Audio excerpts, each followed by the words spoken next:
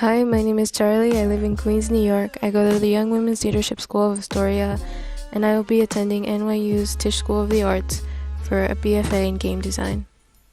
I really look forward to making new friends and studying abroad. Hi, my name is Joy. I am currently a senior at Bergen County Academies. So far, I've gotten into Rochester Institute of Tech, Rutgers, and Drexel. My name is Gabby. I live in Manhattan and I attend the High School for Environmental Studies. So far I've been accepted to Rochester Institute of Technology, Rensselaer Polytechnic Institute, and SUNY Polytechnic Institute. Hey there, I'm Lars. I live in Richfield Park, New Jersey, and I go to Richfield Park High School.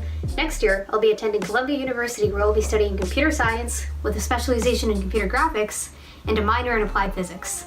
What I'm most excited for next year is to finally get out of my little hometown and live in New York City. My name is Louis. I live in Queens, New York, and I attend the Academy for Software Engineering. Next year, I'll be studying computer science at UChicago, and I got a lot of scholarships for that, thanks to SAA as well as the Quest Pitch program. Hey, I'm Sophia. I'm a senior at the High School of Art and Design, and I live in the Upper West Side of Manhattan. I'll be attending New York University, where I'll be studying game design, and I've received a little over $77,000 in scholarships, which will be very, very helpful. I'm Alberta from Bronx, New York. I go to the Academy for Software Engineering, and I'm going to be attending college at Vandy, Vanderbilt University, down in Nashville. I got in with the Posse Foundation Scholarship, and I want to be a software engineer.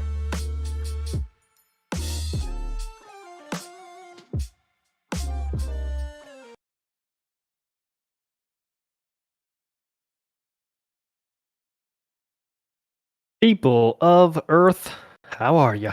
We're back here with day 2 of the Twilight Princess Live Time Attack presented by Urban Arts Partnership, or UAB as I will call them for the rest of this event. My name is ALT Insider, and I'm joined in the booth today with Jason from that lovely charity that is sponsoring this event, UAP. Jason, how you feeling today for day number 2? I am so excited for day number 2 of this GSA UAP tournament of Twilight Princess. Runs yesterday were fantastic. Yeah, they definitely were, and you can see the time. Everyone has a time on the board, which is nice to see.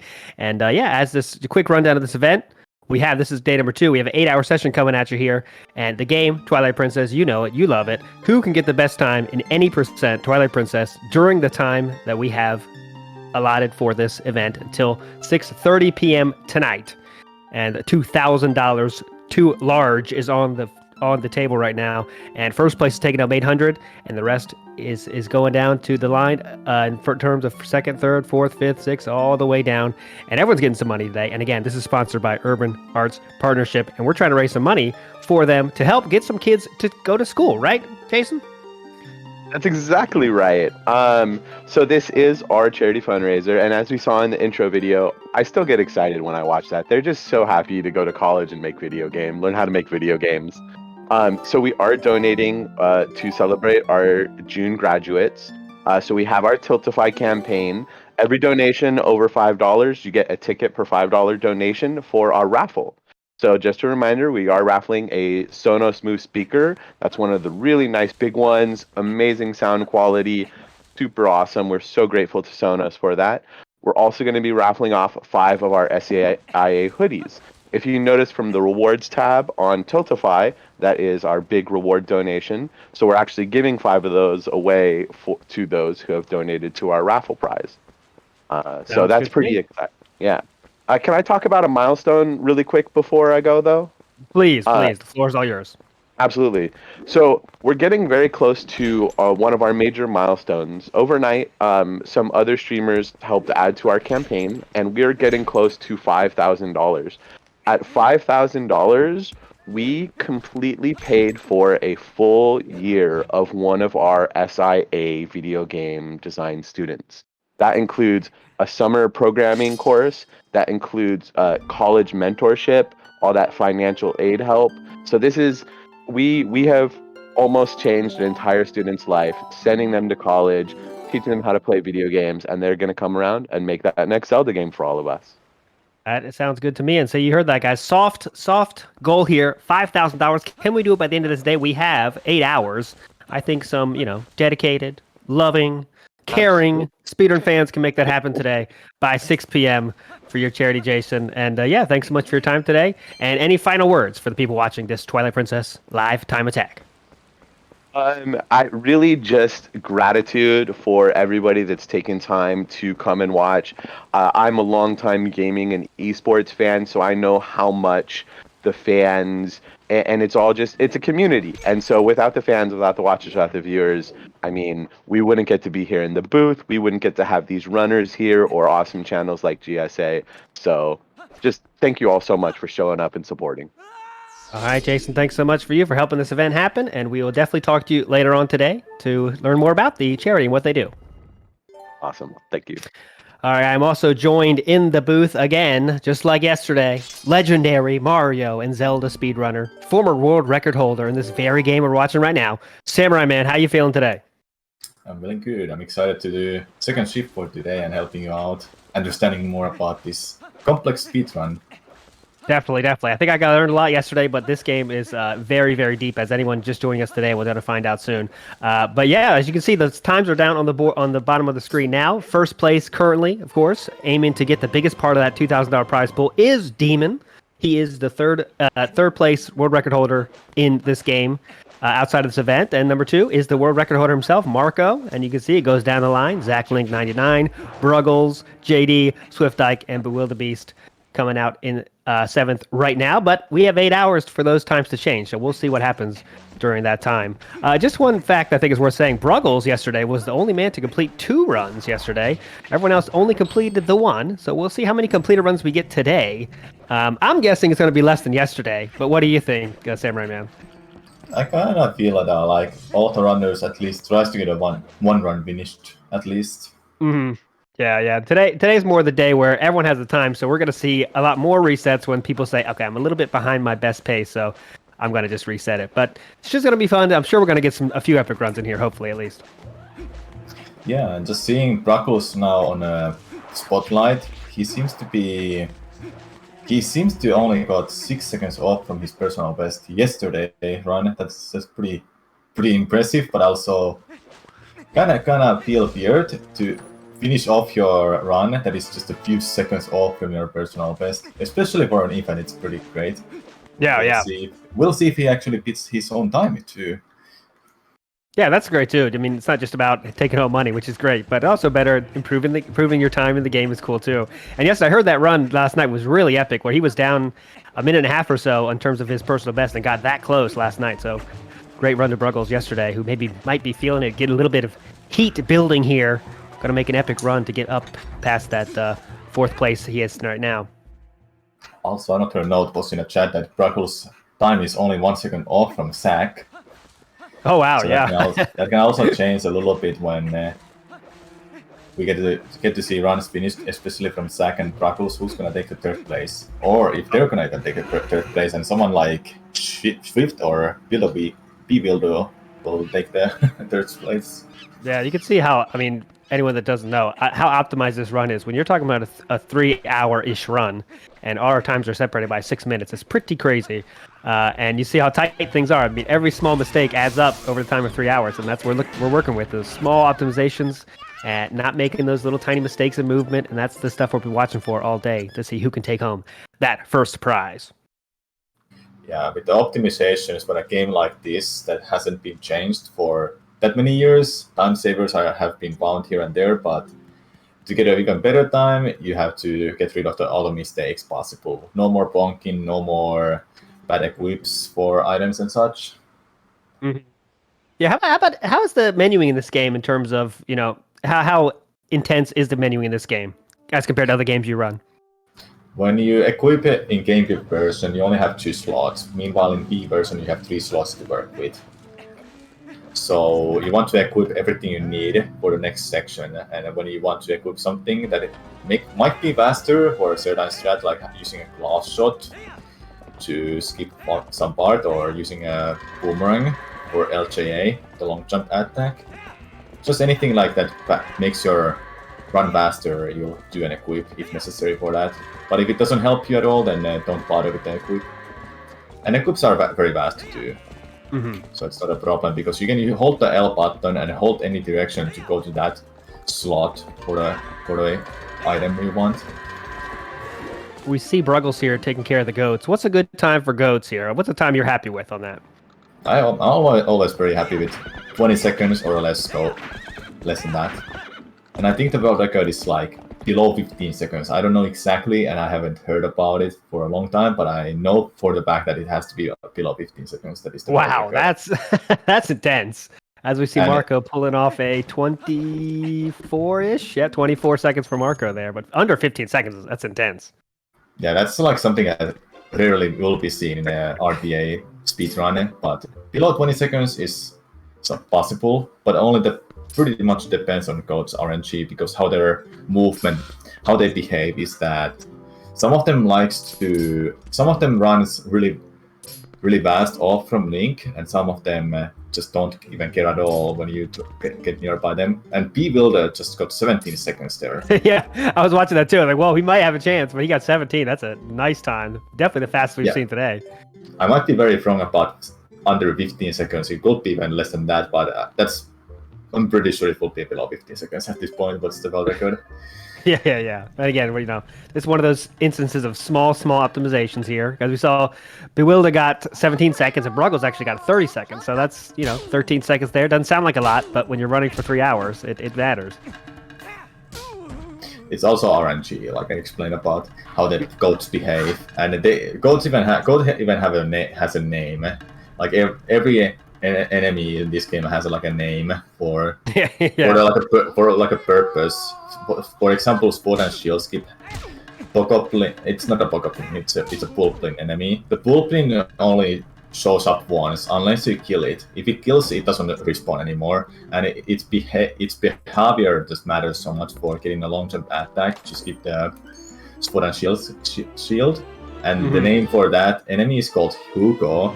The name for the goat when it doesn't behave how you want them to behave is called Howard. and for early Master Sport, the Shadow Messenger is called Jamal. That's something speedrunners always do, is name stuff. There's a name for every single trick that's not always obvious. Oh, as we see ZachLink here working on his goats, let's see what kind of time we get here. One troublesome goat there, running away from the nightmare. That can happen sometimes when they're really nearby the gate, the door frame, and it just doesn't want to go in. So that's a pretty easy reset for Zach. Yep. Zach with the 256 down there, third place right now.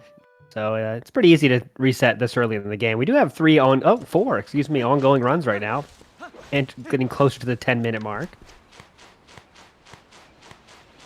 The run won't really start until you have gone past Boomerang or Elden Vessel split, pretty much. Yeah, that's what Zach kept saying. ZachLink99 kept saying that's where the run starts for him, is the Elden Vessel. So yeah, that's a good point for that. Then for some runners, the true run, like now all the hard stuff is like behind is after like Pet Temple. So then you have like a good free time to just breathe for a while. You have Arbiter's Grounds to go through, and after that you have a 1 hour gauntlet with the City in the Sky, Zelda Twilight, and Hyrule Castle, and not that much like run-ending tricks there anymore, unlike in an early game. I can ask you, because you're a high-level runner of this game. When you have to do this beginning sections, like over and over and over again, is it tough to keep the focus going? Because like you're so far away from the end, so it's like, all right, I gotta do this again, Does it ever happen like kind of fatigue like that? I wouldn't say so, but if I restart an hour in, it feels like just rough to think about, okay, I need to go through this 1 hour of the start again at this point in a better pace. So it can get I wouldn't say annoying, but it gets speedrunning is repetitive for a reason. We do the same things over and over again. But then again, some of the games has really rough start. It's not the one to go through. So many runners likes to get through this certain part, so their run gets better for them. Yeah. And Twilight Princess is like literally, it's a 3 hour long speedrun, and it easily can put into 3 segments: the start, the middle, and the end.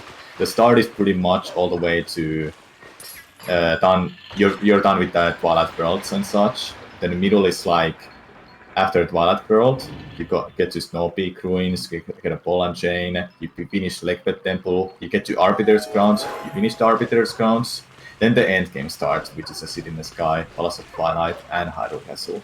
Mm-hmm.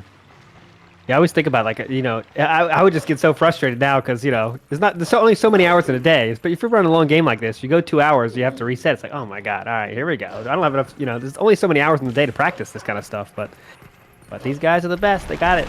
They got to this point from hundreds of hours of playing this game. So it is cool to see.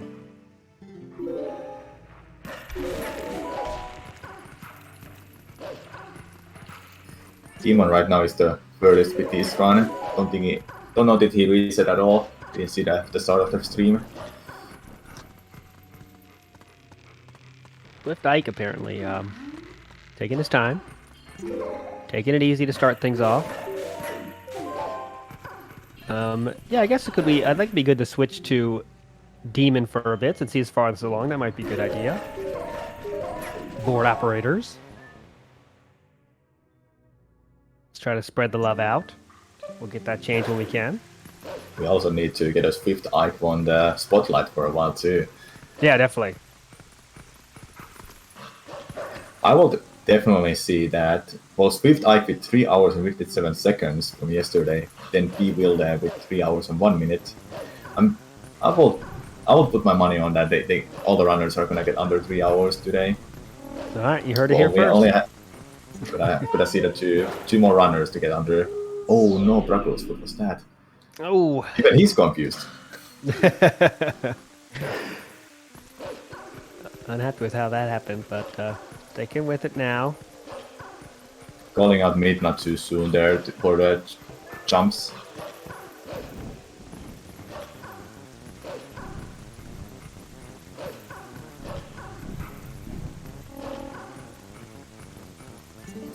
Oh, Demon got a rough long jump attack there from the Goblin, sorry.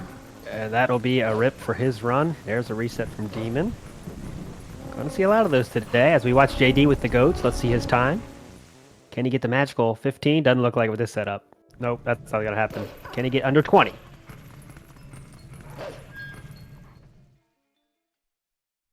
Looks like it's...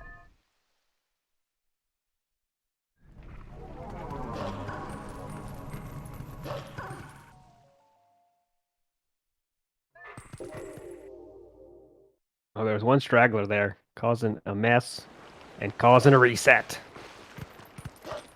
We see Zach with his goats. Goats have ended a few runs here today so far. Only 15 minutes in here now.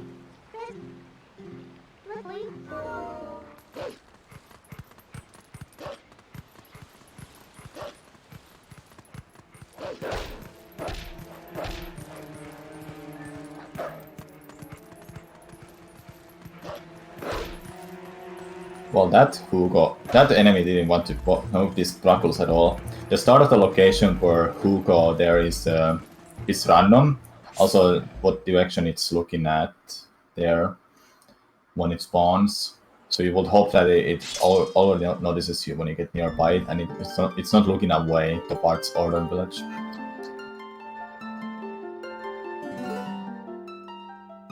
And we get a reset from Bruggles there. So maybe we should switch to Marco, Bewildebeest. How you feeling, Samurai Man?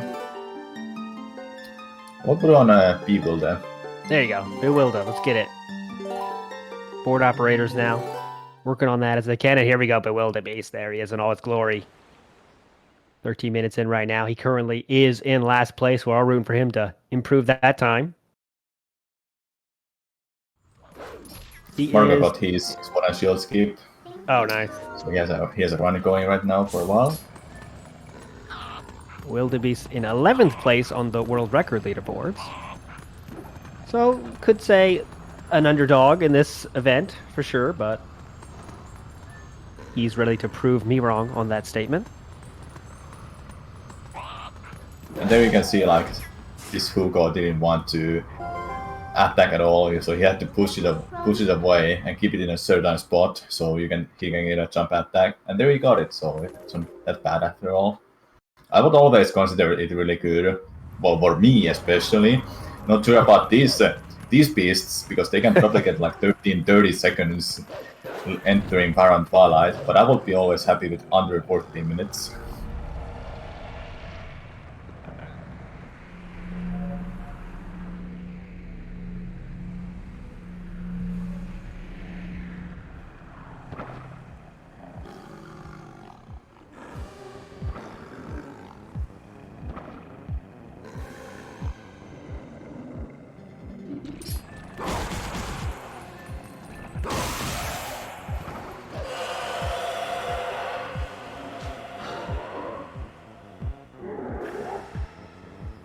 So I assume Swiftike has some issues with his controller. Am I correct?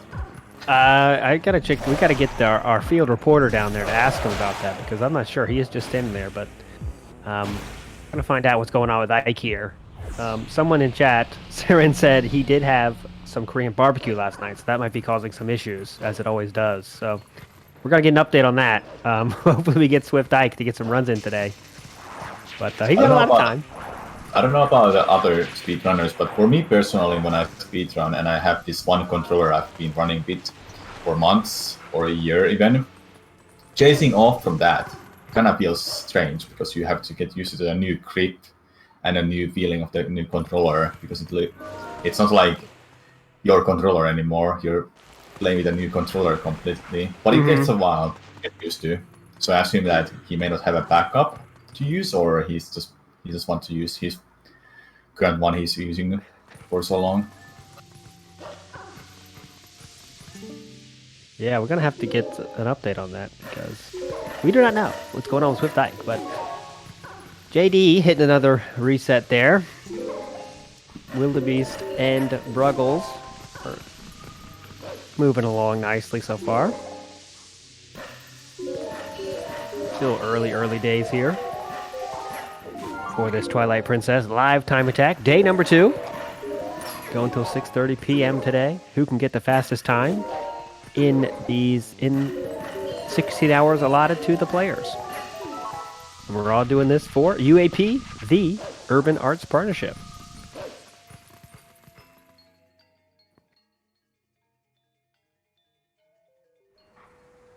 Seems like Marco restarted. I missed that when it happened, but must have been early Masters board.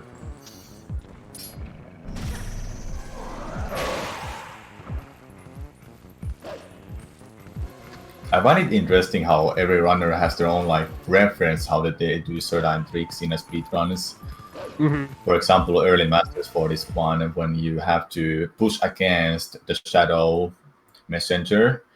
And after that, when it's about to attack you, you want to hold up left or off from the ball, so you get a super jump on the on out of bounds.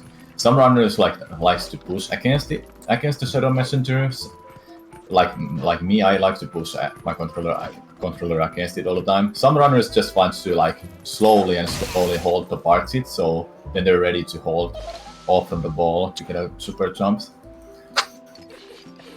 So I don't know if you saw that, Samurai Man, but JD had a comment saying Gate Simulator.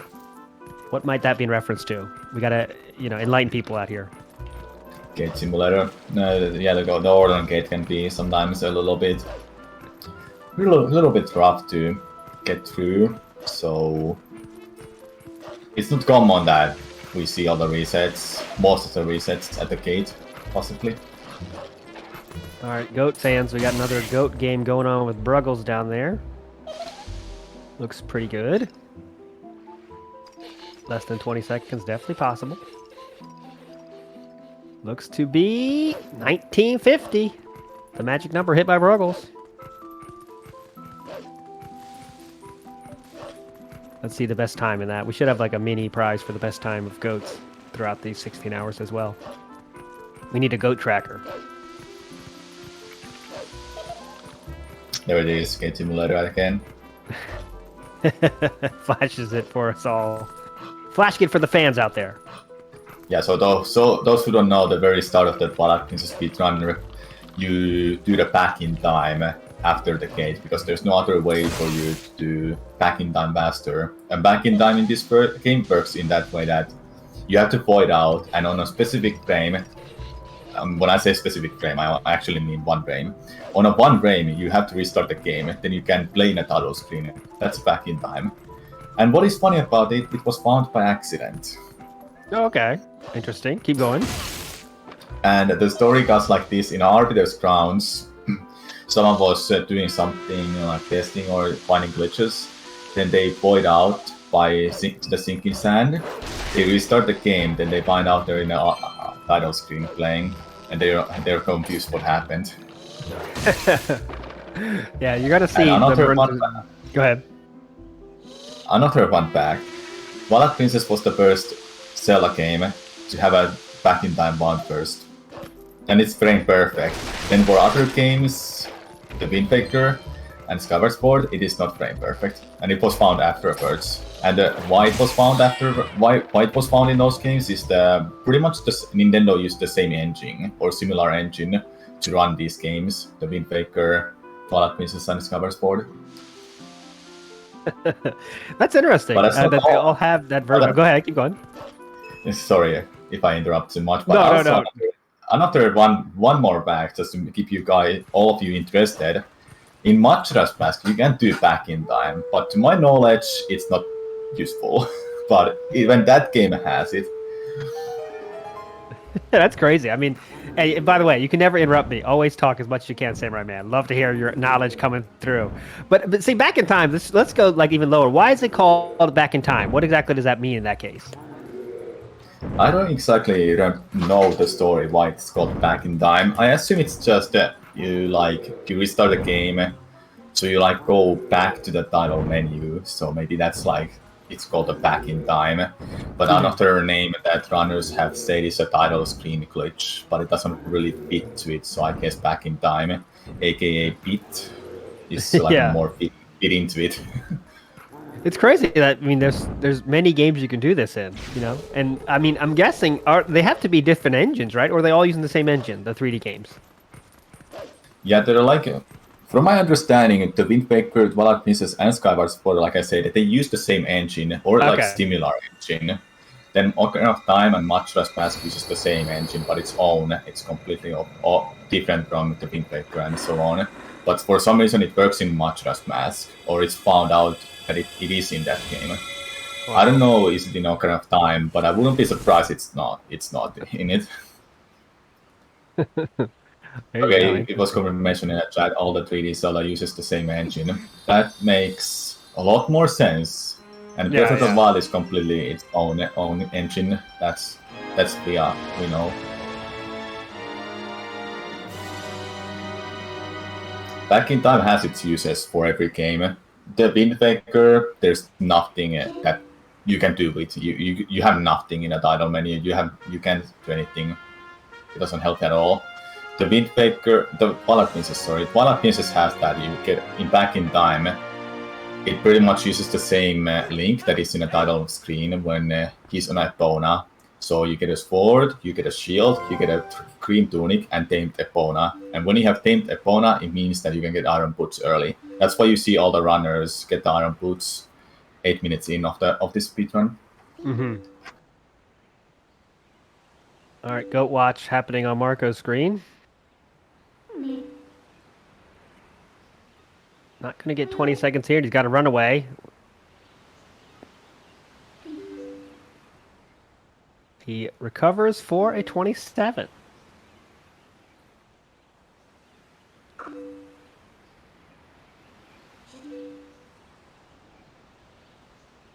That's a good question, though. So Super Mario 60, is Zelda games using a form of the Super Mario 64 engine then?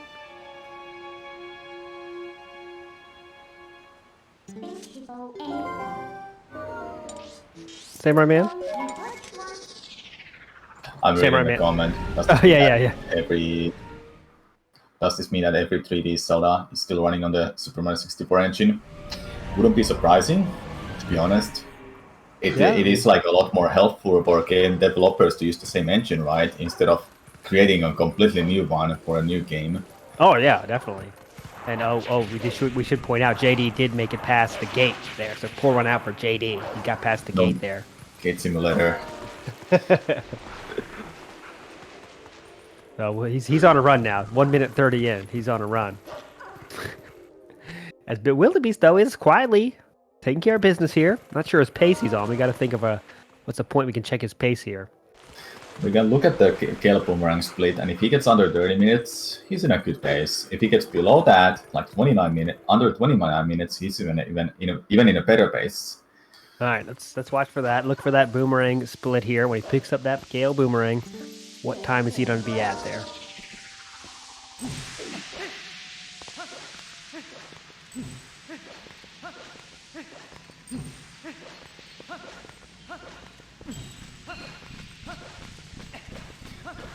In a Twilight world, when Bewildebeest just went through the mist, you can't see where the mist is when you're in a Twilight world as a human link and you use the lantern, because you're not supposed to be a human link yet. Yeah, yeah. So you have to like kind of memorize the pattern or the movement, how to do it to get the mist off. Oh, he missed the... Bewildebeest takes a hit. I can read his lips, and he's definitely not praying. He was not happy with that.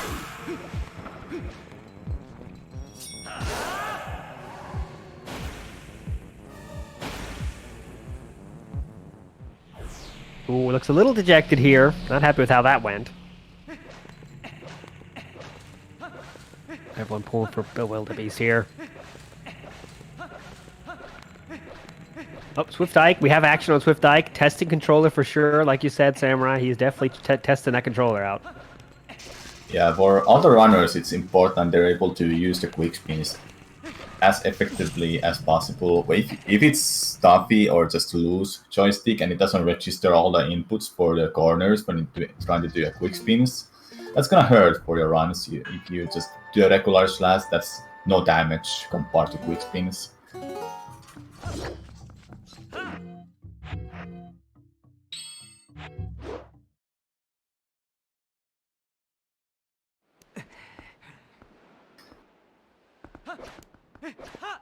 And this form of back in time Bewildebeest is doing right now is called back in time equip, where he uses a different file he saved in Ordon Village to start the fight in Elden Field with the game Pulping fight. But he restarts the game there to put on early boss flag. It's just a value in a game that is either on or off. And it's always off, pretty much, but he puts it on. And that happens because he restarts the game and skips the cutscene. When they skip the cutscene, that's when the boss flag goes on. But as soon as the fight starts, it goes off because you're in a fight pretty much, so it goes off. I think that's the best and the most simple way I can explain it. Yeah. These kind of things can get even more complicated when trying to explain like the game's memory and such, which is like nonsense for anyone who doesn't know about speedrunning and such. Yeah. That's the tough point. Is you got to explain it to people that have no idea what's going on. It's kind of like you're doing a great job though, Samurai. You're explaining a lot. JD now with the goats. Let's see what time JD gets. Watch it down there. Oh, that goats in the middle are not cooperating right now. Oh, that is the one kind of goat that it just didn't care at all about Link's movement there. It's just not gonna go anywhere. Goat Simulator coming in hot here. JD is gonna reset there for sure after that stray goat. And I was speaking of the boss flag, it also gave early monkeys. That's pretty much the same flag in a menu, in a inventory, in a memory. Or should I say, it's just we can just call it early boss flag, but it's also called early monkeys, so you can start the hook fight faster to get a Gale Boomerang. But yeah.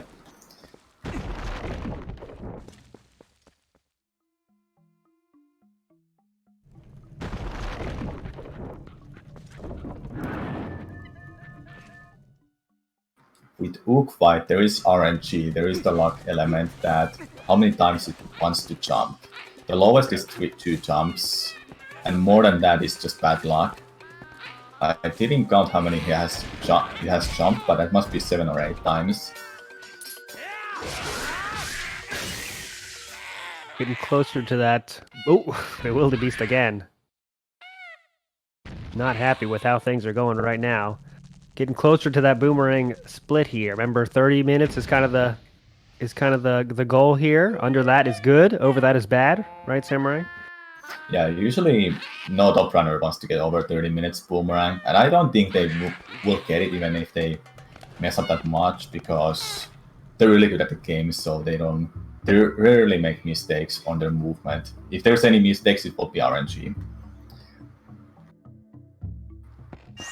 There it is. He picks it up at 29:30. So yeah, the runner splits on this moment when they grab the boomerang. So 29:40 is pretty good for a boomerang split.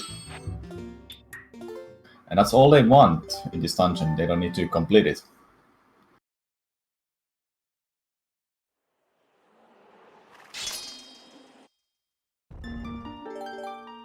I want to remind everyone real quick what we're here for.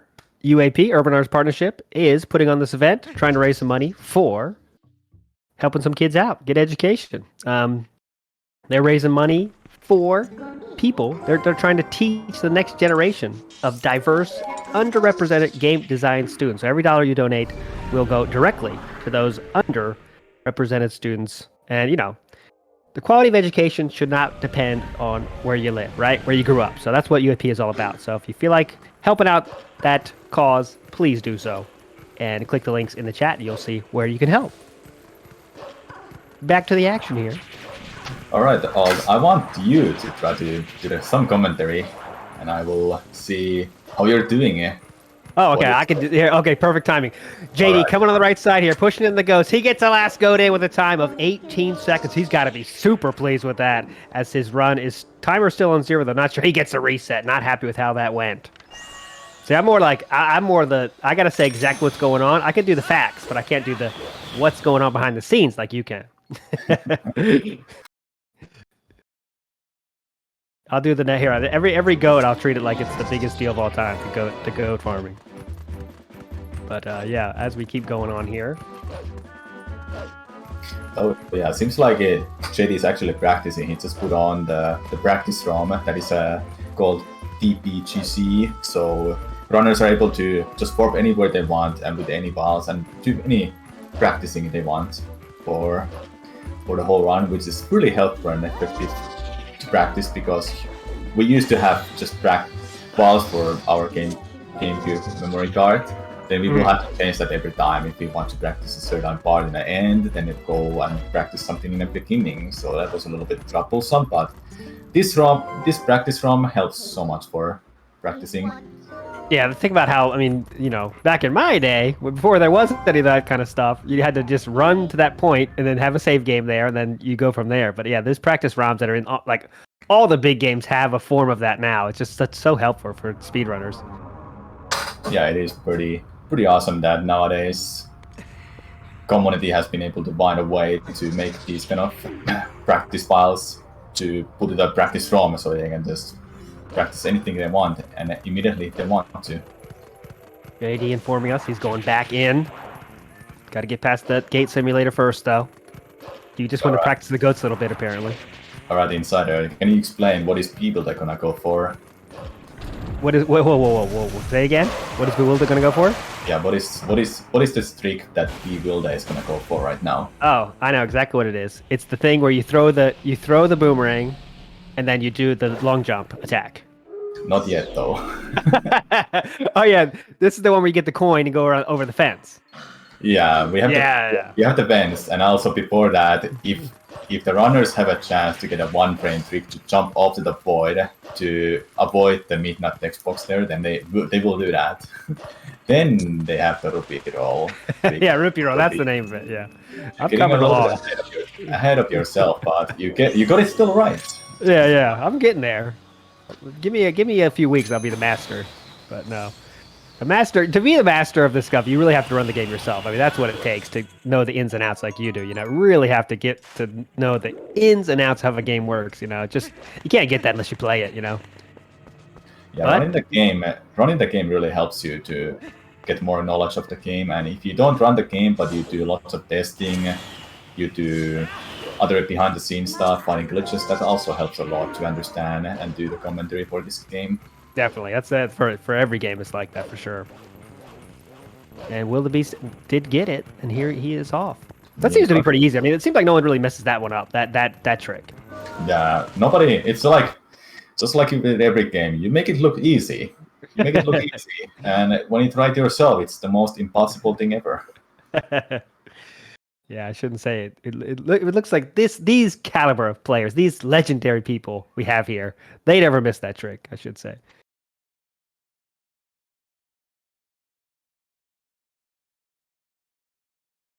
Oh, a little bit of a snafu here on Wildebeest's screen here. Hope to get that cleared up here. I kind of want to stick with Wildebeest for a little bit. I definitely want to give Swiftike some time too in the main screen today. At least we're kind of we switched to Demon. That's cool. Let's switch to Demon for now. Wildebeest is having some issues. Demon finished really strong at 254 yesterday. Wonder if he's gonna go for a 253 this time to make the first place even harder to achieve for anyone. Yeah, he is currently sitting pretty in that first place. His hands almost on the $800 large dollars that he might get if he keeps that place. A lot of people trying to make sure that doesn't happen, though. I would expect Demon to be one of the most reset happy people, obviously, since he has such a strong time. He knows if I'm behind that pace, I might as well get at it. I mean, that's a good question, though. Is there any time, Samurai, where there's significant times where you can save time in the future in the game? You know what I mean? Like if you're behind, let's say you get the boomerang at 30, you might be able to save 30 seconds somewhere down the line, right? Or is that just not this kind of game? This is even if the runners are 3 minutes or 4 minutes off from their soft best, they can still beat their time even if they're behind by a minute. It's just it really depends, like what kind of strats they're able to go for and save those seconds and seconds in every split.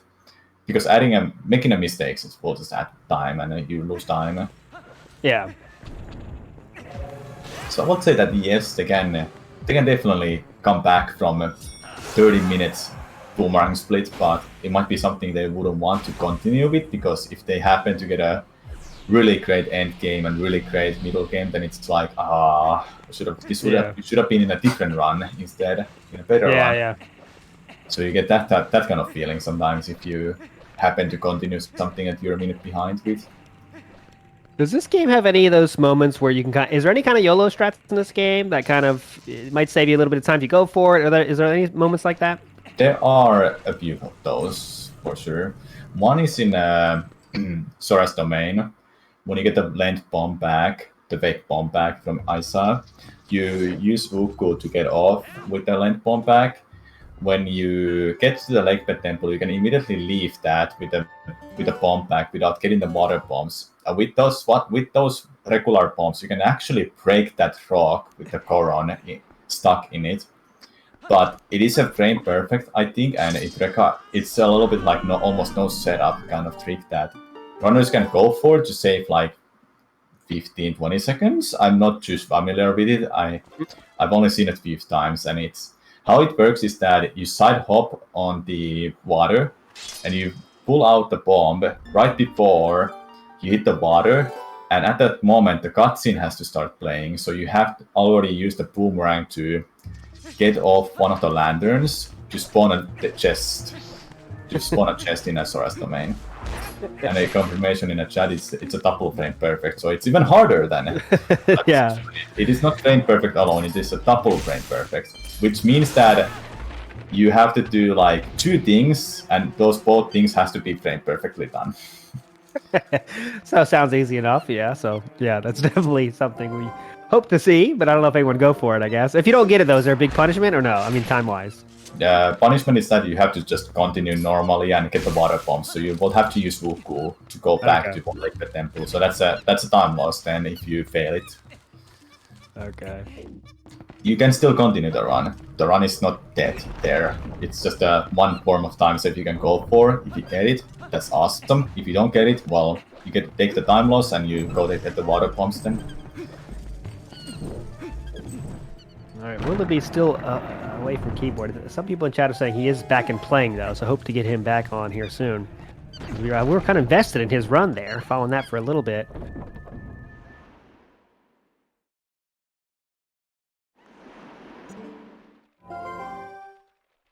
Marco also taking a break.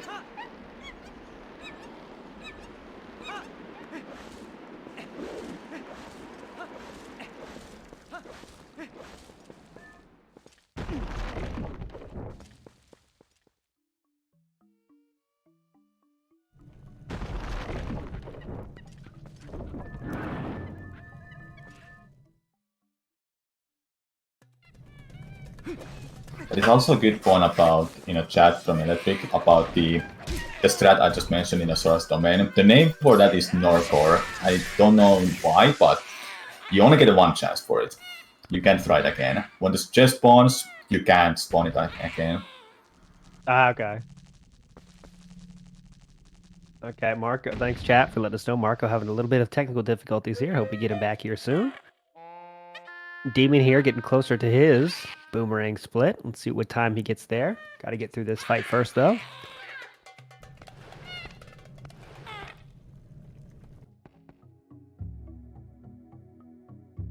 JD taking care of some goats up there. Let's see his time.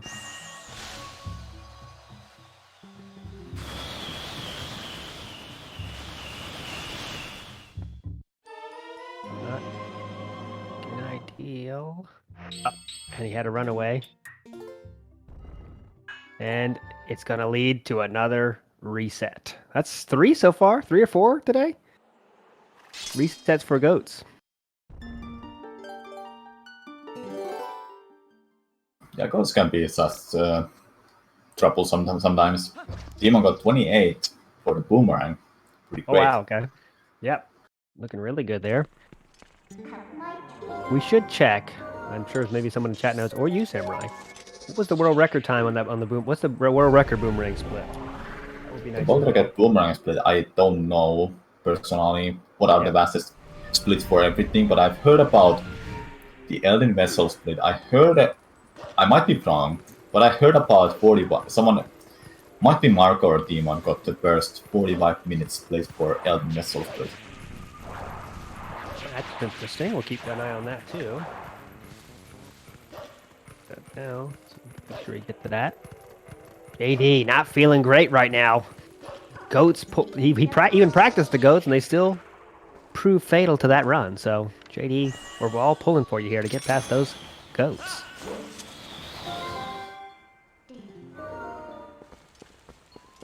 So that was Demon. Just did the long jump to get away from a mailman, right?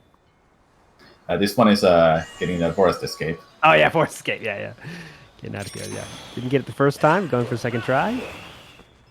Thanks for the chat confirmation. I had a feeling it must have been Marco that got the 45-minute split for Elden Vessel, which was very, very amazing to hear of. Definitely not FX coming in hot. You're the third commentator, my friend. Always dropping the good knowledge in there. Oh, Sports Ball bringing it hot as well. 28:46. It was the split in the world record. So maybe not the world record split, but his world record, that was it. Nice to see that.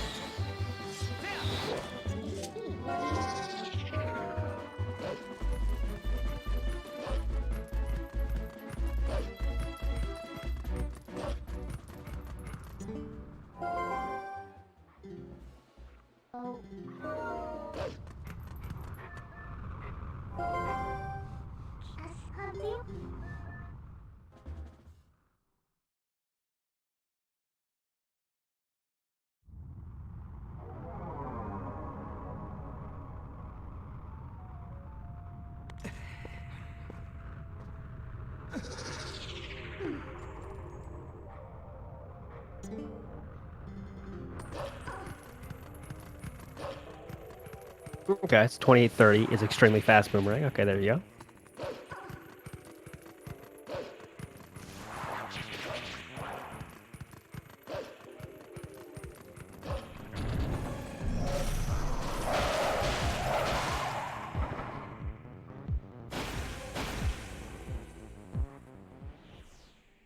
Demon is time to get the one frame Corpse Void here, and he gets it.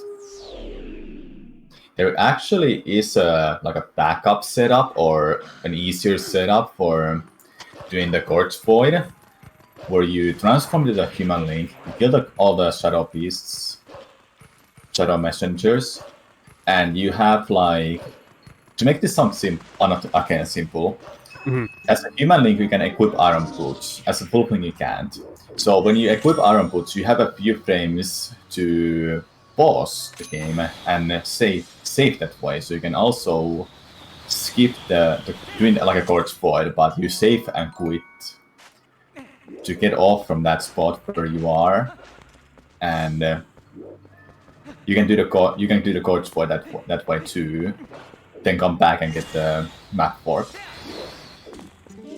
And that's not everything. You also can during the moment if you hold the L button and you also mash for iron boots, you can also mash for A button because you have the sport out at that point because you killed the shadow messengers. So you can mash out for the iron boots. If it equips it, you can press the start if you realize it.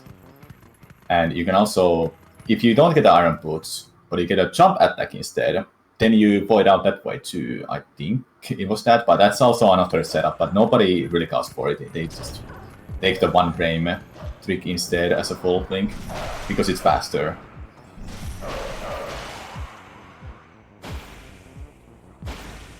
But that's also an option for runners if they ever want to go for that setup. It has its benefits, but the downside is it's slower for sure, especially if you have to save warp. So, quick update here. Bewildebeest appears to have reset his run at some point, but at least he's back live. Demon and Bruggles on a little bit of a run here. Still 30 minutes, so early days. Swiftike still has not got anything going yet, whether that be for, controller issues or just want to take it easy. We're not sure about that. JD and Marco and Zach still very early in their runs. JD about to handle the goats again. It's been the bane of him so far today. Let's see what he gets this time.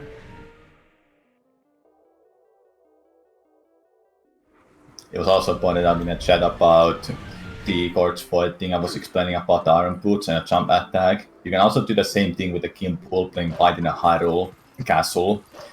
There is also one moment you can do something for one frame. If you're able to backflip, you can actually save warp out of that, and it saves a second instead of taking the midmap text box then rolling back to the entrance of the Hyrule Castle. And during that moment, you can do the exact same thing with the Kimpool playing Fight. You either do the backflip or equip the Iron Boots and save warp that way. And there you go. And JD did finally get past the goats here. He's gonna start going now. Demon coming in hot with the knowledge. His best time for Boomerang is 28:36. There you go. Even faster than Marco's with the world record run. So there you go.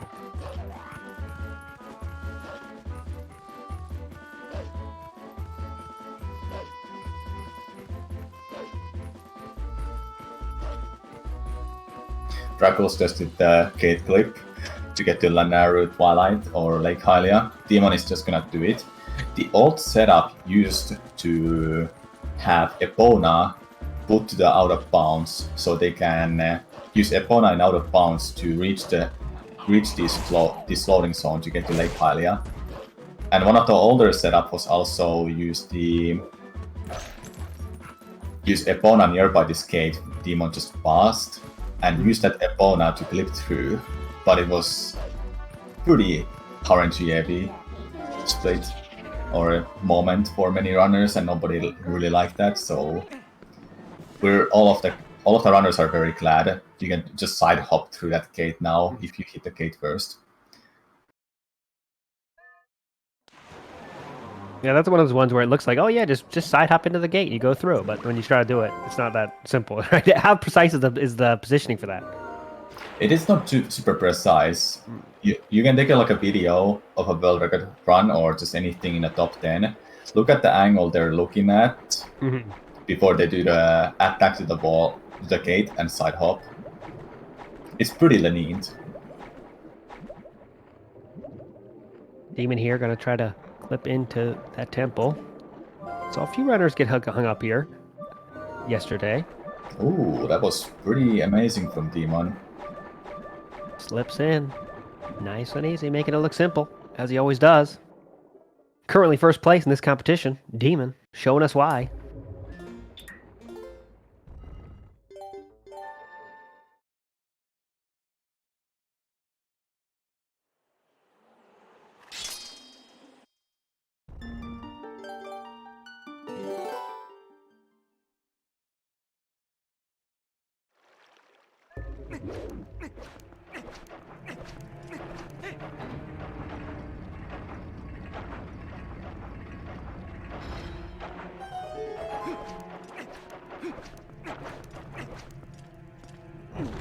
It looks like Swiftike is off and running, possibly.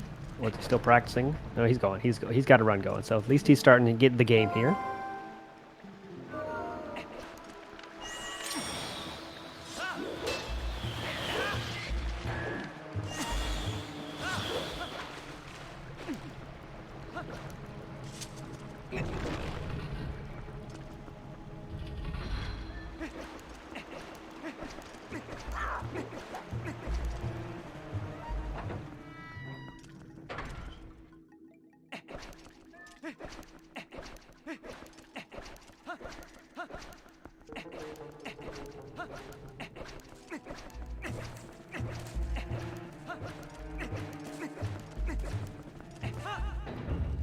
This route Demon just did to get moving the staircase is actually faster than doing a double long jump attack to get to this Uku.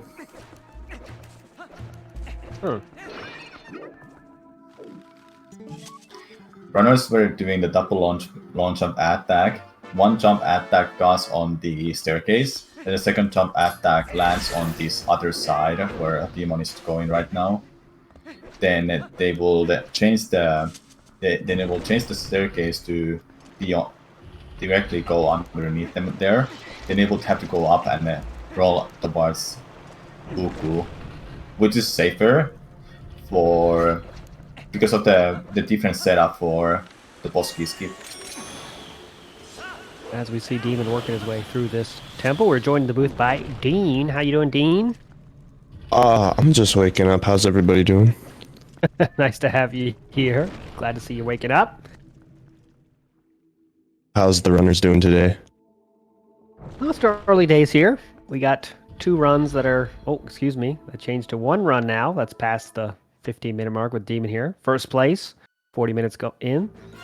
Everyone else just still finding their way. A lot of resets, as should be expected of this day number 2. And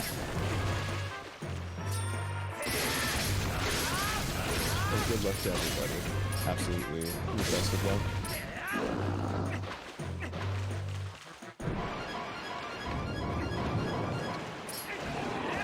Demon's about to go for a 1 cycle here.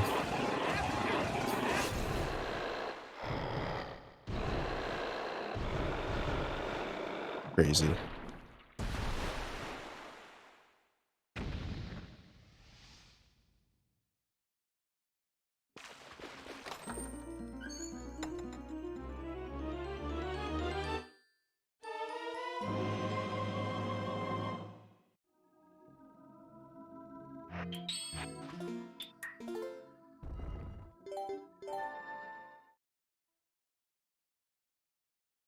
All right, so Demon seems to be trotting along here, entering closer to that point where runs kind of start.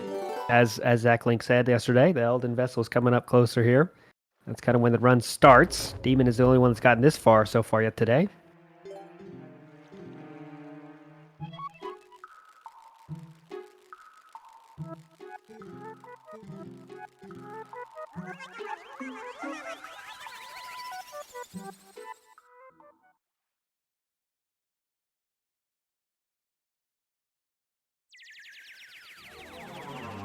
Out time now for Swiftike. Let's see what kind of time he gets. We're looking for that magical 15 seconds today. If we could see that, that would be magical. Swiftike with ZachLink with a really nice early Master Sword here.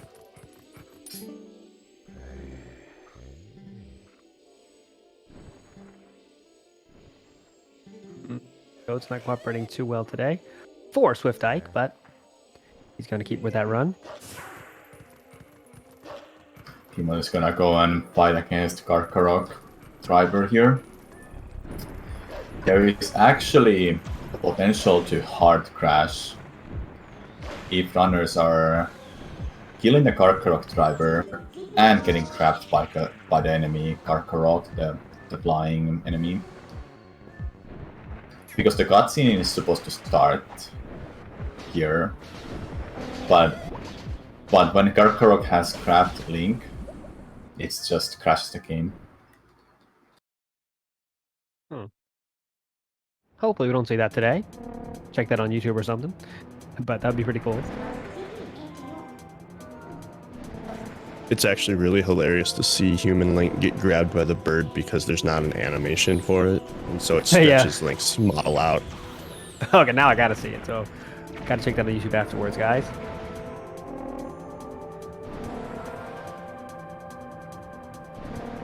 Beautiful.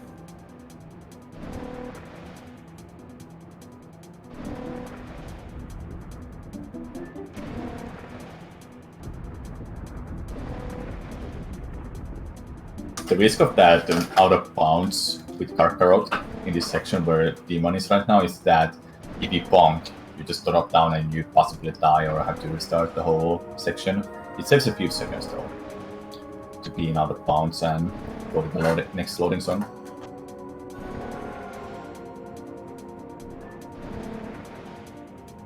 It was a common misconception for a while that we had to go back in bounds to hit the loading zone, but the entire loading zone is just a Z coordinate.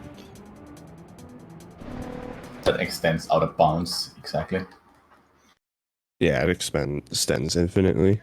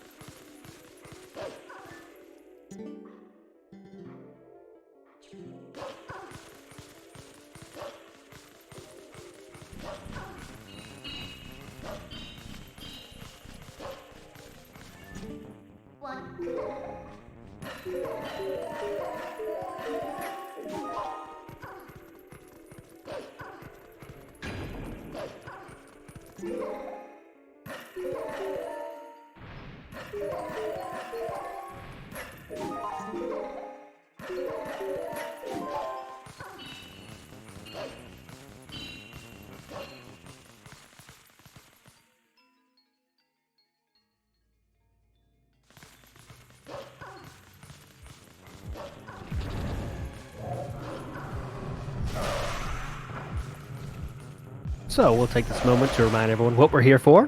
This event is brought to you by Urban Arts Partnership. And Urban Arts Partnership's program, the School of Interactive Arts, is a multi-year college prep program which teaches students both the arts and technology of video game development, preparing them for degrees and careers in tech. So if that is something you want to support, donate what you can and help support them do all they do for those students out there.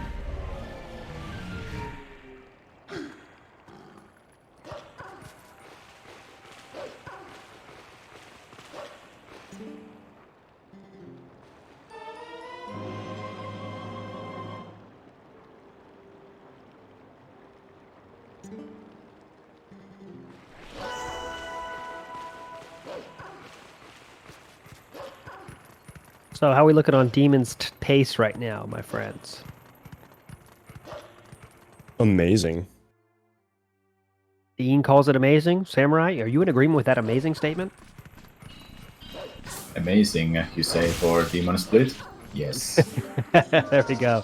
We have an amazing run on the big screen right now. We're going to stay with this as long as we can, as Demon now has officially, entered the portion of the run where you are on a run. When you get to Elden Vessel and you see a 46 on the timer, that's a good pop-off moment. Okay, I'll remember that in the future. I will definitely be sure not to miss the pop-off for that. A lot of people are very content with 47s and even newer runners, 48s and 49s, but 46 is like top level.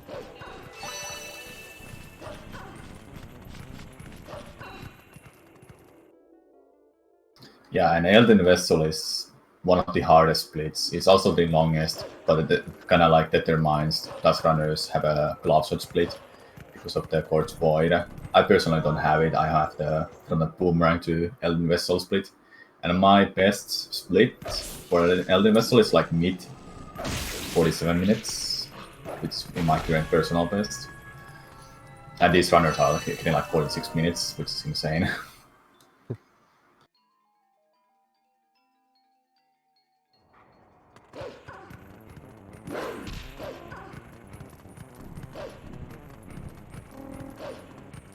Yeah, that's worth bragging about. Samurai Man, 24th on the world record leaderboards.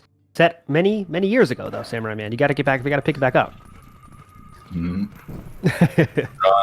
Drawing.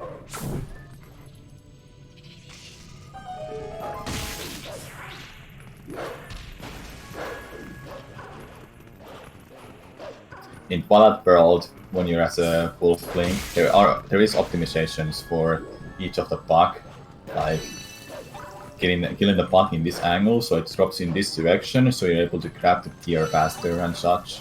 The route for Elden Twilight and Lanaro Twilight hasn't really changed in the past years at all. It's always been a pretty set to stone, same all the time.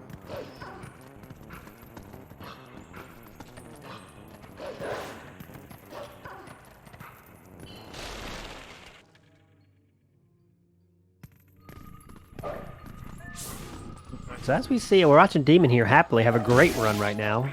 Our other runners, quick check on them. Zach appears to be, getting closer to that boomerang split. We can see what kind of time he has there. A lot of resetting going on with the others, though. As we should expect, day number 2, remember.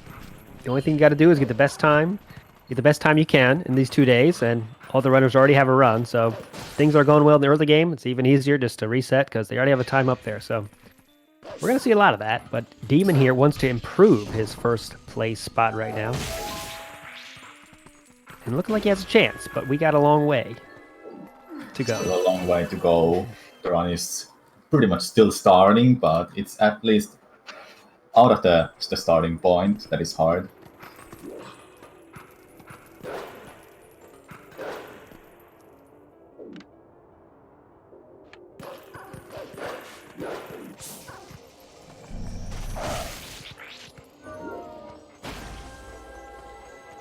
Killing this box outside of this bomb house, or burning house, or whatever it is called. Yeah. That kills all the bugs inside it, and it keeps the building is still solid even if the textures changes there. So they have to still go through the crawling space to get all the 3 bugs, and that saves like a nice half a minute, I think. Otherwise, you will have a cutscene that our house is burning. You have to go inside the house, and that's 2 loading zones to go through too.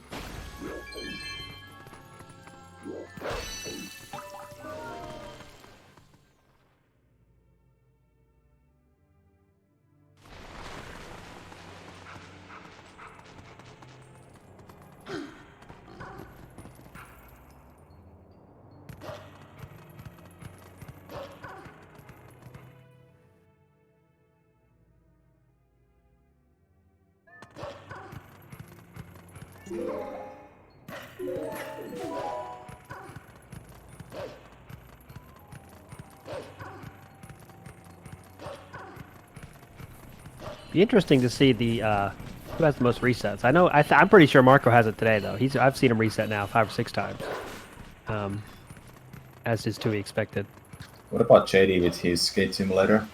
That's true. Yeah, he might be up there too. Master Sword in hand for JD there.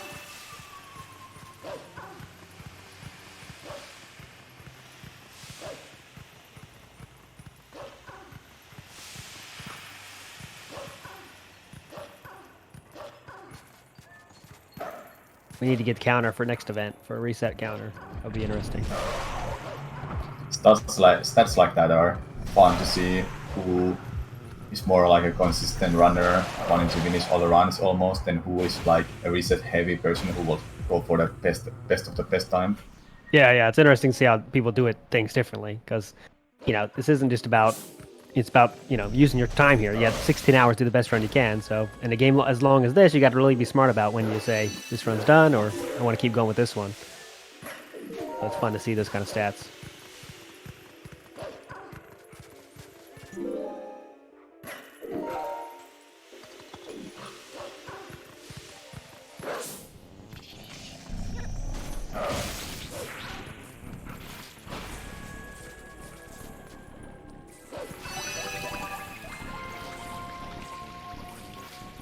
Oh, there you go.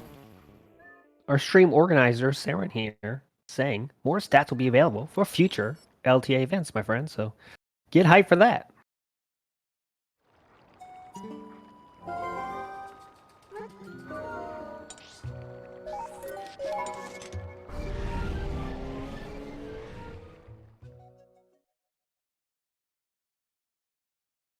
ZachLink's Boomerang split here coming up. It seems to be just barely 28 minutes, or it's so low 29 minutes.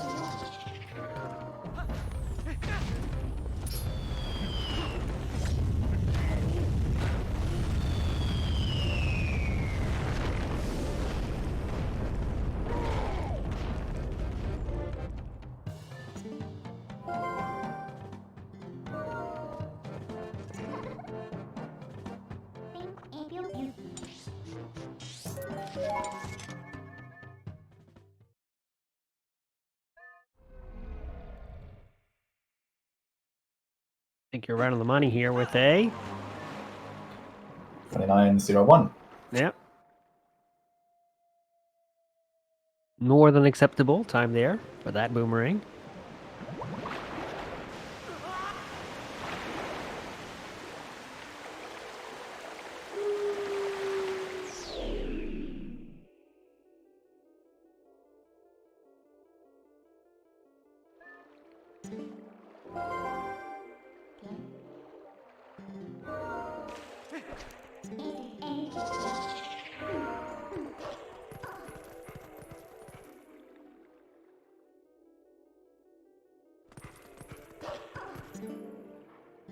JD entering Burst Temple, he's gonna get his boomerangs very soon.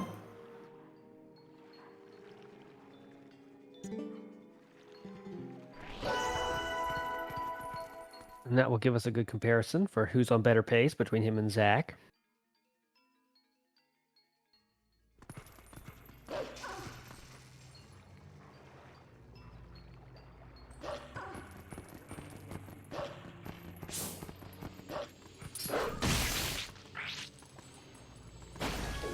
Now, I want you to watch Demon carefully. Let us know when he has a hiccup or anything, because it looks like he's going smooth as silk right now.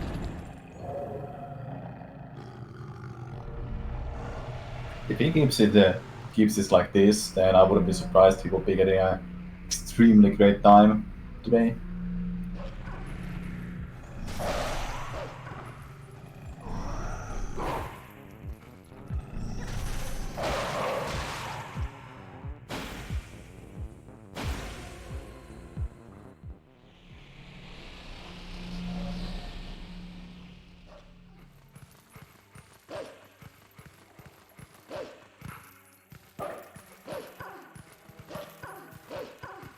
Do want to give the other runners some main screen time, but this run of Demon, they kind of don't want to go away either. So it's tough production call, but I think let's stick with Demon a little bit longer at least. If he keeps playing this well, let's just keep it on.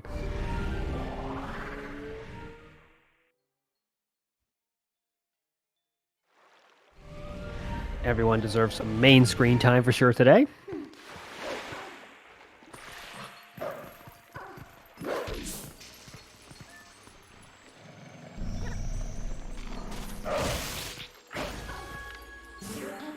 Every runner is manipulating the movement for the flying puck there to get it off from the wall, then you can midnight charge it and kill it faster.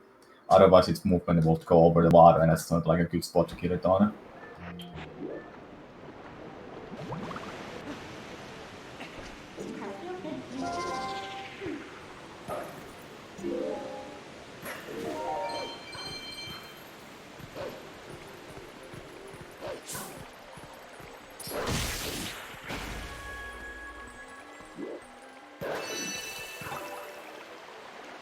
Let's see how the lily pads are for a demon. Not the most fun part to do these bombs on. Oh, we got the double. Oh. 2 quick ones.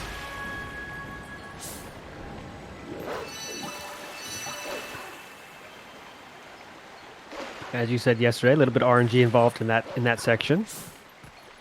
Indeed, and they attacked at the same spot, so he was able to get them all. Oh, and the rupees when those crash. Let's go.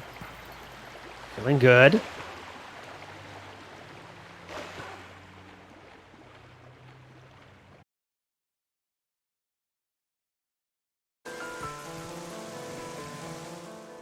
Okay, it appears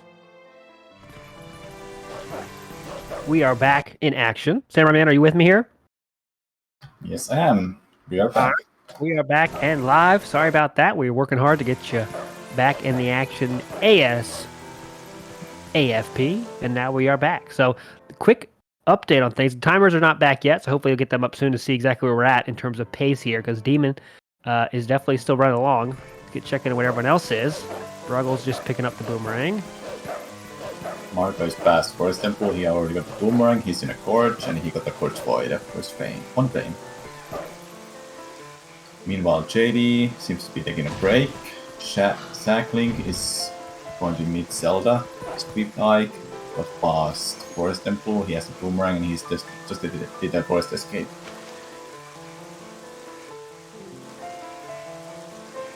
Same with Bewildebeest.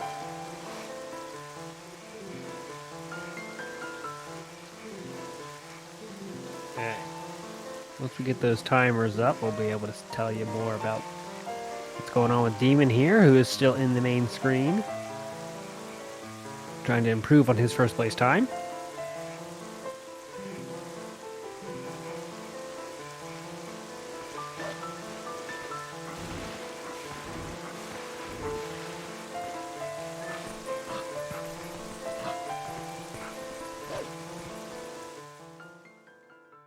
Demon's Morphiel timer appears to be 1 hour, 23 minutes and 11 seconds.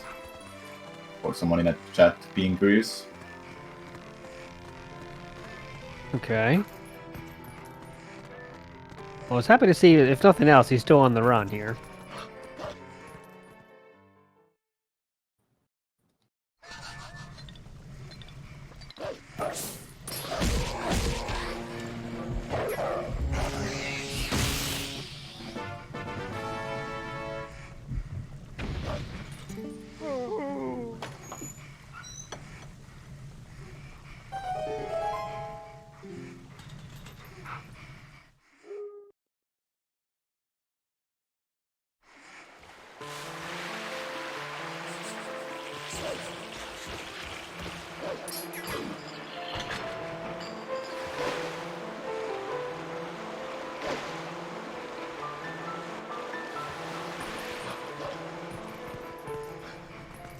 Okay, so 127 something there for Demon. No, it was 123. Oh, 123, okay.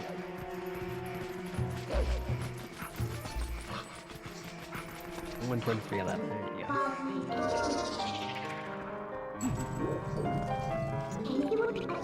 So we have Swiftike, Bewildebeest, and Bruggles all in a Kakariko Gorge. Swiftike getting the boomerang jump to do a rupee roll. Then it's Bewildebeest's turn. They make this look easy every time. Look, yeah, no problem. No question about it. Looks like they don't get it. The scary part is that you may go over too much of the wrong spot, and if that happens, you get a rupee, you get a roll at the other side, but you don't land on the ledge, or you will like barely grab the ledge, and then you just barely make it.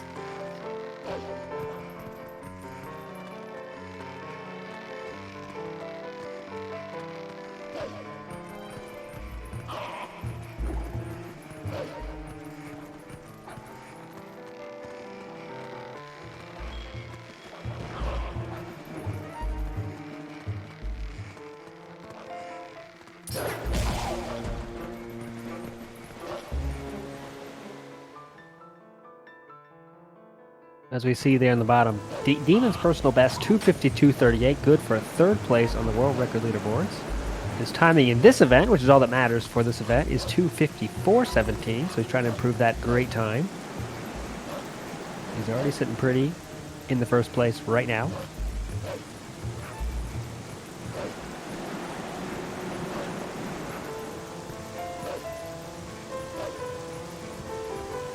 Bruggles also getting rupee roll and the long jump attack around the gorge, and he's off to get the fourth, the Kakariko.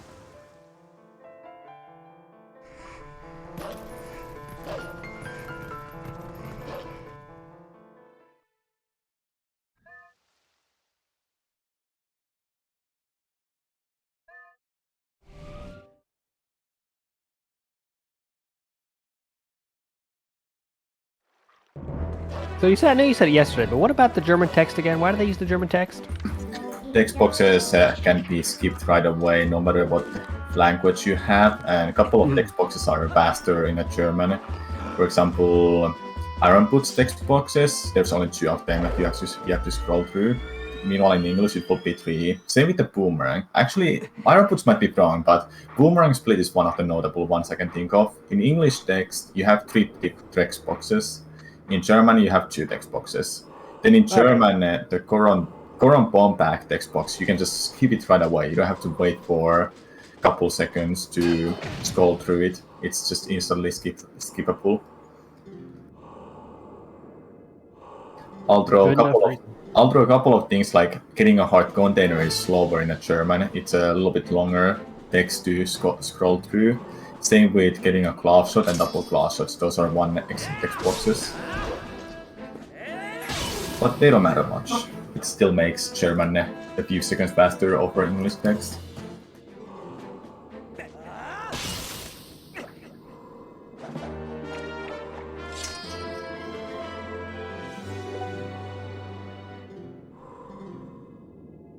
Switching here to Swiftike with the cat cam. Nice to see Swiftike on the main screen here. Focus is on cats and not him. Extra points there for extra points there for the cat points there for sure. Living life as we all wish we could. Trying to side jump through this gate here. Bewildebeest doing the same exact trick. Having a little bit more trouble there. Can't be happy with how this is going right now.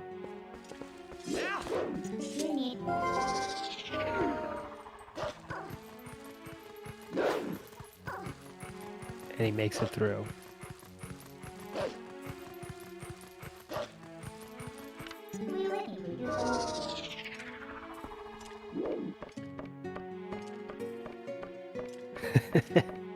Everyone mesmerized now by the cat. There's 7 screens of Twilight Princess action, but everyone focused on that cat. That kitten, should I say. Here for a good cause, Urban Arts Partnership here. Trying to raise money, put some kids through school. That's what we're all here for.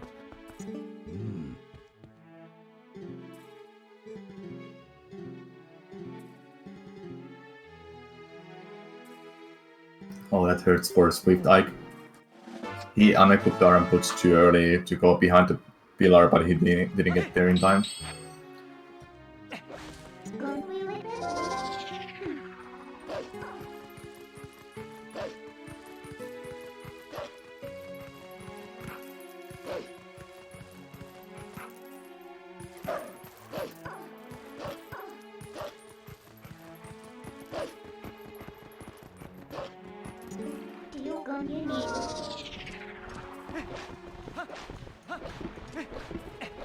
Yep, so we're going to see Swiftike here on the main screen taking care of the early game here.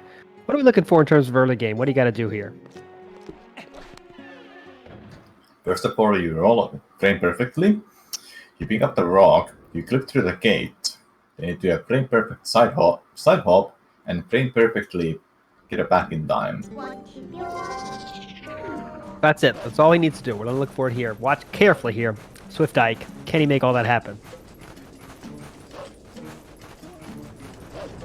If he doesn't, we're going to see a reset.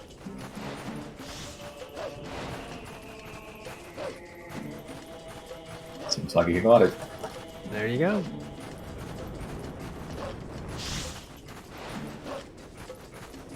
Opening up the item menu makes it far more consistent to get. When you get that specific frame you want to go for, you know you can just do pressing start, X, then B, because that softly sets the console from your controller. Mm-hmm.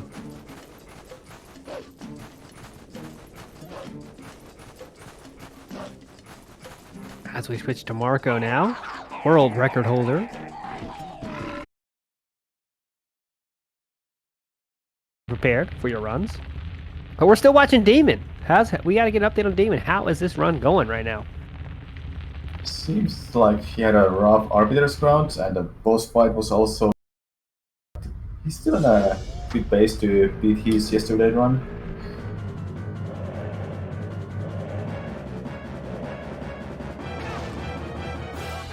That would be pretty nice for him. I mean, that's obviously his goal. He already's in first, so getting any time better than that is look good for his chances to take this thing home. A lot of time left, obviously, go until 6:30 p.m.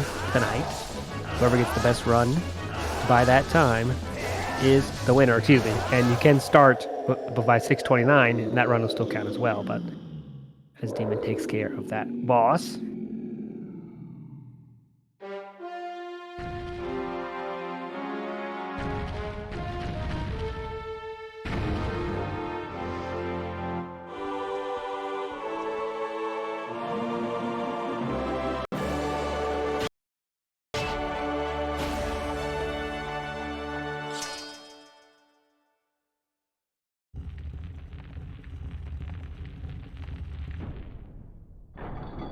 And we are lucky enough to be joined by a competitor here. Bruggles, are you with us in this booth?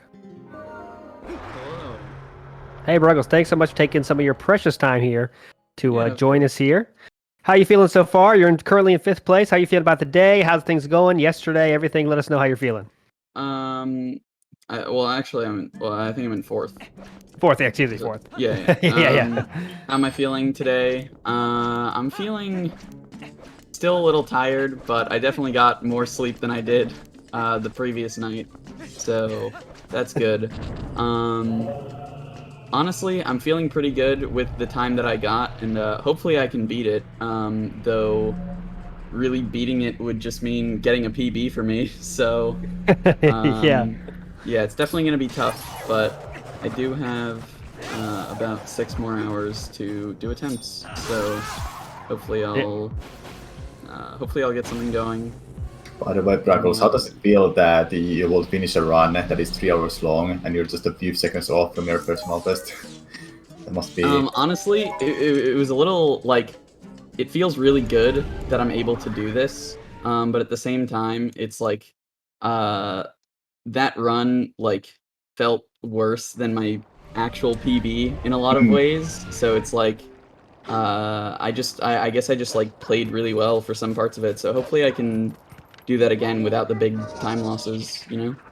Mm-hmm. I've had the same kind of thoughts to that. This run feels worse than my personal best. How is it better than my personal best or just a few seconds off? It's just constant, like, it's like a showing that you got better at the game, so you can get even better time. Just making less and less mistakes again, so you're definitely able to beat your time. Yeah, thanks. Yeah, I Go ahead. Or, you can say something. No, you go, Bruggles. You're the star here. Go ahead. Okay, so I know this doesn't really work for everybody. It kind of depends how you have your splits set up, but I always go with the rule of, like, 3 minutes off summa best would be a good run. So every time I drop my summa best and, like, every time I break a minute barrier, then it's just like, now I have to grind again to break another minute barrier. Yeah, it's kind of the good and bad part of speedrunning is, it's always about improvement, and when you improve, there's just more room to improve. But how about, for you, because you're going into this 4th place, that's very good. And to get better, you have to beat your personal best, basically, which is very tough. Where does the run, what are kind of the time factors in the place in the game where you say, okay, I'm going to continue with this, or I'm just going to stop? Is there any kind of moment like that you're looking for, like a certain split you're looking for or something? Yeah, so I would say if I get past Elden Vessel, if I get Gorge Void and I finish through the Elden Vessel split, that's where I'm like, okay, I have a bit of a break here, right? And I'll usually go up until at least Morpheal, right? Like that's sort of if I get past Elden Vessel, that's sort of like okay, I'm done with most of the hard stuff, and then the only thing really left is Morpheal. So if Morpheal doesn't completely screw me over, then I'll probably be finishing that run. Mm-hmm. All right, yeah. Thanks so much for your time. Samurai, let's ask the last question for him before we let him go. Did I have a question? Well, do you have one? It's fine to ask one. I can find and ask one. What do you think Bruggles is like? What do you think is your peak right now for speedrunning? Like this game, like everyone has their like peak. When they're peak at that point, they just don't want to grind anymore. Do you feel like you have a one, or is it like it's just beyond until you hit the wall whenever it appears? So like I said, I usually go with that like rule of like 3 minutes off some of best. So once I get that, that's usually where I'm like happy for a while. Yeah, that's usually where I'd say I'm happy for a while is about 3 minutes off some of best. But for me, that's kind of been what I've wanted for like months at this point, and I just keep pushing my sum of best lower and lower before I get it. So I would say, like currently, probably the best that I could do would be like a mid 255. I don't think I could do much better than that currently, without putting in some more practice. I guess I said last question, but I'll ask one more last question. What's your kind of... how long have you been playing this game? I think it's interesting people to know. How long has it taken you to get to this? Obviously, you know, one of the top times. Well, How long I has it guess taken you? I first played the game when I was like 10 years ago or something, like when I was like 7 years old. But I really only started speedrunning it a few years ago. I actually can tell you the date of my first run was... Okay. Some history here. April 19th, 2018. There you go, guys. That's pretty cool. So 3 years ago, you kind of started running it, and now look at you. You're 10th place or on the leaderboards there. So that is really awesome to see. Bruggles, thanks so much for your time. Good luck the rest of the way. Hope you can keep moving up the leaderboards. Currently 4th, and good luck to you. Hopefully, yeah. All right. Bye. Thanks for having me. Yep. Good luck. Thank you. Awesome. Nice to hear from Bruggles there, taking time out of his competition to give us a little bit of info about himself. That's really awesome. Yeah, Bruggles, we're rooting for you. The booth is rooting for you now because you joined us. We're ready for anyone else, too, that'll join us. You get the broadcast booth good luck boost, but we'll see what happens. You can also join in to brag about your personal records, after all. Yeah. You runners are the stars of this show. Exactly. Exactly. So we'll see when Bruggles gets started back up. He did say he wanted to take a little break, but it looks like he might be getting a run going here.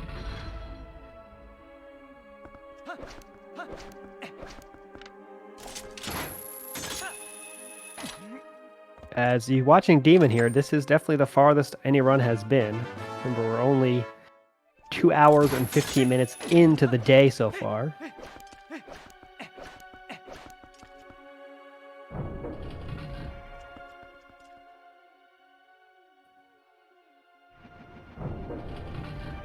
I want to take a time again to remind people what we're here for. Urban Arts Partnership, helping kids go to school, doing a lot of good work. Today we're trying to hit the goal of $5,000 for the donation goal.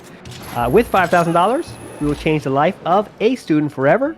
It will give a whole year of education, college mentorship, summer programming classes, all that stuff. So that's the soft goal we're going for, $5,000 for the Urban Arts Partnership, which is nice enough to put on this whole event for all of us to enjoy.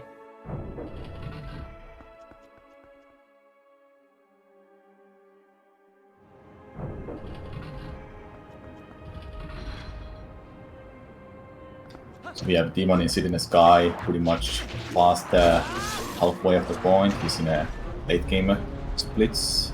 Bewildebeest is in the middle of the run. I think he just finished the narrow Twilight, so he's on his way to get the length bomb back to get ball and chain in Zombie Queen's room. And he needs the real bomb back as well.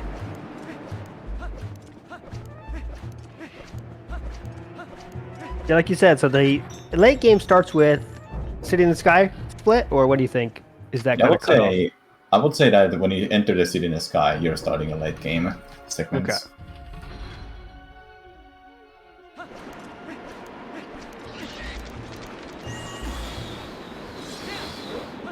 It's also one of the technical dungeons to speedrun through the City in the Sky. Lots of long jump attacks with the boomerang. What, and you know, as I've been, I'm very much a beginner of Twilight Princess speedrun lore. But you can correct me if I'm wrong, Samurai Man. It seems to be like City in the Sky is kind of one of the last technically challenging areas in the game. After this, it kind of seems to be kind of runners just get on kind of a track and they just go, and it kind of you can guess their time very reliably, as some people did yesterday after this section. Well, yeah, City in the Sky is like the most technical dungeon left in the game. The boss fight is also up there, but Zelda Twilight has become one of the technical dungeons as well. So pretty much after the mid-Palace of Twilight, and you get the light sword, and you get to the second half of the dungeon, then it like gets consistent and better for runners that you can start guessing what the final time is gonna be. Okay. So we're gonna look for that. A little bit of time till we get there for Demon here.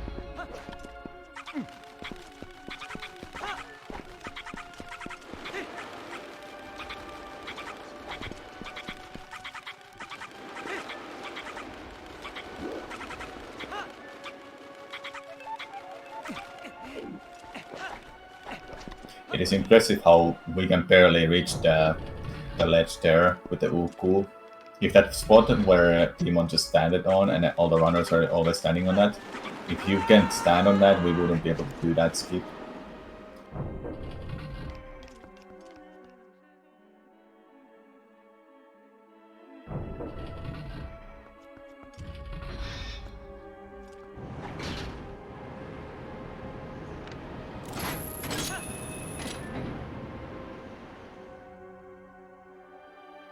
Marco missing that gate clip, so he's doing a restart.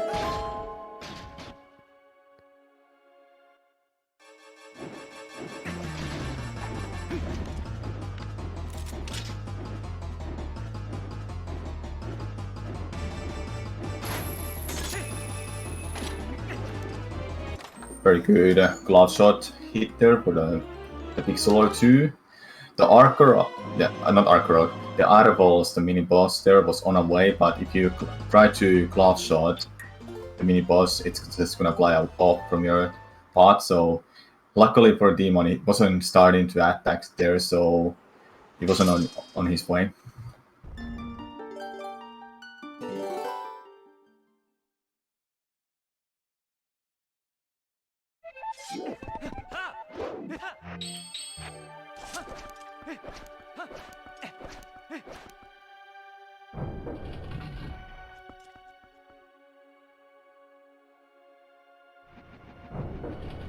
Yeah, so you'd have to think, let's just an update on where things are. So Demon is in first place, looking like he has a real chance to improve this time. Second is Marco, 255. Outside of, let's see, what would it take to... Zach as well, with his best time is 253.44. Everyone else would have to improve their personal best to get a better time than Demon. So it's very possible, of course, but just saying how much it would have to be a pretty good run for a lot of these runners to top the time Demon already has. So we'll see what happens here. Obviously, we want to see something epic, and that would definitely qualify. If one of these guys with a lower world record personal best time can take that spot from Demon.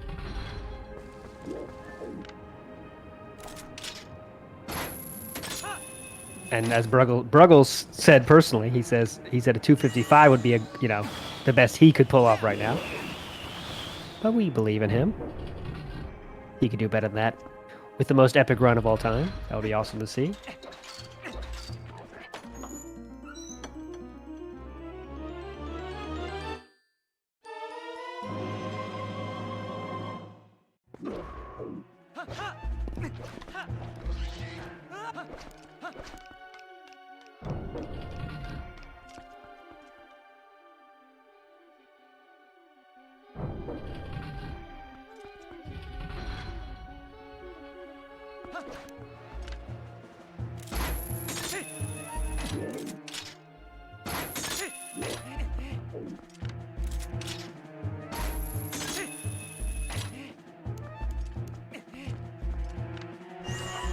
This jump Demon cast for many runners as well is can be very scary.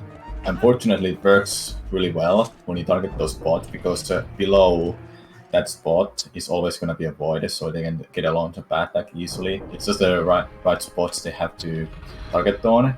You can do it in a right side of that whole area, and only do one long jump attack instead. But a double long jump attack saves just a second or two. Barely saves any time, but also like saves time if you get the target on the spots as fast as possible.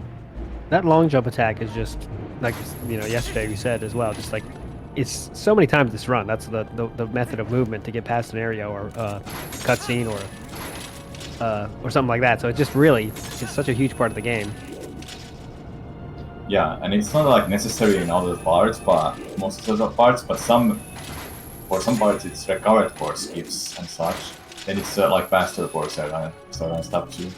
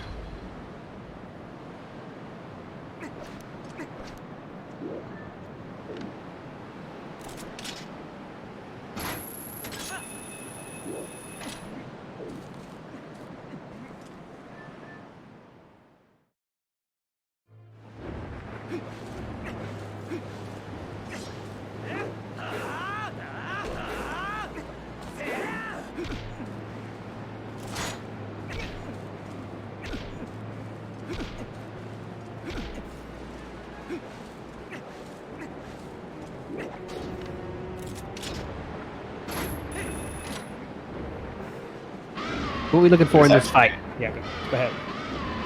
There is actually a chance to soft lock your game if you glove shot that tail too fast to Arkarok. Like it has like a one frame that you can glove shot it, but nothing happens. You are just stuck there forever with the item boots. And you can go fly with that. You can even go fly with Arkarok, and it's pretty hilarious. That's something you want to see on YouTube, not in a run here, hopefully, but.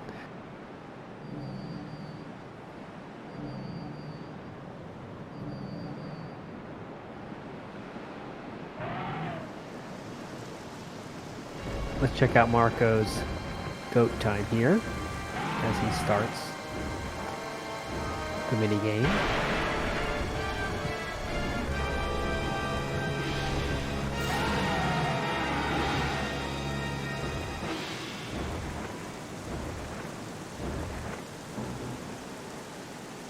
This last one has proven to be a little bit of a problem, but under 30.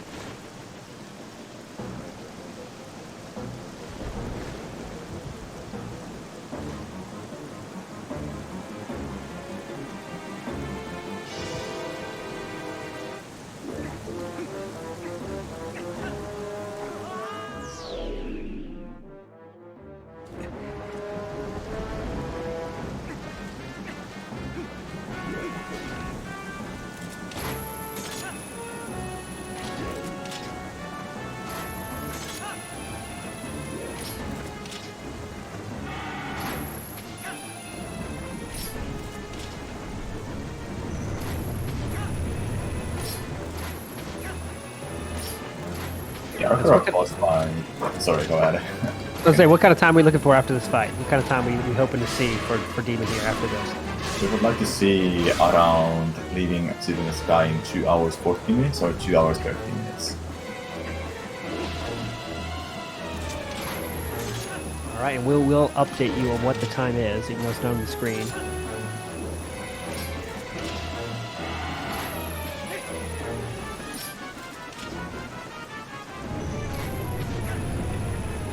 Because that is important.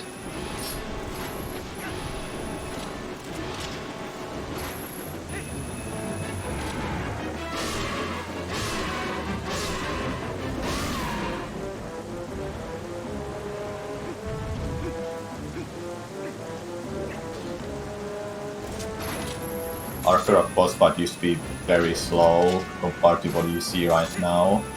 We used to have Iron Boots unequipped and just glove shot a few times until Arthur stops fire breathing, but with the Iron Boots you're able to manipulate the AI, Arthur's AI to stop it earlier, and you can also have see it here that it's also faster to sink down with the arm put because you're too heavy. Then they unequip it at the moment. He turns to the other side and starts fire creeping. Just make it stop fire creeping again. And that saves a good amount of time. Cool tech there.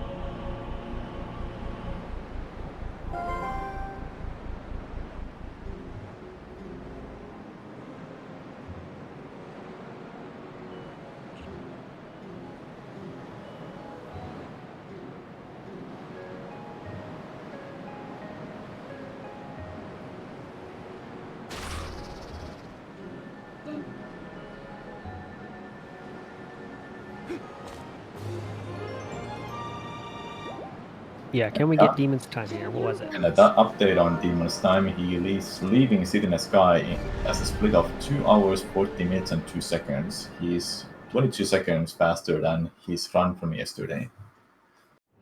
How many seconds faster? 22 seconds. Oh, wow, wow. He was earlier 40 seconds ahead, then lost time in entering City in the Sky and in Arbiters. Then boss fight for Stalwart. His Arbiter's ground boss fight was on the nicest for him.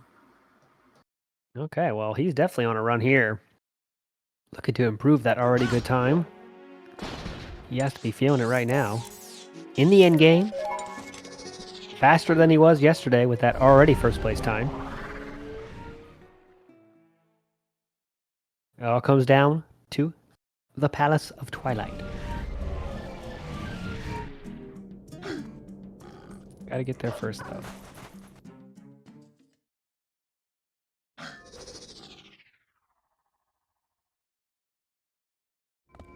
JD looks to be back. So everyone in action here.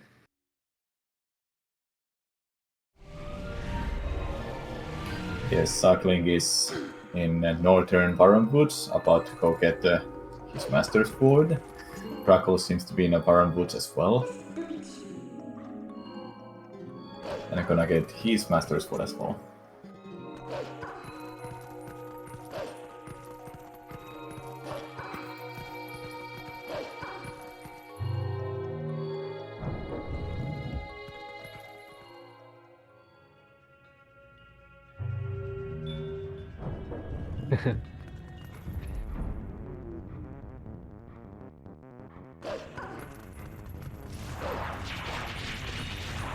Bewilder is about to enter Morphle fight.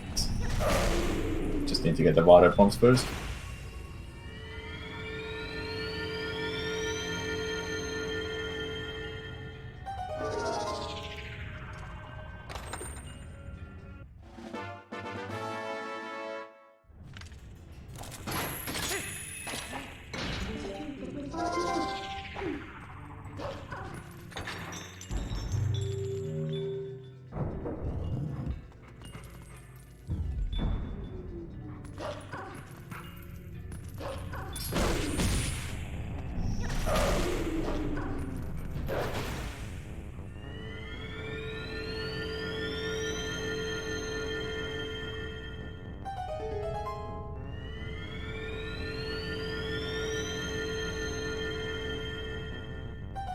Bewilder with a nice boss key skip in Lekka Temple.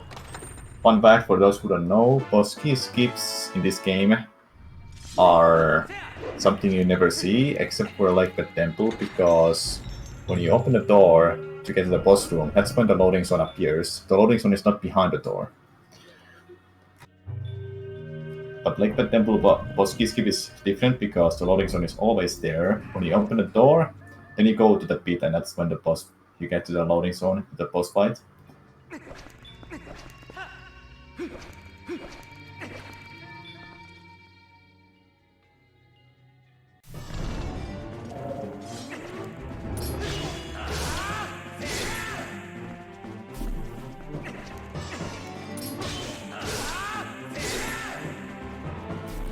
we used to talk that Phantom Sun is completely RNG because we always did the strongest hit, which was just a combo attacks, but then it was found out later you can do triple hits, let him spawn somewhere else, he would only spawn once, then you do the triple hits again, then you would do that until you get to the last, you could do it 4 times, then you do it, then you finish it off with a combo. Later on it was found out you can do a hit, 2 quick spins, hit, 2 quick spins, on a second time you hit him, then on a third one you would do 1 hit and 3 quick spins to finish off the fight faster, and that completely gets rid of the RNG. And the RNG was that he would spawn randomly in a random position, and if he spawns next to you, you can damage him. And that would be a random amount of times he would spawn, and that's not so nice for the speedrunners. Oh yeah. Used to be a very major RNG point at the end, alongside with Zelda. Demon shooting the free throws here.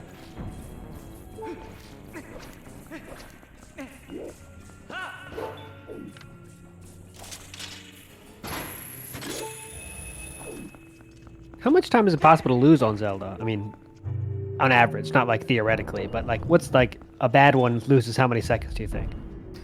That depends completely. Is she gonna attack you at all? And how many times she does the extra cycles, so I would say from 20 seconds to 40 seconds is like an average bad time loss from Zelda. Okay. It can I be really very heard bad. plays nicely. Yeah, be because very Demon, bad. he's 22 seconds ahead of yesterday where he was. So that he could lose that just from Zelda not playing nicely. Yeah, and it's not like common that Zelda is gonna be bad, but for a 3-hour-long speedrun, it doesn't feel like that common. When you get your run to the end, you see it being bad, and you see it being bad again, and all of a sudden you see Zelda being nice, so you just almost forget that. Oh, was she not that nice lately or something? Yeah, I always forget the good times.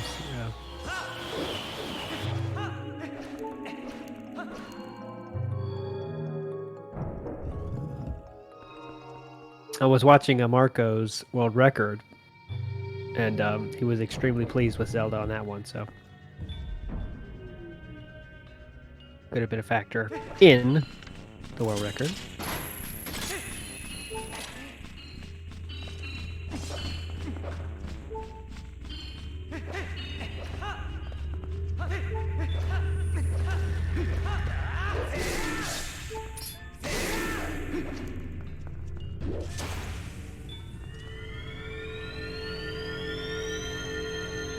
Bewildebeest witnessing like the temple, and he's off to the Midnight Desperate Hour next. Bruggles and Zach getting their Master Sword.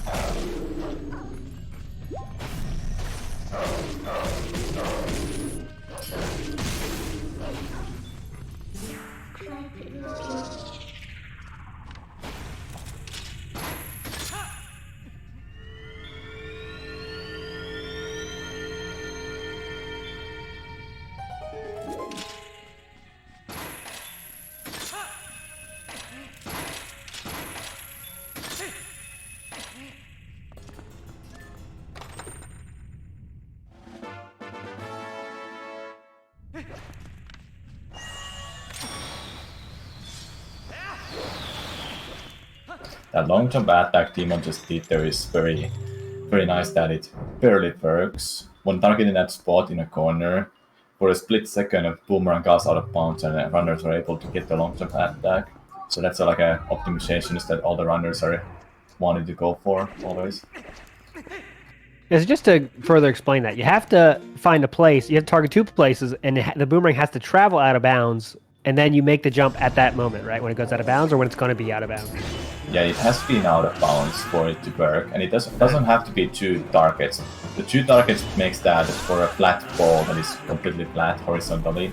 It will go behind the wall there from the first target to the second target. Then with the first one target, it has to be the corner, and you have to see it go out of bounds. Because usually, when you target to the left side, the boomerang is more or so less likely going to be out of bounds to the right side.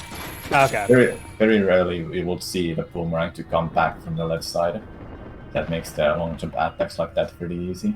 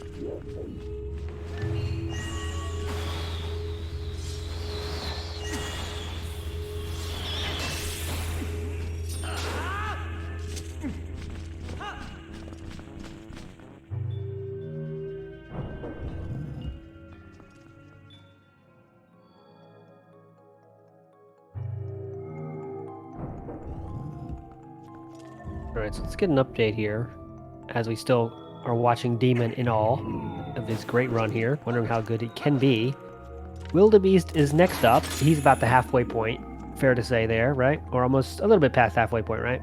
Yeah, he's pretty much at the half point of the run. Yeah. And other than that, everyone is still kind of early days, I believe, yeah. Sorry about that. Someone is at the door. They're going to get ignored.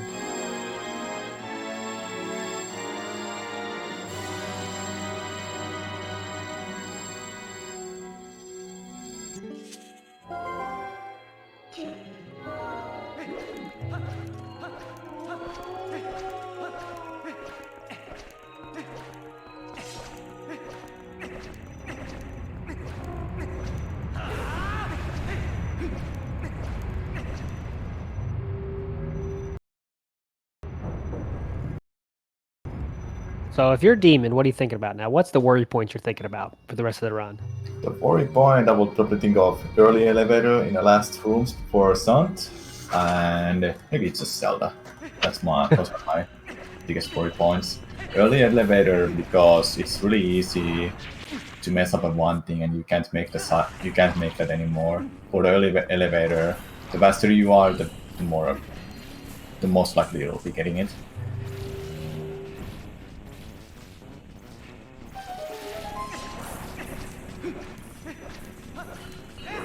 Demon making the 2 free throws required there. It was actually funny for Demon. He just barely got out of that platform and it disappeared. But when he jumped off, just barely, keys hit him back to the platform. But it didn't matter because the keys is all. It didn't matter because the platform is already disappearing.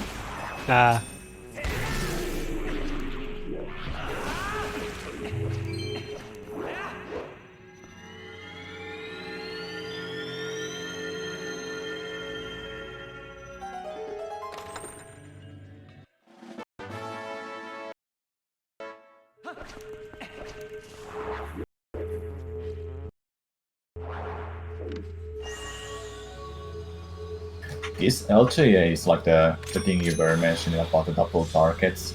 Here you can see how the boomerang goes out of bounds, and there is like a moment when you can do a long jump attack, but it has to be exactly out of bounds. And you know that when you just have a right feeling that, okay, it is in this spot, now I can press A to get a long jump attack. Yeah, that was a perfect. You could visually see that perfectly. When one on the left, one on the right, throw the boomerang, and then just jump through perfectly. Yeah. It makes it look easy. Looks like, oh yeah, this makes sense. I could do that. But even though I'm sure I can't, but it makes sense. Zach picking up his boomerang. Not sure the time there. I'd like to see that split for sure.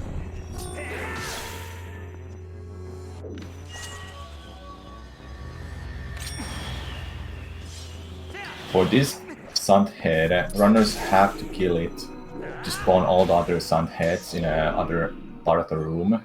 Mm-hmm. But before that sand head dies, they can after that they can void out. They have to make sure it dies, because otherwise they will have to use the platform to go back there and kill it. Because the only way for them to kill up those sand heads is just to use a sword. Or a wolfling, but at this point it's not a master. You should use a sword. It's just a single hit with the light sword.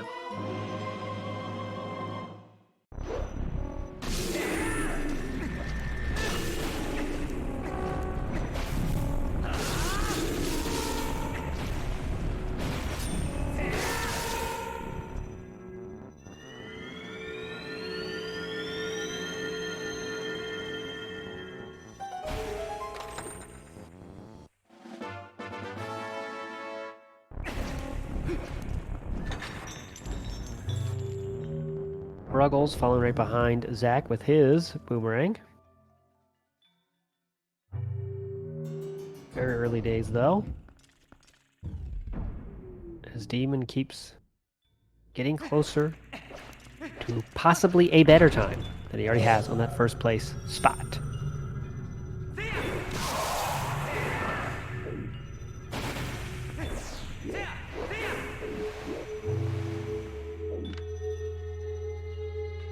Here's another good demonstration of the double target for the wall. This attack specifically helps out for getting to the early elevator.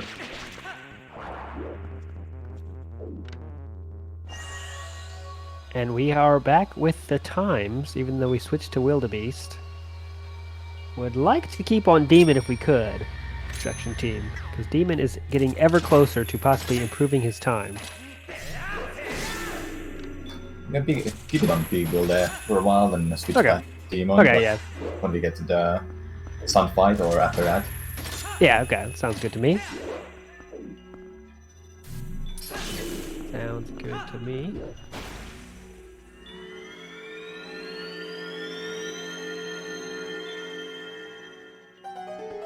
Wildebeest here, look, working towards improving his currently last place time.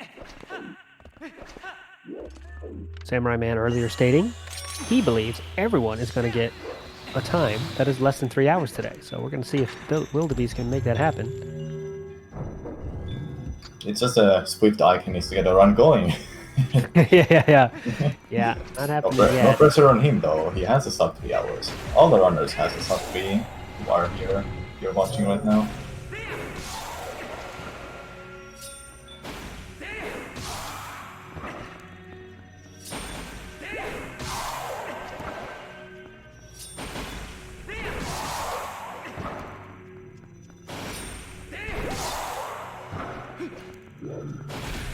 As we watch Swiftike here, the first step to any run is getting through this clip here with that rock. Pointing out.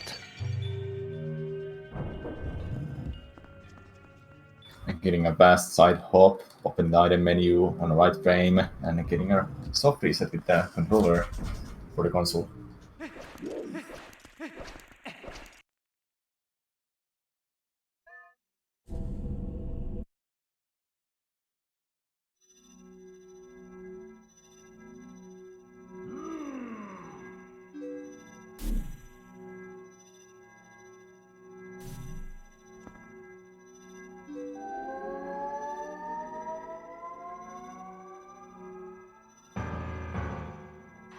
Alright, here comes the Zant fight for Demon. Want to keep that in the corner of your eye.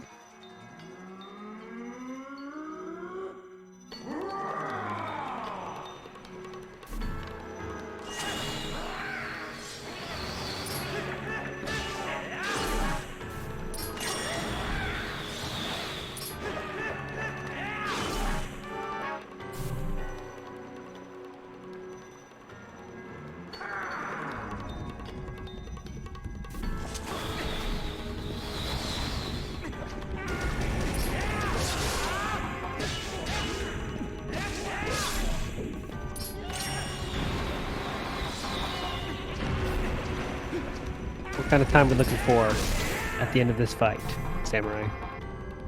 At the end of Sun Fight for Demon, you would like to have 236, low to 236 compared to his time, or 235. Alright.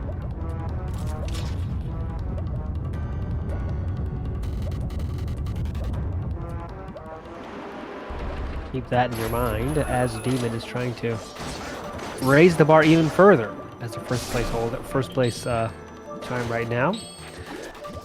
Eyeing up the largest chunk of that prize pool, $2,000 provided by Urban Arts Partnership, which is why we're all here, trying to help kids get educated, create new games, and do lots of cool stuff.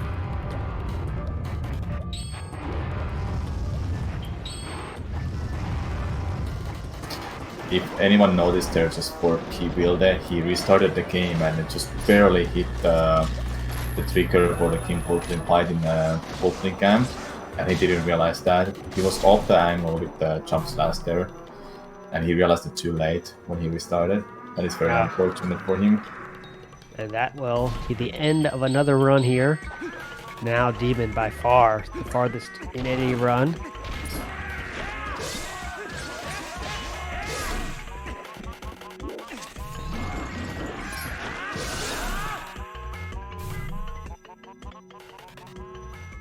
See if we can't get any other runs going.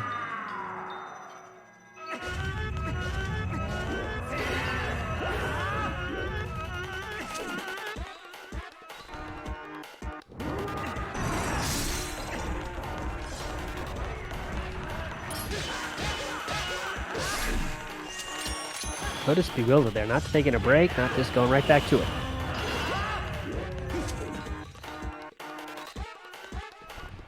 Approaching the 3-hour mark now.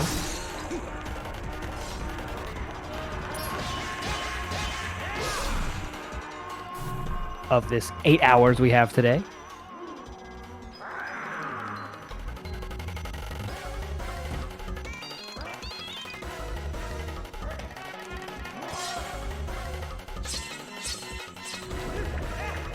We are going to see the time for Demon here very shortly.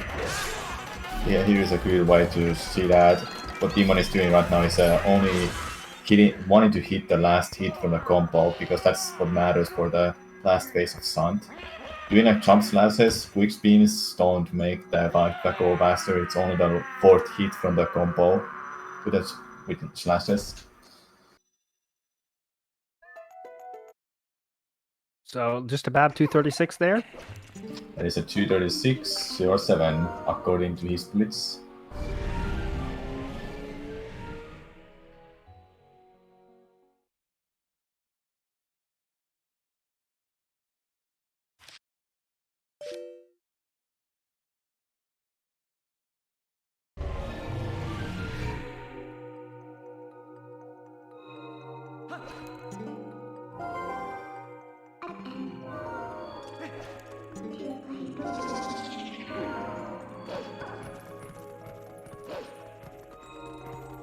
Yeah, for anyone coming in now, now's a good time. We're about to see, well, possibly see Demon lengthening his lead or making it harder for others to get a better time than he has, which he set yesterday. Everyone completed one run yesterday. Still waiting for our first completed run today, which makes sense because the run is almost 3 hours long. We now are 3 hours in.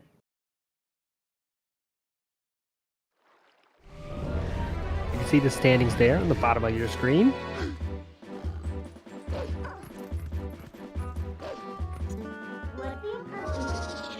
That long jump attack Demon is going for is to avoid the mailman trigger.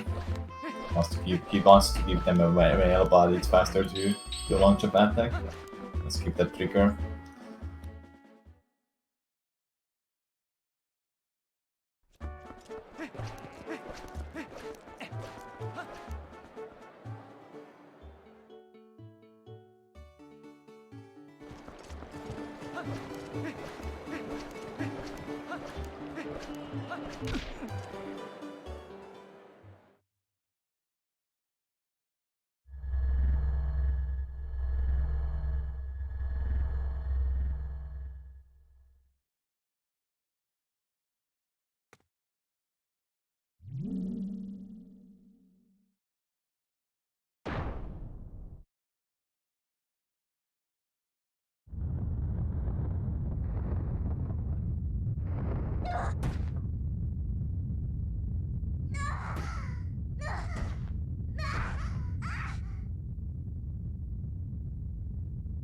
Are we watching Swiftike entering practice mode here?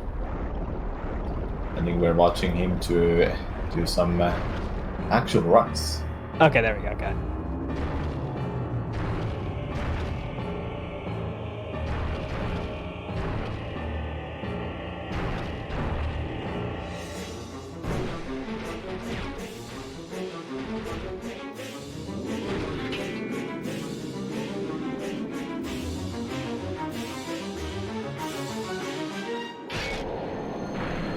A very unfortunate jump attack for ZachLink there. He wanted to go for a faster method to do that bomb house in the Zelda Twilight Kakariko village, but it's really risky jump and so on to do as a Volkning because you will really easily fall off from the fence and drop all the way down, which means you will have to go through loading zones again to climb back up. Another run down, another reset here. We're going to see a lot of this today, as everyone's just trying to improve their times.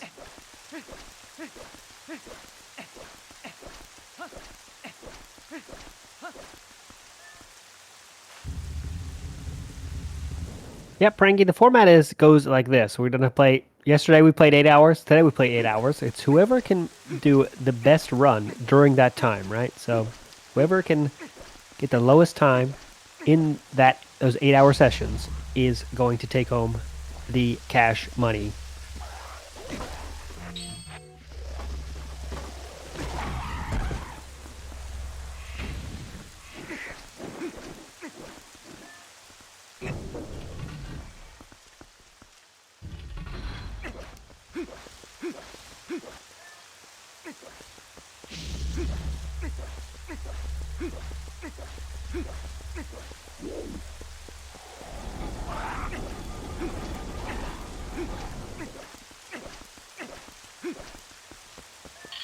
Why I like live time attack events is because, you know, whoever has the world record is not necessarily the best player at the moment, right? You know, because sometimes these world records are set are set long ago, you know, and it's good to see like who's playing the best right now, and that's what this event does, is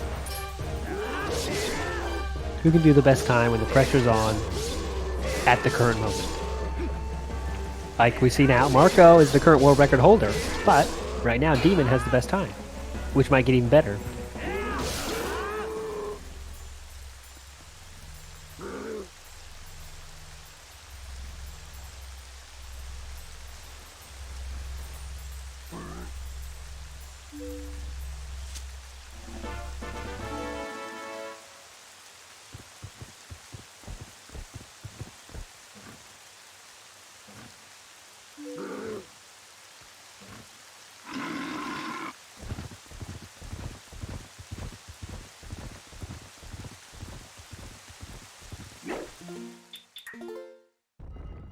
Demon was able to get a backflip there. That is a 1 frame window after the King Volkling fight. He saves the game and he restarts, and that is just 1 second faster than letting Midna talk to you, then rolling back to the entrance of the Hyrule Castle.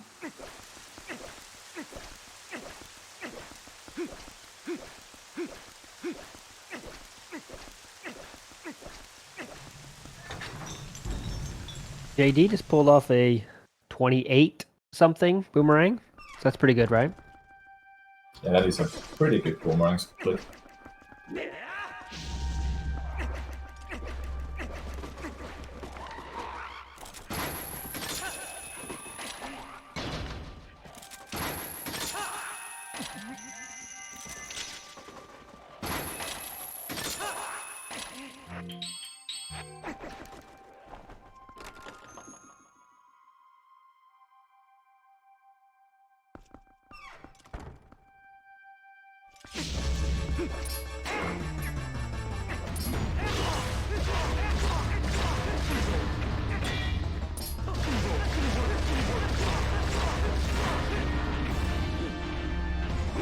See these ball and chain hits from Demon. he works really good there. And if you want to hit those ball and chains, you have to hit the Dark Knight normally once. Otherwise, he's gonna dodge or block ball and chain hits. It makes the fight a lot faster. You only have to hit the ball and chain 4 times, and that's when the Dark Knight dies.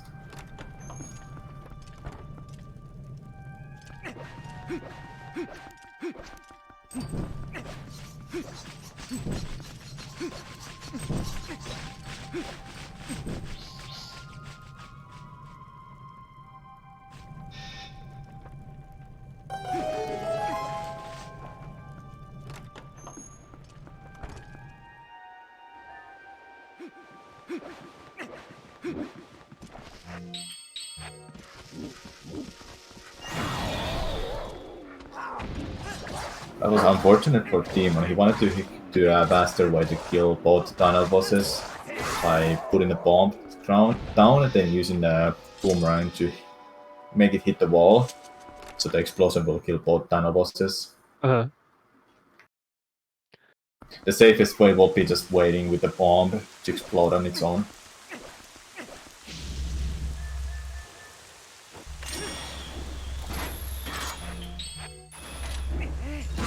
Here you can see the ball and chain also helping for airables, and then one more hit. Oh, it didn't hit there.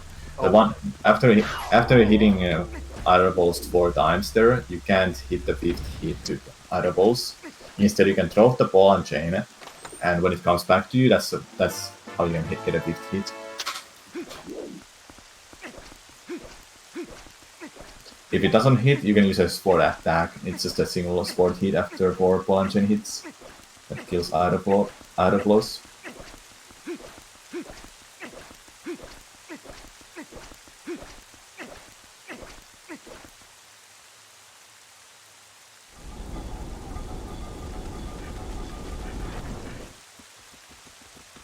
We are seeing Zach practicing that trick he failed in his run earlier.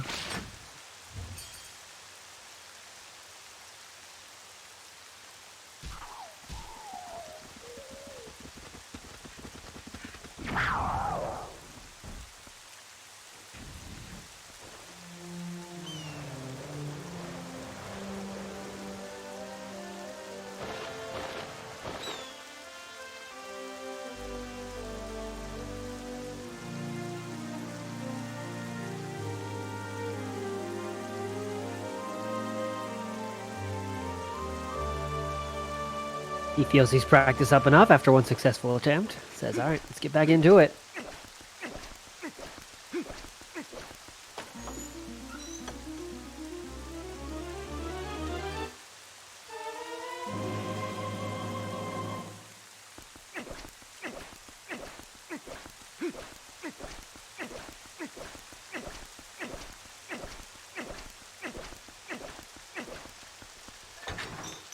Demon enters the final section of this run.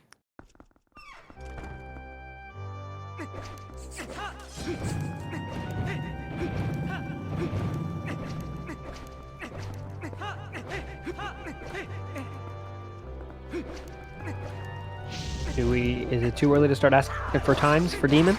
Yeah, we can already start guessing the time. I'm saying 2:53. 2:53 from Samurai Man. What else do you think out there? We got a few amazing guesses yesterday. Some people were like right on the second. So what do you guys think of Demon's time? Put your guesses in chat and we'd love to see it. Samurai Man throws down a 2:53.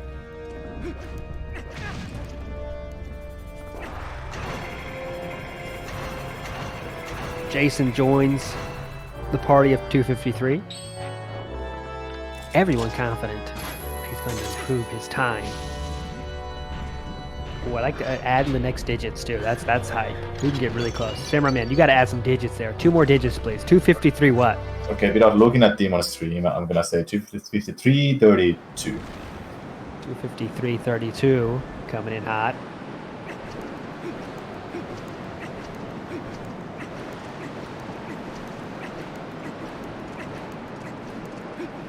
High 53 would put him 5th place on the world record leaderboards.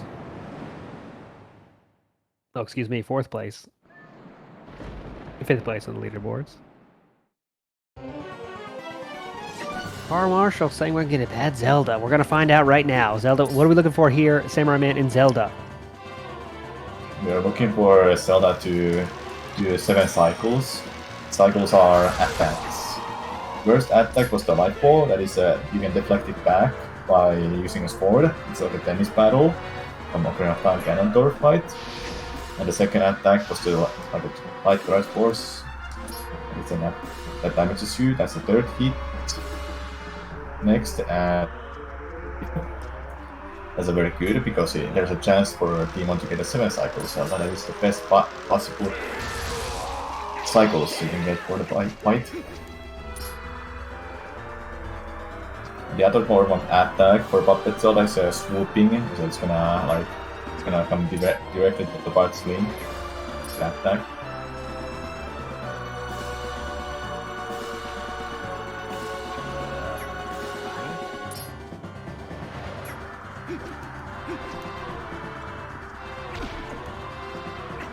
Another swoop.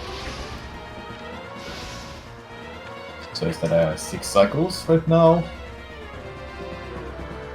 Is there a method to the looking down at the ground that everyone seems to do when she does the triangle attack? That is reducing lag because it makes the game a little bit if you're looking at the right course. So runners want to look at down to make sure that there's no lag. Makes sense. But looking away helps a lot.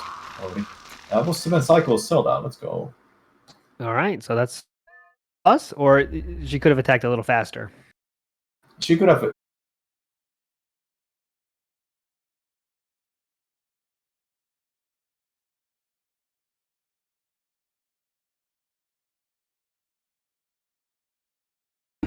Okay. Quick back. We're back.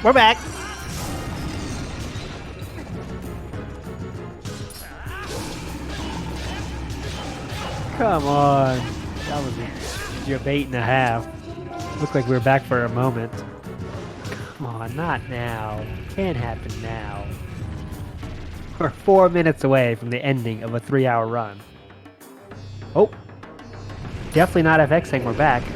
Maybe I just can't see it. The booth can't see, but if you guys can see, that's fine. Can you hear me? Impossible, right?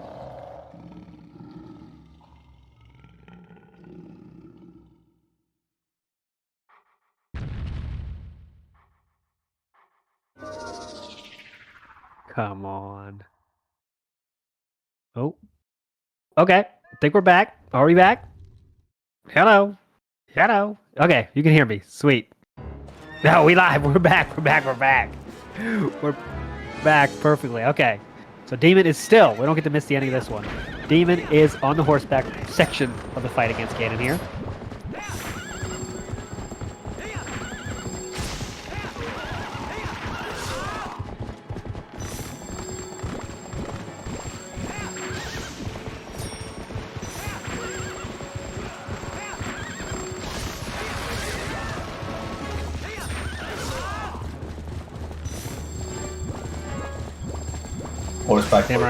Horseback for the final fight can be sometimes a troublesome, but runners don't make it look hard at all. One of the problems with the horseback is that if you get a hit, you're getting thrown off from the Epona, and the Ganondorf is gonna try to hit you again. So you have to make sure he doesn't hit you. Then you can go damage him with the light arrow from Zelda. All right. So now we're at the final section here. A lot of 253 guesses in chat.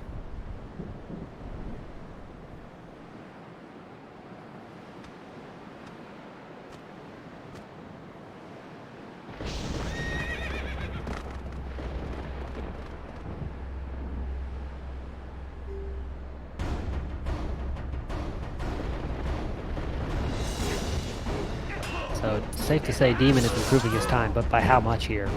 We're going to find out. So that's 254.17, and this time it's going to be 253 point something. 253. 25.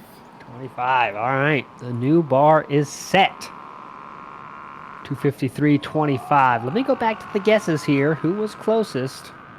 I have 253.32. And you are the winner, my commentating friend. What did I win? Samurai Man wins the admiration of hundreds. And Ooh. Azway Demon has now completed a run, the first completed run of the day, and it is the best one of the event so far. Demon with a 253.25. That's going to be tough to beat. Definitely not FX, bringing in hot information again. 2 months ago, that was the world record. 253.25 would have been the world record. So that shows how much improvement and how hot this game is right now in terms of players and stuff, because that's pretty crazy. As we watch JD here, furthest along in his run, not furthest along, but 40 minutes in to his run here.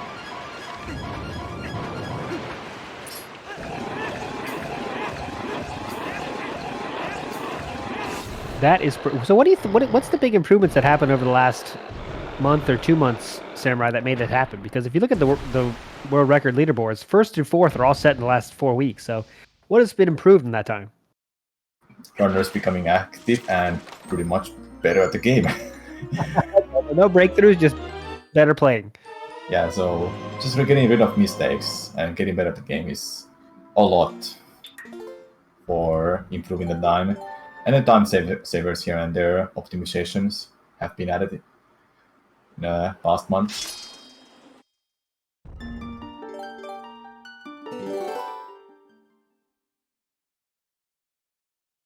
Pretty cool. All right, so runners probably now seeing the time has been improved, knowing they have to do even better.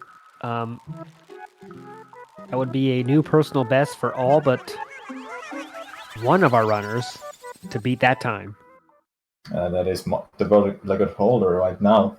Marco. Exactly. Yep. Only Marco has a time better than that 253.25. So it's going to be tough, but if it happens, that'll make it all the more epic. So we would love to see it. Zach, Link, we're waiting on you as I see you in chat. And also our man Bruggles. He came in the booth. We got to give him some support for sure.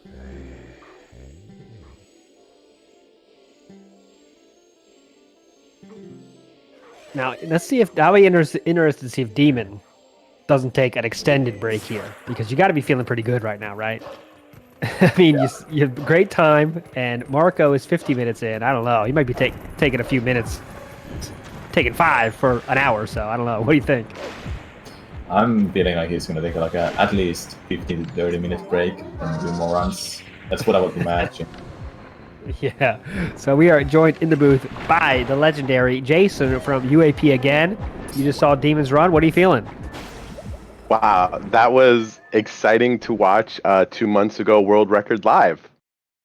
Exactly. That shows how much this game's improved. It's if communities can do great things. So, but Jason, you're from UAP, the great sponsor of this event, the thing we're trying to raise money for today.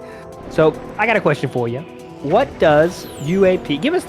I know some people might have heard it, but I want to hear it again. What's your minute-long spiel about what exactly does UAP do? Because when I read it, Urban Arts Partnership, I was like, what does that mean? I don't know. So you tell me.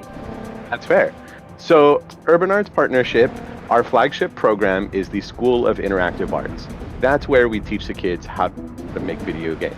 So the School of Interactive Arts, we go to low-income schools and we teach computer science, both the arts and the technology behind video game design.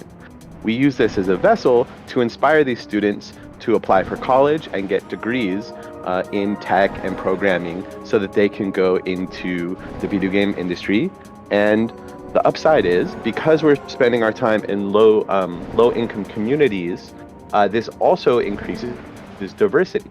So the majority of our students identify as Black or brown, and over half of our students are also women. So we're bringing diversity to the video game industry that they're asking for, while also changing the lives of these students by putting them on a trajectory for college. And that sounds pretty good. I also learned a new word from you yesterday. I'm going to say it now. You have 100% senior college matriculation. And that's pretty good, right? Yes, it is. Because this includes students who go to like community college where you don't apply or get acceptance. So matriculation, yeah, getting onto college. And what's really incredible is that this 100% number is just unheard of. It's less than half of their peers are going on this trajectory. And that's fine. There are many paths to success. But learning a skill like programming or graphic design is going to set these students up for success, help them get degrees, and as we all know, that will really improve, their livelihood for good careers. And the last question here, I know you're trying to, we got that soft goal here, trying to get that at 5K. What would you do with that 5K if we manage to get that by 6 o'clock tonight?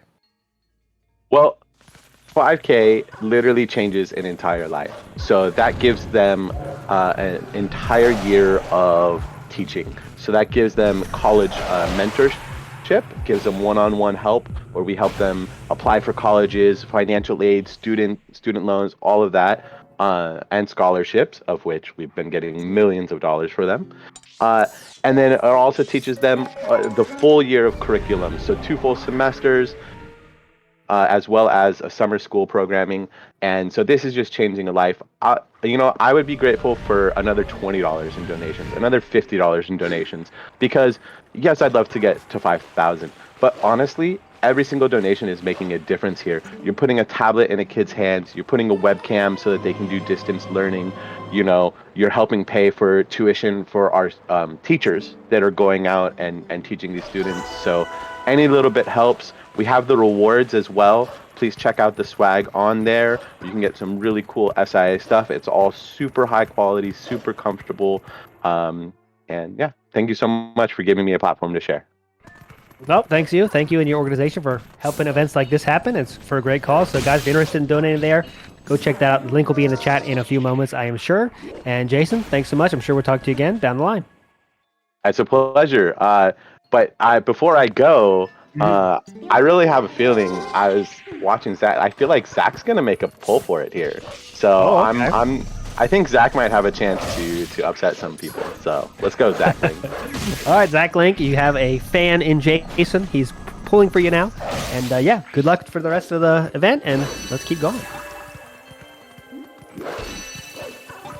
All right, so we are back at it. Let's get a quick refresh of the conditions. JD not appearing to be feeling great about this run, but that might just be appearances deceiving me. How is his pace looking, Samurai Man? Doesn't look too bad, but he missed the hit in graveyard well just earlier, so that might be a little bit not so nice moment for him. I didn't see what was his Elden Vessel split, but I will be matching. It's 46 minutes, 47 minutes, so it's not like too bad. Definitely would like to have a better one than that. Zach stocks going up fast here. A lot of support coming in for ZachLink. You love to see it. Can he make it happen here? Let's go, everyone. Yeah, let's raise the stocks for everyone as well. ZachLink, 4th place on the world record list, and 3rd place in this event. Currently, of course.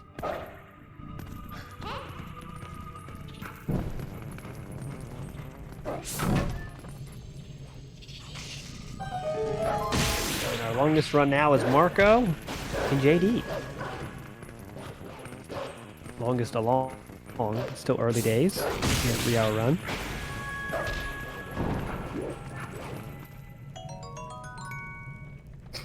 And there's the rupee text for JD.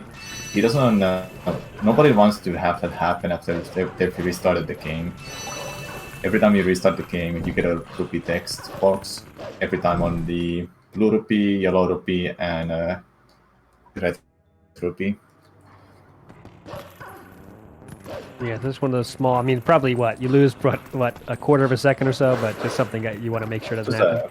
Just a couple of seconds, but you don't have to worry about it at all if you do a rupee roll in a catogory gorge as a last thing in an Elden Vessel split, meaning that you haven't done the gorge void, and yeah, you've already done the Lake Pit Temple stuff. Mm-hmm.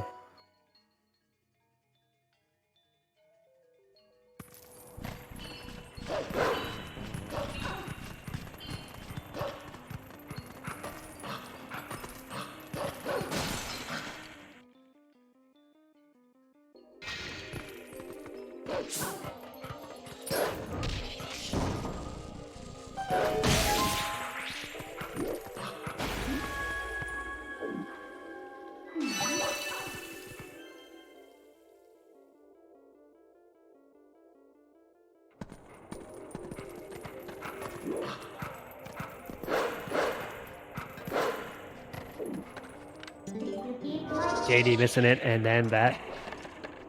Yeah, at that point, I don't think the setup works as well anymore, so may as well turn it on Timberlink and do the long jump attack at that point. Well, that seems pretty fast as well. What's the difference there? It's like a 5 seconds. Okay, well that's significant.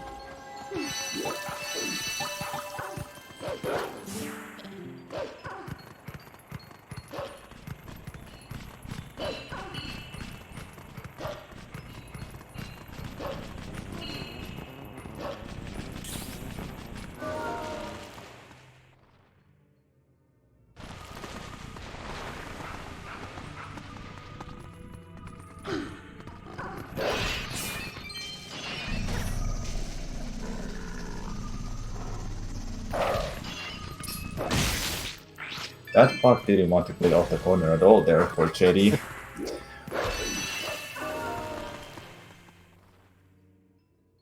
And he also realizes something that I have done myself too. He went to the digging down the hole too early, so he missed getting the tier bug. Few mishaps here for JD in a row here. You have to wonder how happy is that trigger finger to reset here? Or is it still too early to even worry about those little small mistakes? What do you think? I feel like I will reset over that. Samurai would reset. JD, I think, has got to be just at least contemplating it a bit with how things have gone here in the last 5 minutes or so.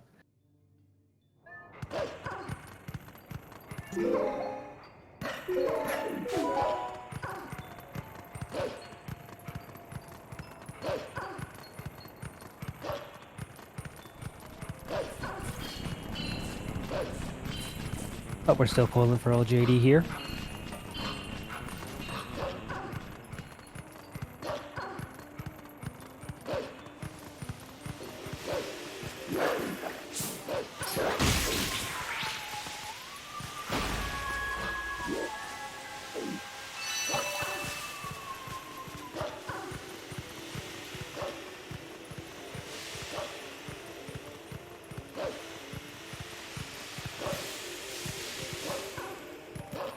Switching up to Marco now.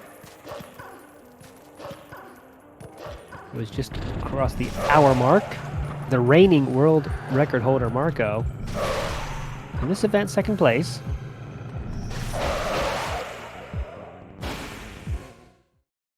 Knows he has to pull off a great run to top Demon.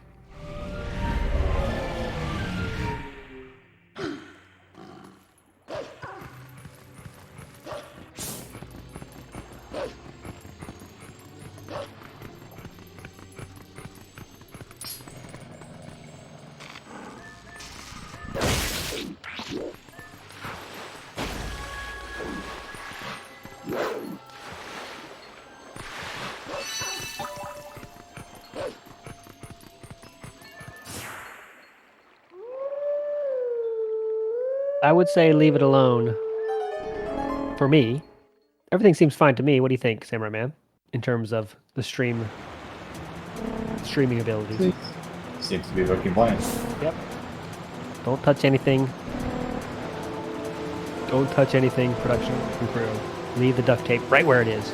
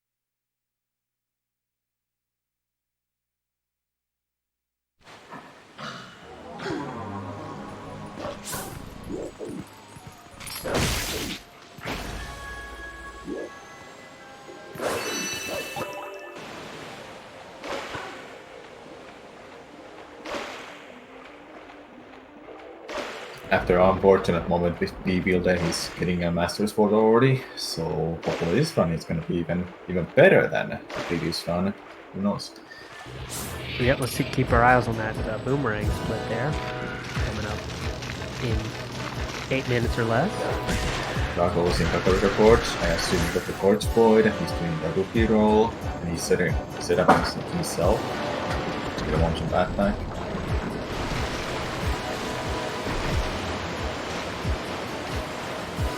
And unfortunately, he didn't get it there. There is a backup rookie that's a blue rookie, but it's RNG.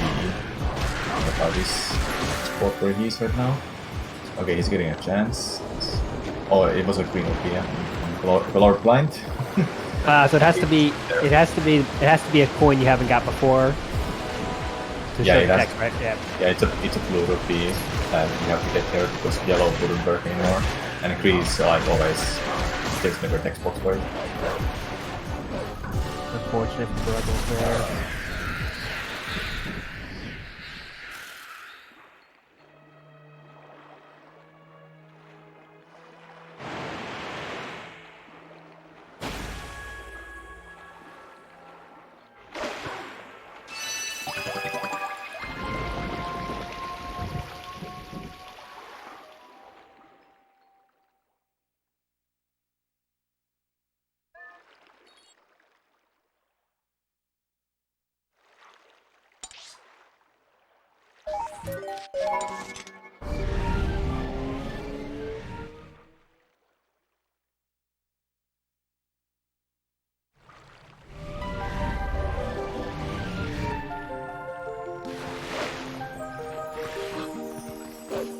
Looks like we have action on Demon's side already. Not sitting on his laurels. He's gonna give us another run. It appears. I think he's gonna go to practice some stuff. That's how you're the best, kids. Even though he has the best time, he's gonna go practice some stuff. Always room for improvement.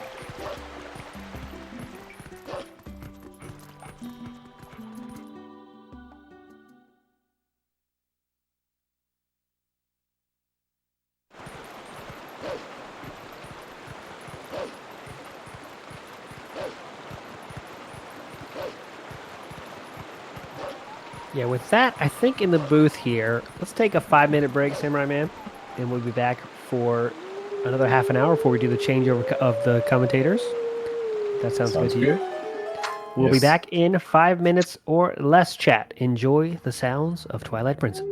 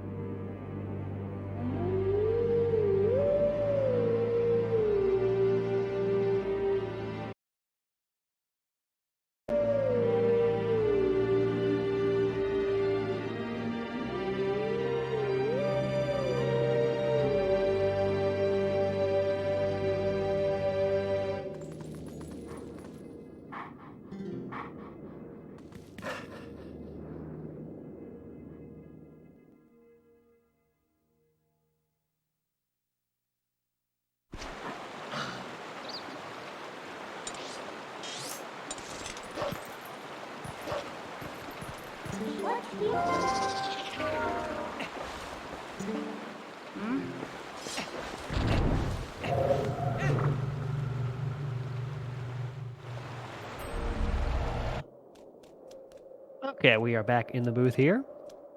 I am ALT Insider, joined by the one and only Samurai Man. Hey, welcome back. We are watching the Bewildebeest here. 30 minutes in. JD still working on that run we saw earlier. A few little mishaps. I thought he might be resetting, but nope. He's fighting through it like a true competitor he is. We go to Marco now, working his way to Snow Peak. Doing a little snowboarding.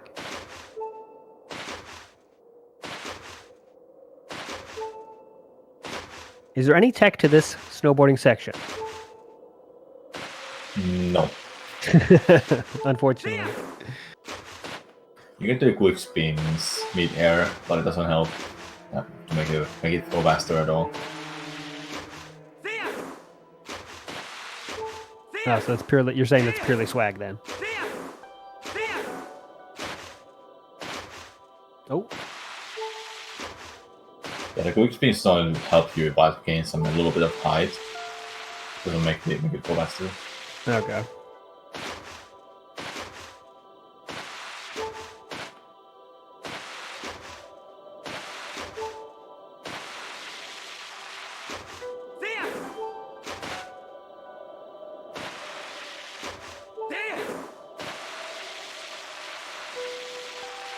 Okay, is this a big race? Hey, June Pinnock. So, this is actually a live time attack, which means the runners have a certain amount of time, and we can see who gets the best time in that set block.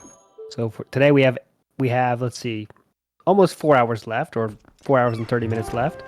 We're gonna see who can get the best time in the remaining time. Right? We had 8 hours yesterday, 8 hours today. Who can get the best run in that time? And that is how it works. That's why the timers are all over the place, because players can reset as many times as they want.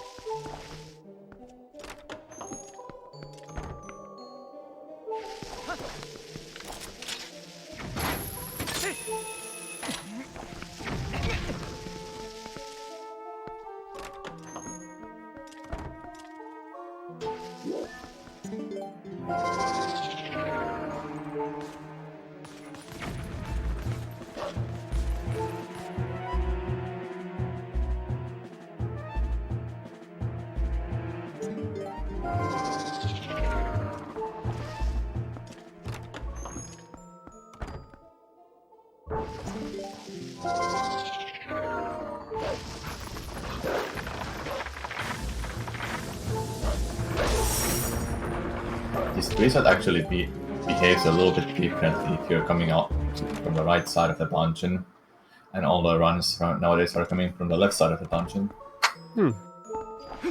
They're like a bit heavier, or should I say the spot is a little bit different. There is actually a setup to do that skip, where you click through that spot nearby the lizard, get out of bounds and open a door on the other side.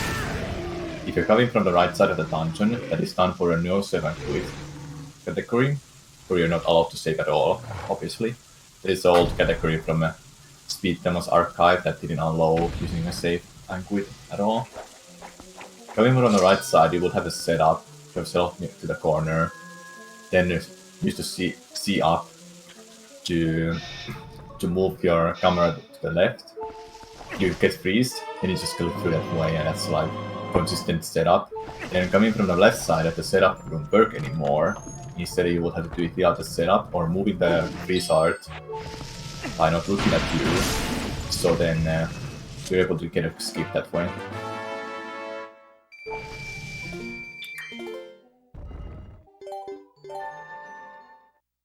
How are you feeling about Marco getting the ball and chain about 117-ish? To me, that sounds like a good plan.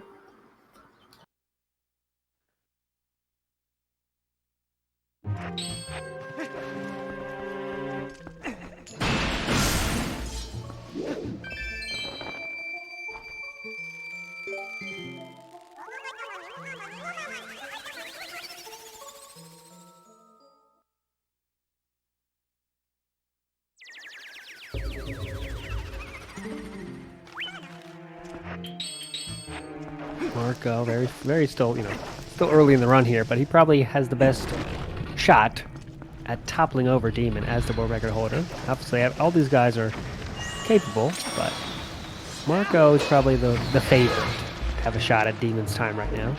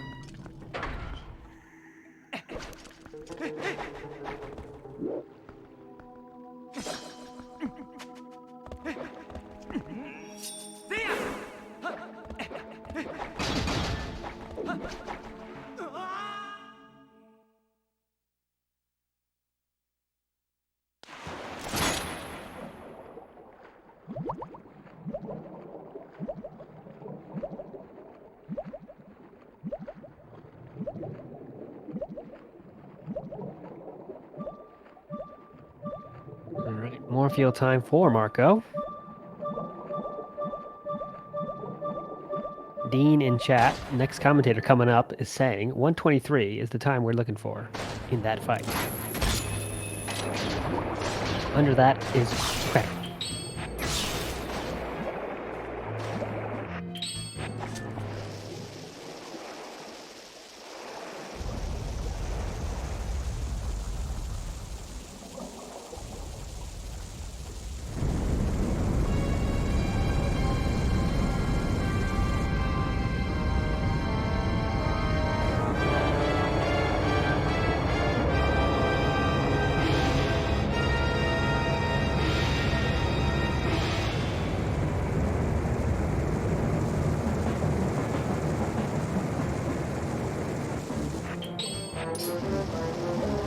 All right, how's his Morpheo fight looking, Samurai Man?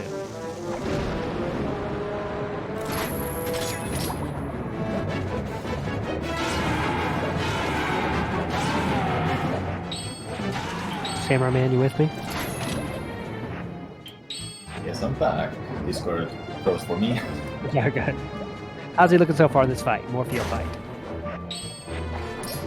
See, one bomb is used and the second bomb is using now, so might be a good 2-bomb fight if Morphle is gonna be nice here.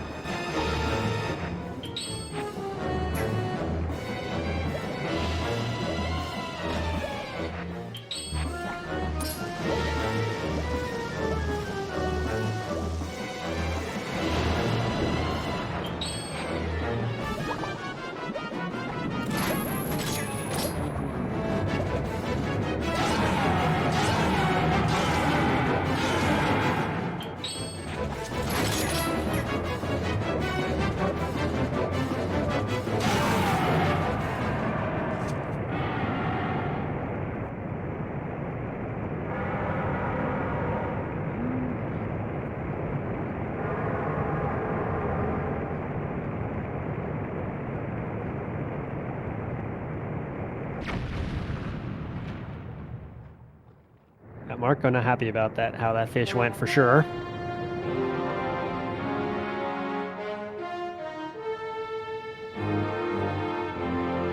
Contemplating the future of this run.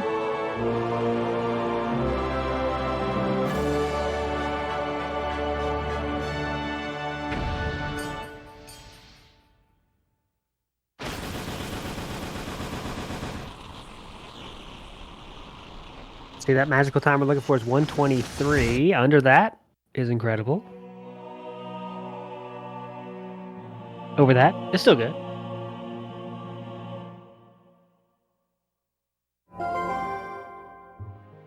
What is my issue?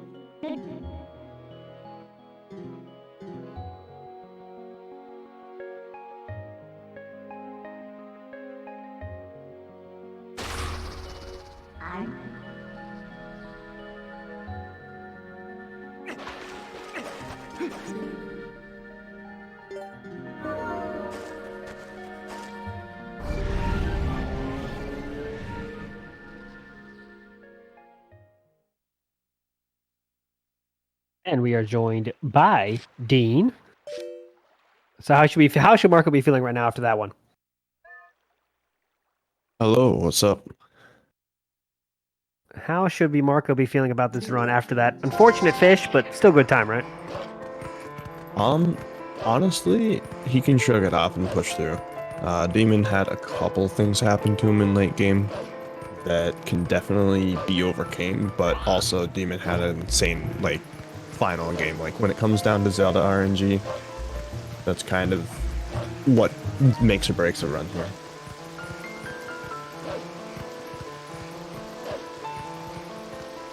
So I suppose we'll see in about an hour and a half. Yeah. We got actually really solid runs going on right now with ZachLink. ZachLink pulling a 41-30 claw shot. And Bewildebeest is just slightly behind him, I think, in time, but ahead of him in voice or in video. I want to give a quick shout out to a donation from ADN. The comment is, go ZachLink and all my TP friends. So thanks so much for that donation, ADN. Another ZachLink fan who seems to be growing fans all over the place.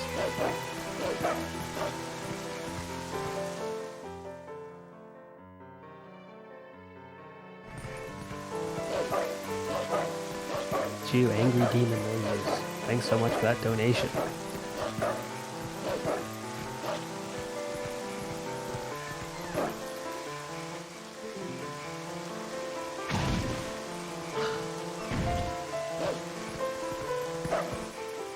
Beautiful clip out of bounds with the Bewildebeest. That's one of the scariest clips, surprisingly, in this game, even though it's really easy.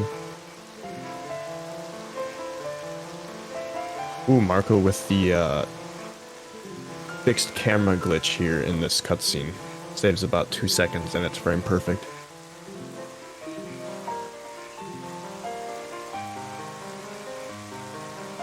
Not 100% sure on the explanation for it, but something about positioning within the start of the cutscene just keeps the camera locked for some reason, and then it doesn't pan during the cutscene, and it saves just like 2 seconds or something like that.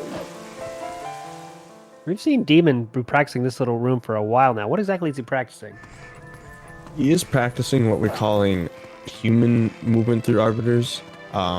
Typically, we would just get the boss key, turn into Wolf, and just run. And ZachLink found that basically near task strats are saving up to about 8 to 10 seconds if executed.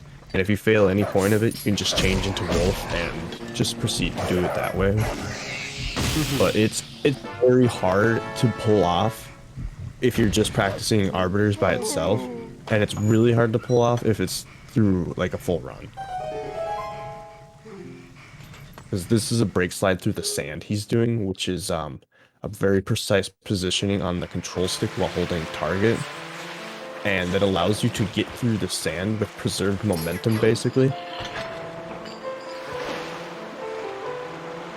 The angles and everything for that are very tricky. Well, he's definitely sinking a lot of time in there, so. Bruggles with the missed first try EMS, but he's backing it up quickly.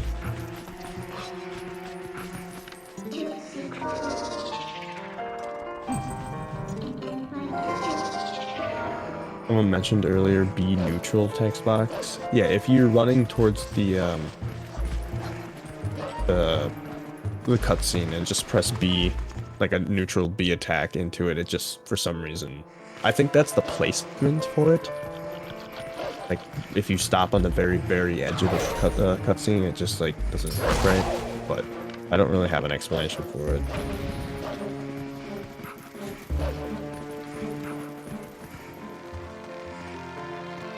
The Bewildebeest getting a low 47 vessel time. Very, very nice.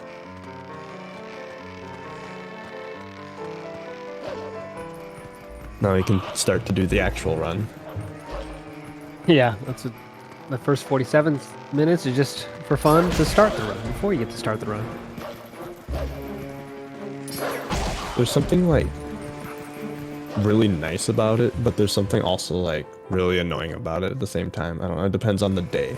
Like, really.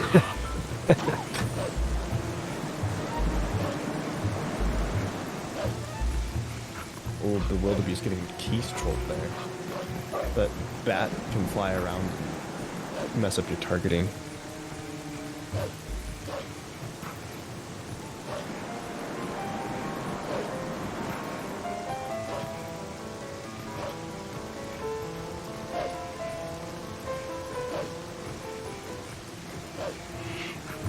Has Swiftike gotten any runs going today? No, he has not. He has not gotten anything off the ground. I've seen him bonk a lot of gates, but I haven't seen much past that. Yep, hoping for some better runs coming from Swiftike here. Just we enter just about the halfway point of today, with about 4 hours left on the event here. ZachLink currently about 17 seconds ahead of the Wildebeest, and they are cranking out a really clean run right now. All right, that'll be fun to keep your eyes on as we watch Marco here still.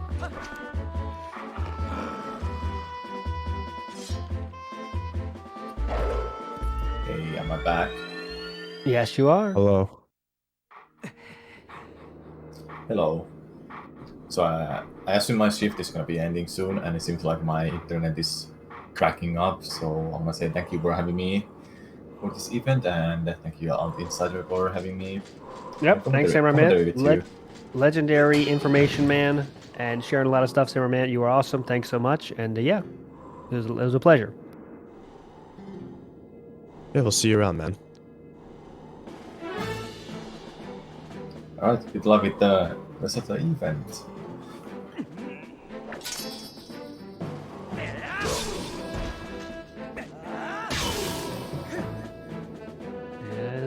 Yep, we're waiting for my shift is coming to an end soon as well. So we're getting the Keaton and Dean team, which is going to be epic right there. Two extremely hype commentators coming at you hot here in a few minutes. I've done a lot of commentary with Keaton. He's a fun guy. Yeah, definitely. Definitely. You guys are going to bring the hype.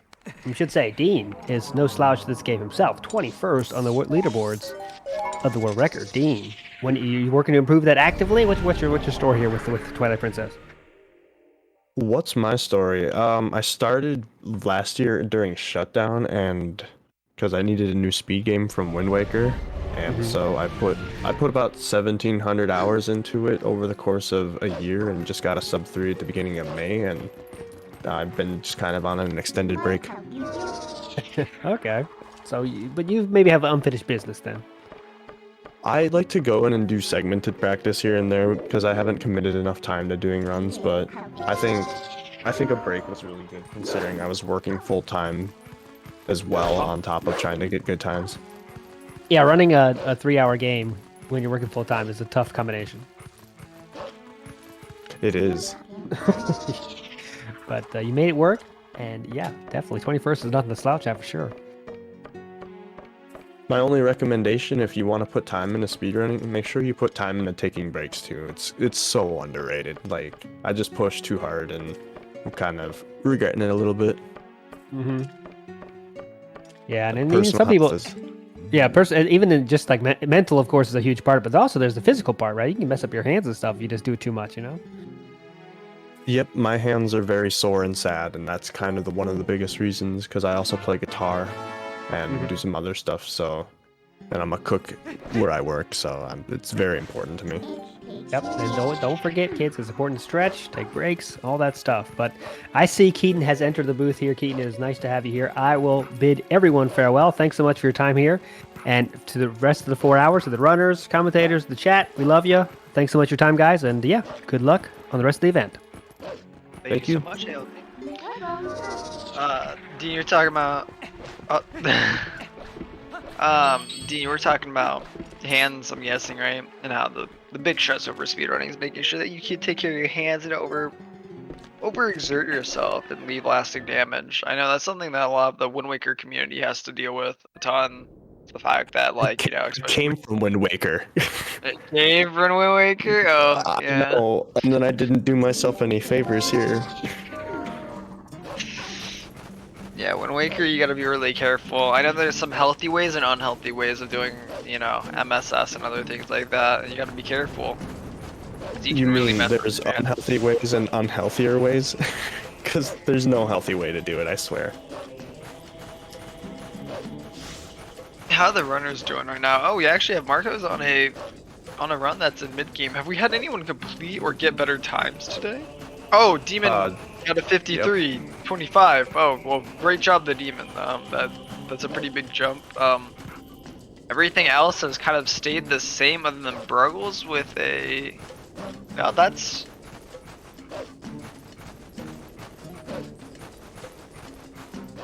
Nothing has really changed. I think Bruggles or JD from a 59 to a 58. I think it's Bruggles.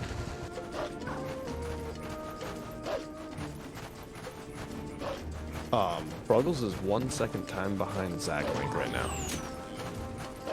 Oh. So ZachLink needs to secure a good third to keep Bruggles away, because if Bruggles can get Oh, a game that's out a of oh, her- that's a or fit. out Oh, of that's her a again. 56. Oh, that's a 56, not 58. Oops. I did not realize that. Yo, good job on Bruggles' part. It was a really good time. Yeah. 56 is nothing to scoff at all. Yeah, that's very close to his PB, is it not? Let me give it a quick check here. It's been a while since I've seen this leaderboard.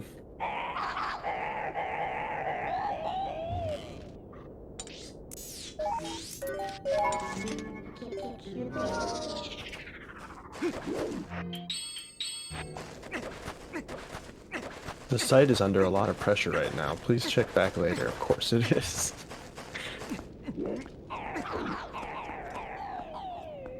Good small key time for Demon right off the beginning here. Oh wow, so he's already back from his AFK. That's pretty good. I wonder. I think he's probably feeling pretty satisfied with his current time that he's put out here. I know the 53 and taking a low 53. That's a pretty good time for a race. I think that actually beats out the only other. That's one of the fastest race times we've ever seen. Period. Marco is about 10 seconds behind Demon leaving a lake bed. I haven't checked up on him. I think going into Arbiters he'll be about 10-20 seconds still behind.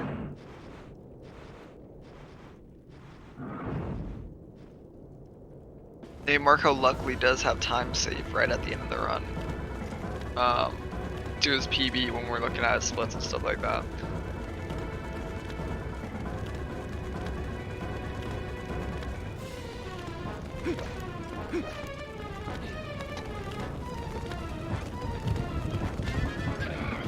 Just opening a few of their tabs so I can actually check where their pieces are.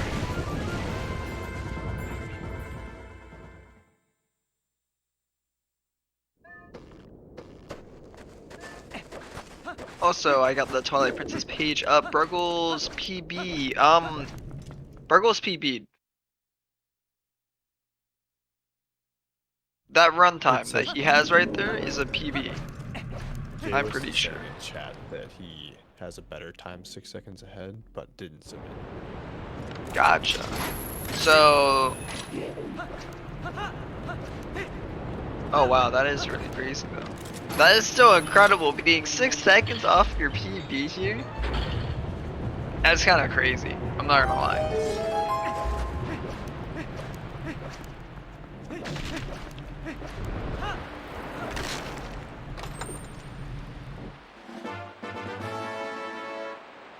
Right, Zach is escaping early game. Just about to be getting through the final parts of Lanayru. We have Beast, Lanayru. A little bit behind Zach in terms of his pace. Bruggles might be the next one we see actually escape out of early game and maybe get another run going here as we speak. I'm guessing JD is taking a break right now.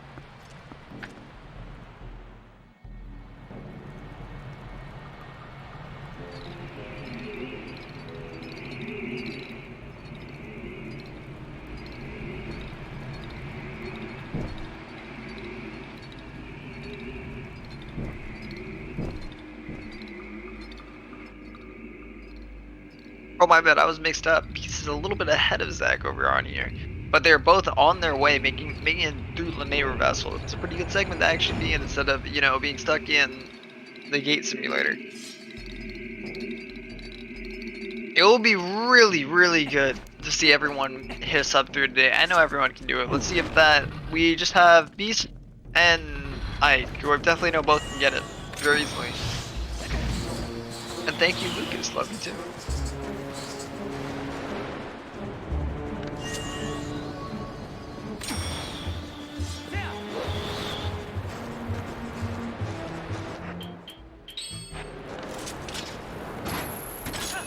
Moldorm kind of messing with Marco over here. That really isn't fun to deal with.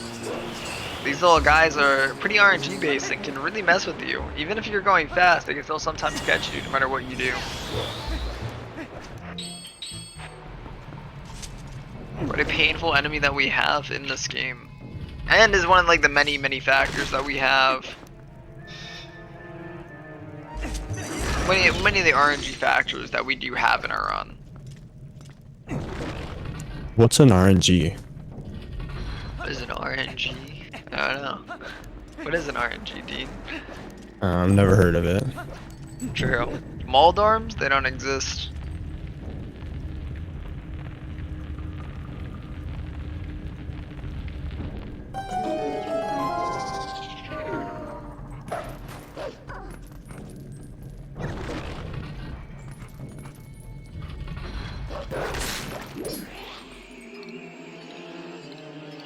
Was the single biggest RNG element in here, timeless element? I mean, more fuel technically counts as our big RNG segment, I guess. But technically, if you're good at the game, it's not really like it will be a run ender. It's going to hurt, but you kind of have some way of dealing with it and being able to adjust. Marco currently being RNG'd as we speak by these pose. They literally, when they're spinning around fast like that, they're able to do that as much as they want. Morpheal has eaten 40 seconds from Demon and Marco's time, so if Morpheal would have been nice to Demon, that would have been sub 253. Oh damn.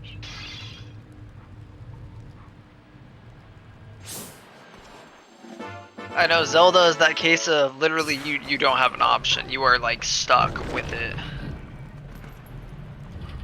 Both of those two are a good combination of the hardest RNG segments you will just kind of get beaten by.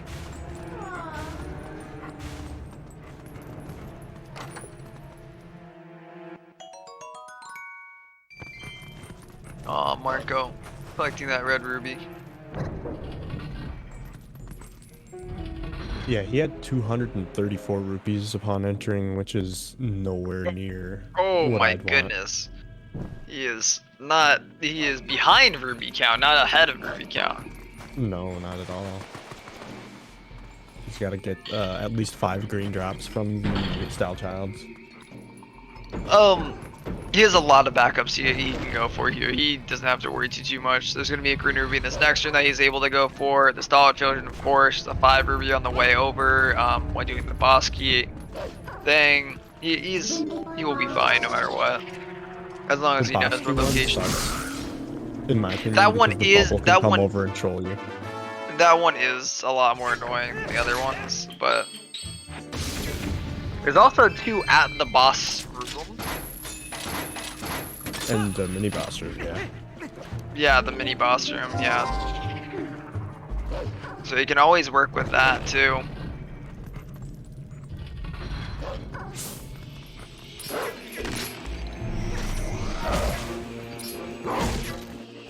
There's a lot of ways to be rich in Arbiter's Grounds.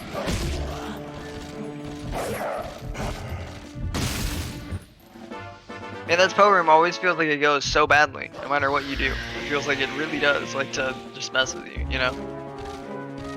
I've made save states for all those spots and arbiters and practice every single room by itself because each room has its own set of movements and stuff to do for, and this room is no exception. Yeah, AG is really cool with how much movement we do have here. We're gonna see Marco going for Speedrun as we talk. Gets it immediately, doing extremely well with that. Oh, good job, whoa. Marco. So fast. Side hop method. Remy is doing it pretty damn good.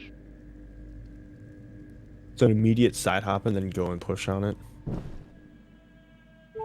And yeah, Jay, if you want to be able to skip that red ruby chest, you know every ruby or most of those stagnant ruby locations of this game. Good job, the Bruggles. I do believe that is him getting Gorge Full, or that is him getting Gorge Void and on his way doing Ruby Roll as we speak. Well, that's a run until it's not. Until the next run killer, you know, until something goes wrong. But Bruggles is And good. it's looking like this is gonna be good. Yep. Over that fence, he's gonna be looking all good. Cleared. Pocoin Marco- coming soon. Pocoin? It's a Pocoin, but pose instead. Oh, gotcha. Marco not getting as much money here. Killing more, not even collecting the money that is there. Wow. What does that drops? He's gonna go for the 5. I'm pretty sure he assessed that there's no point in gonna scour for them and just go for the 5. You only have like 2 or 3 drops from all those. Yeah, the lowest average you can. So the average is typically 3 to 4 is something you can expect. 5, 6 is above high, or is like a pretty, like, you got kind of lucky, right? And then like I think I've seen 6, 7, or I mean I've seen maybe 7, 8. There's one on the top right next to the pole chain too. Yeah, which usually counts towards it. You could get pretty lucky with that room, but it doesn't always go that way.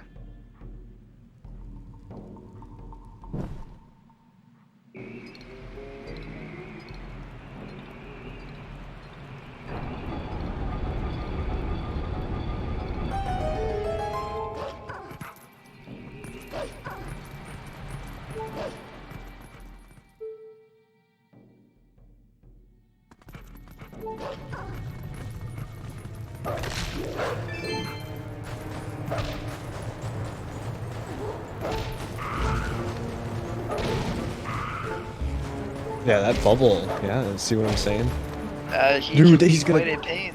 Oh. No, he's gonna be fine. He's gonna be fine. He's gonna be fine. You don't really need HP in this section of the game. There's very little that can really hurt you. Well, there's the spike spinner. He's going for human movement. I know he's most people have upgraded doing human movement recently because of how much time it can actually save. I can't do it consistently yet with the second room. This first room movement is not too bad, but the second room is rough. Yeah, this one is a bit more intensive, and you need the brake slide at the end there. If you want an easier method, you can actually roll stab. Oh, unfortunate, he doesn't actually get the roll there. What he did is he entered the door from a very specific spot, so it set the angle and positioning he needed for the next room to do a dry roll forward side hop jump slash. In case anybody missed that.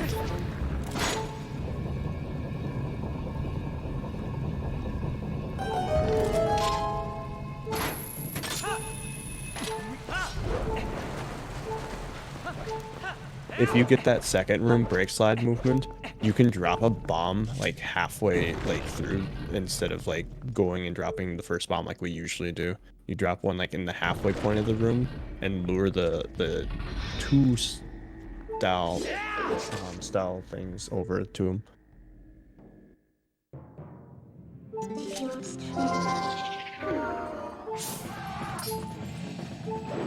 Hey, there's some things in the chat. Can I read these off for a sec?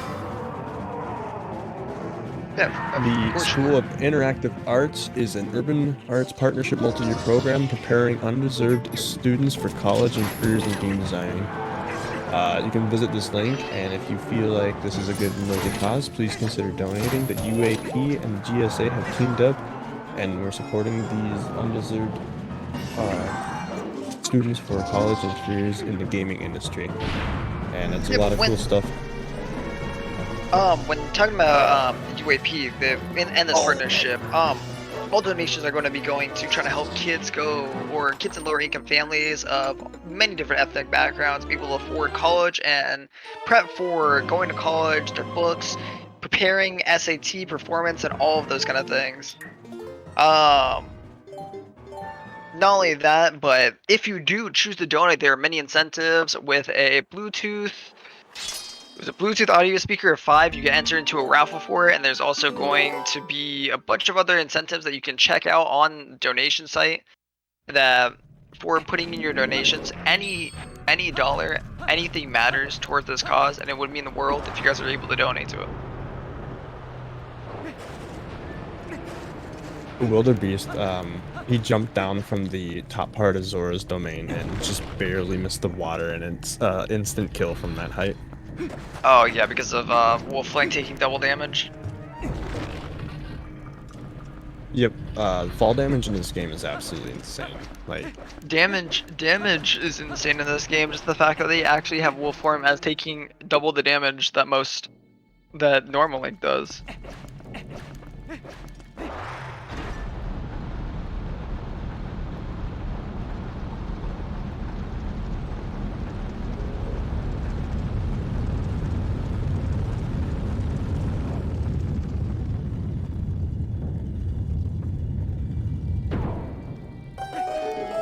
Swiftike got past the gate and got a cage break, so let's go.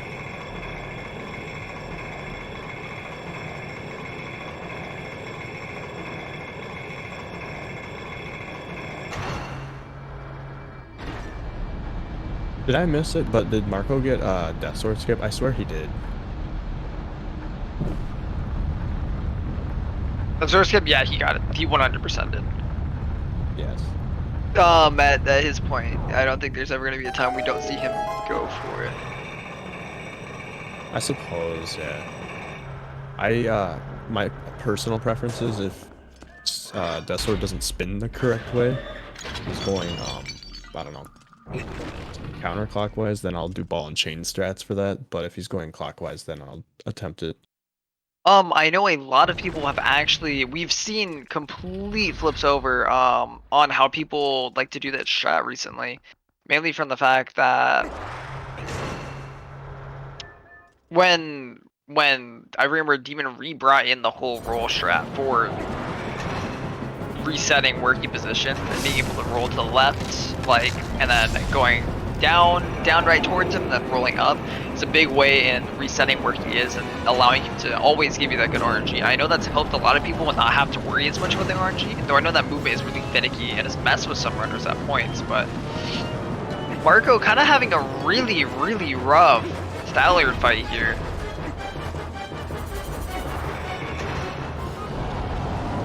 I'm happy to say that I see both Beast and Zach both kind of still in the similar segments with each other, both on pretty decent paces themselves.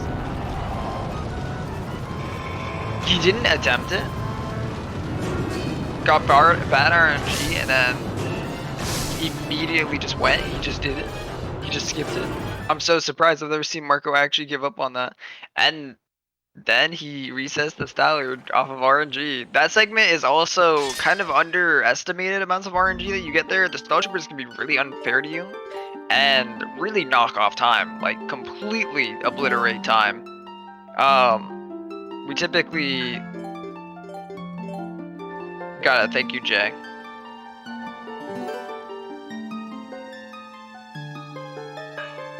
For Bruggles who just got one cycle? That's really sad to see for Marco, though. Like, that is a rough point to reset him. Definitely, we have Zach and Beast literally right by each other, gonna be almost in the same load zones every single time right now.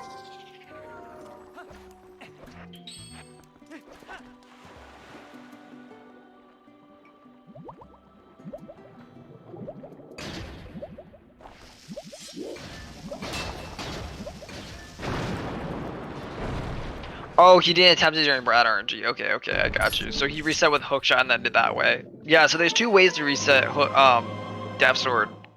There's this roll method that will put him in a good position, and there's also the method of hookshotting him and then having it pretty much as like a reroll. That's typically how people look at it. Though I know a lot don't like the reroll as much with the hookshot. I know that being able to roll and set him up correct or set him up is really nice. We're about to see some of the cool human movement that people do here. Let's see Beast getting it perfect. Great job. Oh, kind of not sticking the landing. Zach taking the lead over here off of, I'm guessing, just straight up movement overall. ZachLink, I don't think died. Bewildebeest was about No, what I mean is they were both like, Zach was, when they were loading in there, Zach was like a couple seconds behind Beast, and now Zach is a couple seconds ahead of Beast. Just in that one loading zone. Yeah, they were, Zach was about 2 minutes behind visually, and now he's actually visually ahead, even though there's still that separation of their time. Oh. What, a minute and a half or so. Oh yeah, So yeah, for he's sure. been just cranking it out in the last like segment, and Beast has been falling down a little bit. Yeah, Zach is definitely putting on some pressure to try and challenge some of these really top times here. I know that Demon's time is currently pretty intimidating, but that isn't something we can't see come from Zach, Marco, and honestly even Bruggles. Demon unfortunately getting smacked by, oh my goodness, Demon getting smacked a little bit hard by Hugo over there.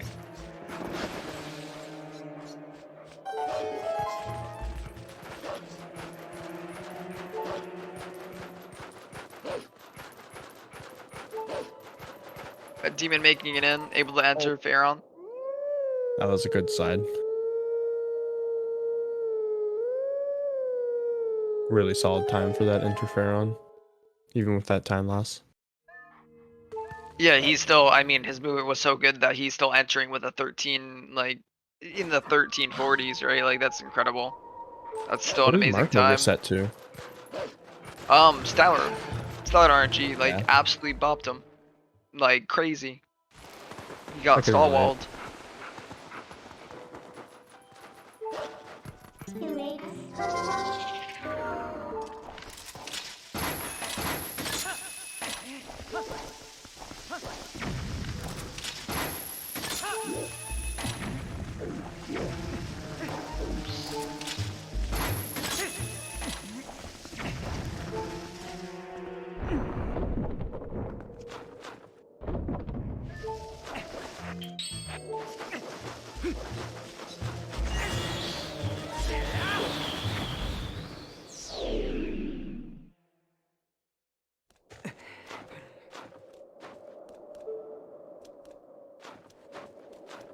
Right now we're gonna have Beast walking up to Yeto. I wonder if he's gonna take a spiritual journey. Unfortunately, not taking a spiritual journey. You know, that's gonna leave a bit of a hole in my heart, Beast. But it's okay. I can forgive you for this. Yesterday, I believe Beast was one of our only spiritual journey takers. So it's okay if today he doesn't want it. He wants to opt out of it. Beast trying hard today. He is. He's actually, Beast is doing good. Being only a minute behind Zach right now, that is incredible. That is very good time. It was a low 47 vessel. Like, he had an insanely good early game. He has been doing super good. If it wasn't for that death, he'd be on some even more incredible pace. That death probably lost him, what? That one's like a 30? 35 seconds. Yeah, that one's like a 30 to 35. I know it tends to be a thing of like, where you die, how far you are from the respawn, ECT, all those things factor into how bad a death is, so not every death is the same time loss.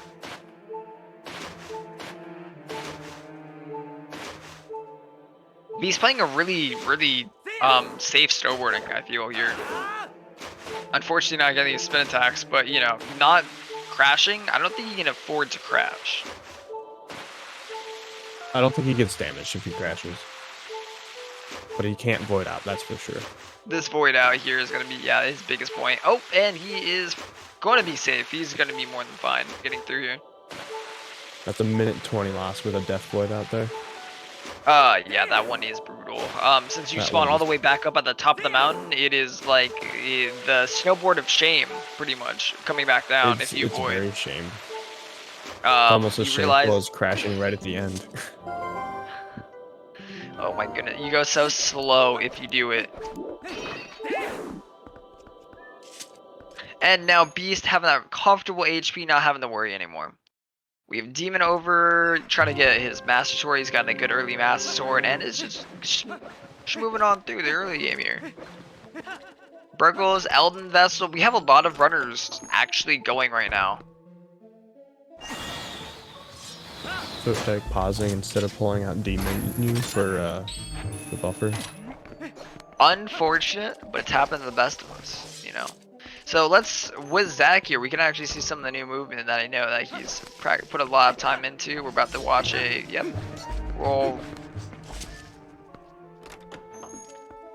I know the one positive about I know one of the big positives that people get out of doing the roll method is that they can have bombs out earlier and place out more bombs during that point.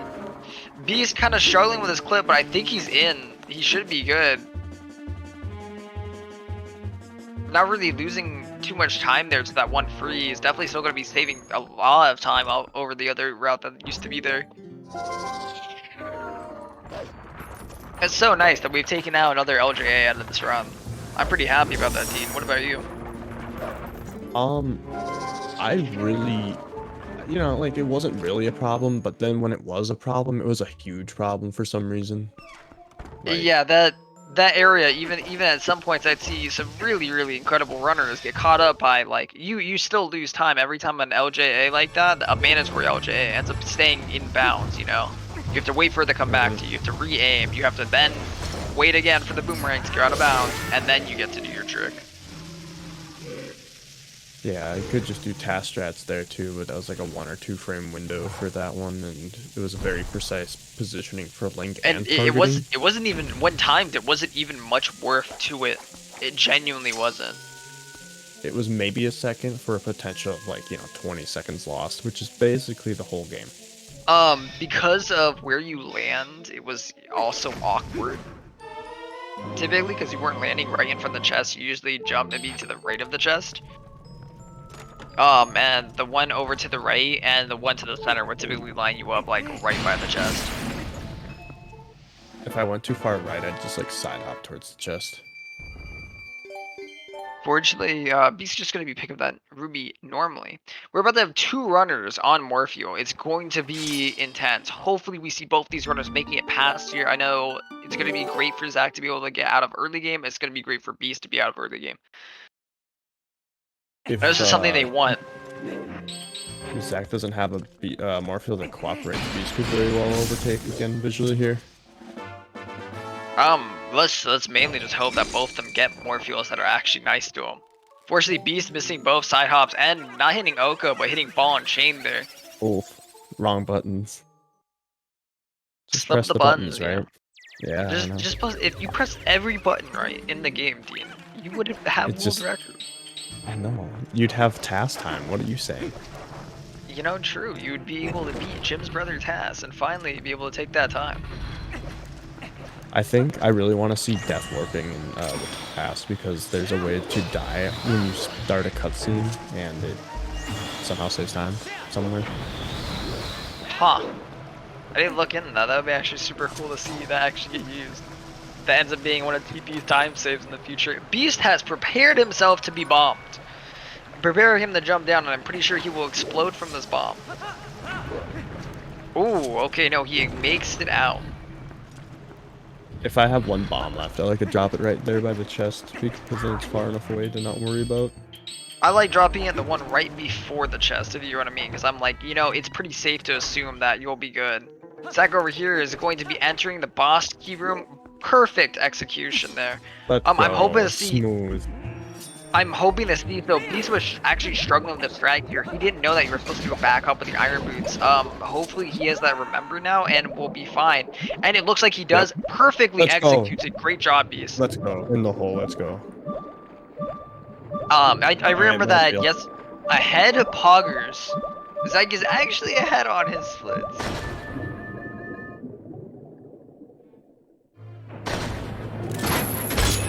Alright, fish. What you got for us?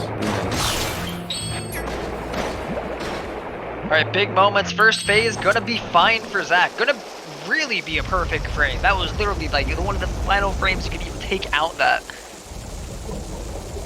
Giving that much time. I don't think he's gonna go for 1 bomb. Like, he's explained a lot of dislike towards 1 bomb, so I'm not sure if he's gonna... I don't blame him. Beast having a little bit of difficulty with the eye, but not going to be having one of those nightmare eyes. Not a fun one, but it was okay. It's so bad when it, like, dodges away from you and goes back in, or you accidentally hit it with a regular slash and then it activates the second phase of phase one. I've really wanted to see about messing with trying to get that eye to do, so you know how you can double hit it with like a forward stab at times? I really wanted to mess around and see, because that's the quickest way to actually hit the guy for sure. I really want to see if we can mess that. This Morpheus is looking pretty nice for Zach so far. Hopefully he can get her to come around and down. Yep, looking probably... Looking a little bit more rough now. Weird churn. Probably going to be eating up some time here. Okay, I think she didn't play it out. Back. Okay. He's going to get eaten, but that's fine. He wants to get eaten here so that he can go for a grab. He's probably going to be... He's going to be losing a bit of time to Morpheus, but this is nothing too bad. Just getting out will be fine. We're really hoping to see this re-grab. Beast on this other side, I think, has gotten one of his hits in. Zach getting that good re-grab right there at the end to maybe make back some of his time that he lost there. Boom, good ending there.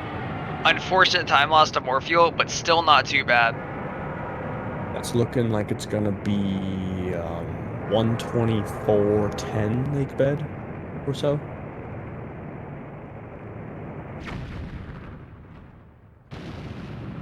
Good grab by Beast here.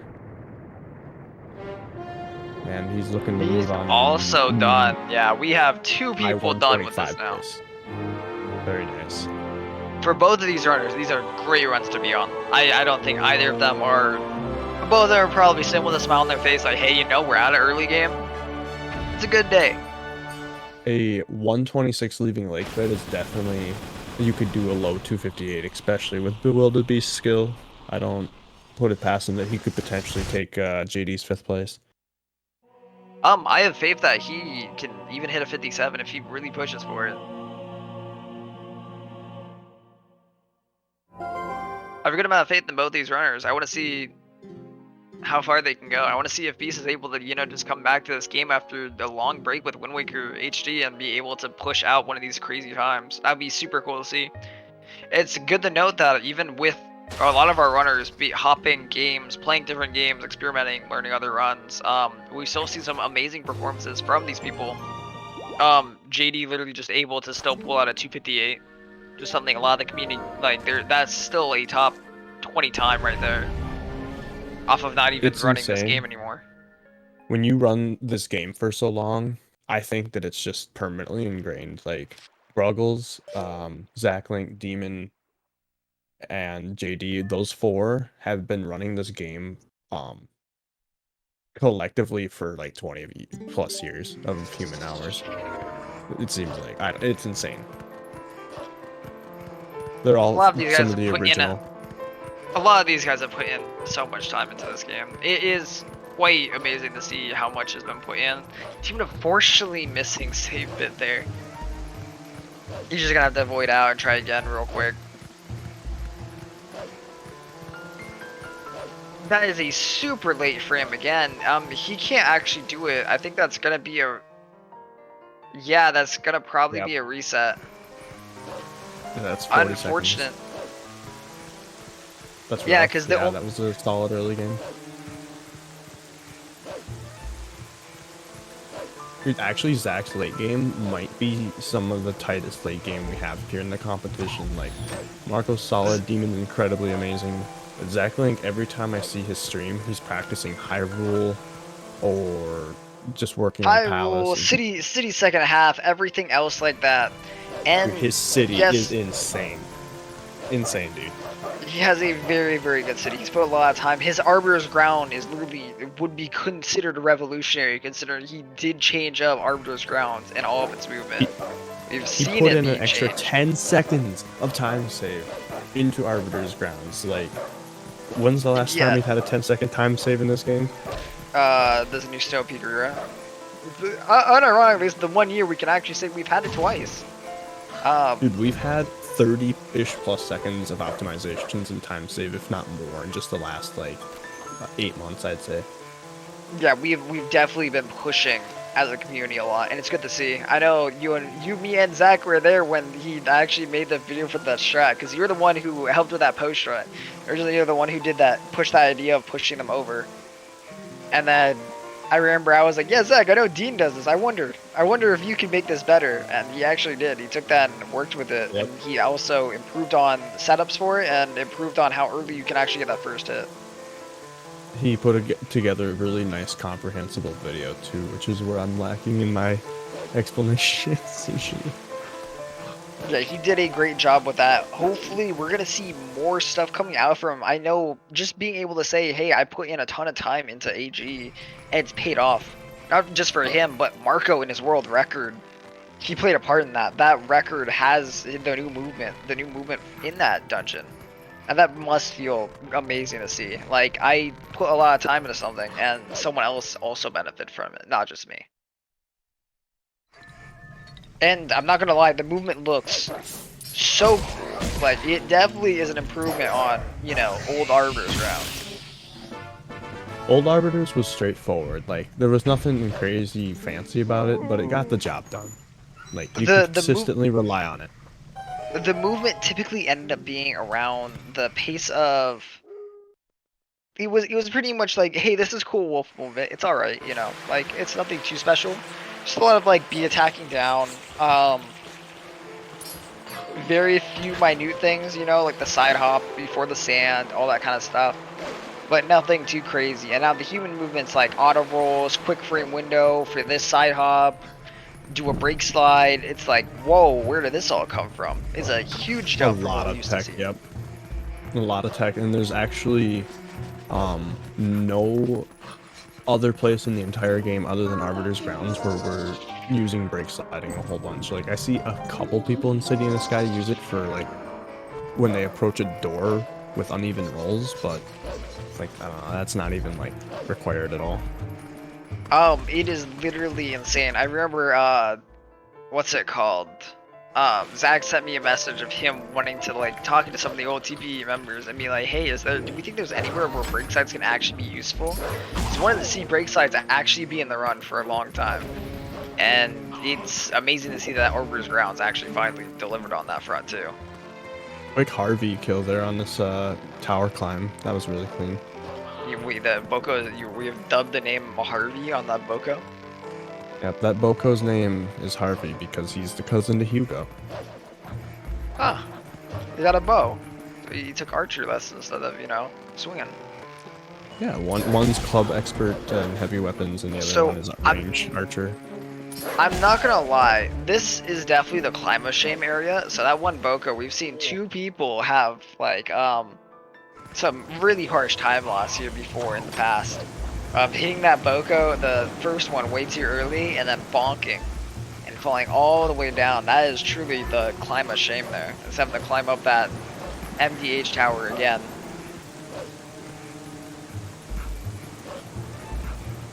Yeah, if you just have to climb up one level, that's like, I don't know, 12 seconds, but if you fall all the way down, that's at least 30. That was really close. But great stuff, Zach. I thought that was literally... I feel like there were so many chances there that he trips. I'm very happy to see that he didn't. And he made it. The secret with that bridge is to be on the, like, leftmost side of it. There's some lineup on the stone textures. You'll see Bewildebeest run towards it on this screen. There's actually some really nice lineups you can do for the bridge. By being more to the left side of it, like the center. Right there, gotcha. yep. Perfect, yeah, yeah. that seemed like it was definitely a bit more stable than trying out, you know, the RNG bridge side.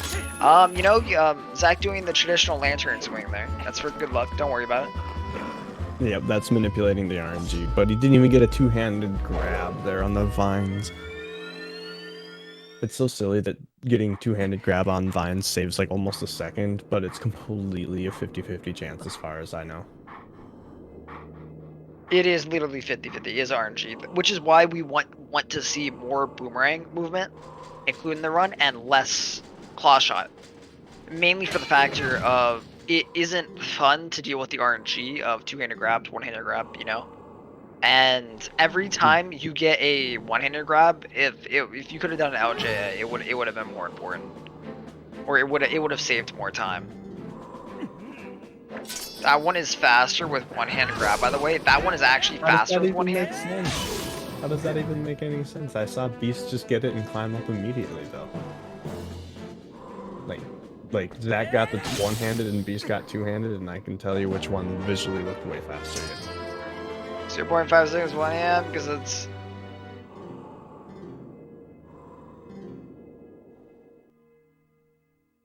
Well, you heard it from the timing expert himself, so. I'm confused on how that could be though. Like I want to review that later. Like that one seems interesting. I'm really confused. I think on he has how a that one comparison works. vid on it somewhere.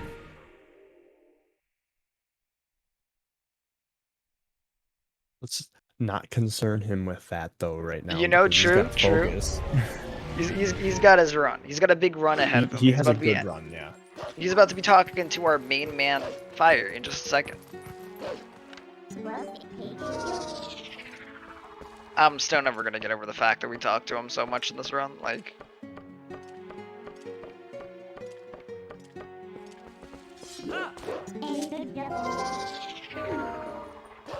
I'm surprised. If you remember the original Hyrule Warriors, like, it's kind of crazy to think he wasn't included in Hyrule Warriors. Agatha did. I feel like Fire actually includes more of the game than Fire does.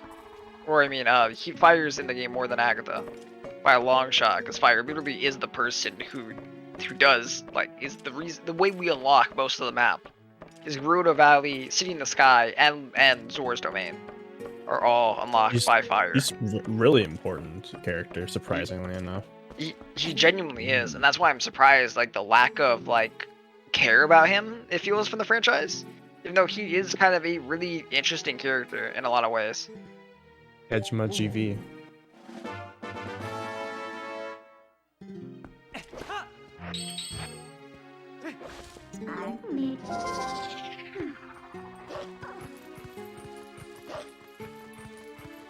Yeah, it was cool. One thing I was gonna mention is, so we have a partnership with the UAP program today.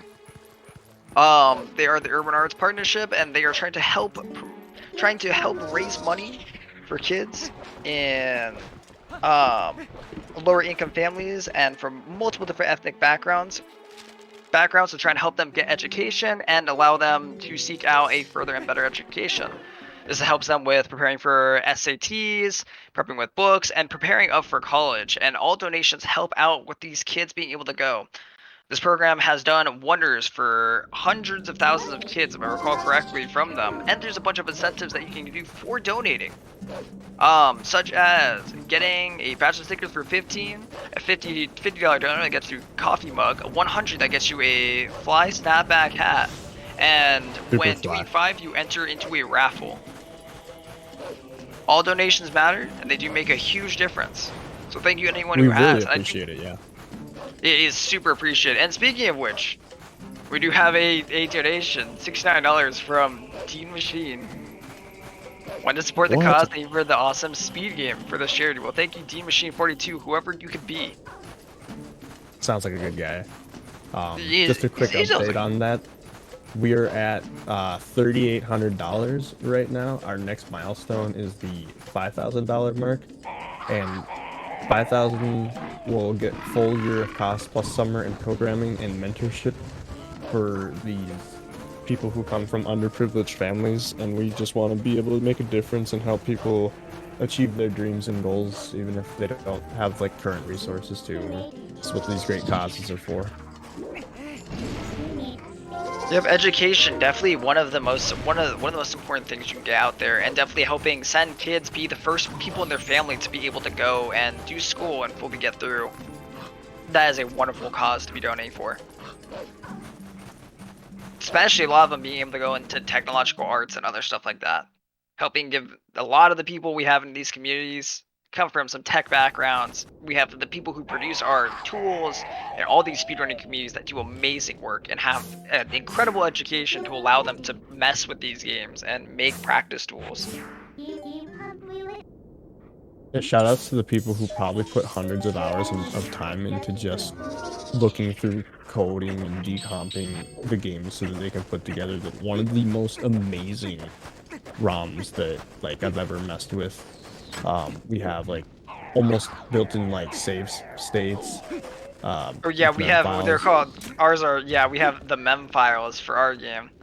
I Zach. really hate this strat Zach is doing. Like, I genuinely do not like the taking a bit of safety out for that.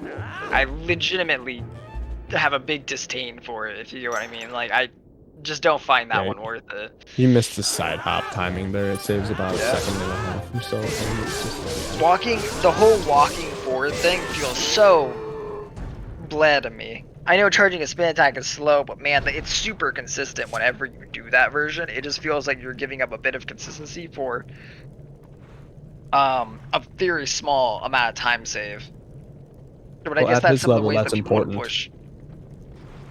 That's important at his level. He's been playing for enough years and hours and push strats to their absolute limit. He's looking for time save anywhere possible, whereas people like us that are just going for sub 3, that's not, something to worry about. Ike losing to Bo and Ike then resetting. is not having a great day. I haven't seen him pass Hugo once.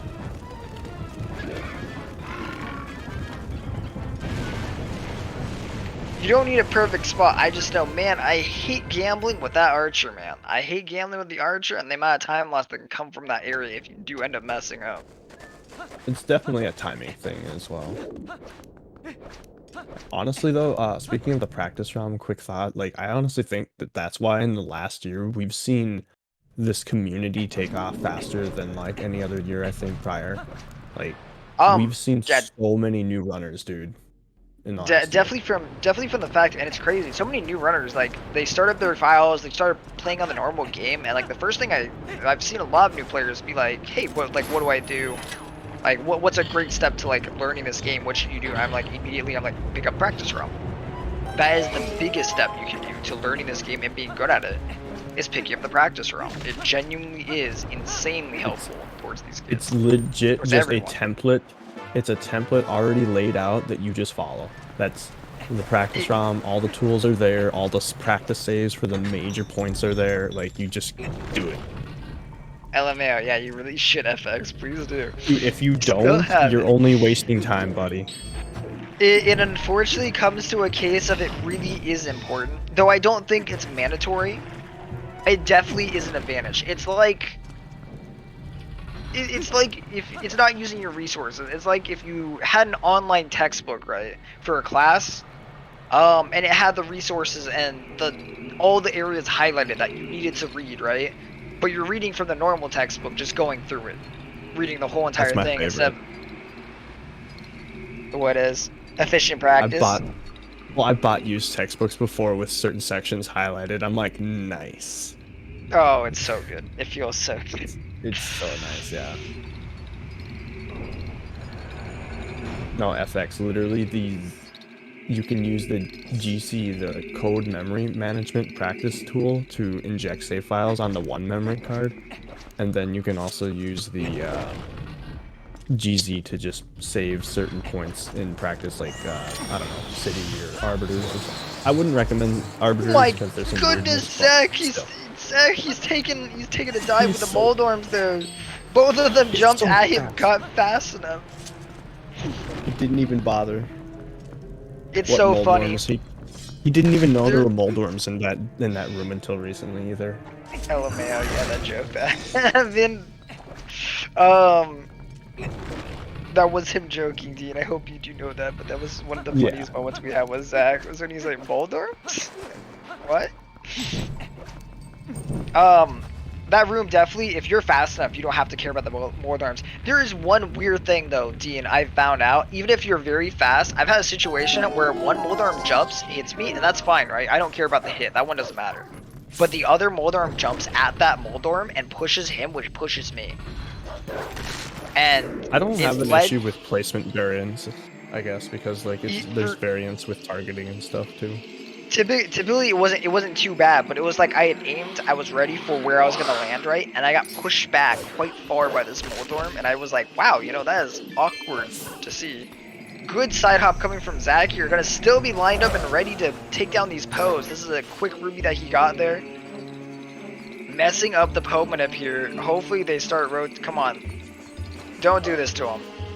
There we go.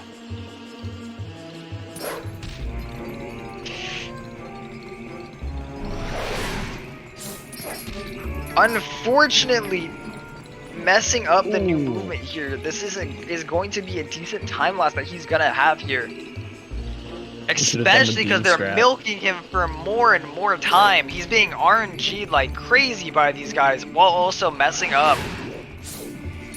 You should have done the deep strat. Oh no. Oh no, Zach is burning away so many seconds to this right now. Each one of these misses is about, what would you say, 12 to 15 seconds of spinning? With the RNG he's getting, I'm leaning more towards that 15 there. That is rough. That is 2 misses, having to wait a ton of time there. That's crazy. Yeah, he's checking the first one. I see now. I didn't know that that was his variance. And to answer your question that was placed up there by Electric, I don't know of any Wii users that use OSSC for capturing their Wii. I'm trying to think. I thought most of them mainly just had a Wii to HDMI is typically what they used. I'd have to ask a couple of the Wii players. I'd be able to get you an answer if you'd like, for sure. I can go mention it. Yeah, I use the Wii to HDMI.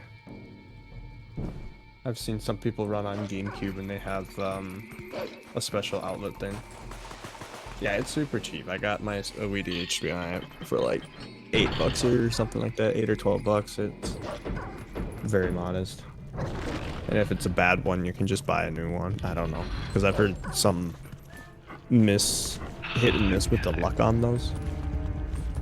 Yeah, I have definitely seen some pretty big misses on them. I am one of the people who have taken a miss. Also, thank you Crosser19 for the $10 saying, yo, back to you. Wicked Glider has just entered the chat, another amazing TP runner.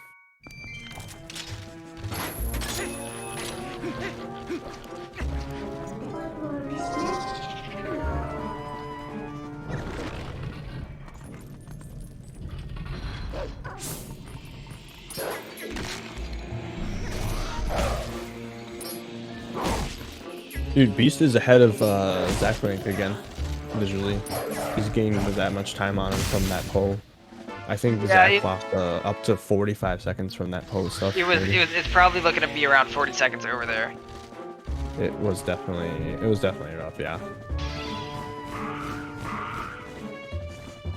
I know Wii capturing ends up being a little bit different than GameCube capturing, though we still use, like, typically we like to just use, we use Wii's and then a Wii to HDMI converter in the community a lot of times. And there are a ton of brands that you can go get, and it's like gambling if you get a good one. Also, an amazing job, Zach. Remy giving you that sweet hit off. Remy the Speed Rat, always coming in champ. You know, he takes break from making Ratatouille to help out TP runners every now and then. I'm guessing running on GameCube is slower. Actually, no. The speed of this game is determined by like disc reader quality and disc quality itself, I think, and just like your Wii. Yes, like, and if we're talking about versions, the TP GameCube version is the quickest. Wii is different and is genuinely kind of more broken, but it lacks some essential exploits that we use, like the boomerang LJAs, which cripple its run incredibly. Like it's not even a joke how bad it cripples their run for being something that's incredible. Followed by HD, unfortunately, having EMS patched out, making it slower than GameCube. There's 2 runners I know of that run on a GameCube, and they have no difference in load times or lag from what I've seen. Except for Ether, but he's a special case in his own. I mean, technically, Ether does save a minute in another way, which is not a very legal way. We have a person in the community who actually, there's a glitch only unique to him where he falls off of one of the fights at the end and can die and skip a cutscene. And he is the only one able to produce this glitch. And it's mainly just because of how his disc reader works. Something with his disc reader might be smudged and it just causes weird things to happen. I'll go get the video of it real quick. It's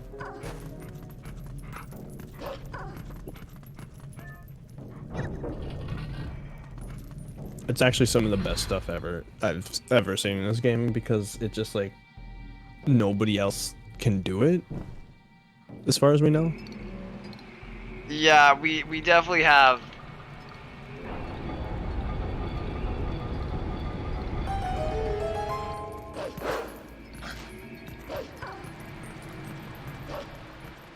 Yeah, I really want to see if I can find it.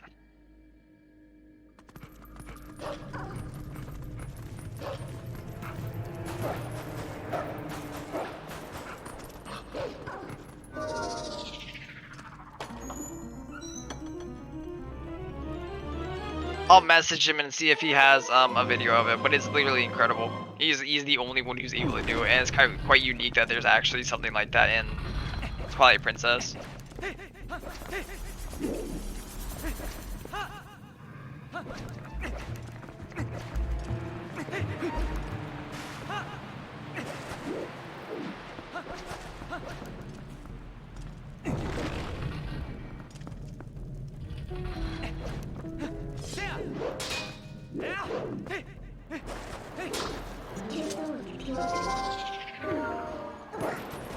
Oh, Zach has messed up a lot of his movement here. That is unfortunate. That is a lot of his time save just being drained to Arbiter's Grounds, unfortunately. Just movement not going his way here.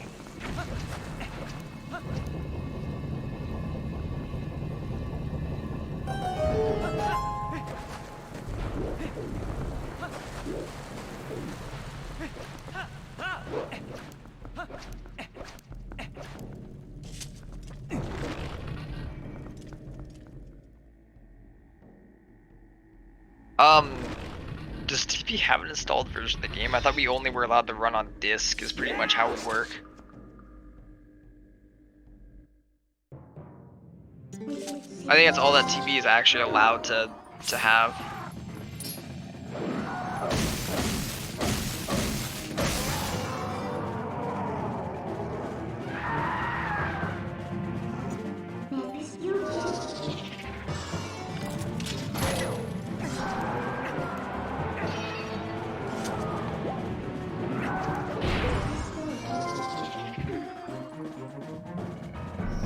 We're gonna have a digital SD copy here in the next year, I bet. Imagine, that'd be hilarious if we actually did. Oh! Just barely missing. Yeah, that looked just a little bit too late there with the buffer. It's like a 5-frame window that we're looking for. This is rough. This Arbiter Ground's literally eating apart Zach right now. Unfortunately, he's having just a lot of time last year. Gets DSS now. Good stuff. Beast is just taking that lead. Like, genuinely has. He's been cranking his late game, dude. And thank you so much. So if you guys would like to see our cutscene skip, I am allowed to post it in, am I allowed to send the link, or should I just post it in the... I posted it GSA? in Discord because they mentioned it. Oh, okay, you got it? There it is. This was the context behind this race. If you look at his split timer, he's like over an hour behind because we bet him 5 gift subs that he wasn't gonna get 1 bomb, and then he sat there for an entire hour retrying it before he got it. And then I bet him another 5 subs that he wasn't gonna finish the run, and then he did.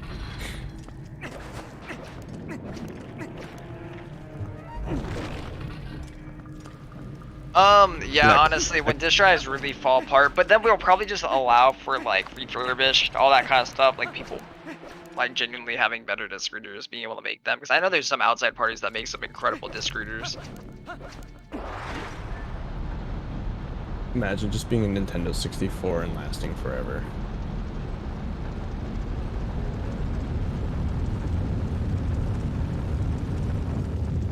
Dude, I still remember that day where you made that bet with him.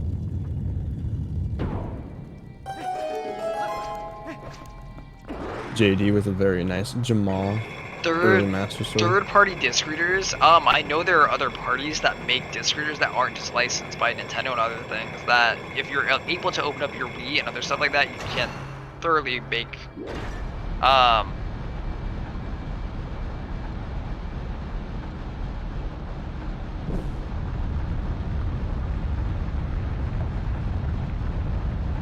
Only reason why I know that is mainly because of the fact that mine has burnt out so much. Their disk drives, all that kind of stuff like that. Like, it's just mainly for mine burning out. There are a lot of How many third-party Wii's ones. did you go through? 3. Only 3? 3. I thought it was like Well, 4, one- but yeah. No, it's 3. Two were due to speedrunning. One was due to not speedrunning. It's my childhood Wii Did you that just- just died on its own. Did you just leave your Wii on forever and ever? No, 'Cause, no, like, I haven't. I've had I've actually just never left them on. I typically actually hard unplug them too. That's so weird because I've had my Wii for like since 2007 and I've left it on for like days at a time, put thousands and thousands upon thousands of hours. I don't know, man. Knock on wood, Dean. You're saying knock on this some next real time hard wood. I know. You're gonna be like, oh my goodness, Golden this great segment. I'm on the run of my life, and then it's gonna be like, It's gonna be like It was hilarious when it happened. I'm pretty sure I was on a very, very low 14 interferon, which was super good for me because I literally don't care about this. But I literally think I took like a high 7 bow, so that was an incredible pace for me. I was like, yo, That's let's solid, go. And then you know what? It was like, hey, guess what? Laser screwdriver. Yeah, in TP we have a bunch of differences. In each category. JP is faster in bug limit though. Wait, if they don't need, that's kind of crazy. There's so many differences between the games. German is typically the fastest route or fastest version of the game in any percent. That's mainly just because of how text works in this game, and some of the text boxes just aren't built correctly in German. That Goron bomb bag, the underwater one, they don't have a text. They literally can instantly do it, which is weird. But they use time in other ones. The Ganondorf text is bugged. It'll be on screen during the fight. There's also text. They're slower in some segments though. NA is quicker for Hundo, which I'm super happy for you guys because I knew NA would be faster overall because there are some text boxes that they just lose a lot to. I'm just very happy that that's the case. Yo, Zach's clockwise spins. Yeah, it's for Hundo is genuinely. Wait, what do you mean? It's genuinely a bunch of the text boxes over the course of a run. German is faster in some text boxes, but in others it loses time. Like claw shot, it loses 2 seconds off of the claw shot text. Double claw shots instantly lose it. Also, every small key, I Every think small is slower key. too.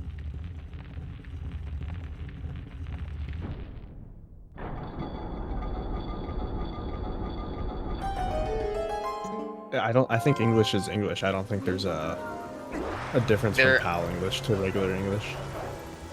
As far as I know. I don't know too much about PAL English. I just know that English is the way that we run for Hundo. I don't know about the PAL side. I didn't know that PAL actually had the option for English.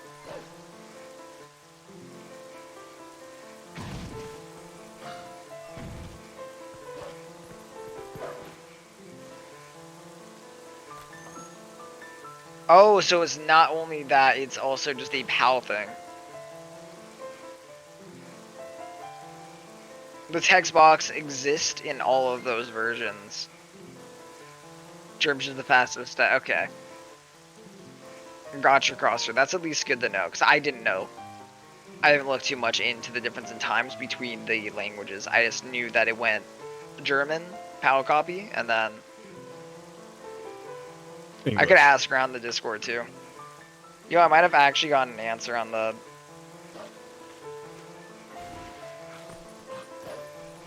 Still haven't.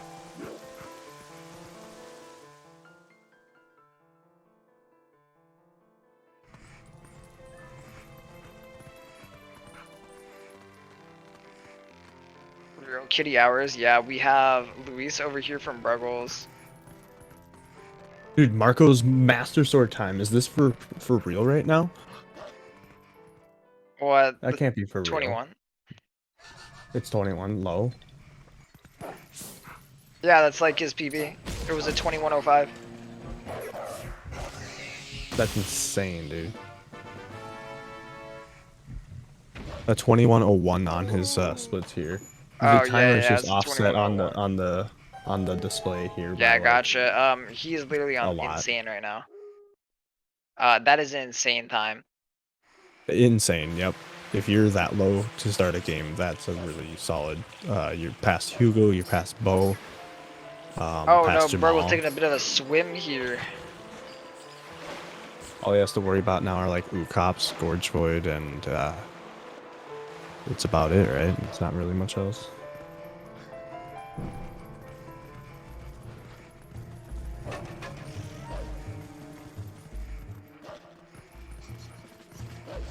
Yeah, I thought it was sub 2040 as well, or like super low. I mean, hey dude, 2101 is literally crazy. Especially in a race. That is an incredible time to have. Being in the low 21s, being sub 21 is literally insane to see. Well, it's not necessarily a race setting, but it is because they're not doing no resets, yeah. Yeah, it's less of a race setting, but I mean that's still good pace to see. That's something you'd want in your runs. That's definitely pretty Swiftike doing only resets runs. Dude, Pepe hands. I love that grid. I'm sorry. Early game is so rough. Trapped in the early game nightmare. Well, he's got 6,000 attempts on his any percent splits. Like when I got sub 3, I had like less than 2,000, and I'd say that was even kind of inflated. Yeah, I feel like there is some over resetting that gets done in this community half the time. You don't need a perfect bow to get sub 3. You don't even need a good bow to do sub 3. Like, I got rid of the first several splits, and I just rarely reset after that because the time all washes out. It's so much better to not care and then not actually look at those like splits. They really aren't that fun to have. I guess the only thing that's nice is that you can have it there for your gold, right? Like having the iron boots, having an iron boots and MS, I feel like are good. But definitely those splits aren't something you need to know. Even without Gorge Void, you can get some incredible times. You don't need amazing RNG. You don't need amazing you don't need super amazing RNG or like some incredible like out of nowhere like chance of getting these things. You can still have really good runs just off of practice and being good. Looking at people's late game is where people make time. That's where a lot of time is in. Early game movement too, not just it's just where everything can go.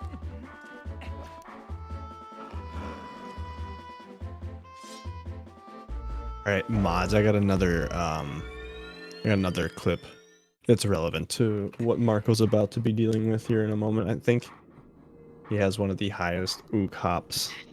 Oh yeah. Ever. Oh yeah, we've talked. Do you know what the record is for Ukop? We could post the clip of his eye. Does he even have a clip for it? He should have made a video on that, dude. I don't know why he didn't. He should have made a video on having record Zelda RNG right here. I mean, that's totally clickbait. How I got the worst world record in video games. Like clip it and ship it to anyone. You know how many channels are like out there for like promoting speedrunners who do like something crazy, lucky or unlucky happens? Like, easy ass clip right there. Just send that through, you know. Especially when I think the odds of a 16 is literally unfathomable on how good it is. I does have a video of it? Oh damn. Is it on his channel? Let me go check real quick. Yeah, if you're not following all these runners on every single platform they have, and you like Twilight Princess, I would suggest we got Bruggles, JD's an amazing runner, Marco speedruns anything and he's just amazing. Swiftike, one of the most dedicated runners ever. He has probably put close to 3,000 hours worth of time into Twilight Princess in the last like He's year got a and a half 9 or to, it's so. like he's got a 9 to 5 for TP pretty much. Him and I started at the same time, but work got the best of me, and he just kept right on chugging along. Fortunately, I know something that I should have. Marco gets knocked off by that bug there, unfortunately. That really sucks. He took his chances. He took his chances rolling with Nancy, and, you know, didn't pay off for him, unfortunately. At least the thing worked the second time there. Here, Brano has let an me put- insane manip strat there for that. Let me post this too. This is the worst RNG out there. And yeah, I just got it, Gligar. Thank you so much for sending that through though.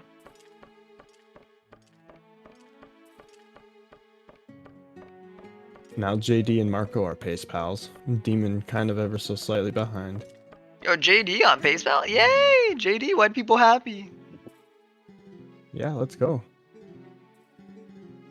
I don't think a lot of these runners are used to playing this game for 8 hours a day anymore, and so like Swiftike has been having For some of these issues runners, it's getting not his even runs playing this going, game and- for 8 hours a day. Most of these guys don't even like to. That was a 3-hop? From JD? Yeah, Let's go. exactly. 3 hops this time. Swift has explained that he really doesn't like any percent, and I don't know if that's because he burned himself on it or it's because Hundo is just better in his opinion. I don't know, but I think every cat for TP is pretty good. I think every category has its highlights. There are good parts to it at every single point. Like, there's highlights in each run that are important and essential to our community and the literal standoutness of it. Also, I feel like Marco got a low amount of hops there too. I did not see though. he didn't get 20 hops, that's for sure. Didn't get 20? Ah, man, like, that's a rip. He wasn't going for Ook world record. I just love his reaction in the clip. How like, you know, you're at like 5 or 6 and he's like, okay, 5, 6, and then at like 10 he's like, really, bro? And then 15 he's like, what? Why aren't you stopping? He's like, please, please. It's just the escalation of speedrunners in one clip, just right there, just every emotion.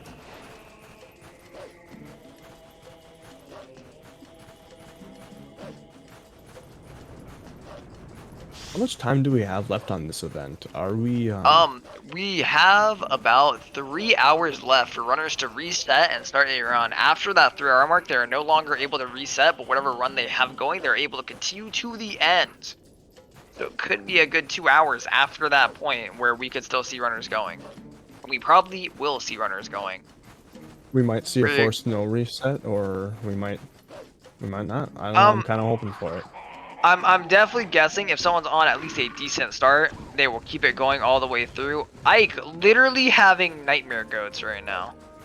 Hey, you know, he got through without too much problem. Not bad. What, 25? Low 20, high 25 is solid, even with that RNG.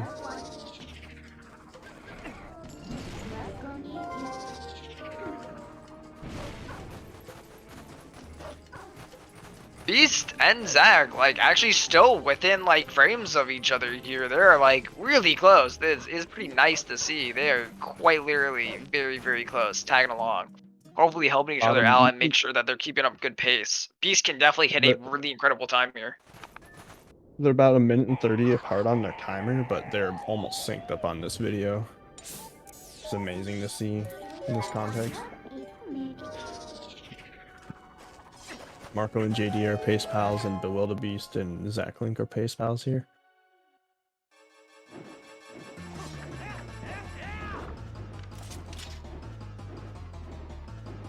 Going for the slash method setup on this Alpha skip.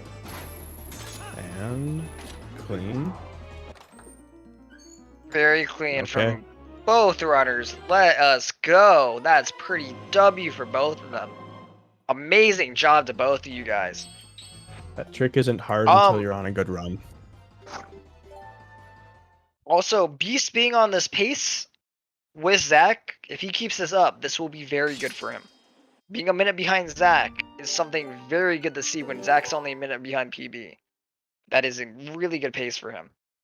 I hope he's able to deliver this in the end. take a look at Bewildebeest, and we'll see where he's at in terms of his own personal best. Right after this ad.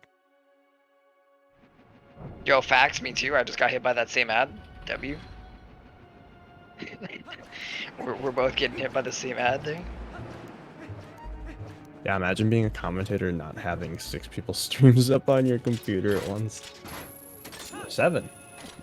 I mainly wait until someone's on a run, and then I'm like, why do people happy? Open up stream, you know?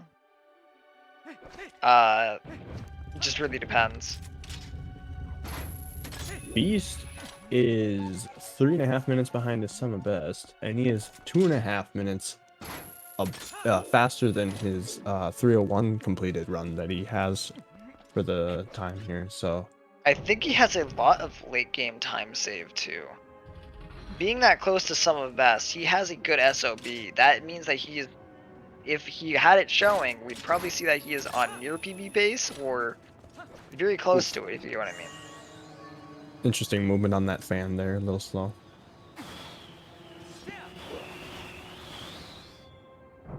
Let's see, his best possible time, dude, is sitting right now at 2:55. So he technically, in his late game, lost 6 minutes in the last hour. So he can really bring this back.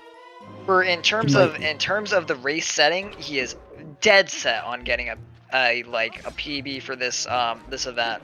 But in terms of Kagrok, don't you dare touch him. Good. Oh wait, we should be. We should not be looking at that. We should be looking at the race. Don't look, because it's so ahead. Oh man, whoops.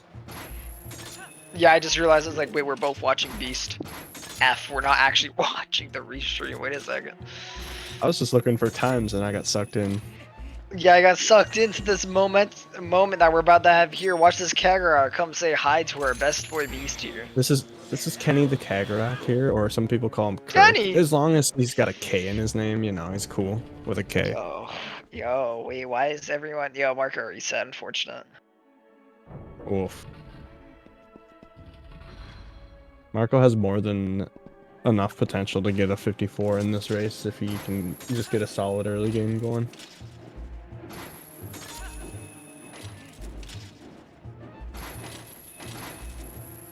Even if Beast flubs up a little bit of time, that's still even a solid, like, 257. Him missing the gemstone switch activator like 4 times, almost missing cycle.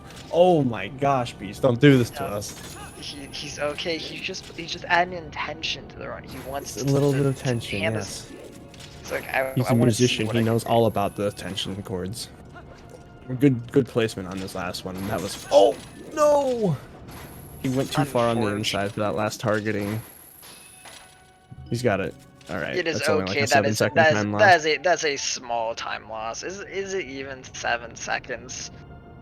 I'm pretty sure it ain't too bad of a time loss. That one isn't really that bad.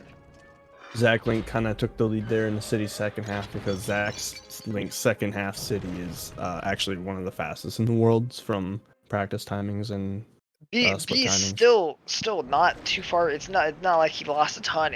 He's still very close and keeping up with Zach, which is very, very good. To be able to be near your opponent there, in terms of that is a good note to have.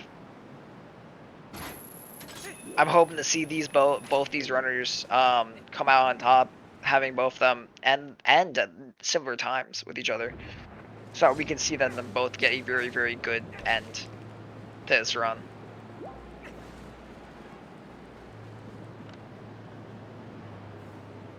Beast with 3 hearts. Nice.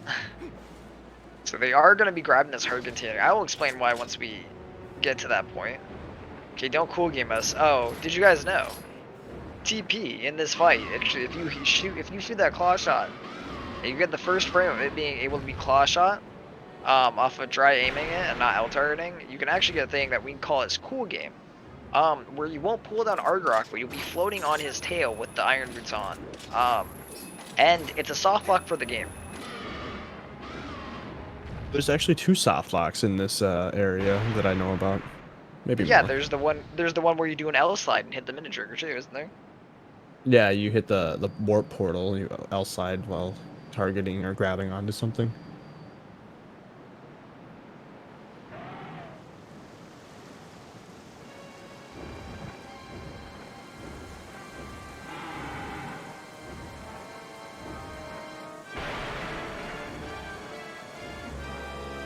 We got Demon getting Gorge Void, doing well, crossing over.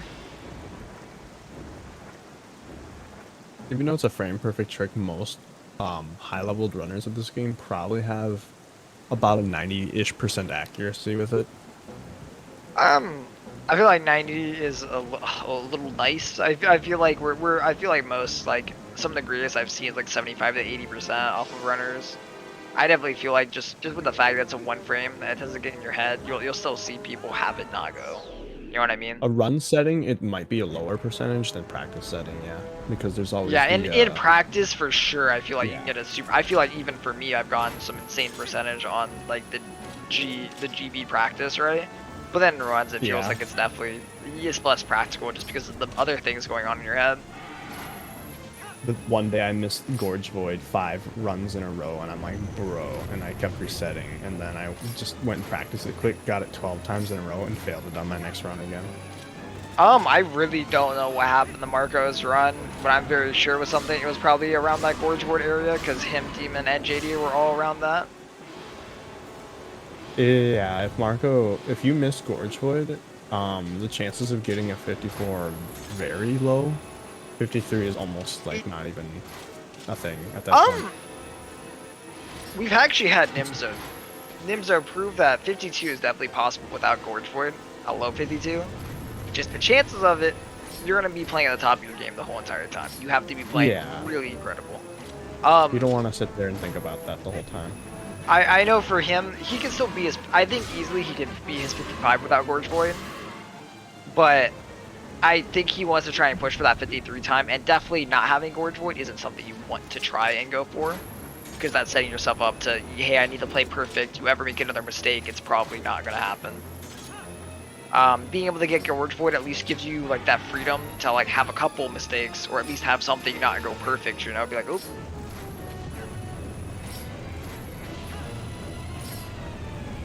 We have one kill over from Zach. We're about to have our second one over from Beast. Come on, Beast, you got this. And the fight is complete for Beast 2. Ending below him in the back is done.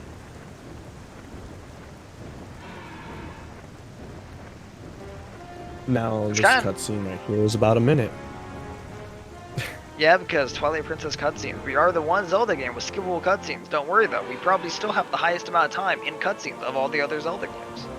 Don't worry. Actually, in Wind Waker, any percent, I think that their 50 minutes of their run is like 20-25 minutes spent in text, so like, you know, percentage-wise, it's 50% of the run. Oh my goodness. It's not. I just meant. And their I text just is meant raw scrolling, minutes. it's not instant. I meant what's it called? Like raw amount of time. But I guess that's like stacked for TB's favor just because we are a 3-hour cat. I think in cutscenes HD in HD they don't really have to deal with that anymore, do they? No, They're HD still has free. cutscene. They Oh, do, wait, no, but they with don't. they don't have all of theirs. A lot of them are skipped now. I forgot about that, yeah. Yeah. We've seen that game go to crazy places this year. Another shout outs to that community. Doing incredible, pushing that game crazy far down. Al and the rest of them, there are tons. Nacho, I'm trying to think. And Also, pushing the Josh? pushing the sales of the controllers now too. For the Wii U Pro controller, yeah, dude, the Wii U Pro controller. Revival. That's so silly. Yeah, Josh, I remember, and I'm not gonna lie, Jay, I almost missed you, but Jay over here is also the glitchless record holder too. Jay was an amazing Wind Waker runner. It's kind of incredible how much it feels like the Wind Waker community and the TP community like actually have a lot of people who are like rather in common, or people who are like our community is very much, a lot of our members feel like they're close. We have Bruggles from the Wind Waker engine. We have what's it called? Bruggles, who was also an HD runner. You know what I'm talking? Like, so we genuinely knew we had Beast who went over the HD. I came from HD. Yep. So we definitely have a large part of our community that definitely like has a bit of both in there. It's nice to see. It's a great community to also have right by us. At least a lot of those runners I love to death. Bruggles missing some human movement brake slide there at the end, opting to go to Wolf for this room. I don't blame him. The brake slide through that room is just not good until you're like really good at it. Yeah, that brake slide movement. I am quite afraid to actually get back into practicing AG and messing with the brake slides. I know on that other room, so that one where Bruggles didn't get the brake slide, you can actually do a what's it called? A sword slash at the end of the roll, so a roll stab, and you can get to that end point. He doesn't lose that much time. Rolled, that's why. Maybe he did. Oh yeah. He rolled, he just didn't get the brake slide. I think you can just neutral slash your sword like 2 or 3 times and it moves you like reasonably close. All it loses like 2 seconds if you do that. Demon playing a Wind Waker game? Never heard of it. Nah, dude, never. Absolutely never. And yeah, I'll put some praise in the chat for Bruggles out here. Let's Everyone pause chant for Bruggles. He's gotta get this good DSS here. That will really help out his run if he does. Swiftike is actually on a run. Let's go, PogChamp. He's on his way collecting that Master Sword.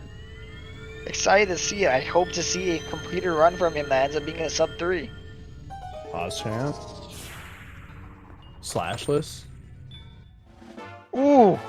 No, Bruggles, it was so close. I think that was literally a frame late. Death Sword it's okay, Bruggles, shake it off. Today. Shake it off, keep going. Like good RNG. Swift song.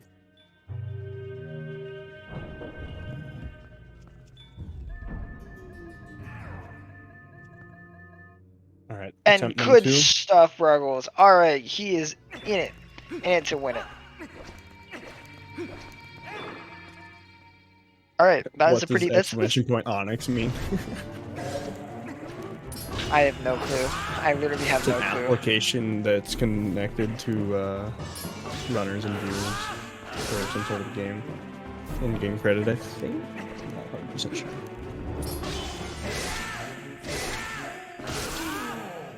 Zach making his way downtown.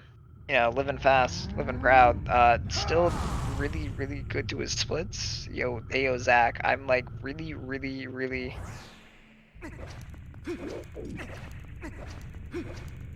I'm really hoping for Zach to do well and deliver on this. He needs Zelda RNG.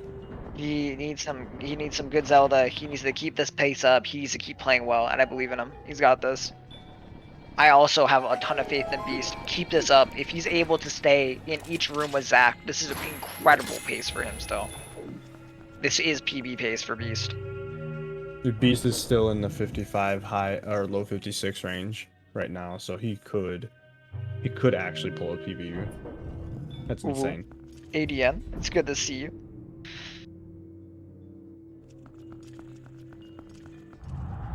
Yeah, no, this is incredible. Considering Beast hasn't even been playing this game for months, like he's been you know, doing manual super swim, learning about that game and all of its item sliding. How did the orb go past?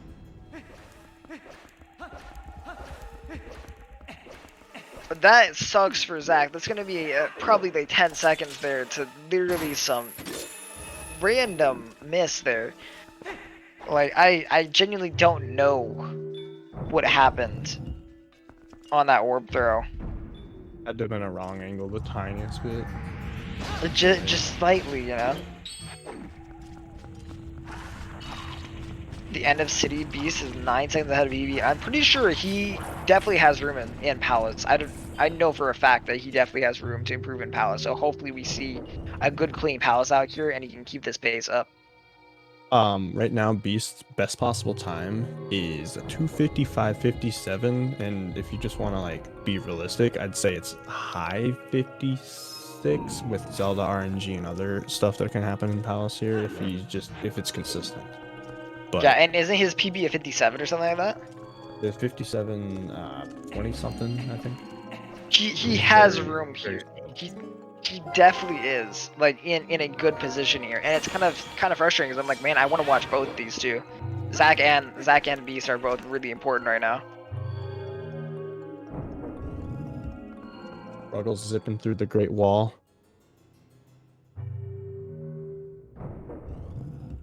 Oh no!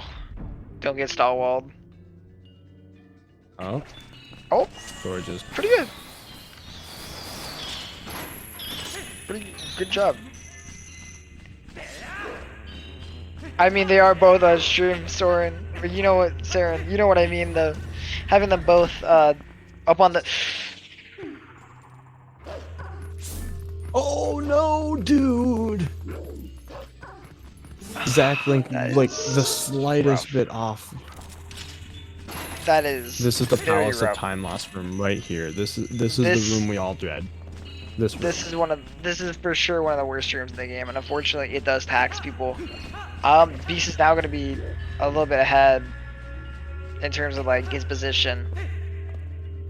Could we actually switch it over to Beast on main so that we're able to watch him? Good head spawn. That was good. At least Zach, he's going to be losing some time here. He's still going to be able to beat, like, in terms of beating Marco's time on the board, I think he definitely still is more in the case of that. I know he can 54 off of his run currently. He's just going to need to play better. Like, that section, like, it sucks for him. He's just going to have to play good, not better, if you know what I mean, for the rest of It's a this run. 30-second time lapse. He'll shrug it off and keep going. You got this. Yeah, he definitely still has this. He just needs to keep going. Bruggles opting to do counterclockwise spins for Stallard, or losing his 5 frames.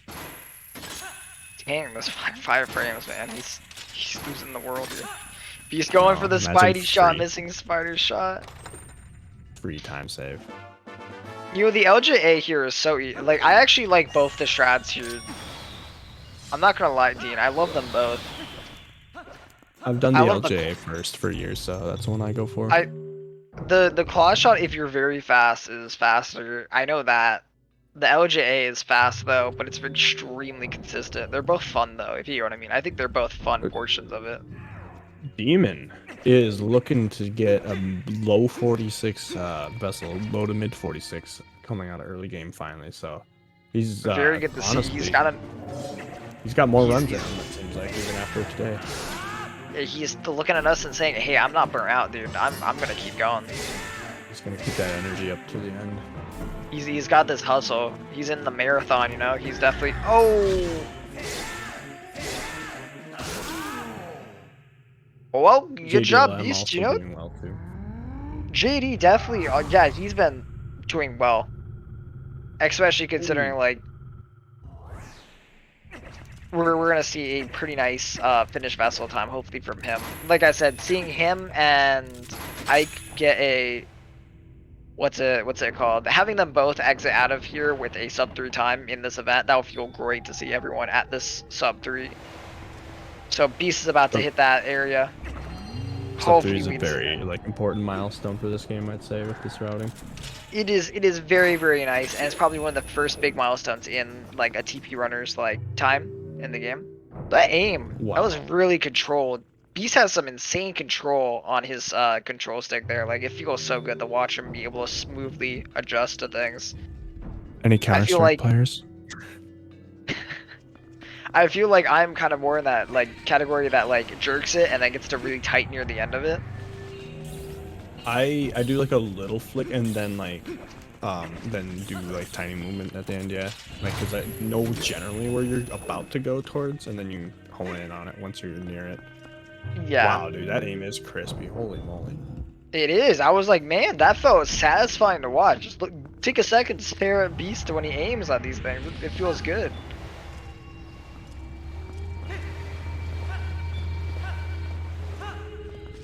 Swiftike actually getting to the boomerang. Let's go. Yeah, he's on his way to go collect up on that boomerang, and then hopefully he's able to keep this for the rest of the way through. He still has a couple hours to reset, so he doesn't have to worry too much about it. But definitely he's like to at least have another run that's like on pace to try and get one of these higher placings. Be nice.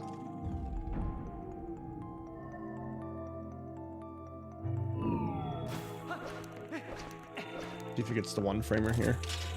Nope. So he's gonna opt to do the drop behind him strat and then grab it from way back here. Yep. That's how I prefer to do it if I don't end up getting it. Let's see if Zach gets that throw though.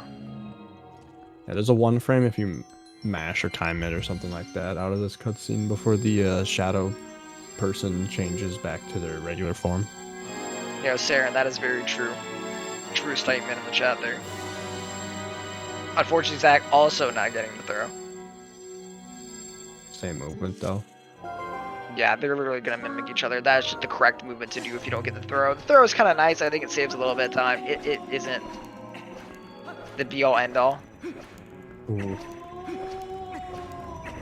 The Beast doing good. I definitely think there's some time saves sitting in the center. This middle portion of Palace is a rough one, but definitely something I know he can perform well. I hope to see it. I hope we see him coming out of Zamp with that crown on his head. Beast having a really clean track record in TP, being one of the quickest sub 3-3ers we've seen in the community, and how fast he was able to get out, crank out one of those times. Followed by the fact that he also has some of the funniest things that have ever happened. The whole case of he crashed the game once. He hard crashed Twilight Princess and still sub 3 in a run, which is a 3-minute time loss.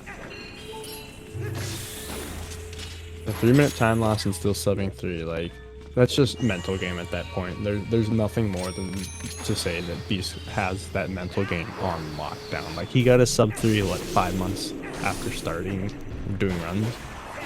Definitely having this this good mentality going into it. Definitely feels like he has. He's done well being able to show it, having a good calm mindset, really helping him out. Like, unfortunately missing that heart over there. He's trying to grab it, but he still got some good HP here. Do we read the chat?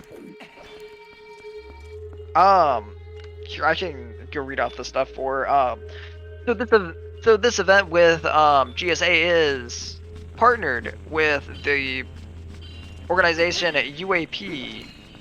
Here, give me a second. I actually want to read their full name. The Urban Arts Partnership that we have, which is a foundation that is trying to help raise money to help kids prepare and be able to go to college and be able to afford it.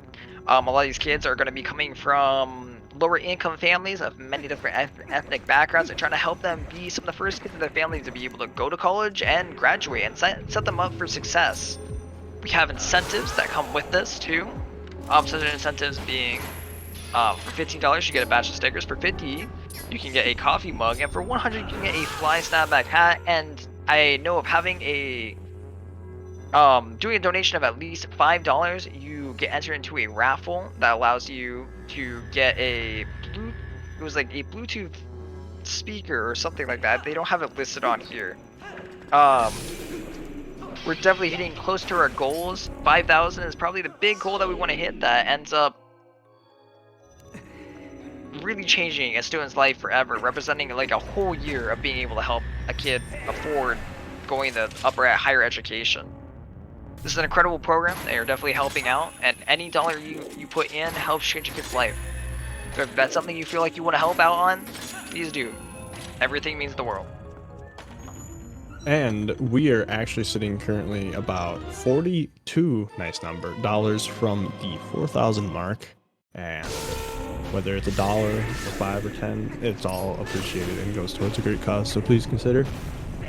It does. We actually have a donation that was there that was Barcode Fan, because we're hoping for a 252 before the day is out. Thank you so much for the 101. Barcode Fan. It's a good name.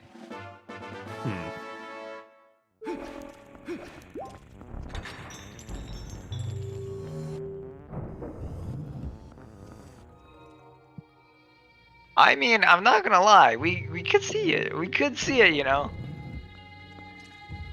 I might have checked Demon Splits. I'm not gonna say they look. It's not like he's He's doing very good right now.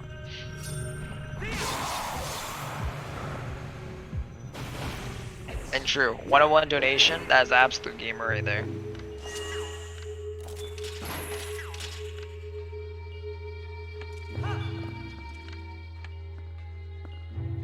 Beast not going for the LJA here. That's super interesting to see. Unfortunately, gets the grab there. That will really slow him down. So we have a thing called early platform here. I do not know if he can make it. He needs No, the the grab second doesn't slow LJA anything here. down there. Because the platform will still rise with you grabbing onto it.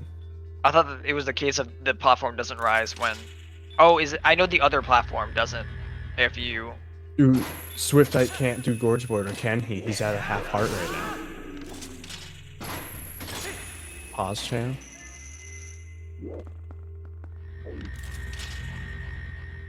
Reset. He reset his runs, missing Gorge Void. Unfortunate.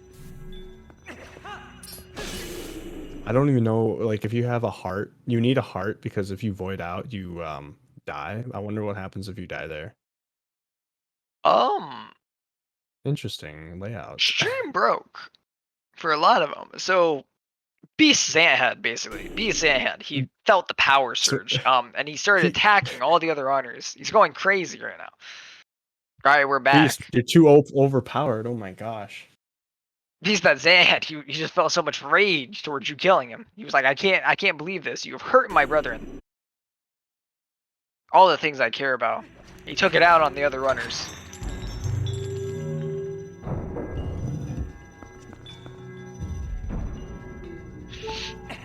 Marco, unfortunately, still feeling the full effects of that Zanthead. Nice little conjecture to add here with the bean seller. As a music teacher, Beast has a very solid understanding of efficient practice. That is absolutely true. For me personally, speedrunning was the first thing I ever practiced harder and more than anything else ever. And now that I've seen and done that for myself, I know that if I apply that mindset to like whatever skill I'm learning, that you're gonna learn it. That's what speedrunning can teach people. You can learn anything in this world. Whatever you want to be good at, it takes practice and dedication and pushing things. Like, it definitely is possible. Beast is no longer live on Twitch. On my side. His internet might have cut then.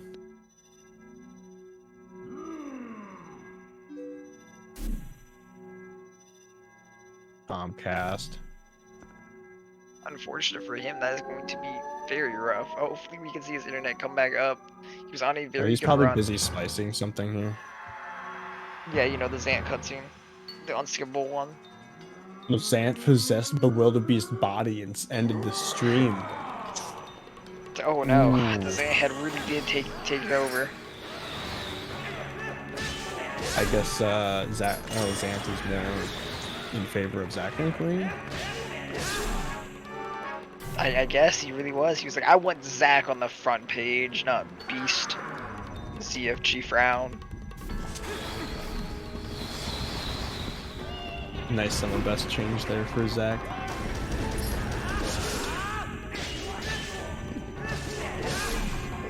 Wait, the sum of us actually changed? Unfortunately, did not get the By one 4 cycle. seconds, That's gonna suck.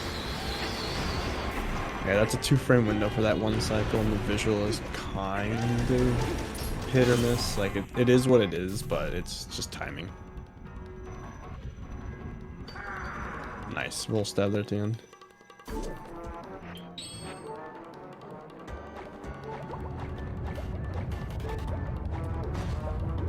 Well, it's time to swim with Zant. Everyone's favorite activity.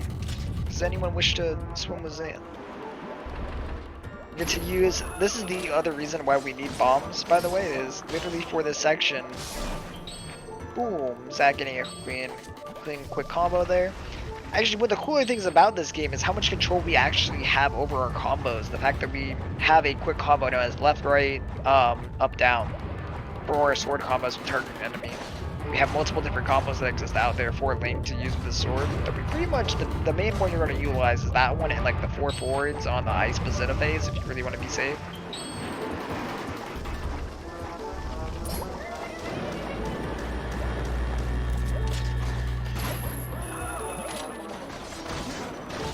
look at that Ella slide towards Zant here.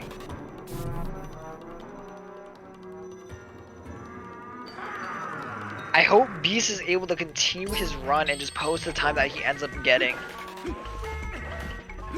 Like, it really sucks to see Comcast taking it out on him, but this is a PB time. I hope he focuses more on the run. I see that Beast is actually back up. Oh, okay. Oh, wow. He almost missed the Blizzetta phase.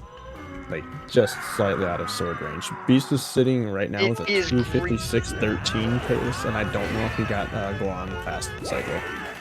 Yeah, we have no clue if he did. We will never know. To this day, we will never know. Well, maybe if he did, he obviously sliced it. No, I don't think he did, based on his timer and comparison to best. Actually, wait. Depends on where he splits, if it's fade out or yes press. Yeah, actually, I think he did. Putting some Craigasms in the chat, I see.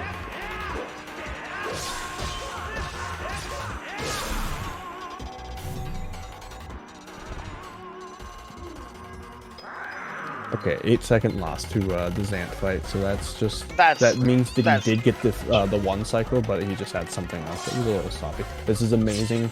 Can we get some hogs in the chat for Beast, because he is on mid 56 pace right now. Beast is definitely... Zach doing some cool tech here, gonna dodge the spin and then prep up. Boom. Unfortunately, does not get it.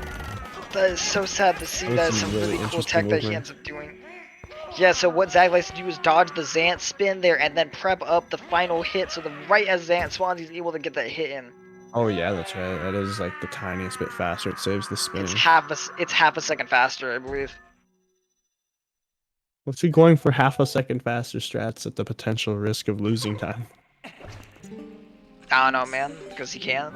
I mean, it looks cool. I'm not gonna lie. I weigh the coolness of a strat over everything, and I'm not gonna lie. It looks really cool when he does it. Dodging Zant spinning and then turning around and insta-killing him saves 1 second. It's actually all the way to 1 second. I thought it was only half a second. But thank you for correcting me, Zach. That's good to know. That is a pretty nice second, you know.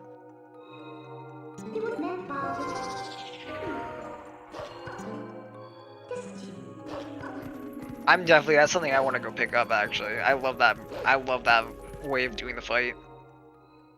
Especially because I always seem to hit early when he's like dropping his spin, so I end up clanking and it messes up the combo.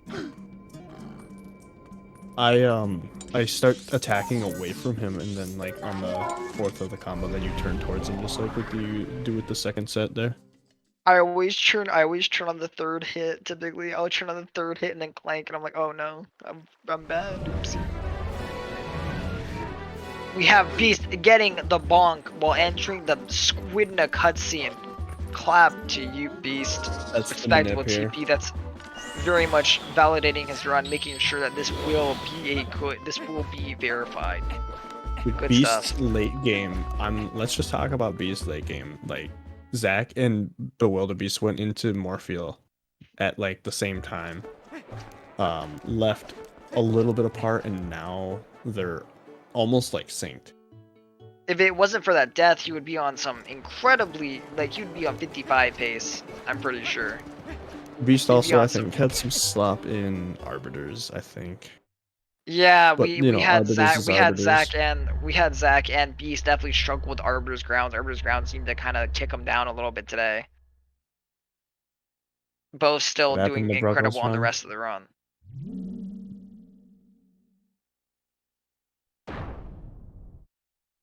I have no clue what happened to Bruggles run.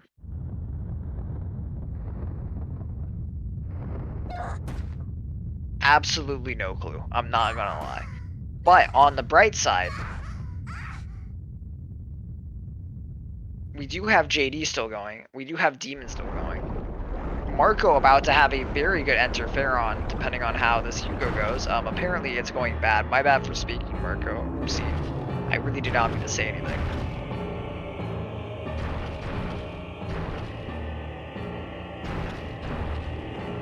A 13?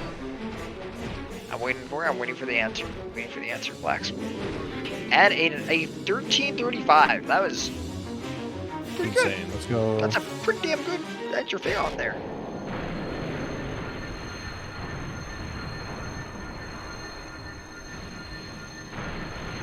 if we could. Saren, could we go put Beast back up on the front?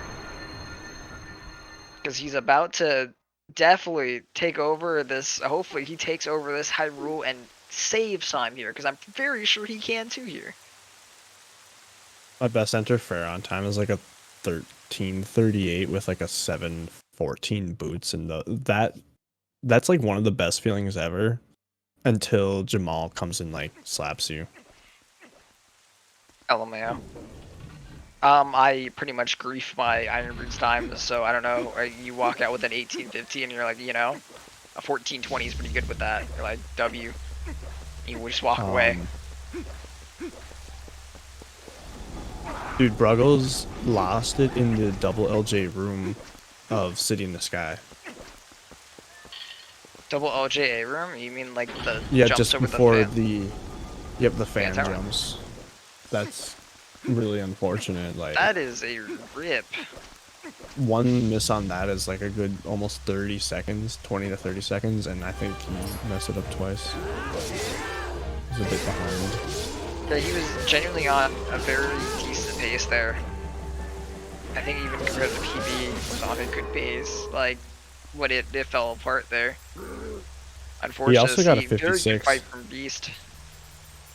I don't know if Bruggles could pull out a 55, but like that'd be insane. I mean, he already set that good time.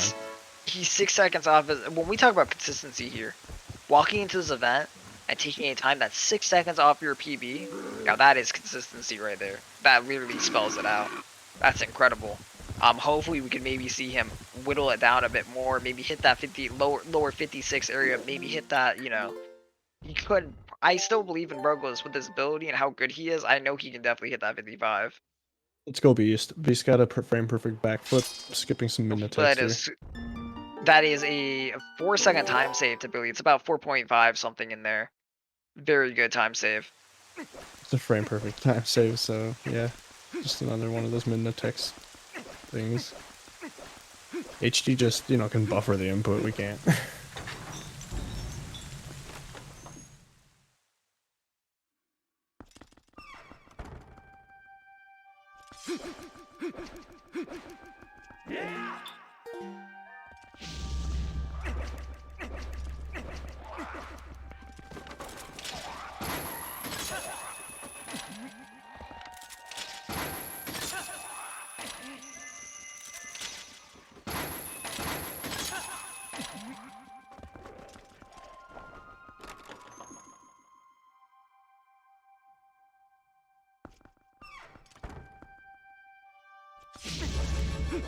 Okay, we're gonna have the... You know, I forgot this guy's... Okay, Dark Knight fight. There we go. Dark Knight is pretty simple. So they try and get that roll stab, 4 hits in, which equals 5, which allows you to get 5 here, take up a shield so it can't block you. Get that 6th hit in. Now he's gonna 2 hits, take out the ball and chain. Unfortunately, messed up a bit of that movement. He has some room to make some mistakes. That's only gonna be about 5 seconds. 6, maybe a little bit higher time loss. It's not the worst.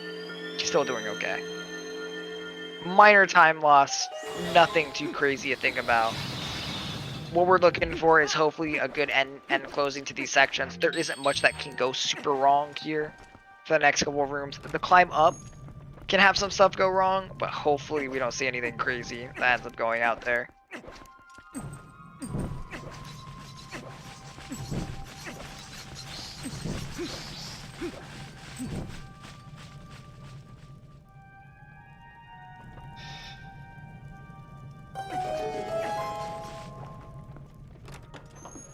He does have time save over his PB and high roll. That's good. So he basically burned away some of the time that he probably saved due to getting the one frame. Very good execution here. Let's hope that he has a good Ariaphos fight. Yes, we do get to fight Ariaphos again. Just a weaker version of him.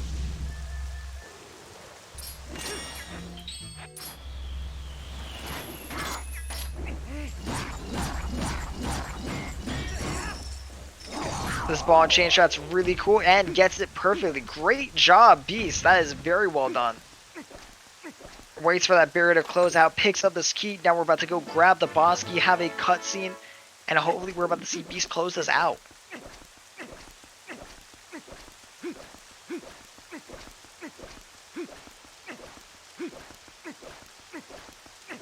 Though his Zelda in PB was pretty good. That means that he could probably still take a meh Zelda and still do well. It doesn't need to be some perfect Zelda, but we can hope that he gets decent RNG on his Zelda. Anyway, he's taking a great time right now. Definitely needs to focus up and keep this going.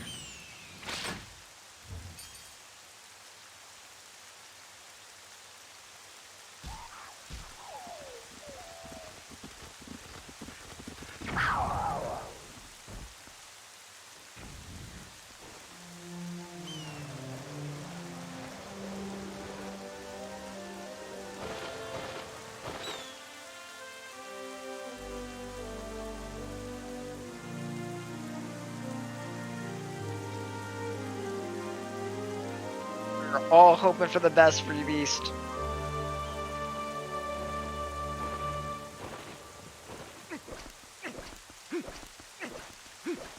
All that's left for him is to grab this big key, go up the climb, all the way up to Zelda, enter the fight, and then we start praying for him to get a good Zelda. We really hope for the best.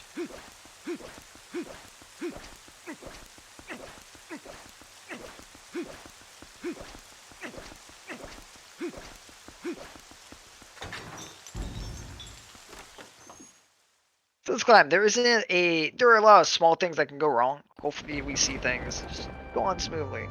These auto rolls here are pretty important. You can get an easy void out, which loses you a small chunk of time each time it ends up happening. Gets through this section well. He's doing good so far. Takes out a sword. He's ready to fight these two guys. Simple 3 swings, then a spin attack. Very well done. Now we have this aim here. Unfortunately, gonna lose a little bit to going to the barrier a little bit too quickly. I don't think he's quite close enough to get this aim. Now he gets it. Not too much wasted there. Just a little bit. This section is just going to be the same, rinse and repeat. A lot of people like to jump slash these guys, ending below this one. He's gonna be fine. Ooh, that was a little close.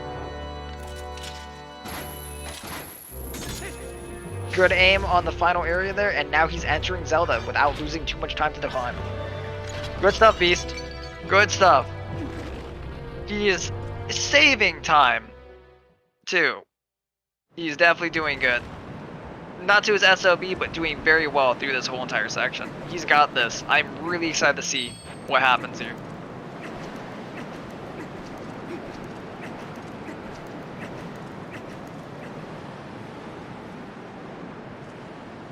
Please. Please let us see it be a good ending.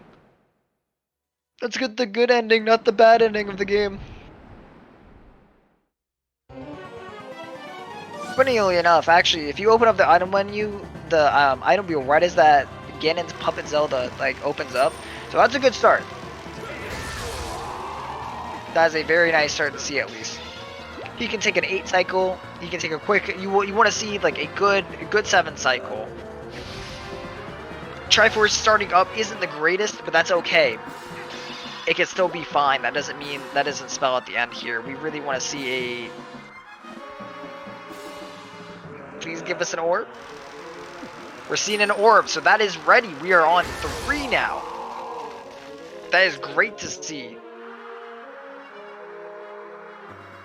This Zelda has been having both those go pretty quickly is very nice. Doing a ram here, not too bad. That's a more ideal move where she has a higher chance of doing another move quicker. Very quick there. That is a very quick rotation into another dive at him. That is really good to see.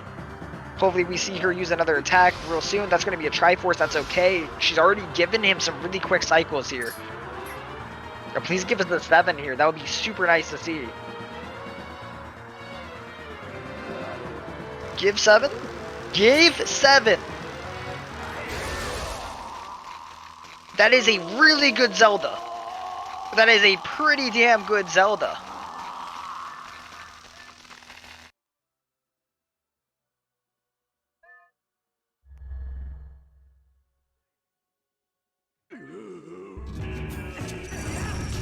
Yeah, that Zelda was great. So definitely the time in between her attacks was super short for a lot of that. That was super good for him. Going to leave him in a very comfortable position. We need to see him deliver this good beast cannon fight here in order for him to really hit down a really solid PB.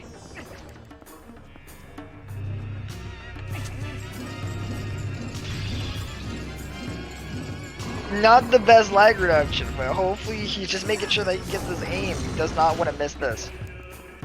Good job. 3, 4, 1, 2, 3, 4. Good stuff. Okay, so now B-Scan is at 1 hit. All he has to do is grab him once he comes out of this portal and just hit him once. It'll be easy. He's got this.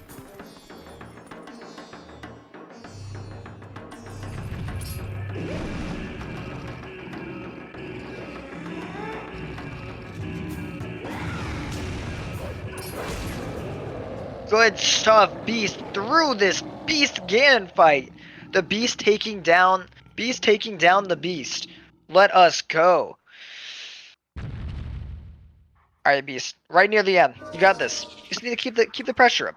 Horseback. This is another important section. You can lose a good chunk of time here. People do choke time.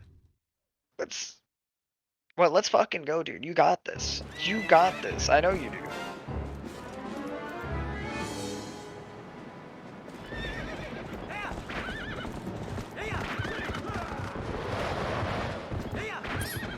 Good dodges.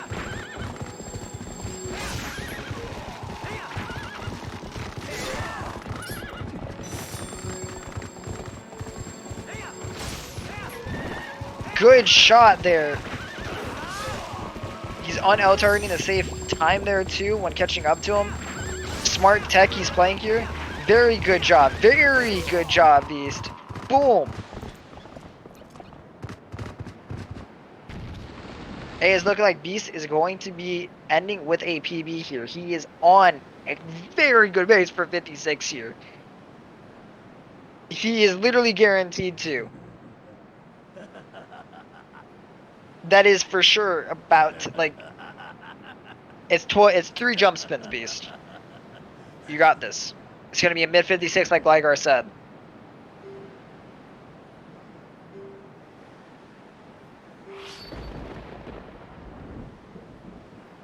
To confirm what Beast PB is, let me actually go find it real quick.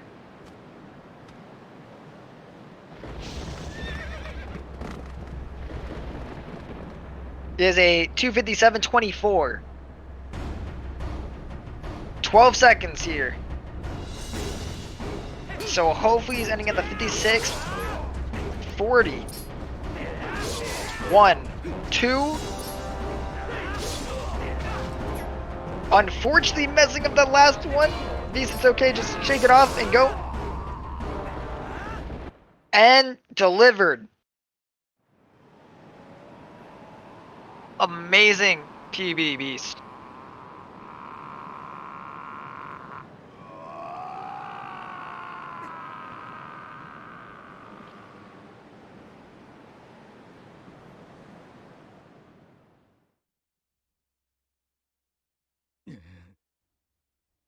That's incredible.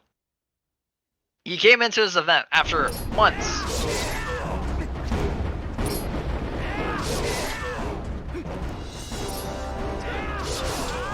Zach also ending out here with a 255.31. Good stuff.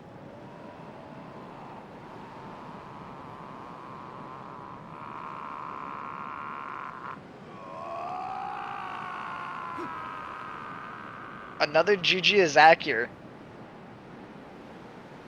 That is going to push his time just a little bit above Marcos, unfortunately. That is gonna suck. I'm very sure he's gonna go take a break and probably come back at this and tackle for another run. I don't know if Beast is gonna continue after this, after nailing a PB on here. And shooting all the way over into 5th place now. right behind Bruggles, like seconds within it. It's funny, I was joking with Beast literally saying, "Hey, dude, you got to go get that 57," you know, and he's like, he didn't think he was, but you know, he ends up coming on here and getting a 56. That's incredible to see. 2 people on the game screen. Nice. Absolutely amazing runs by the two. They did spectacular. That's a huge PB for Bewildebeest.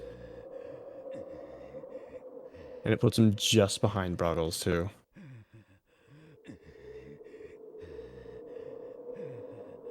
Damn, that is. I wonder if he's gonna keep going. I genuinely wonder. Is his plan to keep going after this? Thank you for switching over to Demon. Demon is also on. Let me go check his real quick. A little bit behind PB, but still pretty good to see. And he's about to be entering more fuel.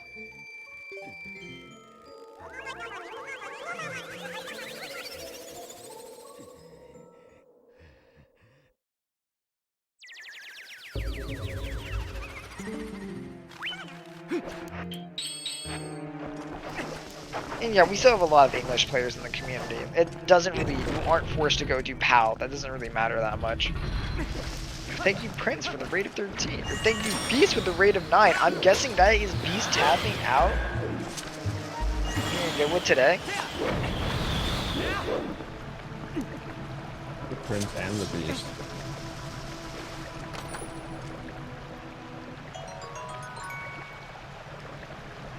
Double rate over from Beast and Prince. Well, congratulations, Beast. Would you like to come in and talk with us on your PB?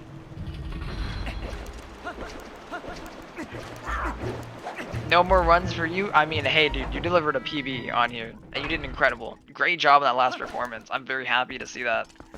Everyone, that was a spectacular performance to see. Zach is taking a break.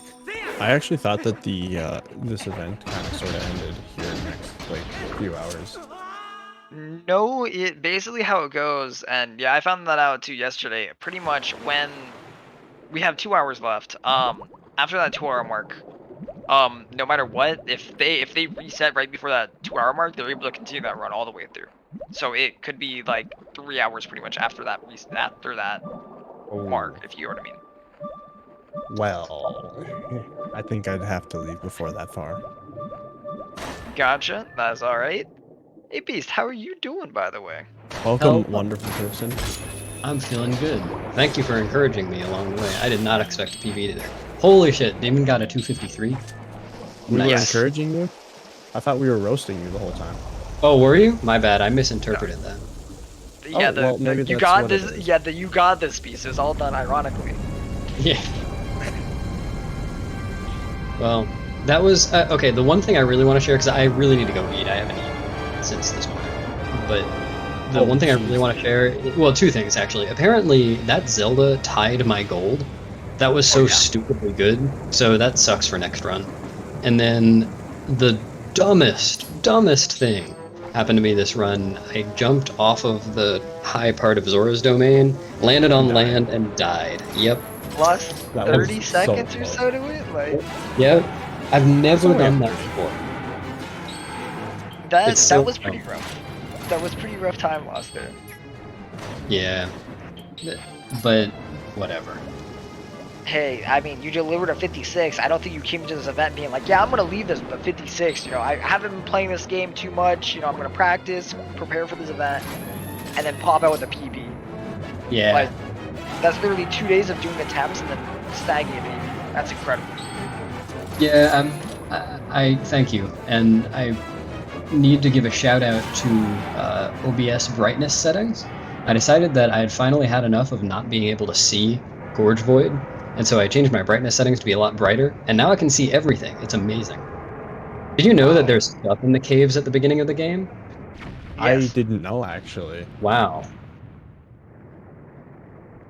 That cave is so dark. Wait, is that actually like what you're able to do? Like for me, it's pitch black. Yeah, no, I can actually see in there now. Yo, that's crazy.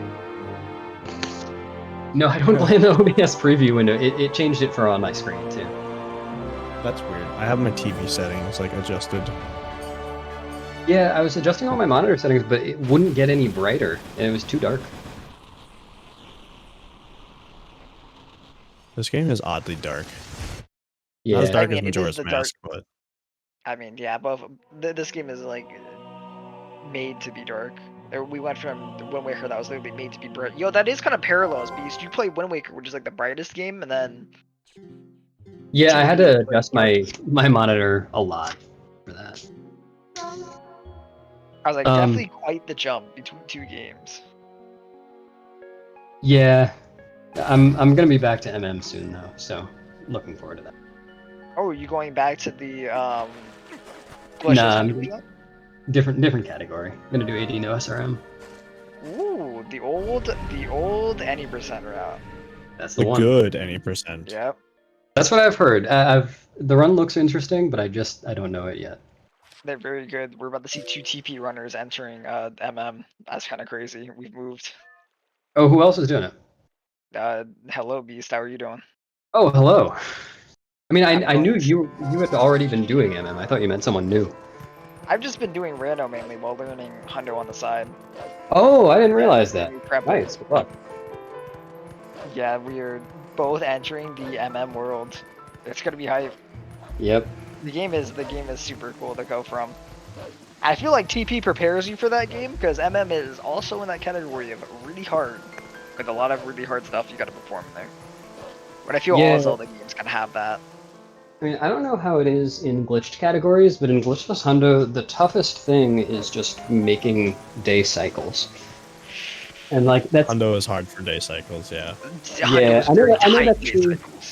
I know that's true for any Hundo in any game, but I feel like it's got to be toughest in MM because there are such tight things, and it's to the point where a task would do it so completely differently, just a totally different route from what a human can do. Yeah, because they can make these cycles. They can make whatever cycle they need to happen, you know? Yeah. So anyway, enough about me. How's everybody else been doing in this event? It looks like, yeah, Demon got a 53, Zach got a 55 today. That's awesome. Yeah, I didn't Zach lost 2 minutes to late game, sadly, but he was on an insane pace. Oh, damn. That's annoying. He can have such a good late game, too. And I didn't realize... Oh, yeah, JD is listed as behind Ike, even though he has a 58 at the bottom of the screen.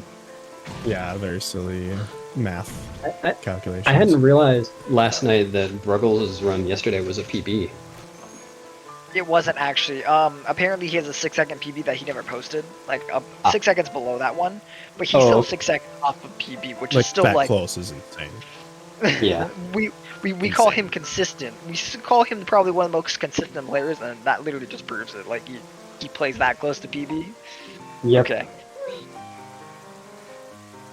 Yeah, his real PB is 256.28.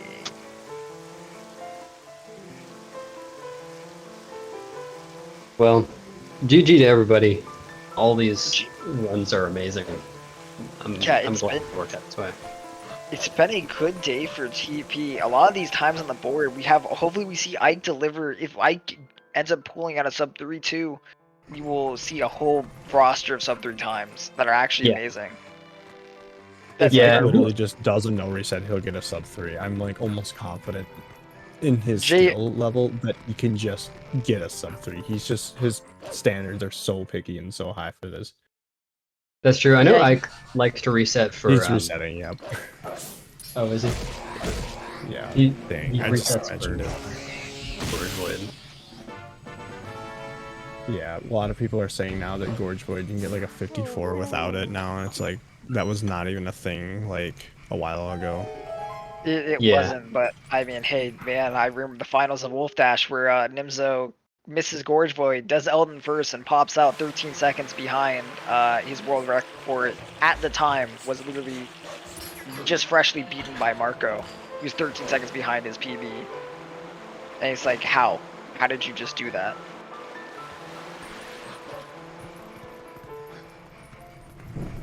Just I mean, it's consistency. What time Ross? Where? I don't know. Good movement. Just he does. He put a lot of passion and time into the game. I mean, that's why I have faith that even Marco can pull out a 54 without Gorge Void. But I know for him, he's definitely trying to push against that demon time. and he's going to probably be only taking GB runs because playing towards a 53 without GB isn't going to be fun. No. Especially with, I mean, with a time limit. It's got an hour 20 to start runs. Yeah, well, since the event started late, he's still going to have about 2 hours for now. A little less than 2 hours.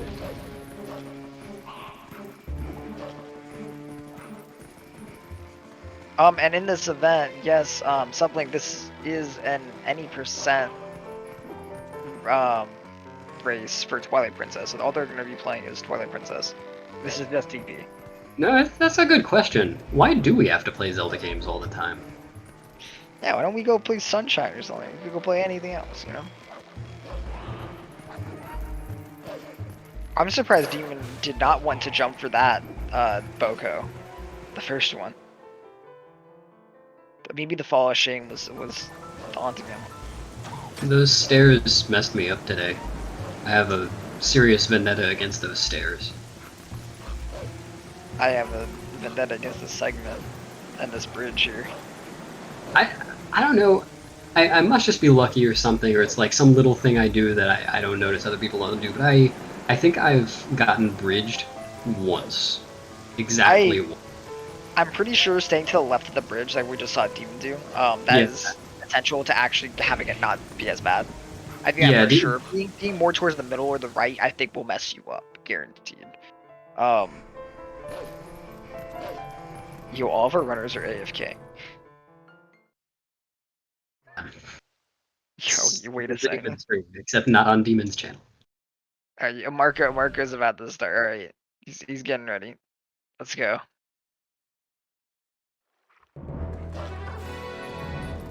Like I said, I haven't eaten, so I'm gonna go. But thank you so much. If you'd like to join back and do comms, if that's something you'd be interested in, then you're welcome back here. Thank you so much for your amazing runs today. yeah, you know, I actually might do that. I think I might go for a run too. But if you're still on when I get back, I probably will. Oh yeah, we definitely are. Oh, you meant a physical run. I thought you meant Yeah, a PP run. yeah, I'm gonna go do an offline run now. I can't just be beat. I want to see if I can do it again offline real quick. Oh man, yeah. For a moment, you had me confused. All right, you go enjoy your food though, Beast. Thank you so much for your performance today and for being an amazing person in our community. Thanks for comms, guys. I appreciate it. Talk to you soon. Bye. Bye bye.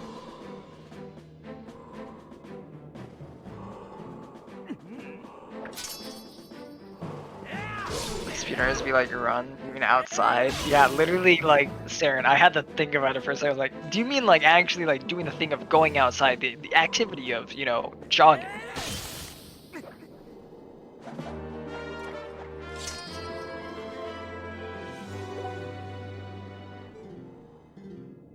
The act in which the fitness gram pacer test is an activity where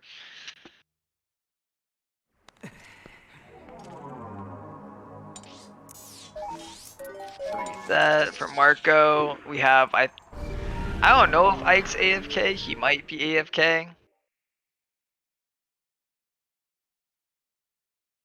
My horse bag was a $100 mistake. You know, Zach, I'm ready for you to get back on that horse and take a better time. I'm not gonna lie.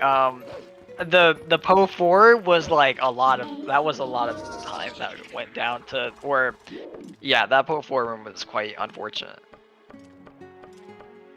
Fitness Grand Pacer does a multi-stage aerobic.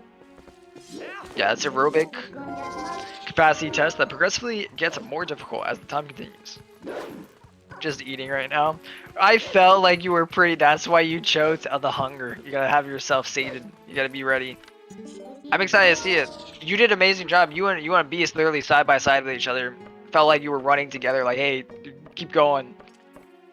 Beast definitely went and got a great PB to see. It was fun to get to watch both you guys at it near the end.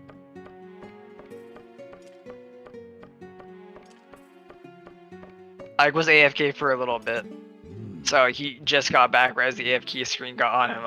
I'm sorry, Saren. That was like, you were like, oh, bam, got it, caught him being AFK, and then it was like right as he did it, get back up.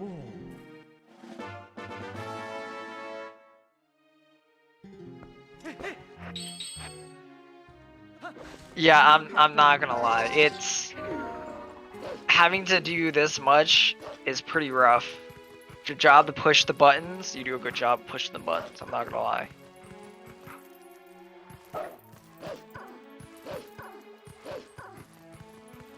You still got a good amount of time. Like I said, you're a little bit below 2 hours now. Like you've got 1 hour 45 minutes to do resets, prep up another good run, start up another run, and see if you can deliver something else. I definitely know you can, but I mean, the current run you put up there, that's nothing to scoff at. That's still pretty damn good.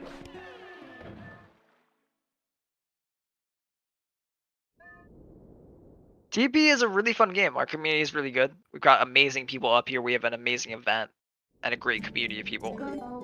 It's definitely fun. Hopefully we get to see about doing more stuff with GSA if they like us. We're a community that's literally always able to do stuff. The last 1v1 tournament ended like literally a couple weeks ago. ZachLink being its winner. That tournament being Wolf Dash 3. And it was incredible. A very amazing display of records being beaten literally within the event we had 5 records broken. The record broken 5 times. Where was it hosted? It was on ZSR.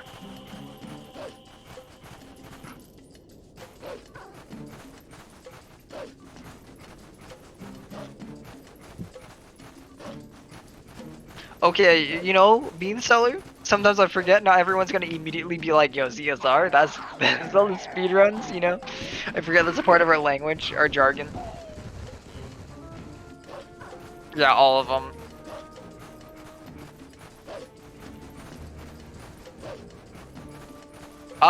We've got some good downtime. I'm gonna go check donations, see if we've got any extra donations here for the community, and then I'm gonna go through it all again. Nope, same person. Barcode was the last person.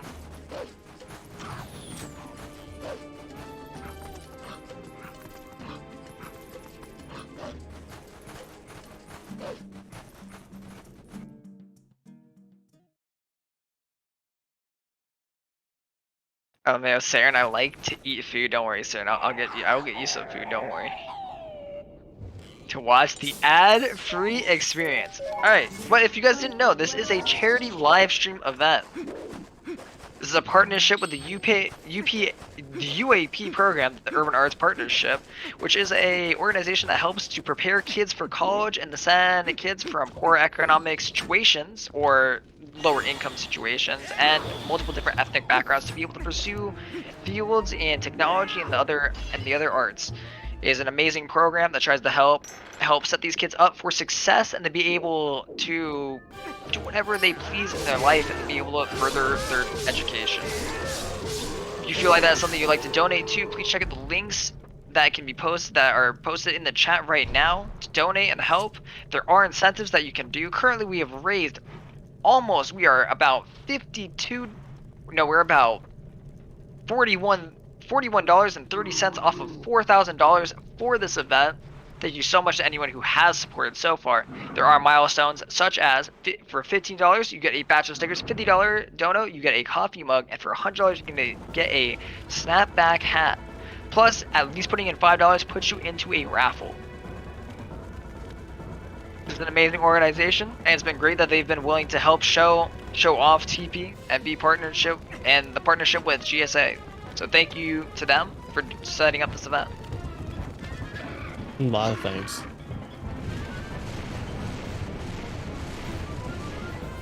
Welcome back, Dean.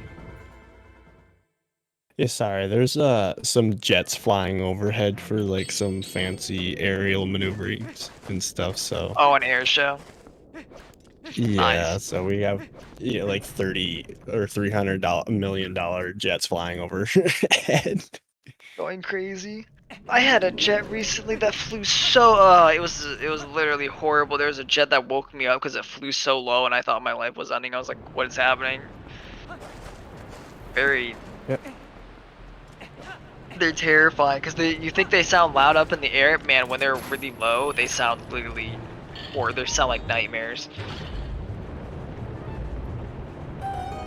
This is a solid run from Demon right now. Demon is genuinely on very good pace right now. Still on pace to actually beat out his I'm the only one who's confused by his split icons that he has there. So for Enter Arbiter's Grounds, he just has the Twitter icon. For Beyblade, he has a Beyblade on there. I think the main one. I never understood the Twitter thing, but I think I've questioned it though. Wait, what's Oh, he is a little bit behind.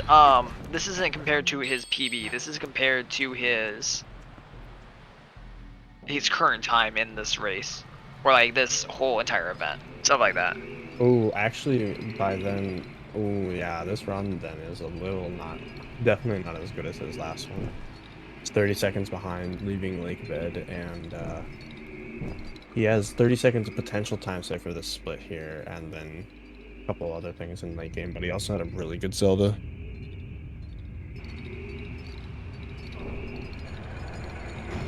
I'm pretty sure we can probably see a little bit of time save. I wonder if he's able to make this back up. I feel like that's why he is pursuing this run, is because he knows he can make back some of this time. I wasn't here to get the C to 53 that he put up on here.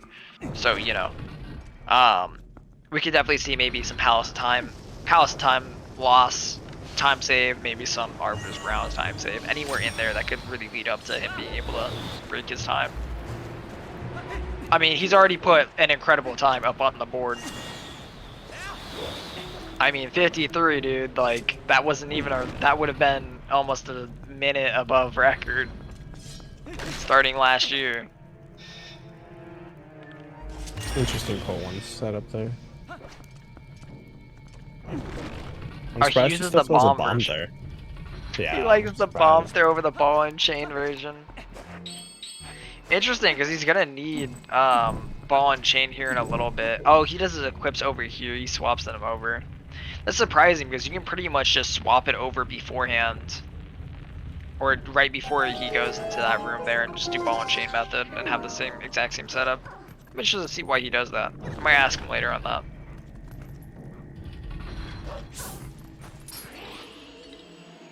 Because he's swag. Because he likes the boomerang method. The boomerang method's for cool kids, apparently. Well, I'm at 0.3 seconds faster if you have it equipped. Wow. I suppose, yeah.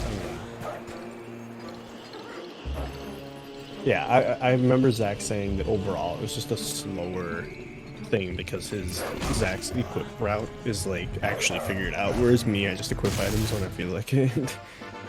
Yeah, you know, that's something that I definitely know I lose a lot of time too. I've looked at it, I'm like, I know I at least lose a minute to menuing somewhere here. I'm like, this is really bad, especially with extra opens and stuff like that. Very good Dean strat out there, coming from our boy Demon.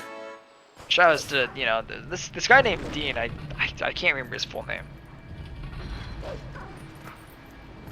Dean Mon. Yes, Glovers. I'm very aware.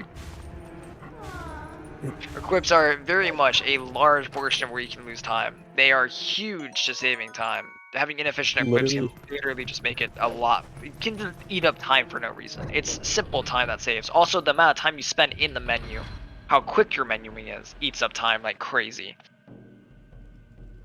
Yeah, imagine not wasting time.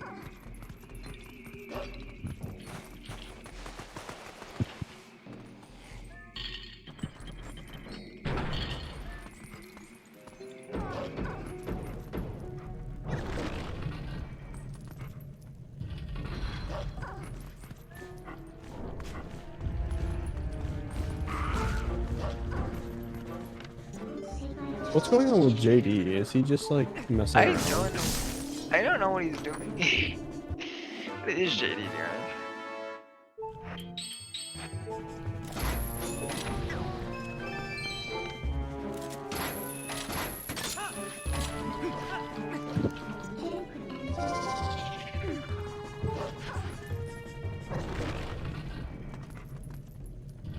JD's just having a good time, dude. He's having a good time, for real. But it's good to see Ike is back to doing runs right now. That's pretty good. He was doing Hundo yesterday, so I assume he's just messing around. Yeah, he's probably just chilling for a little bit.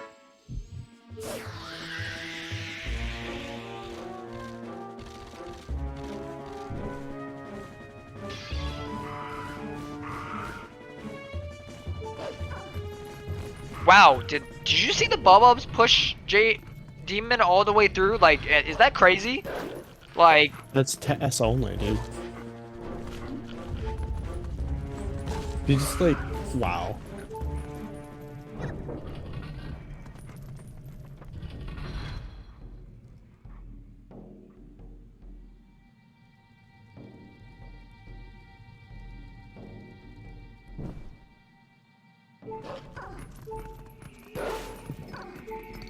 Like, I'm absolutely amazed at what I just witnessed there. Like, he was pushed like a clear mile away from where he actually bit there.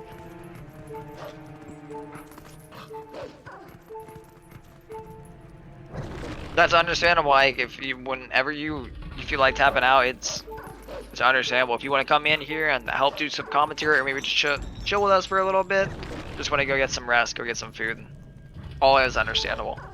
Thank you for helping out and participating in this event.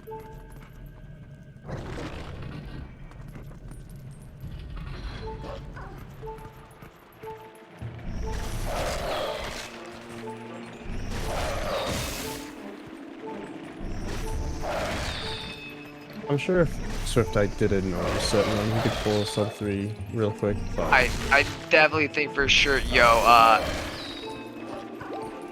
what is going on Demon's screen right now? He missed one of the red rubies. He killed the other guy. What is? Yeah, what is that? Apparently, he had a ruby I've party. never He was seen like, that how many. much? Did you see how many rupees he had there? Yeah, there was a lot of rubies on the floor there. I'm just confused on why. The red. Like, we're very sure Every you can get a sub 3.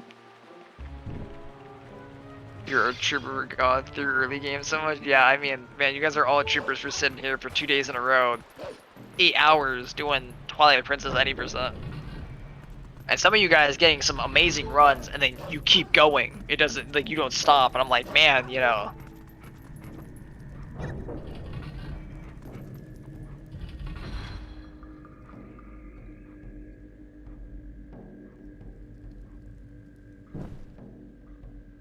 "20 hours of any percent." What a dream. That sounds like a dream come true. Sit down, do 20 hours of any percent.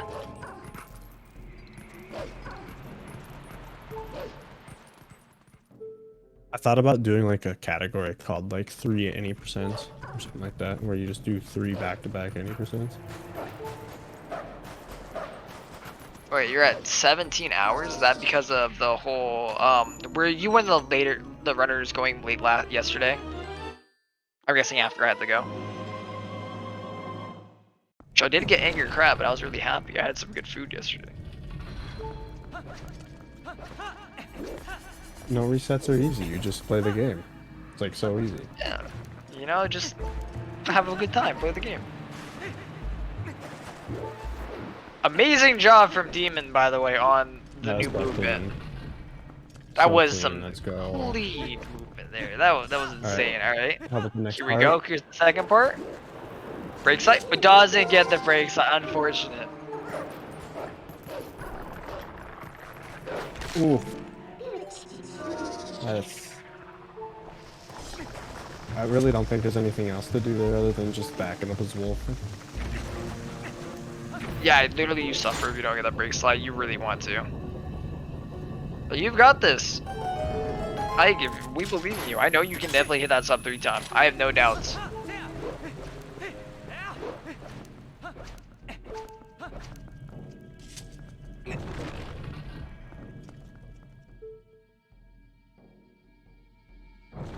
And JD, understandable. If you want to be done, you've been coming out here doing an amazing job. At least definitely putting up a show. You have gotten a good run. You have a 258 currently in this race, and you've done a great job. Thank you so much for participating. If you feel like you want to tap out, it's understandable. If you want to come chill out with us and sit here and talk, we're here. We're the TP support group right now. And we're the TP break room, you know?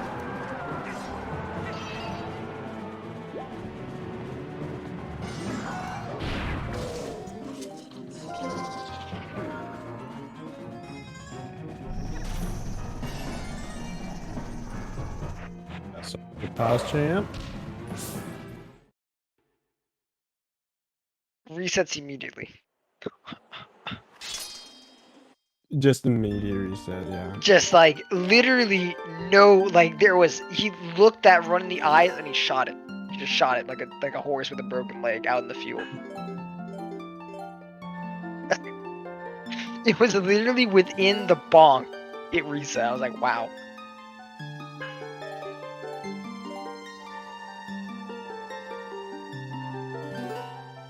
JD? Welcome. Okay. Pause, champ.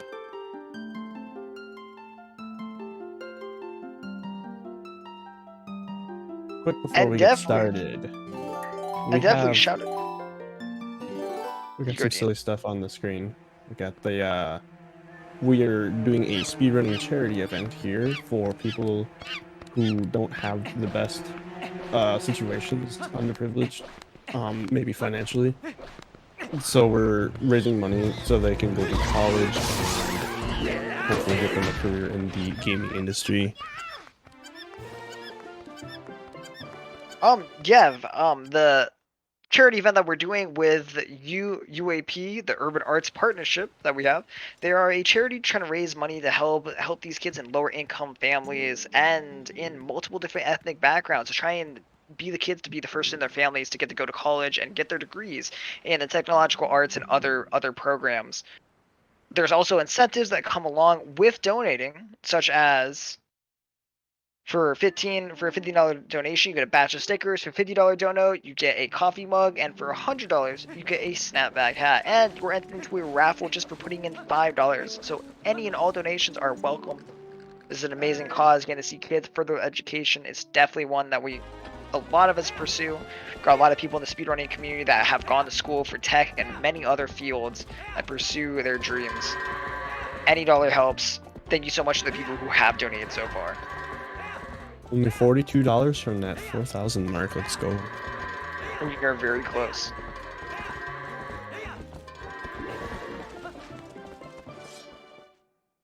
Hey, What's up, so 20 JD, goats from Marco?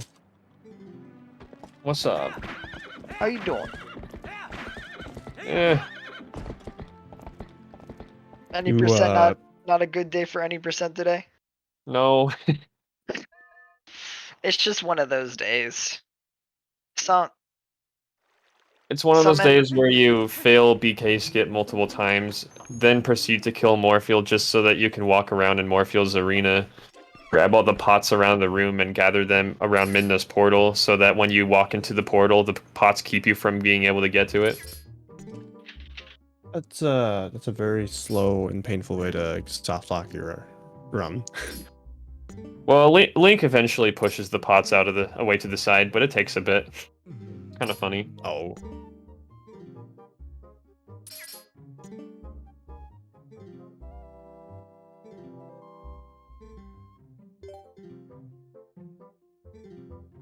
Yeah, just kind of no thoughts, head empty right now. Yeah, you get like that when you witness TP for hours on end. Your mind starts to go numb. You just see Bo in your dreams. You're like, ooh. We have three people going at it right now. We have everyone in early game, so there isn't much to talk about. If you've been here for like 2 minutes of this event, you already know. Like, you already know what's happening right now. You know what's up. There's the shirtless guy who's gonna beat you in rock, paper, scissors, make you reset like Marco just did. You got this thing called cage break. We're trying to get this good time that's like below 4 minutes. That's it. Then you got goats. I mean, I could do the joke, boats and go. But currently, we're just gonna be sitting around chilling. Boats and go. Let's go. Boats and go. Like, here's the thing. I challenged myself this last attempt I just did to not reset after back in time, that is. And I was doing okay with that, and the run actually wasn't doing horribly for a run that didn't have Gorge Void. I even continued after missing Gorge Void, ended up getting like a 47 vessel and another thing that I forgot about, and I was like, okay, I guess I can probably work with this. Then I missed one of the orange rupees, completely lost my chance to get it in Snow Peak, and then I missed BK skip, so it just wasn't gonna work out. That is rough. Orange rupee Yeah. is what, an extra 30 plus seconds or more. I mean, I'm guessing, which one did you miss, JD? Was it the first one we get right after ball and chain? Yeah. There is no Yeah, recovering if you that missed, one. yeah, there is Right. no recovering. But I believe for the second one, you could just like reload the save and it's there again. But yeah, Dude, Ike's yeah, the second one. unfortunately, the good first today. one I missed. Dude, look at Ike though. Ike's looking good today. Look at this. And the kitten, dude, the face kitten from before. It's pretty damn look good face cam view, you know? We're probably gonna be seeing Zach come back and start doing runs again. I'm pretty sure Bruggles will come back and do runs. I do know that for JD and Beast, they're donezo. JD, I'm not 100% sure if I'm donezo yet. I'm thinking about maybe going for more attempts, but I feel like if I do, I'm just gonna need some kind of morale boost. You have a whole hour and 30 pretty much right now to start doing runs. That's a plenty enough That's time. a whole hour and 30 of goats, my guy. That look at these Howards we have coming. Like, look at this one Howard Ike's got over here. Like, this one, he's not gonna go left. You already knew he wasn't gonna go left. He's gonna go right. And he's gonna not even go in. Yep, Ike, that was pretty good. Yep. That was a good attempt at that stuff. You know, I really think Goats is a pretty good catch, you know, like... Goats It RTA, is. best category. RTA Goats. Cat. When? The Question mark? theme of goats, so catchy, dude. Especially when you're playing rando with randomized background music on, and goats starts playing when you're at like Snow Peak Ruins. Oh my goodness. Just like the whole vibe is just changed when the music's all swapped up like that. Oh my goodness. We're switching between early games between runners right now. Now we're on Demon Slapping Bow. What's his? Oh my goodness, wait a second. Oh, I thought this was round 2. I was about to be like, oh my goodness, he's on like crazy pace here. I was actually about to start going crazy. He's on sub 7 pace, let's go. I was about to be like, yo, sub 7, we've never seen it happen before. Right here, boys and girls. Rock, paper, scissors. I wonder if you were a kid and you were told if you got to tell your kid self, or someone told your kid self, you know, they were like, you're gonna spend a lot of your life playing rock paper scissors. You'd laugh at them and literally be like, yeah, nah, that's not happening. And you know what? It's something we wake up every day and get to do. All right, I'm gonna go again. I'm going back Ready? in. Prepped? Because you got this, Jumping JD. back I'm in. ready. All right, yeah. Thanks, bros. 55, you got this. I Give us that good appreciate it. stuff. Let's go. All right, see ya. You got this. 54 Bye coming bye. right up. 54. Baxa. You can do it. Easy. His last He PB 100 took him from a 56 to a 54, didn't it? Yes. That was insane, dude. You can just pull one of those out quick and just go and do it. Pull the wood out of his back pocket, be like, yeah, here you go, here's my 54. He genuinely can. I'm amazed that, you know, we have a W of a day. Like, no matter what else happens in this event, we got a 53 on the board, we got a whole roster of sub 3 times, and then we got a 56 PB from Beast. And that man plays Wind Waker. Like, that's incredible.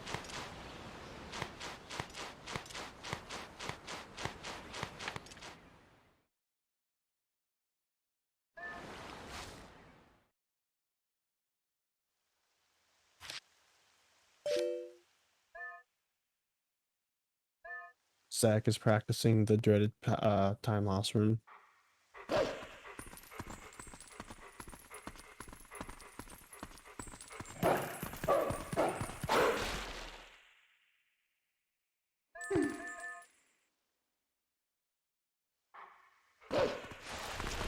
Yo, hopefully that does. That sucks that your controller's been having so many problems. Dude, game controllers been using for so long. They break down after all the the wear and tear, the gamer speedrun energy that we put into them. We're bound to break them.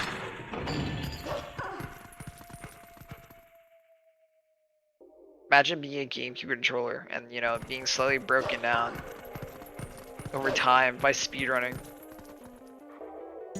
Also, I want to say one thing. Hawthor, thank you so much for the $10 donation, for the RNG, and for the good cause. Thank you so much for your donation.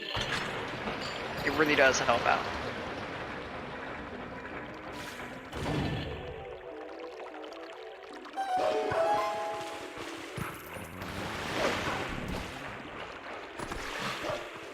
Raising money for charity is the best thing that we can do, and something the speedrunning community has been known for, and we need to keep up. That's definitely the best way we can serve back to the communities out there. How about the world with our cause? Speedrunning is a great place to do it. And Ike with the Prime Gaming to GSA. Let's go, Ike. W.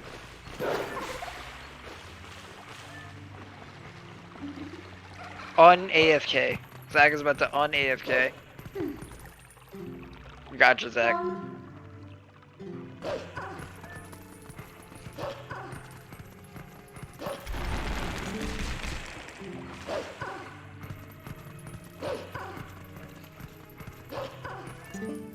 I did it, I pressed the button, and we are very proud of you. Saren, you have done amazing pressing buttons today. You fixed the problems that we've gone through, and you've gotten us through technical difficulties very well. Thank you so much for your hard work.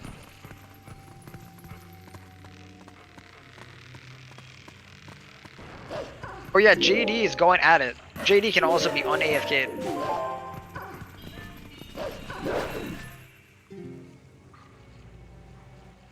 After one more runner drops out too, we get to go with the other layout. Have you seen that layout, Dean? It's got like all four of them, like nice and big.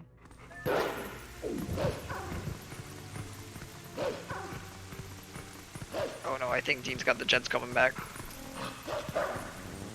Morale is returning. We are TP runners. We have low moments and then our highest highs.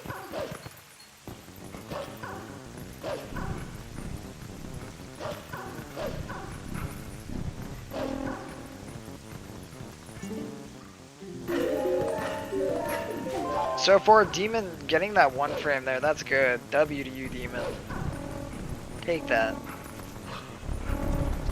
We've got Ike. Oh, Ike's timer is still going. I was about to be like, yo, wait, Ike is on the title screen here. But his timer is still going. For a minute, I was confused. It's the warp where you do some sort of area reload in the title screen and go straight to the credits. True? He's going for that 9-minute time.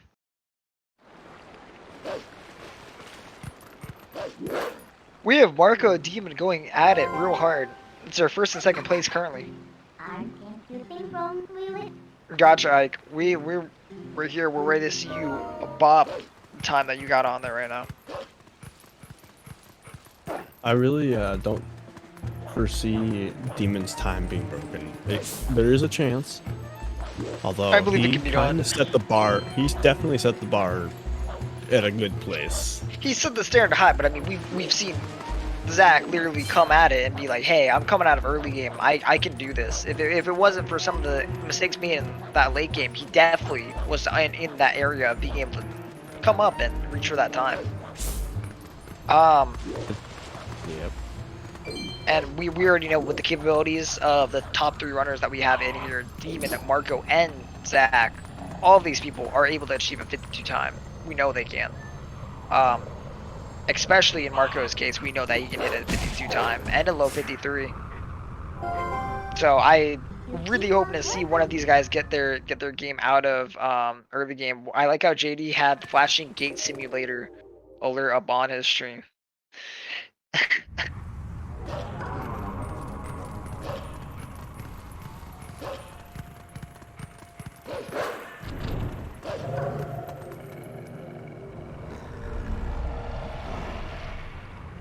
We have a lot of gate sims right now. Though we hopefully have our two runners, Marco and Demon, maybe getting out. Hopefully, it's still early. We still got stuff like EMS and all of the rest of the early EMS to go through, but you know, I have faith. We have faith in our runners. I think it's only one trick. How hard can it be? Yeah, you know, it's only one trick. It's only one frame. It's only one thing.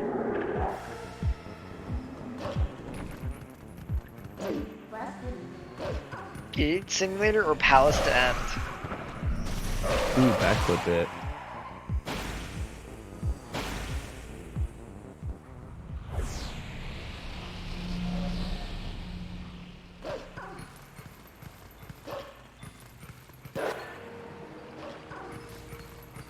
Yeah, it's pretty hype actually when somebody gets Elden Vessel because you're pretty sure they're going to be playing for another half hour at least after that. Oh yeah, we got a lot of time left. There's a good chance that everyone ends up. I'm not gonna lie, Dan. When we hit that when we're about to hit that point where we close out everything, it's literally like everyone's gonna start a run. Like everyone's about to be on, you know, good pace.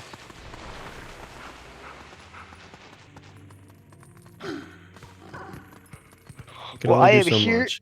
I am here for the rest of the night. So as long as the runner wants to keep going, I'm good to be here. Wow, you sound really convincing. Oh, yeah, commentator just sleeping a little bit, a little quick nap. Dean, you know how early this is for me. This is when I wake up typically. Dude, I've been trying to get my butt out of bed before 10 o'clock, and it's hard. It is genuinely pretty hard. But that means it's worth doing, right? It is. It really is. There's so much that's worth. After I'm done here, I have a 3.5 hour drive, so 3.5 hour drive? Where are you going? I'm gonna go visit my mom. That's pretty awesome. For like the first time in like a year because everything is opened up and we're all vaccinated and stuff, so you can, like Good do stuff. normal, right? You guys plan on going out anywhere, going to get some food, anything like that? Just whatever happens. You're probably gonna eat food, you know how humans are.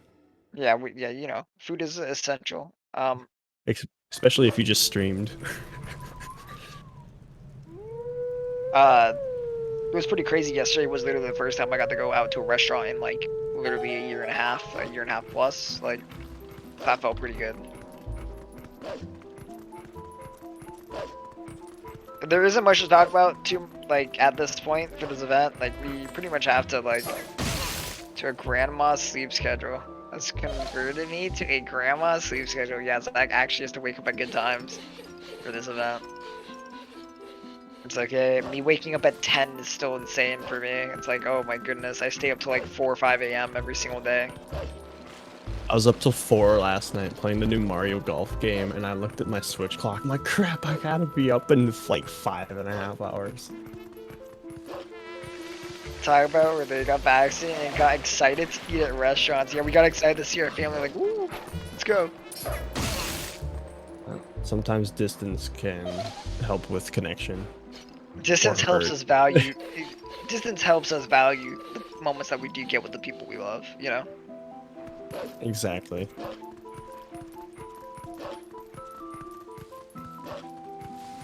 I love that jump from that Skullkid segment onto that like little landing there and not dipping into the water. I have a setup for that one because I was annoyed at it, so I climb up the ledge at the same spot every time and then hold like the same angle out of the cutscene every time. That's smart. I haven't gotten it down to a science. I just kind of like aim for the area that I kind of know works. I'm like, there we go, W. Yeah, for the most part, it's that way. It's okay. My Master Sword time is atrocious, so you know we don't need to talk about early game for me. You can get a sub 3 with a 24 Master Sword. You know, first I have to get a 24 Master Sword. I take some bad times.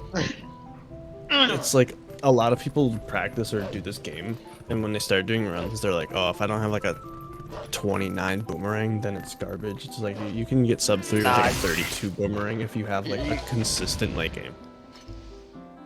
You can get a sub 3 with so little. Like, you don't need it much. You really don't need much to actually, like, you don't need this crazy early game to make it. Though it's pretty good. Like, it's definitely, like, nice to have at least decent early games. Like, having a, what's it called? A 23 Master Sword is nice. 23, 24 is genuinely nice to have. You don't want to be pushing, like, crazy out there. It is early into the run, and it isn't too bad to actually be practiced enough and, well, good enough to actually get those kind of, like, decent times to be going off with. I wouldn't be surprised if Demon could like have a 23 Master Sword die to Morpheo, and then I'll have a bad Zelda cycle and still get sub 3, like no problem at all.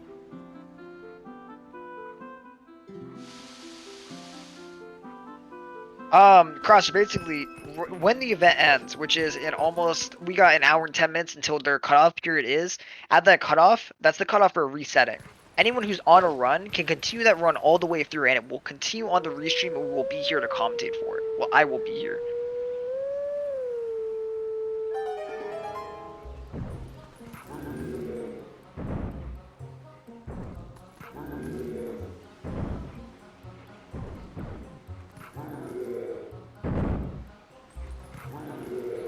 Saving the audience from my commentary. Keaton's commentary is like some of the best in the whole community. Yeah, I just have the worst mic of the community. It's okay. We tried changing that. It's happening soon one day. Get a Blue Yeti. Blue Yeti? No, I have I got a Sterling. I'm getting an audio mixer. We got an audio mixer that was falsely advertised, and so I had to send it back, and I'm getting another one soon. Soon, TM.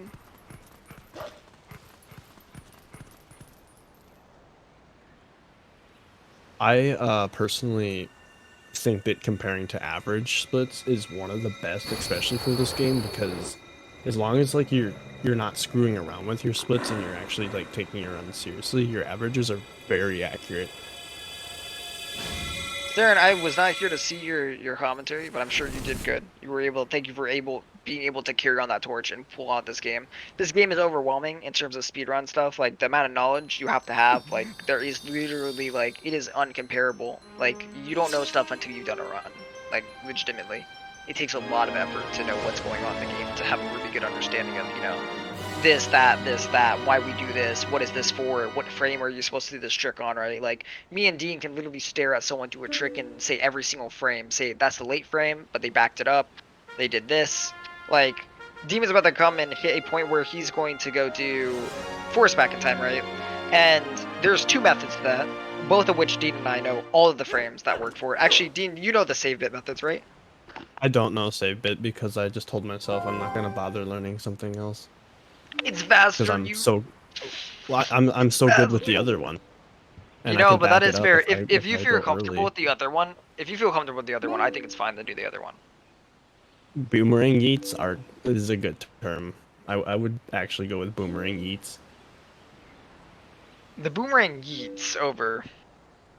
A boomerang yeet over the gorge.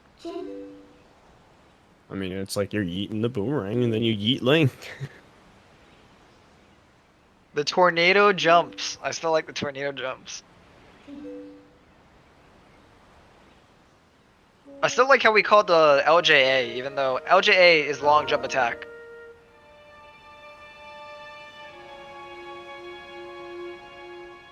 I need to reset at goats less. Definitely, yeah, don't reset at goats, because you never know. If you get a bad goats, you could get like this incredible bow that makes up for it, You went up with a decent time. Taking a 728 there, Iron Boots, that's pretty good. Definitely, I understand resetting when both go bad, but I think that boats and goat can typically end up equaling each other out, right? You have a great goats, maybe a bad bow. You have a bad goats, you have a great bow. And then you end up with this, like, pretty good time. Yeah, I almost always say that too. I'm like, well, a bad goats is at least setting up for a good bow. And actually, it just kind of seems that way a lot because of personal bias of some sort, but 740 Iron Boots, that's still like 255 pace. I'm pretty sure the reason why they didn't name it BLJ is literally for the fact that they didn't want it to be mimicked with 64. Is they didn't want the names to be the same. Though I do think We it could have should an be. LBLJ. The long Though I like the boomerang jump attack.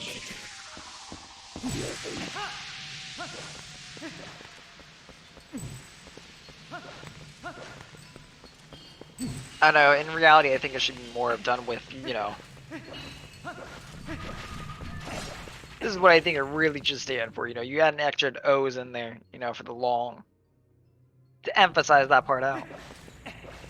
That's the funny part. The funny part is having them both be BLJs, but then we'd be confused, because then we'd be doing BLJs in Super Mario 64. Next thing you know, I'm doing a BLJ in Twilight Princess over the... Doing some BLJs over to get to Temple of Time early in my Hundo run, you know, like. You just have to align your QPs and de facto speed and make sure you only press a Yeah, make sure you don't miss your GV so you can get that RR right after, or else you're gonna have to go do PC right before. Or you can do what EE instead. Oh my god! I just realized where EE is. No. Oh jeez. Oh my EE. BLT after Morpheus. Like, what is this chat? This is yep. You can tell this is the middle of the day where people. This is nap time usually, and. It's a Sunday. It is a nap time. For you making a comment on my, when you comment on my, what's it called? Me being tired. It is National Nap Day. It is Sunday. Then you BLT after more fuel. It's because you eat a bit after resetting. Yo. Dude, naps are so good. I have a lot of homework to do after this though, so you know, like, I don't get to nap. I get to stay up till midnight doing work. I'll just do your homework now. Forehead.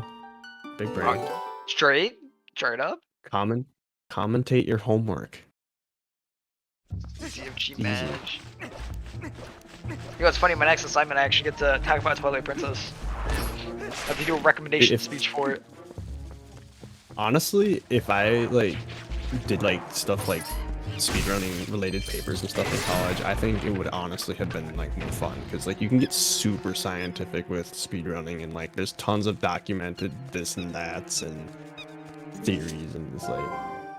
Yeah, this is one of those few assignments where it was literally like the assignment was, you know, you have to write a speech, record the speech and all that stuff, make a video, for a recommendation, so like a book, game, movie, and I was like, well, I'm a gamer, right? Like we know what I'm choosing.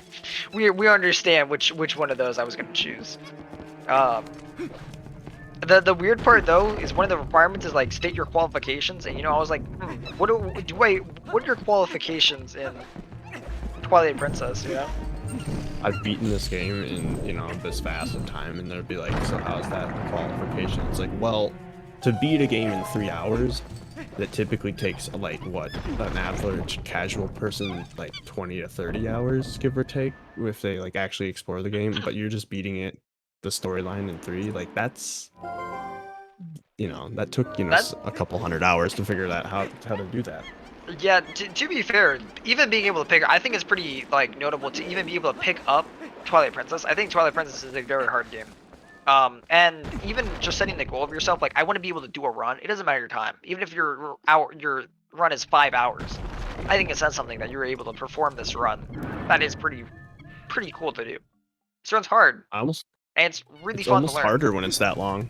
Like the longer you stream, like the more difficult like it is because you get tired and you don't have like breaks to get up and go and get food and stretch for the most part. Even picking up this run is like literally it takes time. It took me a month or so to learn this run fully and to actually understand what I need to do in each part, right? And in the beginning, you get lost. You get lost all the time. You're like, oh, you know, I've watched this run a good amount. Like, I don't know what I'm doing though, right? And now it's like ingrained in my head to like never stop. Oh, big thing, Jason. Beast did get a PB. He actually PB'd. He got a peanut butter. Minute. Yeah, he got peanut butter on his PB. How much did he PB like... by almost a minute? Not a minute, it's like 40. 45? Yeah, that's close to a minute. It was solid. That's a solid PB there. Especially at that level in the setting. Yeah, ZachLink and Bewildebeest were pace buddies in the last race together. They were always like in the same spot on the screen for like the entirety of the race. Yep, Jason, if you're wondering, we have kept up and we have done our due diligence on talking about the charity. I don't think we have the any other. UAP. Yeah, the UAP, the Urban Arts Partnership. My bad, my tongue literally died. It gave up for a second. multi-year program preparing underprivileged students for college and careers in game design. If you want to donate, please click the links in the chat. The GSA have teamed up with them for support, and we're going to try to get people to the dreams that they're looking for. Even if they may not have the resources, we're going to hopefully be the bridge to that gap. Not only is it an amazing cause, but there's also incentives for putting in money. For $15 you can get a batch of stickers. For $50 you can get a coffee mug, and for $100 you can get a snapback hat. Any dollar you put in does help, and even just putting in $5 enters you into a raffle. It is amazing, and this group is trying their best to help impact kids' lives. We're so close to hitting that $4,000 achievement. We're right there. We're about $31.30 away from it. We are very close, people. Thank you to everyone who has put in money. This has been an incredible day, and it's been incredible to get to have all these donations and for all of you to show up. We thank you all. I'm very appreciative for all the people who have hung out and donated. It's United Airlines. You know, you guys are very close to the, UA. It is very close. You know, actually, it would be United Airlines planes. Is Bruggles back doing runs? Yeah, Bruggles is back. Get that AFK out of there. I want to see what he's doing. Oh yeah. He's just an early game. I mean, pretty much isn't early game like being AFK? I've never seen early game before. It's fine. Oh man, like I wish there was more for us to talk about. Yo, exciting. We're actually about to we have Marco coming up. We have Demon coming up. They're getting out of early game a little bit. They're kind of pace buddies, yeah. Fun fact, Bruggles just got the lantern, and it is like a second faster text box. Or there's actually one less text box for the lantern with German. Wow, that's great. That's one of the few times where they save time, isn't it? Yeah, that's like a good almost second and a half time save right there. But then they lose just a little bit to the small key on the next text box to, silly stuff. Yeah, we pretty much have everyone up and going again. So let's hit A with Demon. We're about to have Gorge Void come up. Alright, everybody send your A button press in mental energy here. Let's go. And boom, there we go. A and it looks like we helped Demon get his Gorge Void. Let's go, Dean. That's a little layup. What if I'm delayed? Okay, fair point. He did get the Gorge Void. You helped out. Actually, funny you do that, Saren. In Hundo, a lot of people actually like to hit the B button for that to do the fake Gorge Void. You won't fall off, but you actually hit the frame if you press B. It's something a lot of people do. Or something like that for those timings. Like I do that after killing Shadow Beast in Zora's domain. It's the same timing too. When the circle hits the rendering of the screen, it's the same timing for all of the portals actually.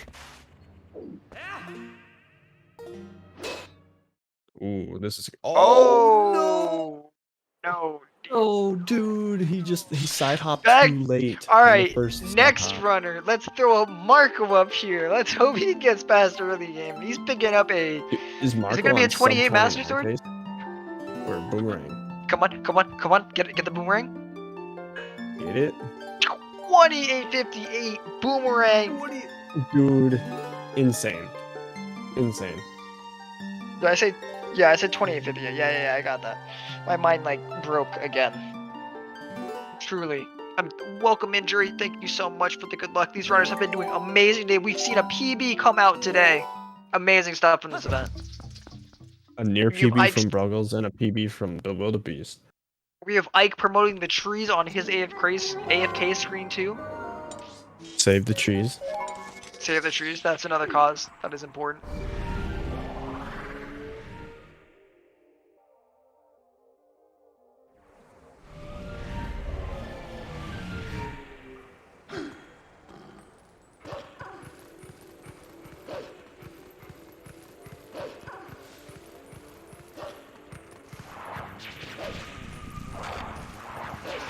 Well, now we get to go watch Marco do exactly what Demon did, and if he doesn't get Gorge Void, he probably resets. So let's really cross our fingers and help him get Gorge Void.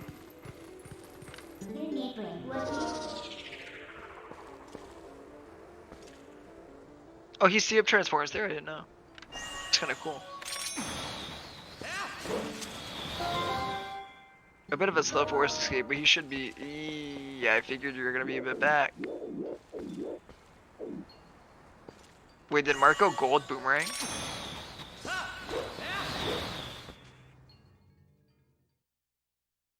Wow, he's actually on PB pace. Well, he was on PB pace. I think it is no longer on PB pace.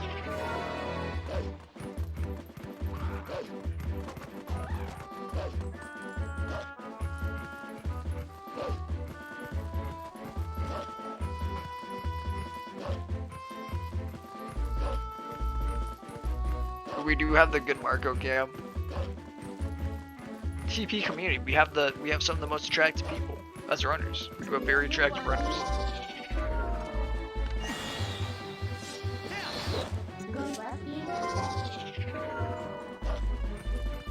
Dodge and the mailman, no haze today. I haven't actually seen someone get hit by a mailman in ages, it feels like. Man, in Wolf Dash, we even saw some of the best runners get hit by that. So it's kind of cool to see in this event, we haven't seen anyone really get tagged by mailman too much. Sword and shield skip. Sword and shield skip. Or shield and sword skip. Sword and shield skip. Dude, Zach, are you trying to break the world here? Do you want us to, like, all of our minds to break and start calling it that?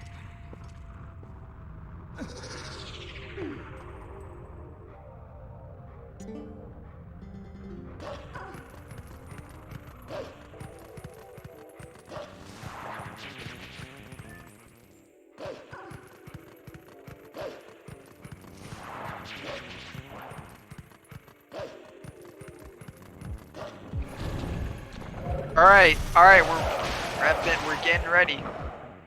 Getting ready for the moment of truth here. Everyone, you know, let's get our A buttons ready.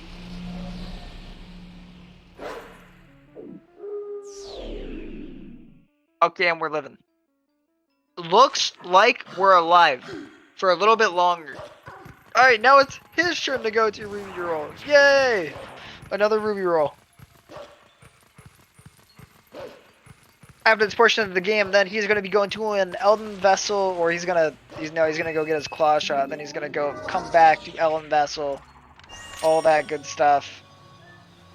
But he's pieced together a run a little bit away from early game. Wow, I'm really surprised. That was crazy. What's a Ruby Roll? I only know RR. Oh yeah, my bad. It is known as RR. I'll never mistake that again. He's gonna do RR because he got GV. Then he's gonna go get PC. After that, he's going to use the OCO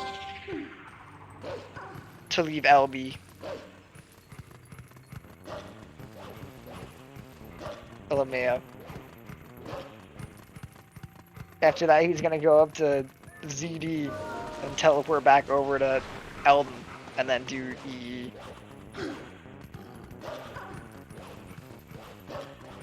We're just messing around because everyone was literally like a personal computer. We're messing around because earlier we were talking about all the stuff that's in the game. People were like, what does LJA actually stand for and all that? And that's what we're messing around with. That's why JD brought it up.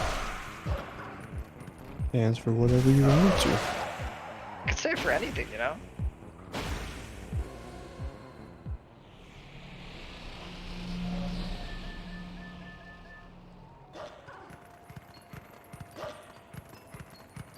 Marco doing pretty good so far. He definitely lost time on that force escape, but hopefully it's not too much that he's losing out on, you know?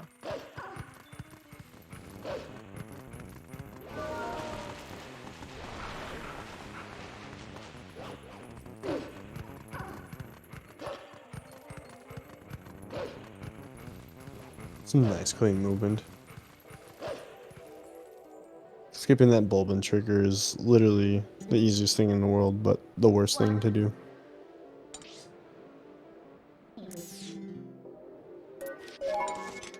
What, KB? Is that what you're talking about? The KB trigger there? Yeah, it's the ground trigger is so easy to miss, but when you do step on it on a good run, it's the worst feeling ever.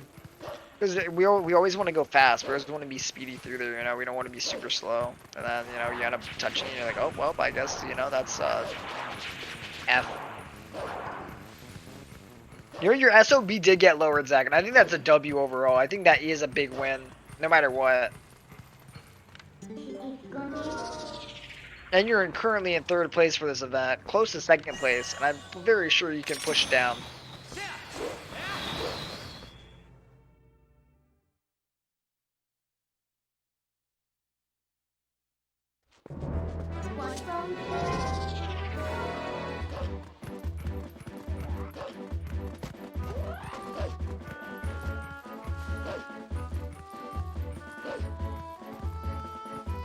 We have 50 minutes for runners to be able to do resets, by the way.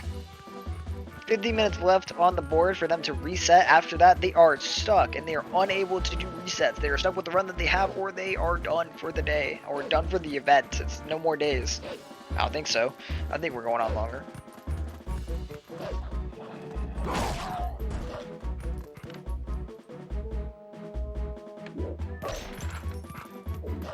Marco's only completed 1 run in this event, and it was a 55. The SOB he has is so good.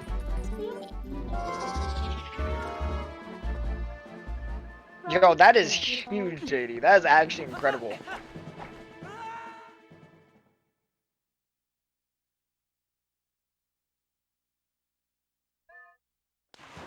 Sub 50 is probably not possible.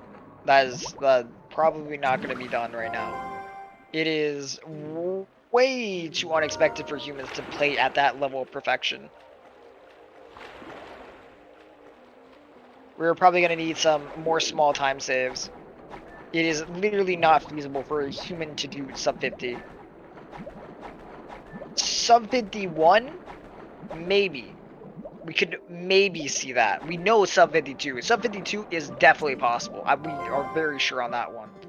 Sub 51, that one gets tighter. Sub 50, don't think so right now. And definitely take that with a right now, because we have people lurking all over for more stuff, and we have found tons this year alone, and we will see more stuff happen. Just do salary skip, you know, like don't jinx us. Means something. We might end up looking tomorrow, and it's Stallard skips here, and we're like, hey guys, do this. And Stallard skip is like, how much time would that save? 2 minutes? 2 minutes? Yeah, it would actually be huge. That'd be huge, but RTA setup with it is just unbelievably inconsistent and hard.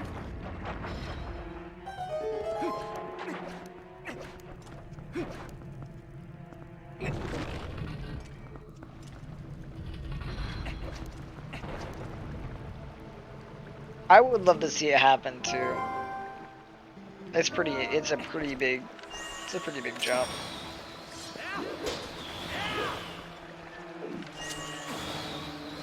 Let's go, Zach. Positive mental. That's how you keep it going. That's how you keep the runs going.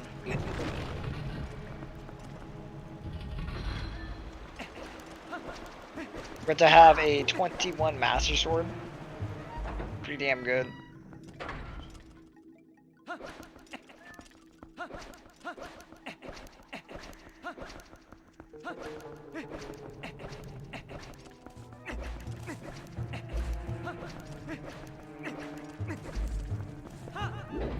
Ike out here experimenting on his GameCube controller as we speak.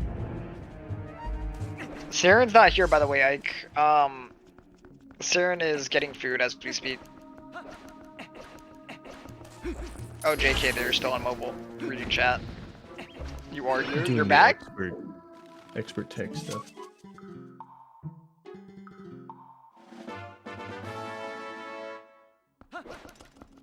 Am I crazy? I thought you said you were going to get...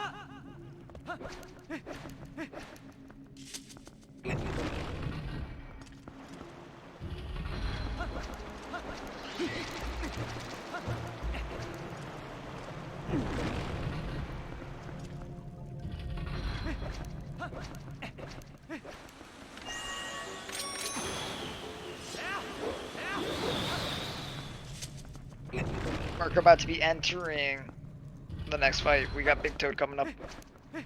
One cycle is gonna be nice. He's gonna be hoping for it. My hoping it's an execution thing. So let's see him deliver. Zach with a 21 Master Sword. Starting the claws way out of early game. Demon still kind of trapped in early game. Bruggles slapping a bow. JD on the title screen.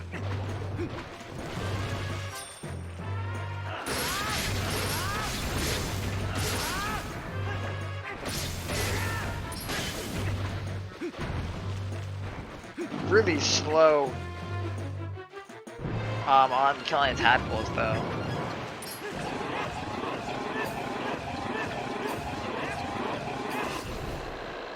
Very good job killing off that Big Toad. Last second and reset and get a 256. You know, that would be pretty insane.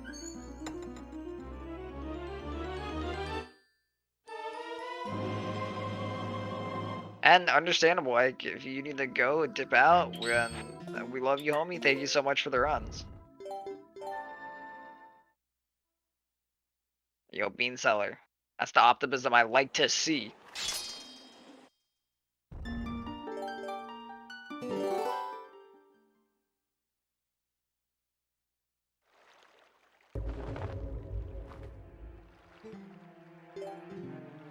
Yo, WA, thank you so much for participating in this event.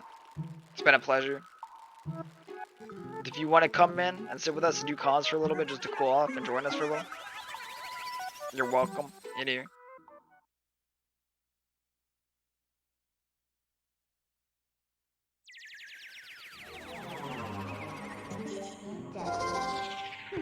JD going hard at it after sitting here too. We're hoping to see him get through early game and actually get one last run out. Time is taking on the ability for runners to be allowed to reset here. Soon enough, they're kind of going to be locked into whatever run they've got going, or choose, like, people on just okay runs are going to have to decide if they want to reset, they want to keep going with whatever run they have. Marco Kagarok bombs. It's over. He's resetting. Or crashes. He what? Crashes, if he, I mean... misses the out of bound clip. Imagine if you actually... That'd be pretty rough. It's a possibility, but not likely.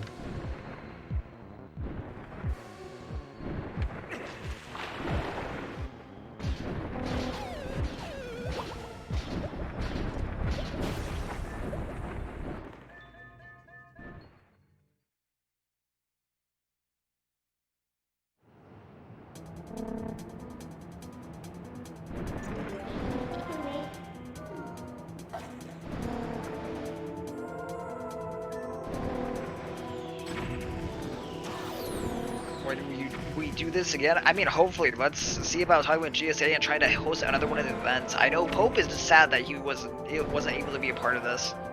And I know there's some other runners who are in the scene who are able to join us for next time. It'd be cool to get to see another one of these events happen in the near future. Yeah, I would love to participate, although my skill level is definitely not. Hey, pushing down anyone. PBs.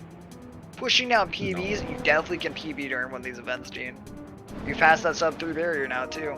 I see a lot of people who could probably come through and actually get some pretty incredible times out here. Yeah, I like this format too, with the fact that we have so many runners out here that we're easily able to swap between people, so we're not just watching someone get stuck in early game. It's not a race where, hey, we watched someone get stuck at the beginning and now they're behind and they have no way of catching up unless the other person fails, you know, horrifically. It feels good how this has been done.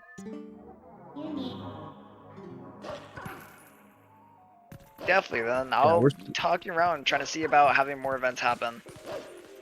Shout outs to GSA just right now, like putting on these events and the break the record styled events where we get together and raise money for charity. Like I think, you know, if nobody breaks the record, like we still did a lot of amazing stuff here today. So Yeah, personally, as the person who did commentary for like almost all of Wolf Dash, having to watch all those races, I think a format like this is very, very well done. I think maybe lowering the time window a little bit might be better. For the reset cutoff, like having it be like 6 hours instead of 8 fully for like able to be doing resets. I think maybe a little bit less time to like not have as much like burnout near the end might be good, but overall this was done really well, and this format suits TP way more because we aren't stuck. Like say, you know, Marco's run goes, right? Alright, we hop over to Bruggles, we hop over to ZachLink, he's over at Boomerang, you know? It does more. 6 hours and more days. I definitely agree with that. If we had a couple more days of this in a row with a little bit less time in each, definitely much better. I think that would fit this whole entire scene super well. more runners. Like if I would have known about it, like I would have taken some time off for it. Next time we can definitely plan a bit further ahead and try and make sure that we have this out and see who wants to be in this. I don't even know how they got runners or how you even got invited, if it was just like leaderboard thing, but like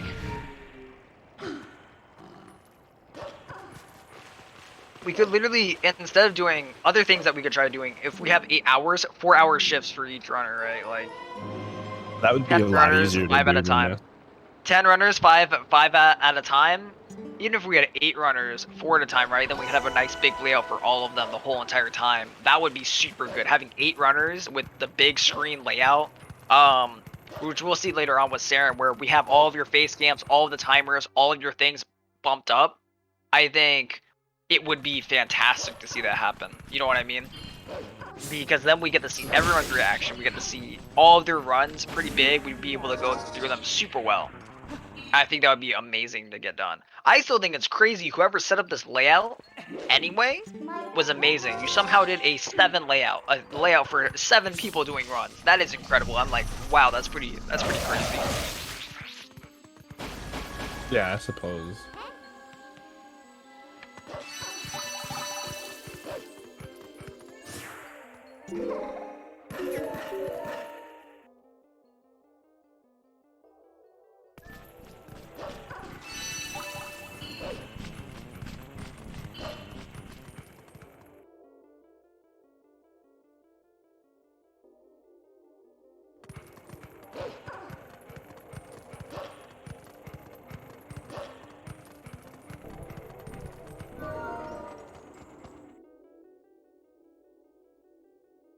I think it also is a thing with this being a 3-hour long game that having the cutoff be like 2 hours sooner would make sense, because like with 16-star Mario, that'd be like, well, your cutoff is this, and if your last reset is then now, you know, 15 minutes later, everyone's done anyway.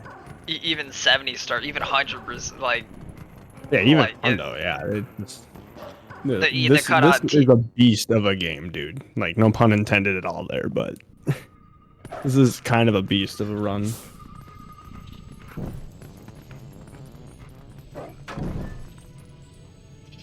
Yeah, that's what Beast did, Ike, when he was done and tapped out.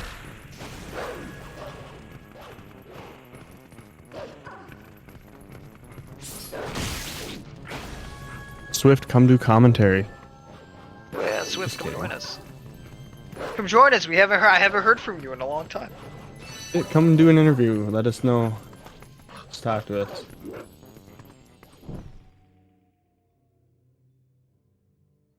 Really nice movement there with Marco going up those ledges. Yep, very good. He actually performed that hotel extremely well. He's actually been doing this Elden Vessel deals really good. Let me go check how he is on his splits. He's lost a little bit of time to those 4-6 games. But overall he's been doing pretty good. 46-27 Vessel is top tier. Like, it can be like 30 seconds better, but like nobody wants to think about that when there's so many things that could have gone wrong instead. Yeah, you know, taking at least a semi-good early game, being close to your PvE in early game feels good. Swift. So that tree Taking Ike over. had took over. That's called the Brisk tree now, you know? It's part of the sponsor program. Imagine if Ike actually got sponsored by Brisk Iced Tea, dude. I would You know, I pop really, off dude, so hard. I really hope, man. And then, you know, you're gonna hook us all up with a lifetime supply. I understand you're gonna be like TP runners, all get All Brisk TP tea, you know? runners, first come, Hook us first up. served. It's just saying, like it'll be a great moment for everyone in the community. Good bomb house gift from Margo there. Beautiful.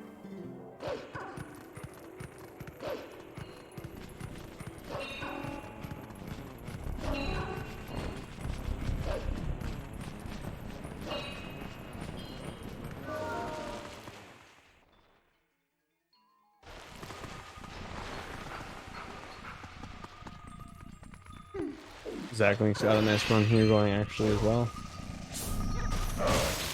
Yeah, Zach. Actually, I think also Bruggles on the side. He's kind of been hush hush about it, you know, over there in the corner, but he's also doing pretty well right now. Yeah, getting that Zach's got a EMS. couple stuff. Good stuff. Zach getting GV going through. That is a big W for him. That means that he doesn't have to worry about having a huge chunk of time lost there. Hopefully, this is the next run that he gets going out of the early game. Yeah, I try to like get as many runs through early game as possible because there's always a chance, and if you just have a big time slot window to like fill with runs, might as well. Just do 10 no resets of only boomerang. Let's go, Demon. Let's go, Demon. Let's see everyone get out of this early game. That would be hype to see. We even got JD over once he, like, hopefully he's going to have a good SNS skip here. And it'd be good to keep going. But we just got so many people actually not in the gate. And Bo, this is great. Oh my goodness, Dean, why you gotta end his whole career? Why you gotta end his whole career in front of us all? Sorry. The whole career, like... Oh, you gotta do it to him. Who broke it? He got so mad. He broke 2 controllers. He Holy raged! crap. Ike, I'm That's sorry, the gamer dude. rage, Ike! Got that TP nerd runner rage. breaks controller on GSA event.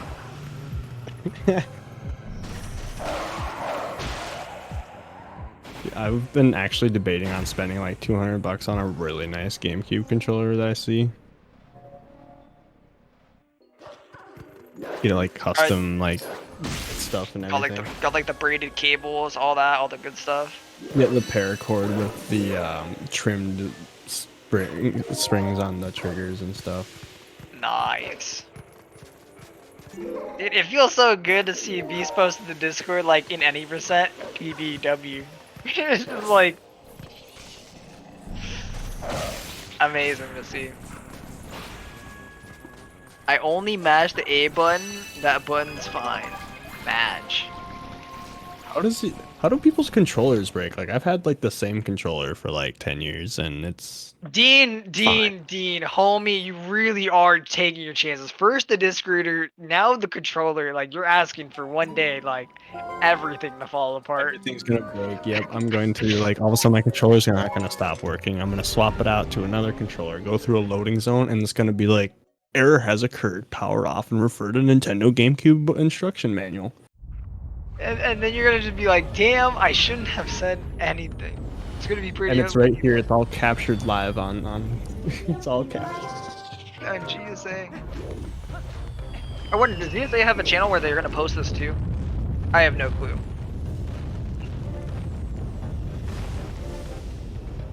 Yeah, PB and event Liz is literally revolutionary. Like we've seen it in Wolf Dash, we got to see it here. It was incredible to get to see that.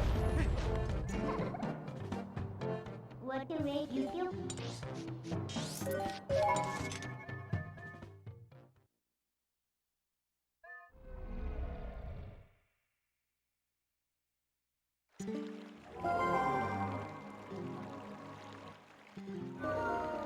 And it cracked, then the shell near the Z button. That's a sad moment. Salty. I have done a lot of things with my controllers, and they are thriving still.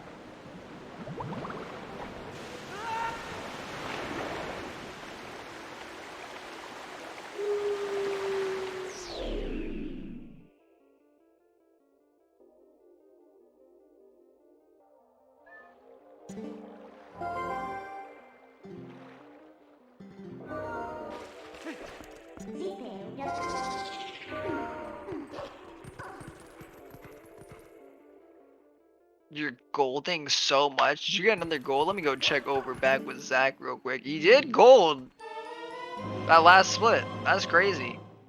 After Lake Hylia. That's a W. Good stuff. 1 second gold.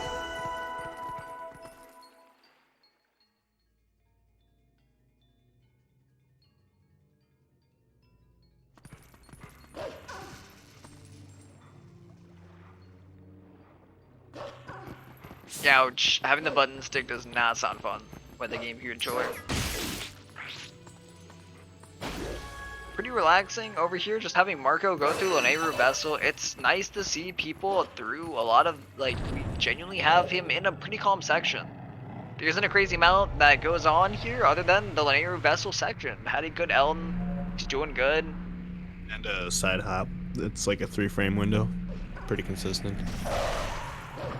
Oh yeah, I guess there's waterfall side hop, but like with him at his level, we see it fail so rarely. You know what I mean? And a 10-second loss is really nothing. You can just brush that off. Easy You can peasy. brush that off. Yeah, it happens. You know. When I was practicing Lanayru, I missed the waterfall side hop and ended up still golding that segment, and I was like popping off so hard. I'm like, dude, no way. No way, 10 seconds. 10 seconds gold if you actually get it. You get everything else. Yeah, it was like a 9:57 or something like that. It could have been so good.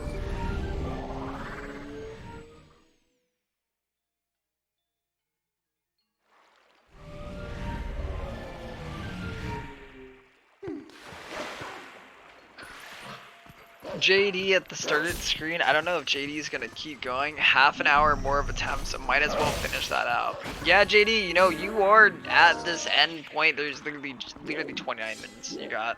Keep going at this point.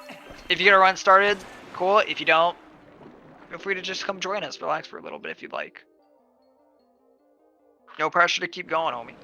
You've done really good. Thank you for showing up for this event.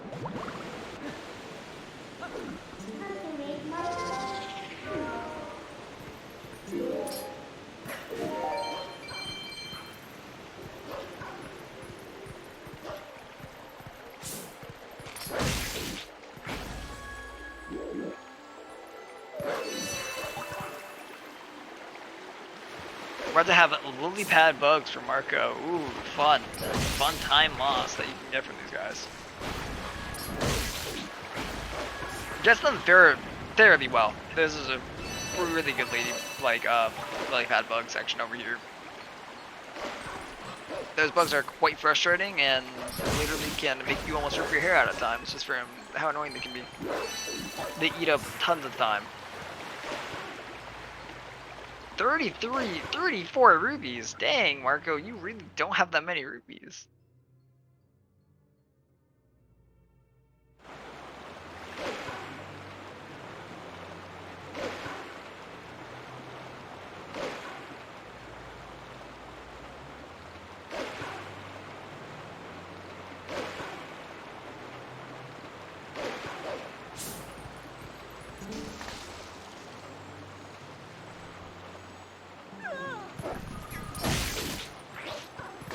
Fastball stun is faster than your SOB 3 days ago.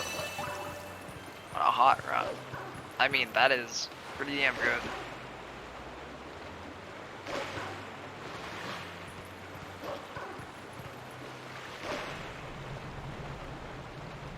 That is an incredible run, Zach. Keep this going, homie.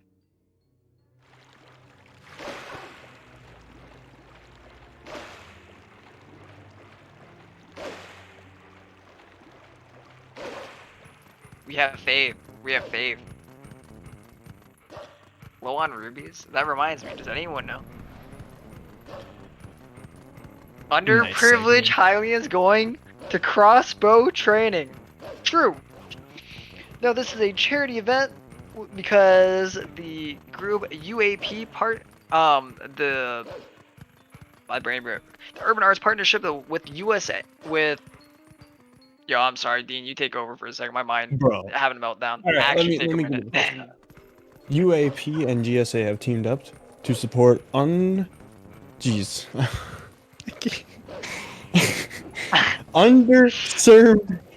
students to prepare for college and careers in the gaming industry. Please feel free to donate $1, $5, $10. I think $5 is the minimum to get you into the raffle. And we are just shy of 4,000, which is a huge milestone. Your segue was good, and then we just decided to not be good, I guess. You know. Yo, I'm sorry. My brain was like, all right, we're done. It's out of here. So yes, talking about UAP, this is a group that tries to raise money to help kids prepare for their ACTs, SATs, preparing for college, and to help send kids in lower income families to college to be that first kid in the family to go and get their degree. They do this for lower income families and of ethnicities of lower privilege. So please consider donating. It would really help out these kids out here. We are very close to hitting $4,000.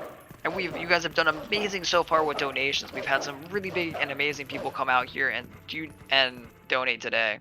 Plus, donating does get you some incentives. For $50, you get a batch of stickers. $50, you get a coffee mug, and for $100, you get a snapback hat. And like Dean said, you get entered into a raffle for just putting in $5. There we go. Brain working again. Also, yes, UAP literally has a 100% rate of kids getting accepted or going to college in this program so far. They literally 100%, if I recall correctly. Jason should be in the chat to also get that. Pog. Yep, college attendance rate. Yes. Saren, that is 100% correct too. They do have a 100% college acceptance rate so far. W.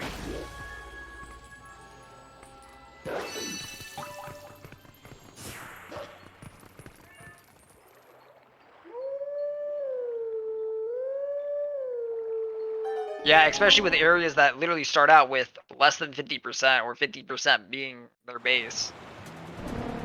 So definitely consider donating. They're doing wonders for many kids out there.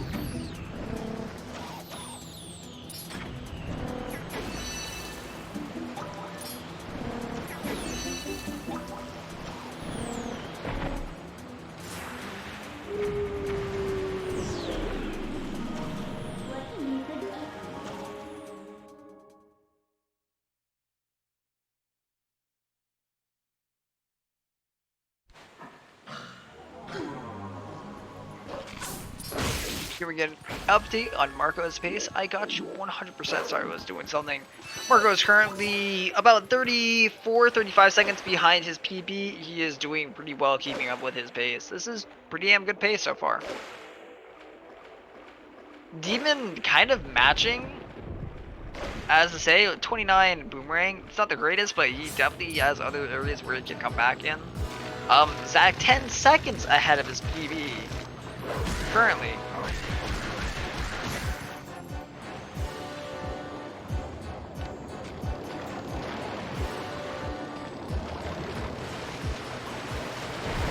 Marco's pace is very good.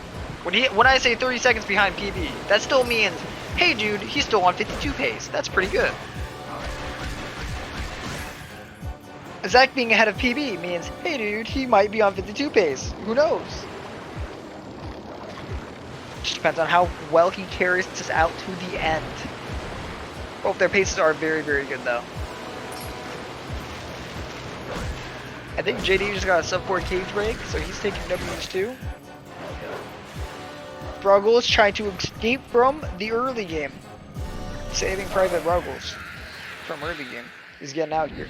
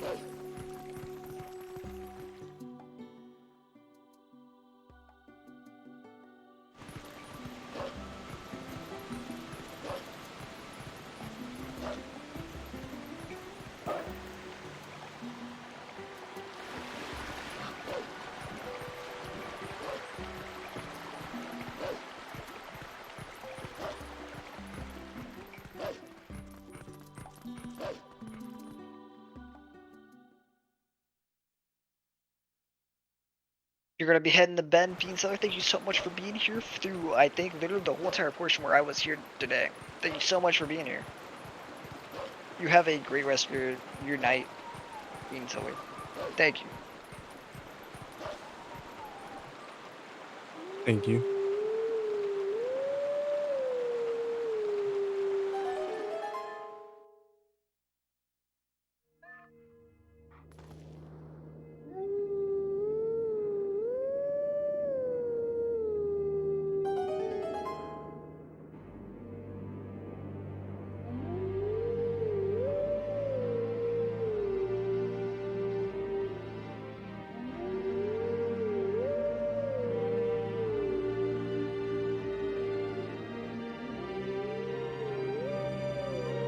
First prize prize, there it is, a Sonos Move speaker. There we go. That's what you get for putting in $5. That is That's the route worth you it. get put in for the donation. That's That is worth pretty it. worth it. That is a pretty good speaker. Did Zach just get a 10 ruby in there? Zach with the 10 ruby?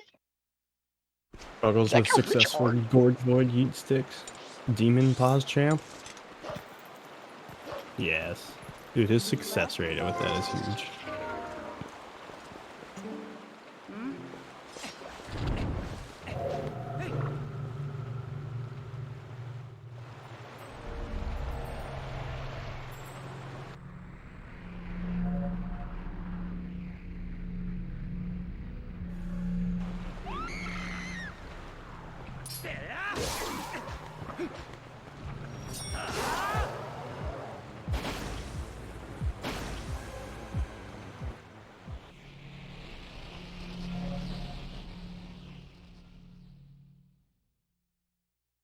So far, Zach has had a really good Elden Vessel. We have Demon with a Gorge Void. Bruggles also with the Gorge Void Ruby Roll. Done well so far. They're both getting out of here. I mean, don't say that yet, Zach. You gotta keep going through. He has unfortunately been very mean to you today, JD. You were getting close to the end goal here.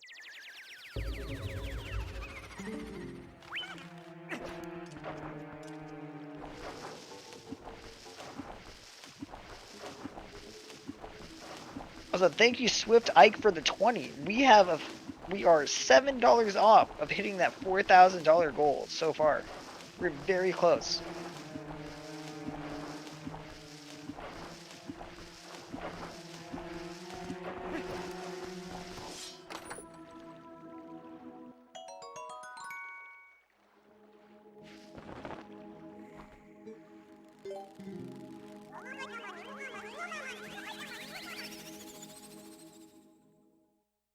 Marco is about to go swap out his current bomb, or is about to use the bombs that he just got to go get a real bomb bag that he will fill with water bombs later, and then we'll be going to get ball and chain. Then he'll be heading off to more fuel. And he's on very good pace. We have Zach on very, very good pace, playing, absolutely destroying this early game and doing very well. What's the reason we go to Snow Peak before before late game? Is that just because of the better routing, or Better the routing, warp? bomb dropping. Oh yeah, the bombs and stuff. What else do we have to do? We're close. We're never gonna warp up the Zora's domain again either. We're getting the bomb back, right? So we're never gonna be near this area. We'd have to warp up the Zora's domain later, come all the way back here. After this portion of the game, we never do this. We never come up even close to here again.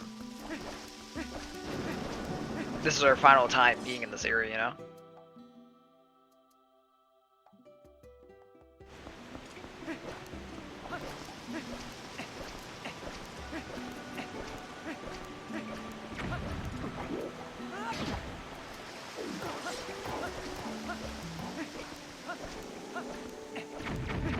And good stuff on the waterfall side hop bomb drop there. Or whatever we like to call it. From Marco over there. Then let me go check. Zach is ahead. Unfortunately, I don't think he golden. It's close though. That's an insane time though for Elden Fade Out. Staying 1 second to your gold, very, very good. Zach is playing very well right now. If he plays 1 second to gold on every single split from here on out, it's an instant 250. See? Easy.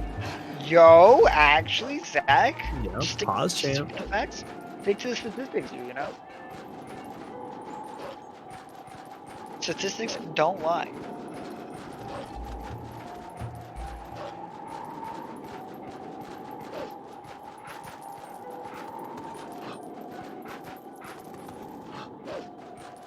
What did Marco do? It's this thing where you hold on to you like go to the ledge, you drop off, you land on this small piece of collision with the iron boots, do a side hop, and you drop 3 bombs while doing it. Where you take off the iron boots, you do a side hop, and you put them back on. It's like it's a cool piece of movement. I like Demon's strat there better, I guess, but The it's dive, just like the dive is yeah, so the dive much is better in cool. my eyes. The dive means that you don't have to It's worry about the cleaner. equip of the iron boots.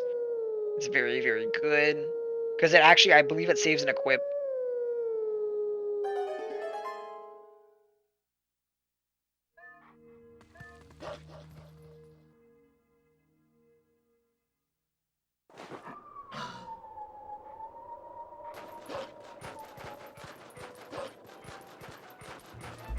With explosive consequences. Oh yeah, it's kind of hilarious how that trick goes if you fail it. Instead of exploding. And we do work with bombs quite often. The TB community. You golded cage break? Well, did you actually gold cage break, JD?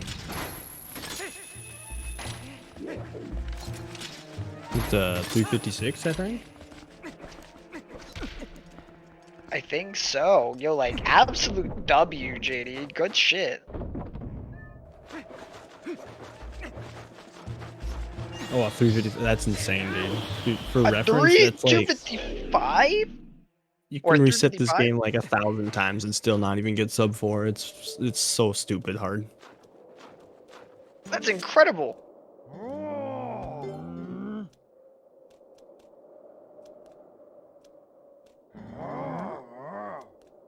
I mean, Liz, you can still donate as we speak.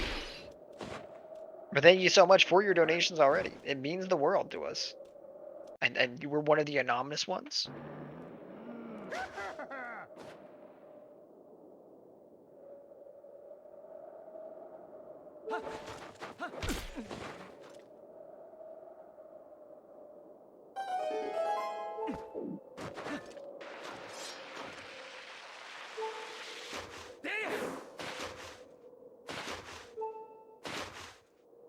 Flying snowboarding time for Marco is a it's a good time to be here in the snowboarding section, you know. Out of the early game, hopefully gonna be cruising his way, sliding along here, getting into more fuel, sliding out of more fuel, being done with the early game and mid game.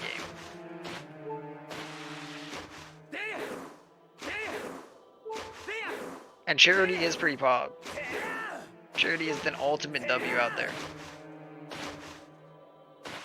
There is about 11 minutes, almost 10 minutes left for runners to reset. After that point, there is no more resetting runs.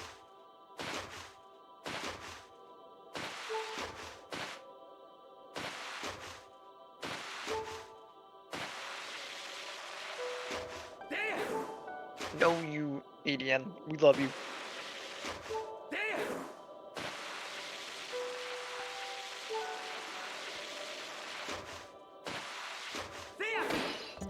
Boom. Alright, good job, DeMarco. I actually like, so Dean, there's a theory that me and Zach have.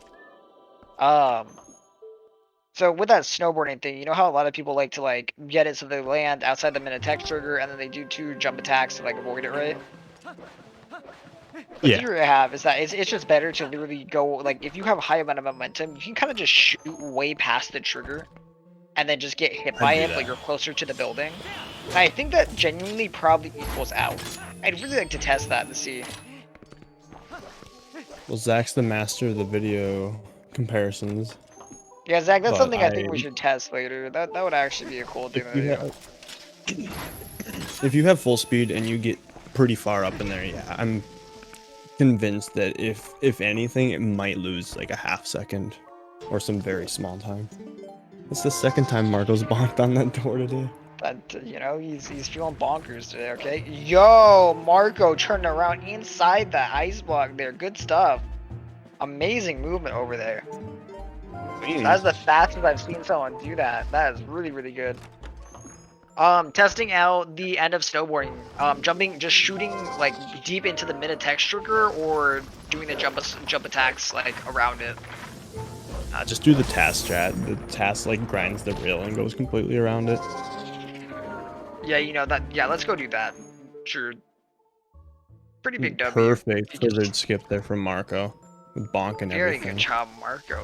Damn. You're just moving along near this section. Let's see how he is doing after Morpheal. This is a pretty good pace. This is one of the better paces he's had so far. Go place that bomb gently right behind him.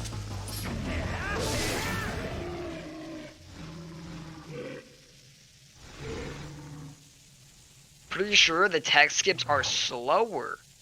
Damn, I'm ready. How precise is task strat? Pretty precise.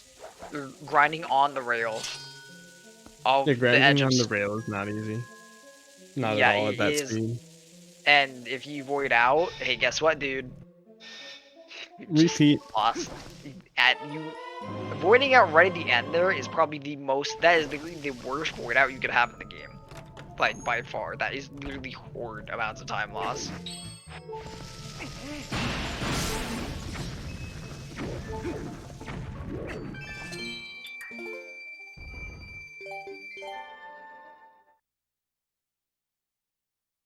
And did a backflip instead of a side hop over that rupee there initially. I still like how in a Zelda game, our Zelda game's the one where we have a thing like Ruby side hops, Ruby tech skips. All the other Zelda games, they're probably what do you mean Ruby tech skips? What are you talking about? TP runners be like, yeah, we gotta side hop that Ruby to save time. Or miss it. Look at that nice chest that we got to see.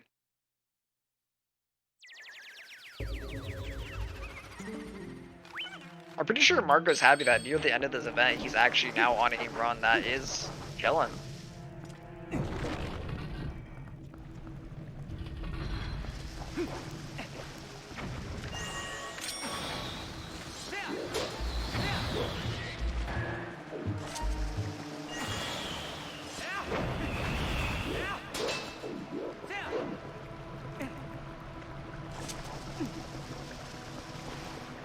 Marco, let's all get a praise in chat for Marco here. He's about to be at, more fuel. Our favorite part of the game. Let's hope that this ends up going well for him. We really get to see him get past this and do really well.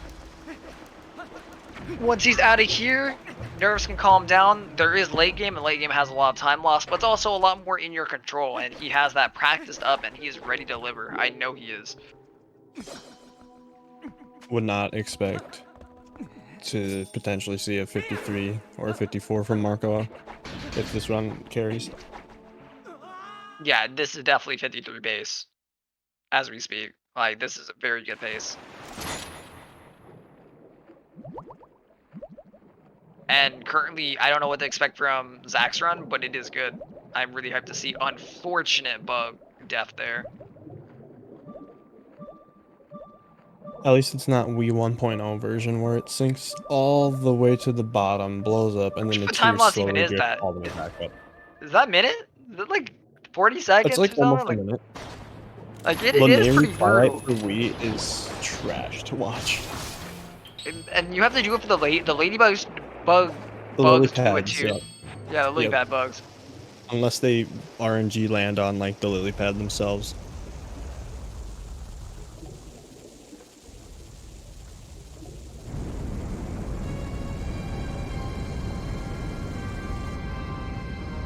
Yo, copy pasta. When in doubt, chill. I think that's what we need to know right now.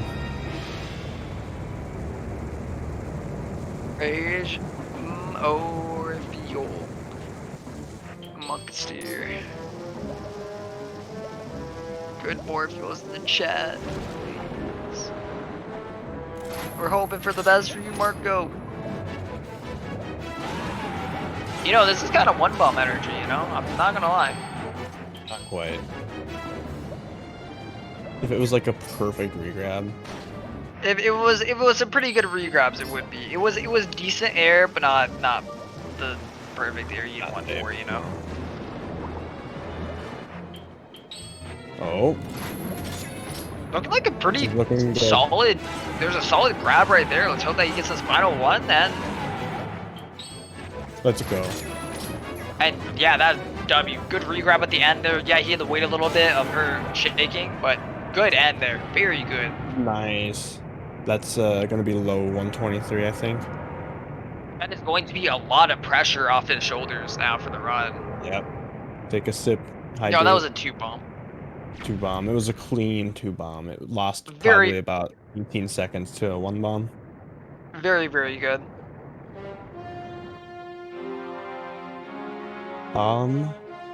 Just missed 104. Oh no, Zach, that's unfortunate. Just want to let all the runners and everybody chill in. If you appreciated my voice, thank you. I'm peacing out. And I'm super happy that I was able to at least get a chance to do a good solid chunk of this today.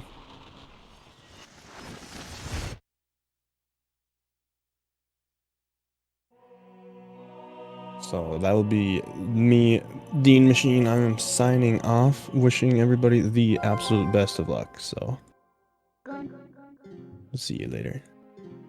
You have a great rest of your day, Dan. Thank you so much for coming out here. Thank you, you too, man. Thanks for being awesome. You too.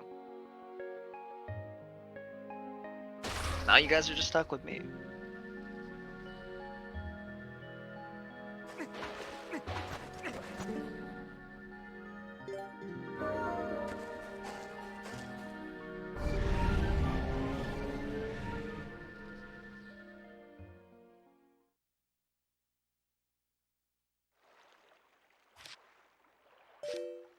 We are out here solo maining the commentary. 5 runs of TP. Wow, my absolute dream here.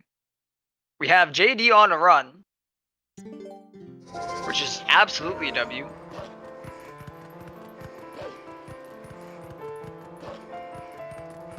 Marco out here on a very, very, very good paced run. We got Zach out here on an incredibly paced run. All these runners doing very good. I haven't checked up on Demon. Let me go check Demon real quick. Demon also on a very good run.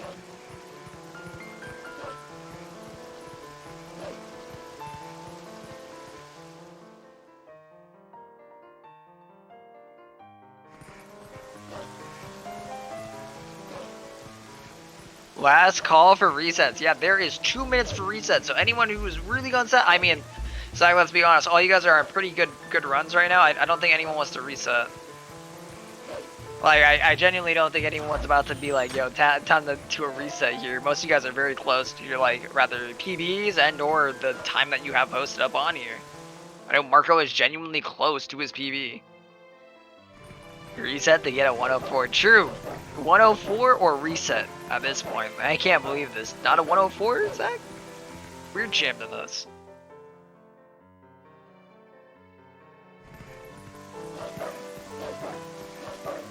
Having an equal Laneru to Marco, like, I don't know, Zach.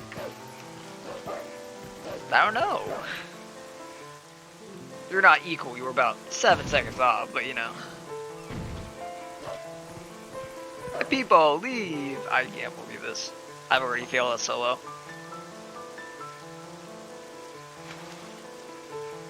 Actually, it's kind of crazy how it's nice to see everyone literally like kind of at the 50 min mark, and JD at the 16-minute mark. But you know, people leave. No, Zach, you can't go. You're running the game. You can't leave.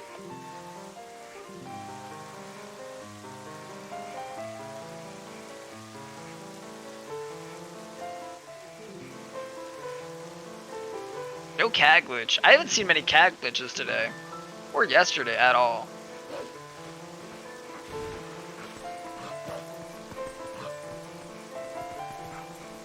I don't know, jury. One year, we'll hit that point.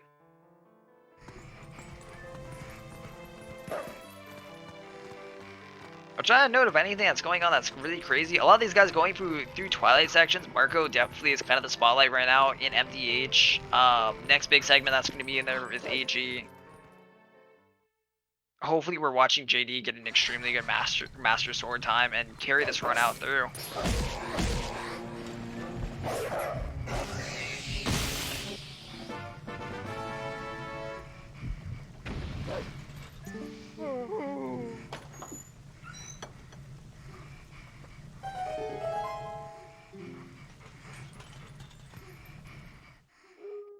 Enter Snow Peak is a spotlight segment. Oh, absolutely true. Huge spotlight, Zach. My bad. You know, the Enter Snow Peak segment, we haven't seen it like 50 times today. Blind snowboarding? Absolutely. You know, if we could, I would ask Saren to play the snowboarding music that plays for the minigame that we don't hear in the run ever. That like the absolute cat jam that's there. Marco just running past the stick. Oh, like he was too excited there. Mash words together because they don't exist yet. True. Still crazy to me. German version's faster, but not for Hundo.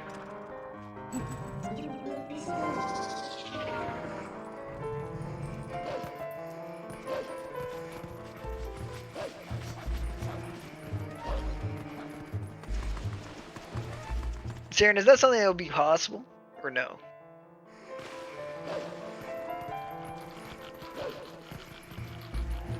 It's an absolute cat jam, I can assure you. Nope, it's impossible. Alright, gotcha. Sag.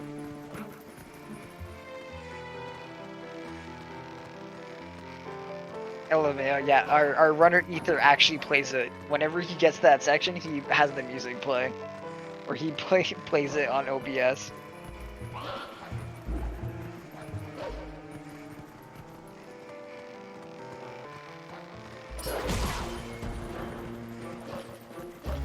Pretty sure it's because he has a scene made for it directly. Just how he actually gets that to work. Marco, so far, there's nothing crazy to talk about on his MDH. He's done well. Jump attack both the Bocos. It's doing well, progressing through this without much struggle at all. Hopefully he gets a good bridge here, and that's gonna pretty much close out MDH segment.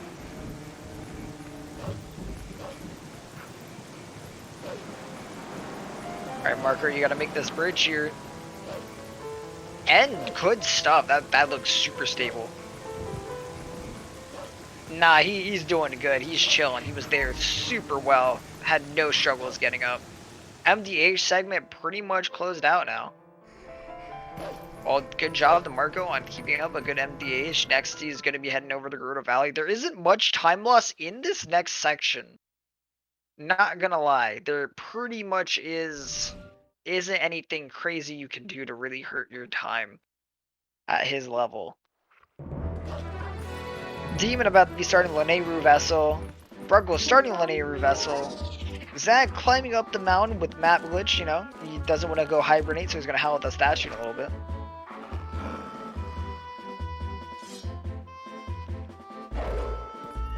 Wait, what split are you talking about, Jury?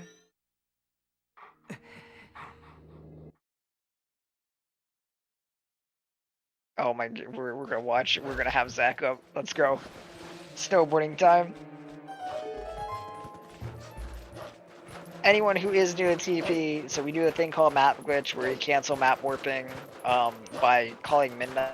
We unplug our controller, replug it in while holding Z and map, and then we warp away on the map and she cancels it. It disables void out planes and load zones, stuff like that. So we need to do this in order to like disable it is by going into this. It is frame perfect, but we unplug our controller. It's not frame perfect if you unplug your controller and put it in with both of them being held. Then they literally immediately activate at the same time. You can do it without unplugging your controller. There's just no point to do because it's pretty easy to do it because of where we have to do it.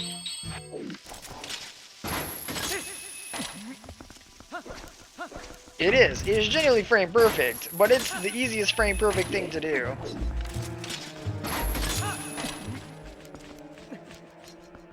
Marco not, or I mean Zach not getting attacked by those keys, that is incredible.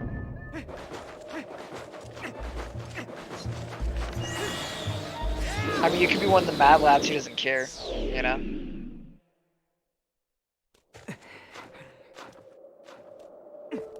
Alright, you gonna take a spiritual journey for me? That's a one frame side hop though. That one is one frame. That was pretty cool. JD's got his Master Sword, 21 Master Sword. I do believe 21 Master Sword. I can go check up on that as we speak. Oh man, I had every single runner's tabs. Oh, and I'm getting commercial. Unfortunate.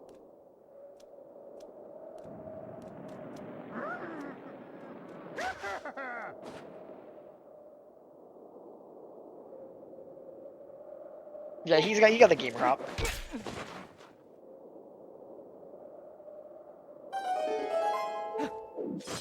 I mean, FX, it's a you know, you could style on everyone and just, you know, hit the frame perfect, but yo, Saren, I love you for this. Absolute gamer we have here.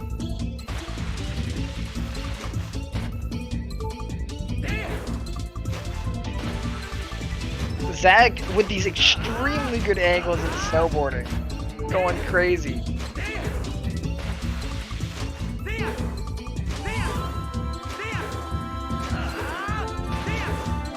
This is a song we only hear during Hundo runs. It's an absolute cat jam.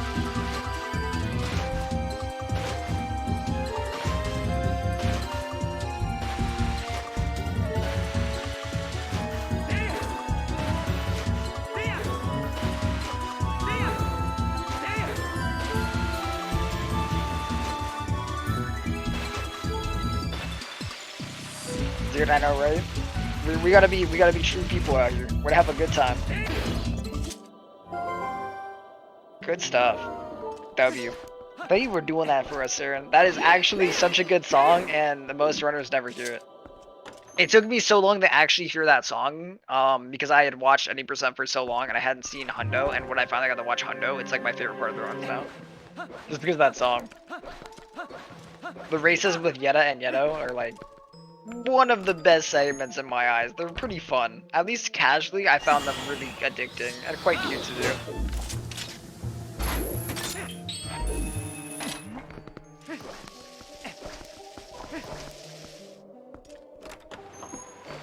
Demon just going through his Lanayru segment here.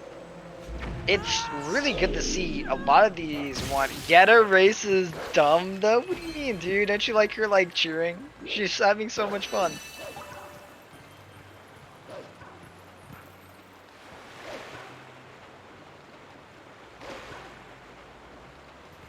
Wait, what happened to Zach? Did he void out? Did he do a void out? And did he void out when doing the jumps? Yeah, it's okay. That's a really small void out. Like that one is like probably one of the least impactful void outs in the run. This is still gonna be fine.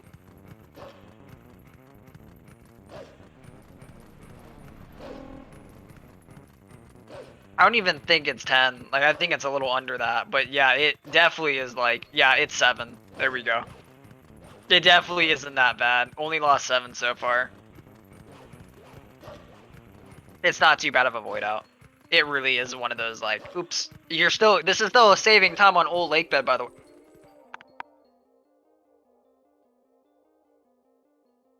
Good freezer clip from Zach too there. Bruggles is bonking on the wall there. That's gonna be a time loss having the Twilight Messengers. Yeah, literally my brain always wants to call them watchers for some reason, like they're watching a Netflix series or something.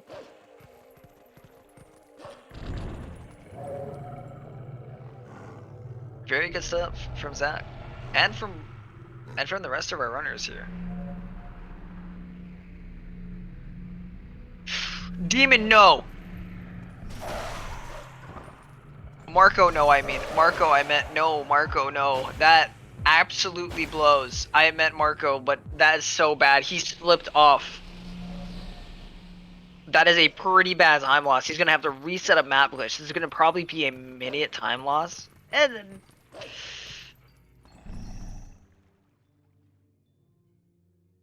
Yeah, that's probably a minute time loss or so. That is not a fun amount of time loss to get.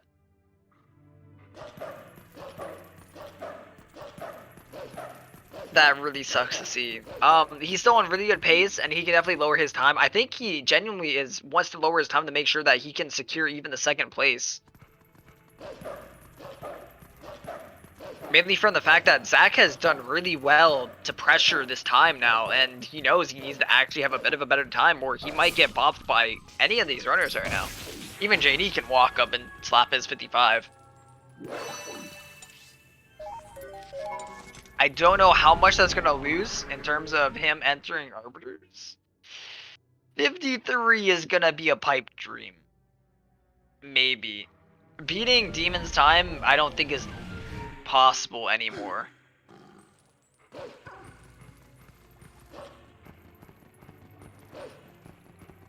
FX, it definitely isn't that bad. Doing the old slow method is hyper safe. The only problem is like this version isn't really that hard. It really isn't a hard trick, and it's a little bit rare for people to mess it up.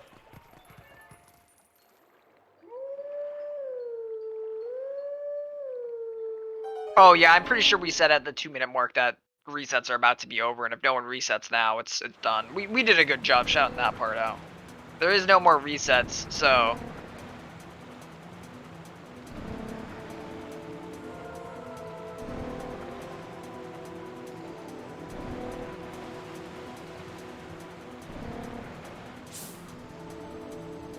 I mean, sure, but I mean that goes for the whole entire game, to be fair.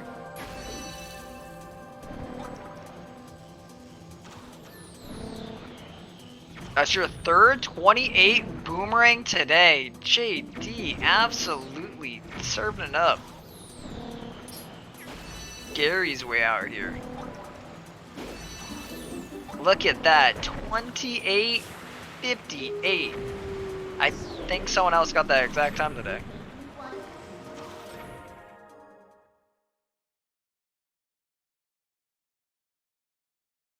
Well, it's kind of crazy. All these runners well, I mean, JD's making his way.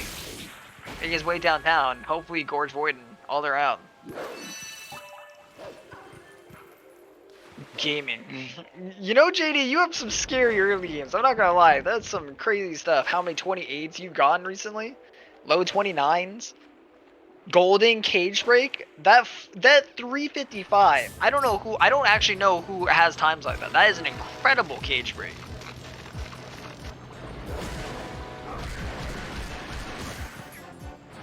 Unless you're on a run that in very few cases are there some strats where you're really going to be debating it. A lot of the strats we do are going to be risky and we're going to use. In race, there are a couple of things we do. But typically that one isn't one of them. I know a lot of times racers will do a couple safer things known as, typically racers don't like to do one bomb.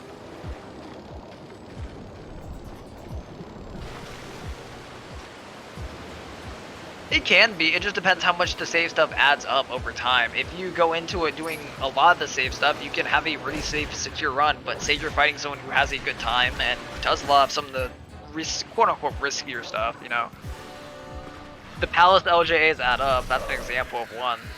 We have 2 people killing the boss bug right at the end here. We have Bruggles who just got done with it.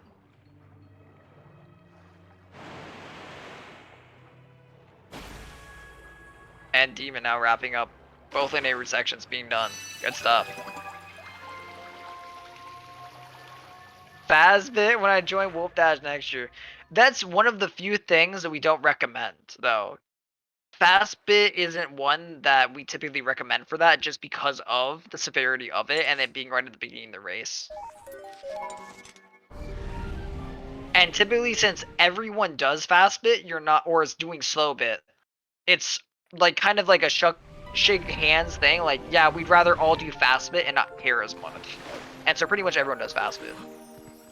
In both of the last races of the event. I mean, technically, you could get a lead off of it, though. But if you miss it, you just risk it all. You risk it all for nothing.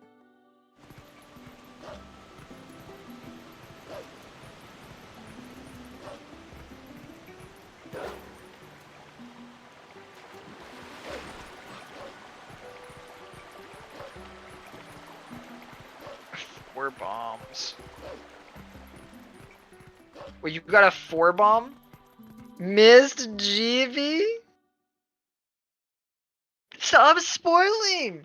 JD! Don't you dare spoil for us! You actually did miss you did miss Gorge Void. Alright, Norgor is literally horrible. Don't... Yeah, let's all start... If we all start doing Norgor, we can all suffer together, you know? We could all do Norgor. One with the same.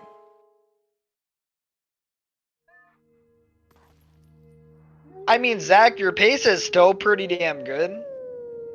To be fair, you're still on PB pace. And not even like it's strict PB pace. You still have a really good pace here. The 4 bomb sucks, but I mean, hey dude, just take that free W in the future, you know?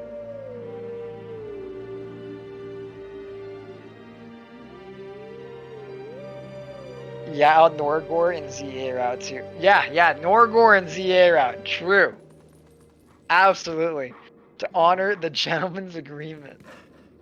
You're gonna go all the way up to Sawyer's Domain. Go do Norgor real quick. You want to learn how to tornado jump? Saren, if you want, after this, I can literally sit and call with you, and I will teach you how to do LJAs, like, real quickly. They are extremely simple. It's mainly if the boomerang or something you're targeting is above you, on a plane above you, or over a void. Out of bounds.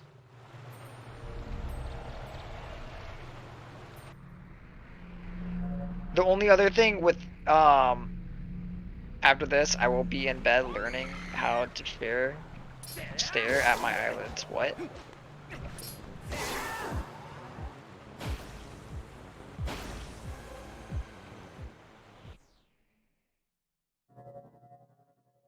It doesn't even take 5 minutes, it takes like 2 minutes.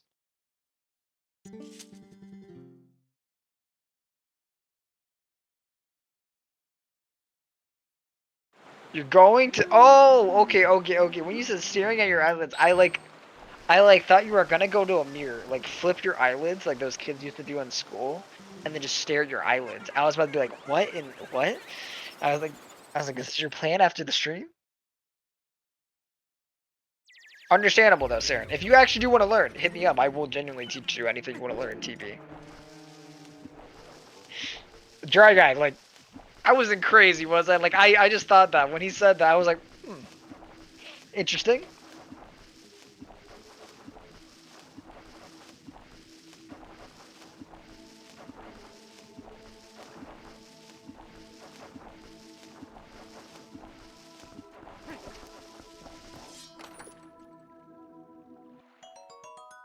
Ah, yes, we're picking up another bomb bag. just a little bit crazy, you know, maybe just a bit. Teach you Norgor, yep. I'm not gonna lie, I don't know the full frames for Norgor. Norgor is something I've actually never looked up. I've heard Norgor is free with the easy setup. Definitely FX. I heard Zach got it 5 times in a row and never got it again. There you go. Free. You get 5 times where it works, never again.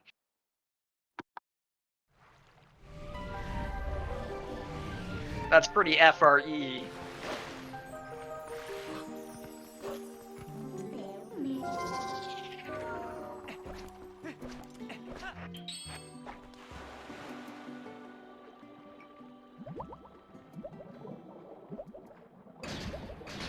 JD has also made it through a good chunk of the early game. Even him lowering his time can get him a better place. He could definitely come up and try and tackle the Beast over here and Bruggles. Man, those 8s and 6s look so similar.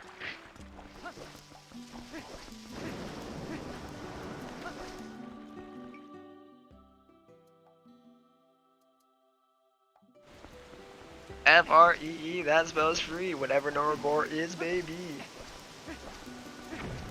Do the dive! Dude, he's gonna do the dive! Look at this. Okay, so this dive right here, the demon dive, that is so good. That movement, crisp, clean movement. Look at that.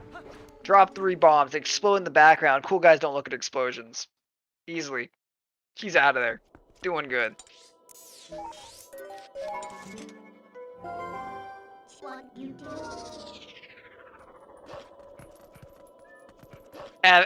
It is the most satisfying strat. I also like the weird side hop with the iron boots thing, but definitely the demon dive is so good. I don't know if it's coined the demon dive, but I think it should definitely be known as the demon dive from now on if it hasn't been called that.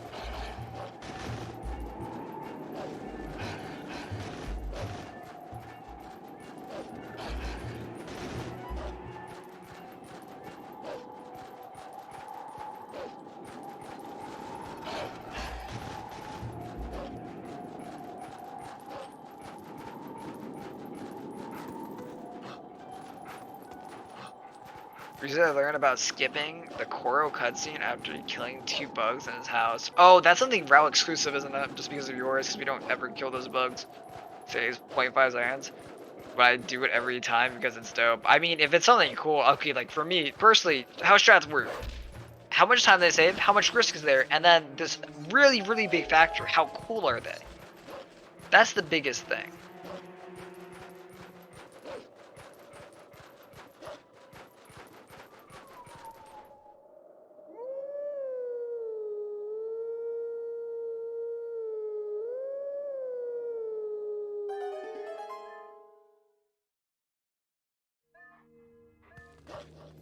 Learn the map glitch Elden Field opponent out of bounds setup. I don't think I've seen that one ever, FX. One bot wolf gig. Oh my goodness. It gotta be cool. Yeah, that's like honestly, you have to, if you're doing speedrunning, it's so good.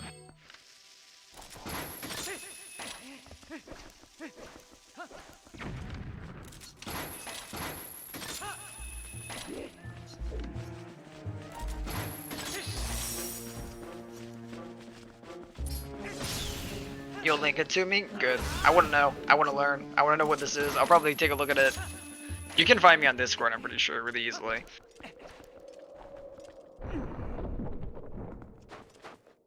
That is a little bit rough for Demon. He got really destroyed by some of those keys. But, you know.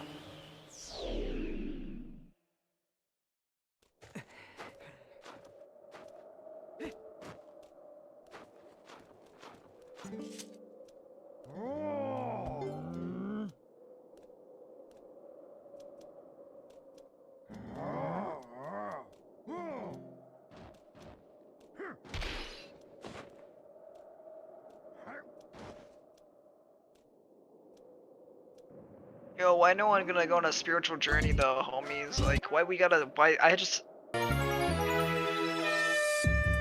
we got the music going again. W.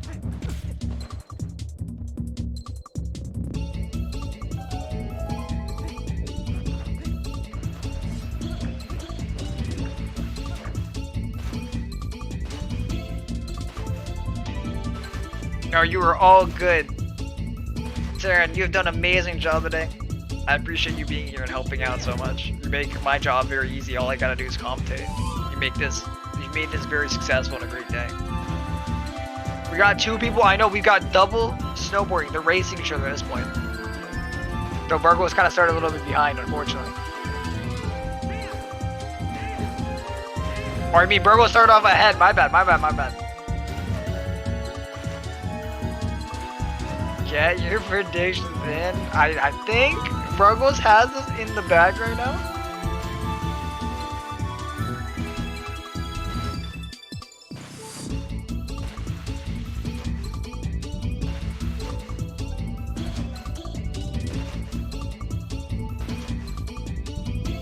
Oh, did the jump slash method and fails it. That's a pretty big L.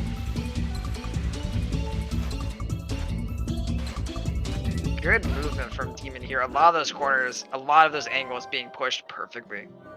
Good job, the Bruggles. Demon also getting hit by the jumps, like still getting hit by the text off the jump slash. Like, damn, that sucks.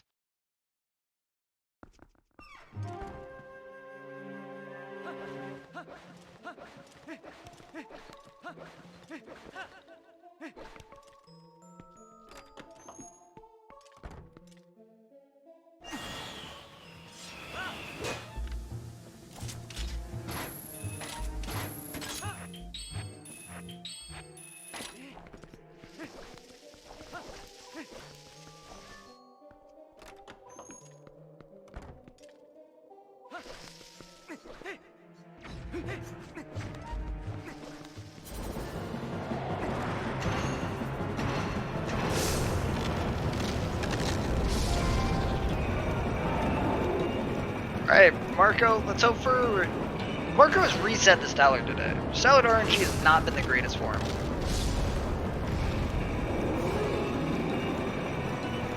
Marco OW over here. So that's 2 hits, final hit. Good Stallard phase 1, very good job.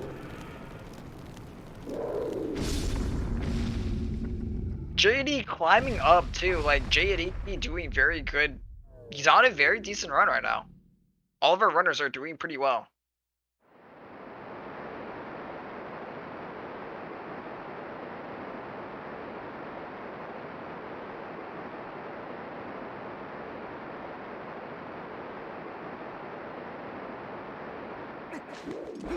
There we can unmute.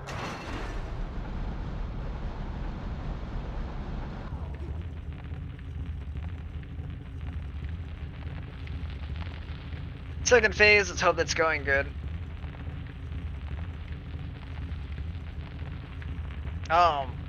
Here, give me a second. I need to message a few things out.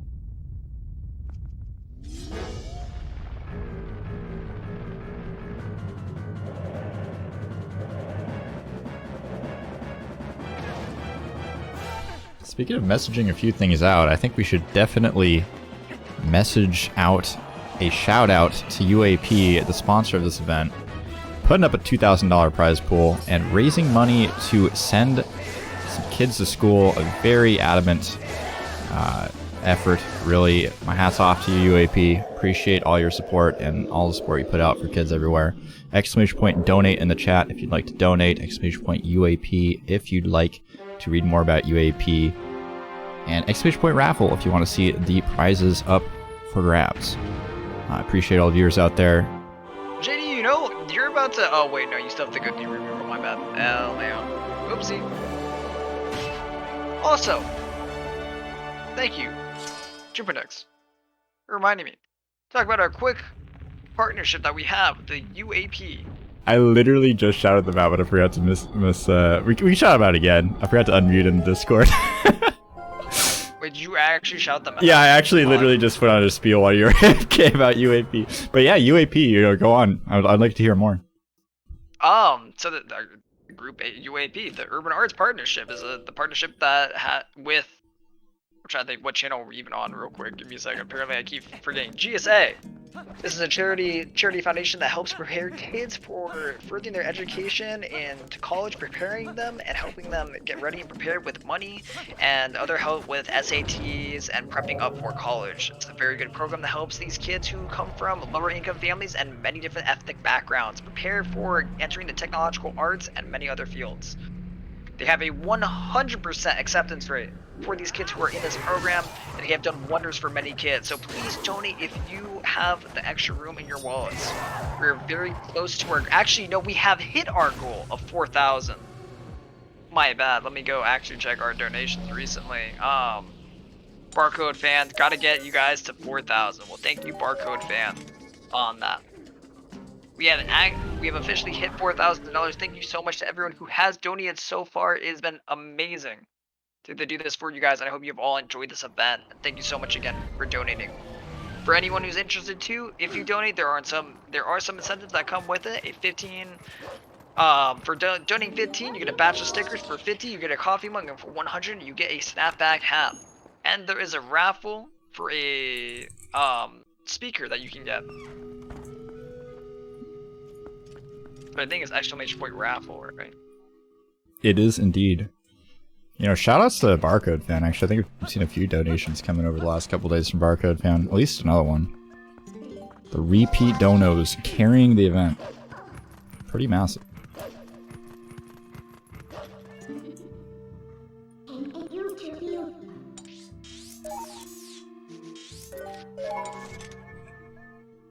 Thank you for Shentar for spelling raffle correctly for me. My brain was a little slow.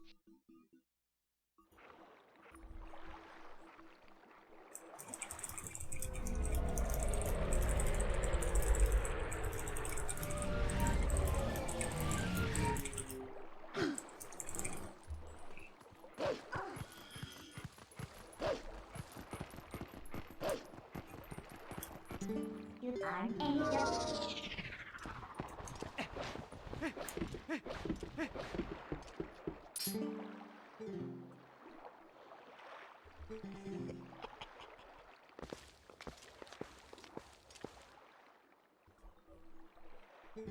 F to JD, he's calling it. Wait, JD, what did it? What did it for you? Was it waterfall side hop? Thank you so much, JD, for being a part of this. If you'd like to come and join us for a little bit too, for an interview, just to chill out with us for a little bit, thank you so much for doing this today. It's been amazing. Look at your air meter. Why are you going for one bomb here? Demon? Alright, homie, you just won the lineup with Bruggles a bit more. Good shit, Demon on the one bomb. Alright, absolute W. The Demon's pacing right now. Demon is actually... You know, the only reason I can actually tell is because he's tied up with Bruggles, and Bruggles is a full 2 minutes almost ahead on the timer. Which is kind of crazy, just how consistent and, you know, how often Demon is on these runs. Yeah. Also, thankfully, we're now in the next what's it called? This nice layout here. Just kind of even to highlight all four of our remaining runners, all different places. A lot of these guys in mid to late game, all the way through. So we've only got about an hour and 30 left in this event. Yeah, sadly, it's been a long event, but it's been a lot of fun. You know, through all the issues we've had with, you know, runners dropping out, my own internet exploding. I think everybody's still, you know, managed to stick through and have a good time. So I'm thankful to the TP community for that. Yeah, definitely. Hopefully we are gonna be able to come out and do more events with this. Like, TP has a very active community in it, and definitely getting out there and doing more events. We always love to. I actually really like the style that we had this, and I think this works a lot better for our game overall, with how it works. Yeah, so I was wondering about that. So, like, early game in a 1v1 TP race, I've never seen a 1v1 TP race. Do people generally just go for, like, more, like, reasonable routes? Or do they run the same route and just take the time losses? There are some people who do route changes, and some people, typically because they enjoy that route, though. Typically, the route changes isn't due to difficulty. We have some safer strats and things that are done, but a lot of our big killers and things are still there. your more fuel is still there. Your ruby roll, your gorge void, it's still there. But you keep going no matter what, right? Even if you're handed garbage, you're expected to keep going because maybe the other runner also messes up something, right? So we've had runs where someone has a really bad early game, right? And then their opponent ends up dying to more fuel or something really bad happens in their run, right? And it can kind of even out and get these really high intense runs where they meet up near the end game, you know? And it can be really exciting. Sometimes it flops because it's TP, of course. Maybe one person, like we have Demon here, right? If Demon was in a race, right, and say his opponent was Zach, and rather Demon or Zach has a really bad early game, then it's just over, right? Unless the other person makes a mistake. But typically, a lot of our races end up being really close, and our finale actually had both runners walking into Zelda at the same time. And yes, Beast, you were able to join. You are 100% welcome to join right now. Ooh, a Beast back in the booth? I know we have one person also joining soon too. I mean, it's the end of the event. We might as well make it a party, right? Yeah, we might as well. Oh, he didn't have the link to the server. Let me go get him. That's why. Hello? Hello. Hello? Hello? Hello. How you doing, Beast? Doing alright. I went for a run. You know, running. Good healthy thing, you know, that's what gives you the serotonin and says, hey, you're doing good. W. Yep. Got a PB and went on a run today. You know, that must you're gonna hit bed tonight and you're gonna be a man, I had a good day. Yeah, I agree. It looks like Marco's doing very well right now.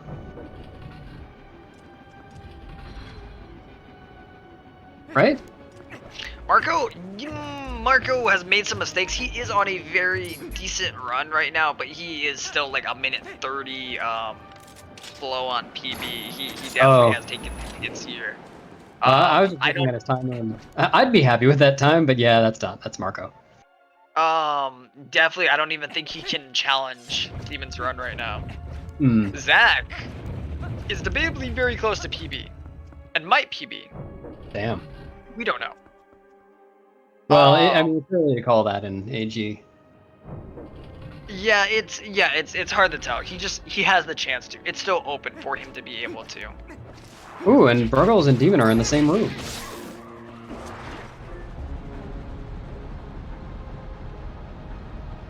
But we're gonna have Crosser joining us here soon to help out with the commentary. Oh, he's got the roll.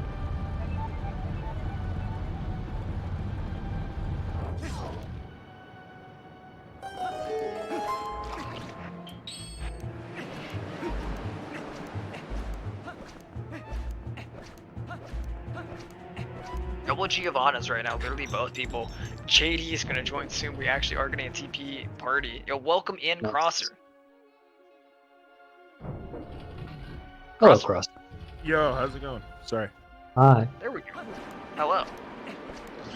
Is there a restream page that I should be watching that isn't the Twitch stream? There is a Discord stream, unfortunately. The Twitch stream and the Discord stream aren't very far apart, so it's not too crazy, if you know what I mean. I can go refresh the speedrun.com page to see how far you guys are. It's only going to be a couple seconds difference, like it's not going to be too bad.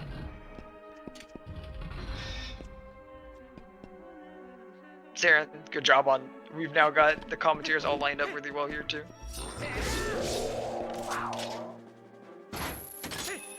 I have been busy all day for the most part, but I've been here for the last bit. What have I missed, mostly? What have you missed? Well, did you see that Beast PB today? I did see that. Congratulations, Beast. Thank you. Second of all, we had a pretty good, right next to him, Zach improved his time on his second run, which was pretty good. Went from a 56 to a 55, and right now he's definitely on the pace towards a 53, but we're only in Arbor's ground, so you know how this goes. Yeah. Marco is on a 54-ish pace, and I think Marco's main drive for good team right now, because I don't think he can actually beat Demon's time. Like, I don't think there's a feasible place where he's about to challenge the 53 that Demon has placed there. I think he's trying to improve his time, so it makes it harder for Zach to be able to beat him.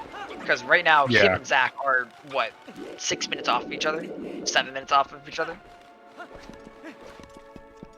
Yeah, that's what I was thinking from watching it. I think Zach was on another run like this earlier. It looks like hopefully he gets through Splinter Segment this time. I know that Poe RNG messed him over on the last one he had. It wasn't just Poe RNG, it was just mainly from everything else. Yeah, that was an unfortunate segment for him, but he's got a second shot at it, so. He kind of has a better run than the one he walked in here with beforehand. His more fuel was a bit worse, but like, you know, like, are we really gonna push? We're not gonna push that over, you know. Yeah, he's definitely doing really good right now. Oh. Having a bit of trouble getting over the wall here, unfortunately, though. Did we just? I think we just commentator cursed. Oh no. I mean, okay. Oh no. Yeah, I've been learning this movement, and this is the hardest part. It's weird. I thought the first side hop was going to be the hardest part, but that's really it. Yeah. I haven't had to mess with this movement yet, so I'm not familiar with it. The only thing I've done is in Hundo, where you can just backslice over the wall, and it's like way easier. It's huge window for the frame, isn't it? It's literally gigantic, I thought. Oh, the backslice is easy. You literally just side hop into the wall and do the backslice, and you're over it. Like it's so easy. Unfortunately, he's still slipping up on a couple. Man, like apparently we really did just like absolutely commentator curse. Yeah, no, we did. We should just, let's just let him do his run, Yeah, let's focus on Marco. Yeah. For reference, it wasn't crazy. He probably lost about like 12 seconds there. That's not the worst. I know he has that time save anywhere else. I think his PBAG has some garbage in it too. I'm pretty sure it does, yeah. Yeah, so I don't think there's anything to worry about. He still has a lot of his pace. It just kind of sucks for him. That might be stuff that starts killing the chance of a 52 time. Back to Marco over here. He's been relatively, I haven't seen any big slip ups over in City. I was about to say Castle in the Sky. Like, yeah, we give it a new title every day. Just call it Man Chicken Land. Oh, tell me why. I like the center just put that in there out of nowhere. LMA.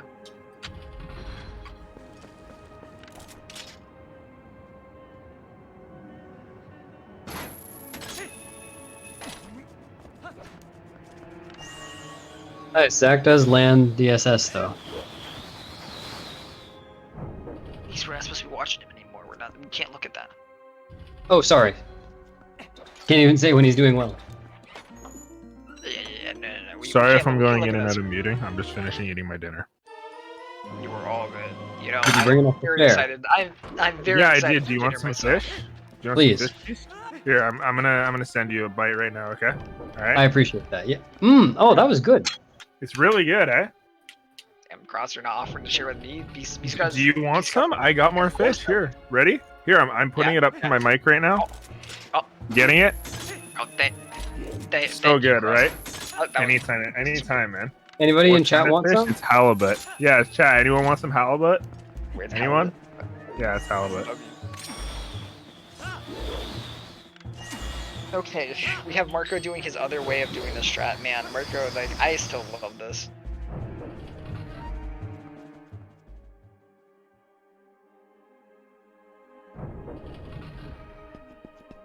I like that equip as part of the LJA. I guess the downside to that is if you somehow manage to fail the LJA, you have to re-equip. If you fail the LJ at that point, I'm not gonna lie, Beast. That's like a 30+ second loss. That's a pretty big L. Probably. I don't know if that's 30. Yeah, I think that's a little under, but yeah, that's a big one. That void out is pretty brutal. Are we talking the double LJ? Double LJ at a boss to Fan Tower. I've messed it up once in a run before, and I lost like 15-20 seconds because of it. That's on average what I would say it is. Was it the last one? Which LJ did you miss? The second one or the double LJ? I never missed the first one. It's usually the second one. I hit the railing. I switched going right side now. Marco used to do that. I don't know if he does right now. When he has 53, yeah, I switched to going right side, and I just jump over once, and then like the angle it gives you off the first LJA, you literally just have to walk forward and throw the ring. You don't even need to aim it. And ever since I started doing that, I don't miss it anymore. So double LJ, I think, is still faster. It's just apparently time for Marco, it's literally the same. when timing played well. Even with Oh. good aiming on the boomerang, it can be equal. It just has to, with both of them being done really well, they just end up being pretty equal. Yeah. I think maybe a bit difference at the worst for his version, but nothing crazy, you know. Yeah, I got that straight up from him. I knew it was a thing, but watching him do it made me switch. Because I was like, he does not look like he's losing much time doing this. So It literally just ends up being like purely, probably to most runners, it saves time because a lot of runners don't have good aim anyway. Once you get to a higher level, you definitely have some people with some really good aim there. But you know, It helps with the car garage too. Does it make it less likely to hit you? yeah, because I think the Kargox, they seem to spawn on the left more. I find, which is the side you go to do the double LJA. I think you can double LJA from the right side. I just forget how you do it. I saw a video on it one time. It's like, it makes the aiming even more precise, though, if I recall. So.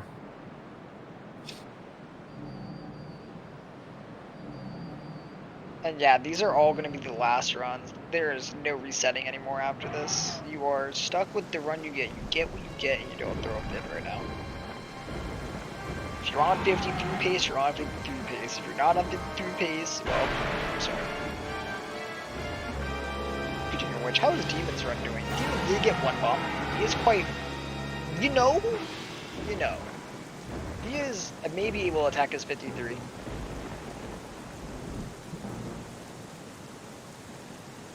Finish or RQ? Yeah, pretty much. That essentially is the two options you get right now, is finish or rage quit the game. You put a ZFG match in the chat and then you leave.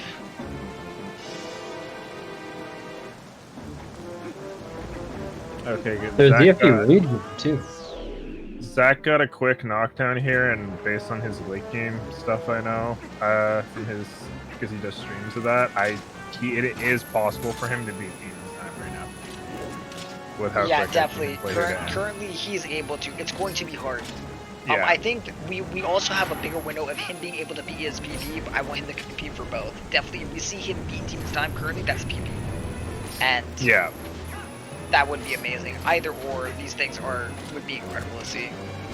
And yet, even with the slip ups toward the spinner, he saved time. Though I know he has more time to save in some of the other areas. I think Palace has some, if I recall loosely. There actually is a zero to your age. I didn't know. Oh yeah, he's got emotes for like the typical emotions people want to express on Twitch.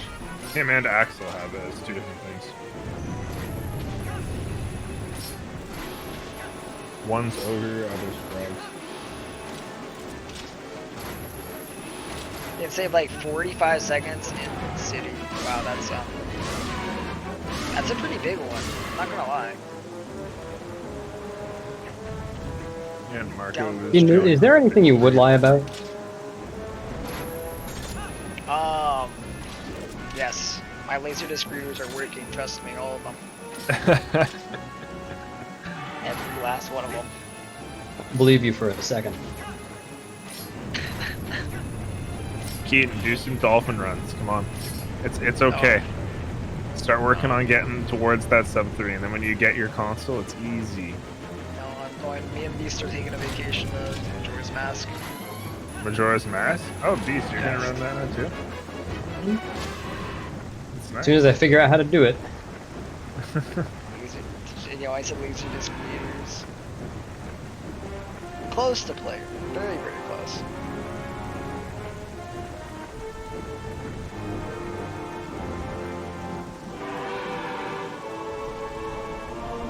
This is cool. We have a few people going on the list to speak for Zelda, because I might do 11 at some point. JD! How's it JD's going, here now. Wow, we genuinely have a I am party. here now. You got a party. Making ramen in the microwave. Nice. Do you want some Commentate on fish? that. What? Do you want some fish? Spinning. Yeah. Here, I got you. Here's some fish. Hey, thanks, bro. Yeah, good? It's pretty alright. Not a fish fan, JD. We understand. Respectable. I do like fish. I'm a seafood fan. After all, he does like skipping the reek fish to go to Snow Peak. I'm just saying. Oh, that is true. But I also made the category that gets every fish. True. Category. True. Yeah, bro, 200%.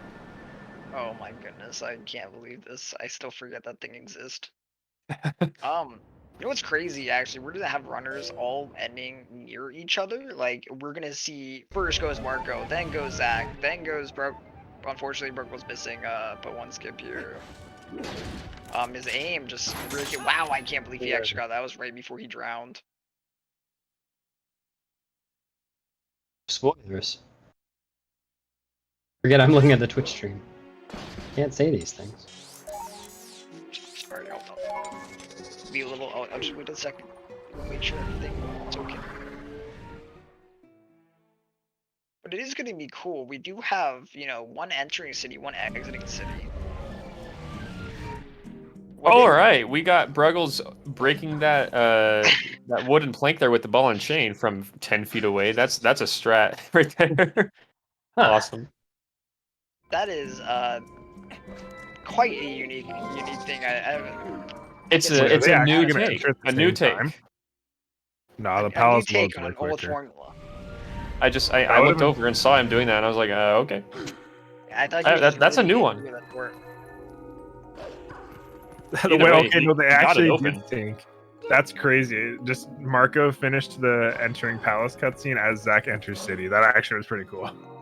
They were pretty lined up, yeah. Like, what's it called? Marco was literally exiting the city cutscene while I think Zach's cannon was being teleported in.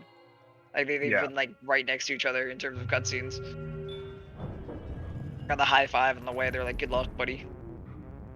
Zach's looking at him like, "Hey, dude, I'm gonna take that second place from you."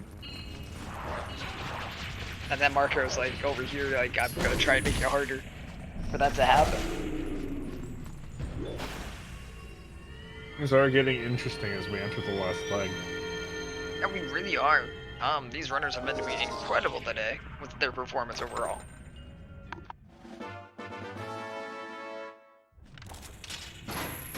In the background, they should all be scared though, because I know Demon did have close to a 122 like bed exiting. So I think it was a low 123. Demon currently is behind pace for his 53, which Zach might be able to attack right now. I don't know much of like where his time saves are in this race, but he did just gold. Huh. I'm pretty sure more of Demon's save on his 53 are in late game. Yeah, okay, if he is, then that's pretty actually fine. So that's why he got another good lake bed time. So and yeah, Shentar, it tends to be around that like 7-hour mark. Having a 7-hour run is typically pretty good for Hundo. Sub 7, you're now getting to those big slots. We have a couple runners who are in that category of, you know, the 630s, 635 area. Yeah, world record, unless he pushed it down, is 631 by Demon right now. Yep. So. Though I'm very sure we will see some people. We have currently, actually, a lot of these runners that we see on screen here have moved over to Hundo. We have Demon, who is a Hundo runner, Marco, who's a Hundo runner, and Zach, who's been messing around with Hundo and is going to be doing some more runs of that, too. So, lots of people actually in that Hundo community. I've only done one run, but I am a member of the Hundo community. You are also part of the Hundo community. I mean, I guess I'm just the Hundo stalker because I watch half of you guys do Hundo. A quick and possibly dumb question. Yeah. About life split. I'm trying to remember how to get life split to have the info bar on it that says best possible time. It's like best segments or something like that. Let me pull it up. I can tell you where it is. Well, like it, yeah, not sum of best, but like it calculates the best possible time you could get during a run. I think that's advanced timer or whatever. Or it doesn't seem to be there. It is called best possible time, literally. Best segments and set comparison to best segments. Oh no, Huh, FX just gone. said, oh, groups. Interesting. Yeah, it's best possible time. You go to add one and then go to oh wait, it's not information. What am I thinking?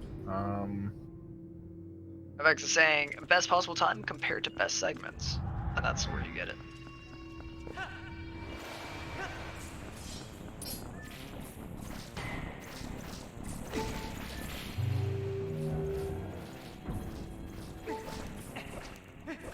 Yeah, it might be possible times. I actually, honestly, I'm wondering where it was again now. So. Is it not showing up for you either in the list? I'm not. My layout is straight up Zach's.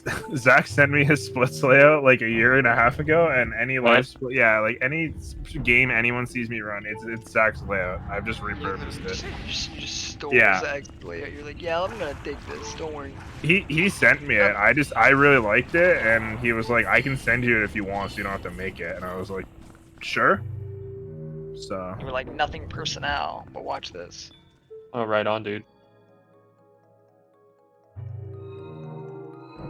I think I just changed the colors of a couple things. That was it. You know, it's kind of cool too. We literally got everyone in each dungeon. Like everyone is in late game portions of their runs right now. We have Demon and Bruggles tailing behind each other, like over in Arbiter's grounds. And then we have, you know, Zach in the next dungeon ahead, which is City in the Sky. And then we have Marco over in the next dungeon ahead, which is House of Time Loss. We just need Demon or Bruggles to like pause and let Zach and Marco finish their dungeons and let the other get to city, and then they're all in a late game dungeon. Exactly. Pause Yeah. is Like, allowed, right? yeah. Pause, We could let him pause, right? Pause for the memes. I mean, we've already played the snowboarding song for the memes. To be fair, like we've already. That was a W. PSA, if you accidentally pause live split, then you can make it unpause and add all that time back in afterwards. Wait, if you really? accidentally pause it for a couple of seconds, yeah, then there's something you can press. I forget exactly where it is in the menu. You're talking about undoing? Yeah, you undo the pause, so it, you know, if you paused for 10 seconds, it'll add 10 seconds to the timer and keep going. Oh, that's cool. That's yeah. Yo, Demon's movement real quick. Like, let's just highlight this. Like, he is absolutely schmooing along here. Like, he got these break sides. Really misses this break side again, dude. Unfortunate. This is the one that he constantly seems to not be. And drowns. I'm gonna need to set that up, Beast, because that's really helpful if I accidentally that finger. Demon paused. took that's a rough. game over too. That is a unfun one. I've had a few of those in Arbiters for sure. Yo, can we have a moment? Why does the game over screen say game over and then just make you wait for ages? Like, I know the little song plays, but like, dude, you just sit there with game over your screen without it saying yes or no for so It long. feels like forever. Every It really Zelda game does that, man. It's just I think that every Zelda game waits for the song to at least stop playing. Twilight Princess just has the longest one by far. Yeah. Well, in MM, at least, if you open a chest right before you die, then it cancels that. Oh yeah, Or but I don't we think actually use that. We actually use Oh, that right, too. so that death warping is faster. Yeah. Yep. yeah. I'm pretty sure Oot and MM have it the quickest. It's only gotten longer because I know in Wind Waker you have to wait for the full death. Oot and MM have everything the quickest. Yeah, pretty much. I mean, yeah. You know, it's because they found a way to get past the door. It's because they found a way to get to the Master Sword. Oh no. He messed up or alpha skip one time, but hope he gets long it. as he Come on, gets a Zach. good Nice. recovery here, Let's go. He's fine. Good he had stuff. time It's saving okay. city anyways. And it looked It's like he had a okay to good throw a little bit there. That's gonna be a little rough towards him. Like, yikes, that stuck really bad to his splits. He's still gonna be able to challenge that second place. I don't know about challenging first place anymore. I don't think him being able to beat Demon's Time is there. Who knows? We'll see. His best possible time is a 2:53.08 by his bests. Never know. You know, he really could. Maybe He really could just play to his gold the whole time for the rest of the run. Zach will do that sometimes. Yeah. Zach is one to do that at times, you know? He might. He just might look at us and tell us, but wait, there's more. mean, his PB does have a chance here. He does have a good chance at PB still. You know, Saren, it genuinely does happen sometimes. And with Bruggles especially kind of is one of those players who sometimes just does play to his goals. Like, he's very consistent at playing at a really good level of his level. Furthermore, I didn't even notice that he has 35 seconds of time save on the city split. Right now. You know, I'd actually like to know the gold for this Argrok split. Has anyone ever sub-9'd it? No. I think so. I feel like it's... Yeah, I know people have had, like, really low 9s, but... 904, 906. Zach is a 904 if I recall correctly. Zach, you can correct me on that, but that was tied. Yeah, I forgot that a bunch of these changed if you have different comparisons. There's 2 seconds in between him and Audie's, and that's because of language difference, because English actually goes faster.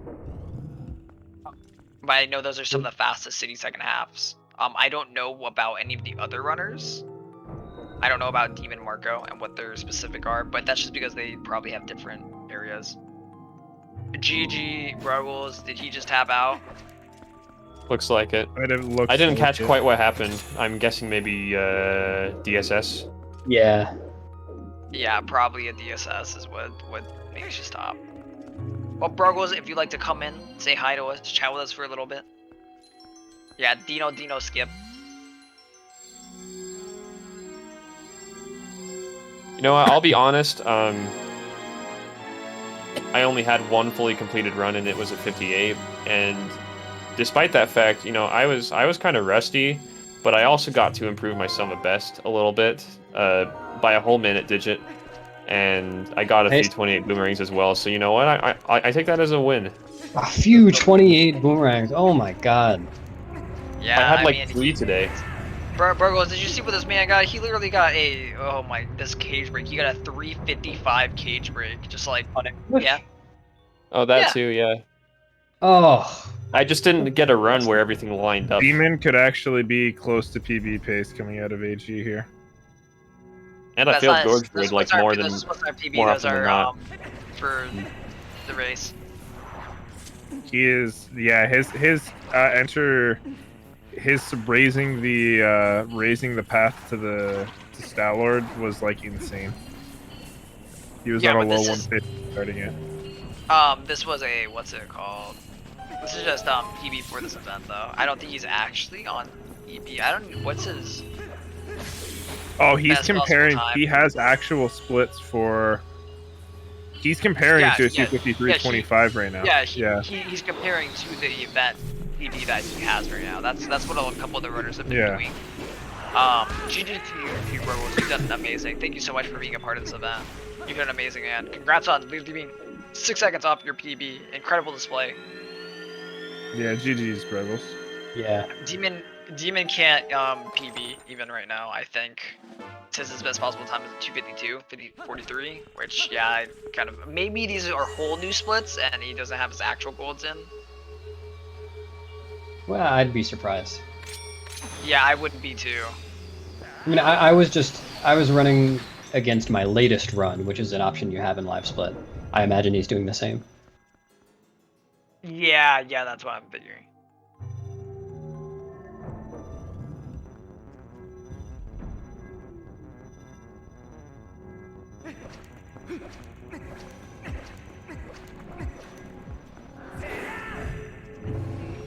And Marco is now saying hello to the Trumpet Birds. Absolutely. Marco, Can I get a currently, let me honk go in check. the chat? Marco is on pace for a 254. Very, very well done. Yeah. Zach, wanting to take that second place, is going to need to try and go for a 253 area, because it's going to be a low 254 that Marco's at here. There is very, very low odds of him getting a 253 for Marco right now. JD with the reverse honk.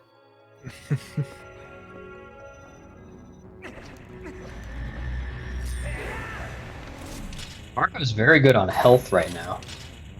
Yeah, Marco is actually so healthy for this section of the game. Yo, but this claw is so annoying at times.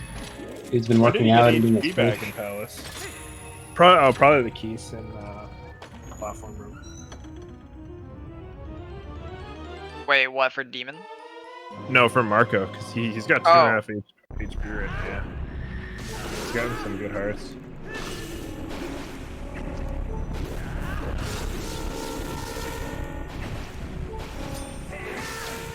He almost got sniped there. Response to the commentaries. Honk. Oh, yeah, we definitely can do a shout out real quick.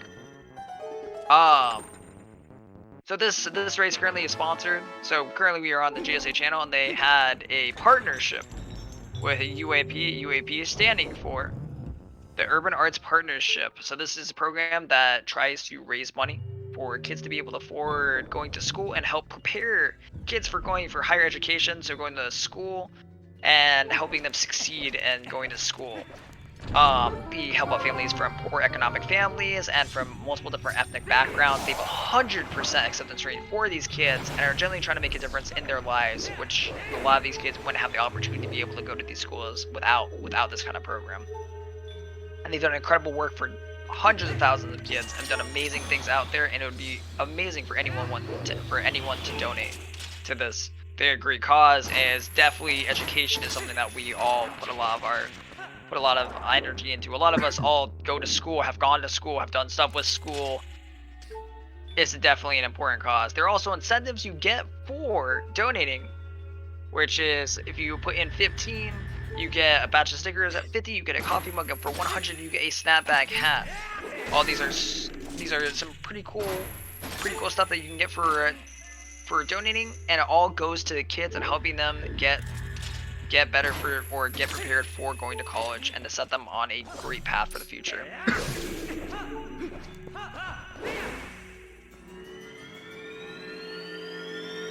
Zach had a very strong Argrok split. Saren, I thought it was actually 250,000 was the actual stat. I'm pretty sure that was the actual one. There's 250,000 kids. Yeah, I'm genuinely, that's what I remember Electric saying, so unless Electric was super far off.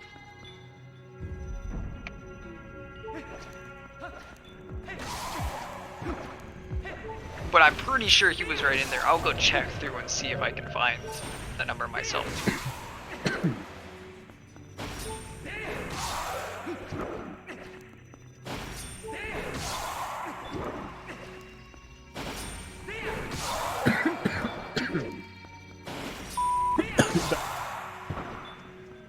That wasn't the cough button.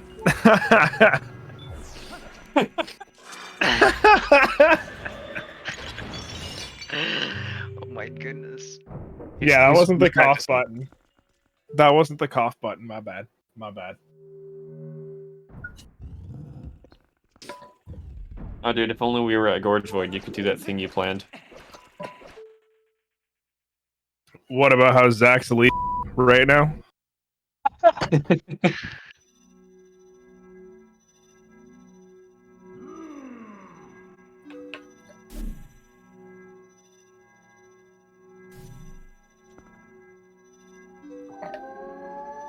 Yeah, if you're wondering, Saren, Crosshair's mic just genuinely has a function in it. It's pretty good. He also has a cough. Yeah, it has a cough and a bleep thing right next to it, and I was coughing and I hit the wrong button. So that was an accident, Zach. I'm sorry. I'm sorry. It was an accident. Okay, I fat fingered it. I'm sorry. Oh my goodness. Zach's about to come to your house and be like, my 53! Crosser! Single-handedly taken by Crosser. That second one was intentional. The first one was a genuine accident. I don't know. My mixer just came with it, Pappuccino. It just some things come with it, you know. I mean, why not? Yeah, it's just on my mixer for my microphone, so. It's probably more for comedic play and stuff like that. If this is 53, that's Crossers. Oh, Crosser, you're the scapegoat. You're the I'll take the. I'll let you blame me. I'll let you. say that any run that doesn't 53 is Crosshair's fault, including the current world record. Anyone's run that is not world record pace, you can just message me and blame me. It's okay. If you have like an 25-hour any percent run and you didn't get world record, it's because of me, man. I give you permission to message me and blame me.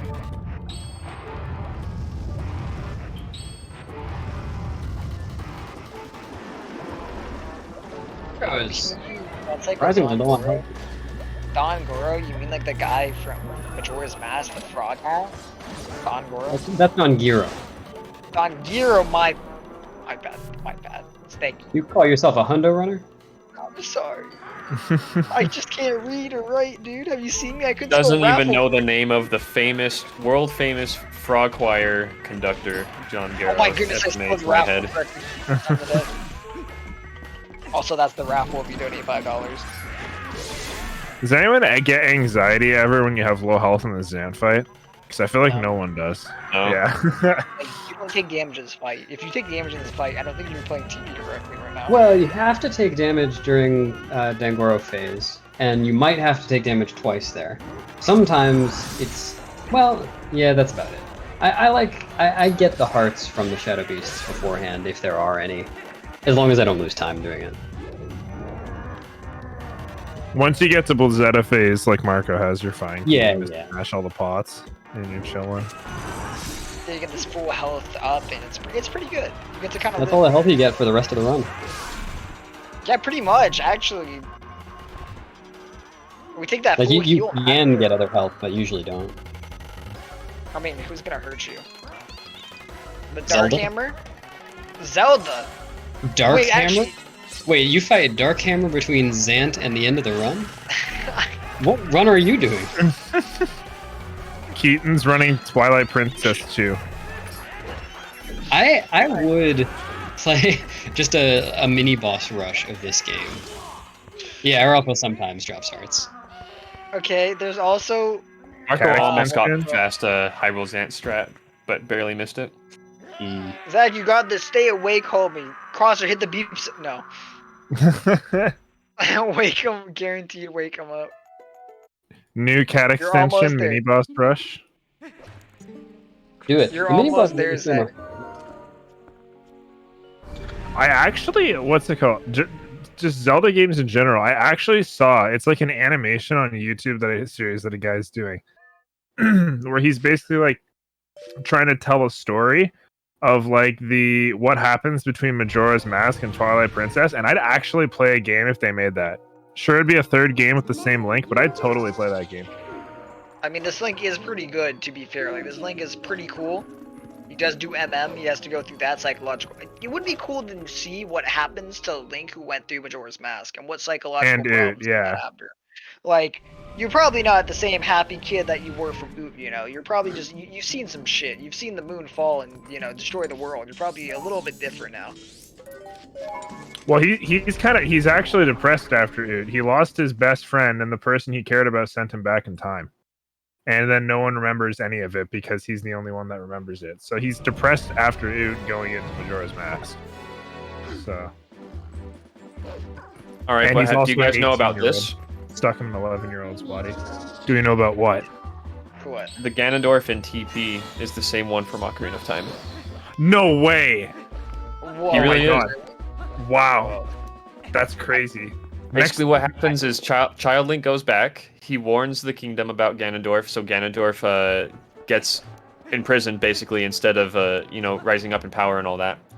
And then you see the execution of him by the sages in Twilight Princess. That's basically the same Ganondorf being executed after the events of Ocarina of Time. What? And then Ganondorf's banished to the Twilight Realm for a bunch of time. I don't know how long. Enough Yeah. time for Link Oh to my be God. born and be babied up and stuff, And then That's then actually he comes back. that's actually an interesting spin real quick on the animation I was saying though. Link warns the kingdom, but it's before Ganon can kill the king, and Ganon escapes the castle, but then no one hears from him for like 7 years, because then like the whole point of the animation it's telling is like Link has gone through Majora's Mask's event and he comes back to Hyrule when he's 18 again, and Ganon's starting to try and move again. It's like his second showdown with it. It's pretty cool. So, You know, the whole thing with Ganondorf, you know, rising up to power in a matter of 7 years, and then, you know, messing up the whole world, and then having it be stopped by a Link from the future who comes back as a child, that almost kind of like reminds me of Endgame, sort of. yeah, dude, it's honestly, JD, I'll send you the animation thing. Like, it's pretty wild. It has a bit of, like I said, it has a bit of a different take. Like, basically, like, it essentially like first scene is literally they're showing Ganon watch him pull the Master Sword, but from Ganon's perspective, he pulls the Master Sword, and then he immediately reappears as a kid, except the Triforce of Courage is on his hand, and that's supposed to like represent that he went through the entire events of the game, and Ganondorf literally saw him pull the sword and reappear in an instant, but he had the Triforce on his hand all of a sudden. Like, it's actually really cool. Oh, that's cool. I'm down to see it. Here, I'll link you it. Also, so far we have Marco right near the end. He's about to be entering Hyrule Castle. We have literally transitioned everyone to which dungeon they are. Demon's in City, Zach is in Palace, Marco is in Hyrule.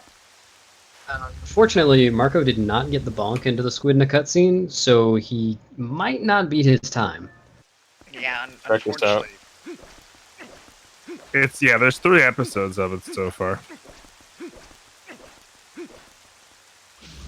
So basically, the goal of this animation is to add more to the lore as accurately as possible while not taking away from what it probably actually is. Yeah, I would actually totally be okay with Nintendo making a game on the like concept of what this guy's doing as an animation, because it's actually I'm sure it would be sick. Like, hey, yo, Steve, it's good to see you. We need a game that freaking like connects all of them. I think we definitely could use some. Real quick, I want to read off a donation from AJ. We have $50 donation. Thank you so much for the $50. So now that's Pog. We're at the total of $4,050. That is a huge amount. Thank you guys so much again. We're actually starting to get close to another one of the goals, which is 5,000. We've already raised 4,000 so far. It is quite incredible how much you guys have done. Thank you all so much again.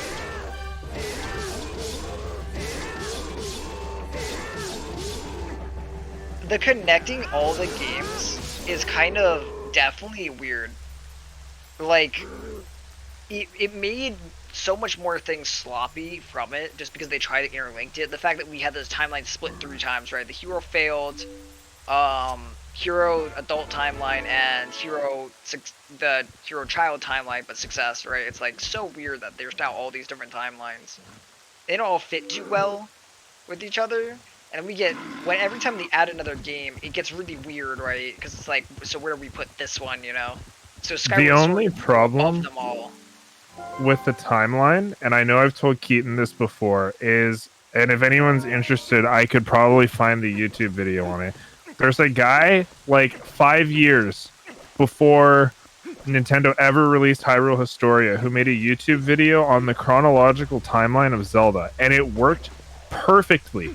And Nintendo basically ripped that off, except the only difference they did is they decided that Link died fighting Ganon and Oot and threw half the games into another timeline, a third one. This guy that made this YouTube video, though, he had the same split on Oot, with it going Majora's Mask and TP and Wind Waker and then the other ones, except he had a way that it worked with only 2 timelines ever, but they just added a third.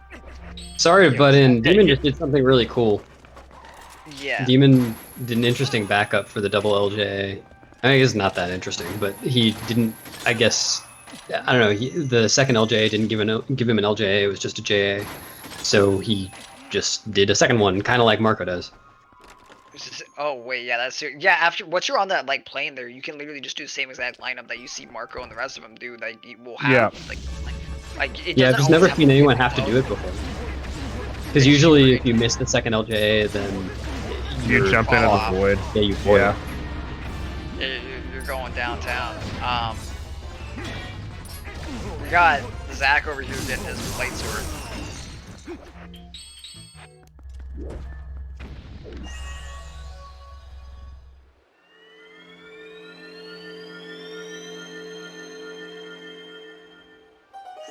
Here's the thing I don't understand about the hero failing timeline is, like, if you have that one, then why not have one for, like, you know, the Minish cap or something? Why specifically Ocarina of Time? There could be, yeah, it's a gimmick used so that they can basically say any game fits in a certain timeline now. They can just open infinite timelines now instead of... It should have just been the two, because like the guy, I'll find the video if you want, JD. It's perfect. Like 2 timelines is what it should have been. You didn't need the third. So, Dude, I'm down to see it. But yeah, I mean that failed timeline. It feels like they just regurgitated every 2D classic Zelda game into that one. Yeah. Zach is still 12 seconds off of PB, by the way. Yeah, he's on a really good pace. Yeah, like he is genuinely on some. Oh, Zach's ahead of PB? No, he's 12 seconds away from PB. But he's got 28 seconds so here. So he could be in ahead at any moment. Palace. Sorry, not 20. He's got 18 seconds here in Palace though, and he does have some time save in Hyrule Castle still. I think he actually Very can cool. still potentially get ahead of Demon, because I think he can beat his golds. I've seen him do it in practice. I think definitely the split. We can't. I don't know about HC. HC, he has like 1 second of gold time left. I'm pretty sure, and don't think he has a crazy amount left. It's possible. We all just have to. Honestly, it's really Zelda's gonna decide it for him when he gets there. Yeah, So- it's gonna decide, but I think he's done a good job. If he keeps this up, I think he's done a very good job for himself in making sure that he's probably gonna be able to beat Marco's time and probably solidify a good slot against Marco. Marco definitely gonna be hitting a like 254 right now. I'm pretty sure it's like gonna be Zelda's gonna really determine this.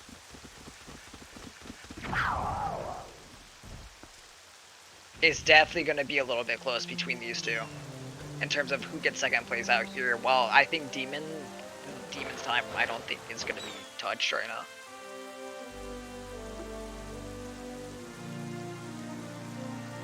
I don't know what Marco's orange. I think Marco has a 7 cycle in this current one that he's going, like in the current time that he has in the race.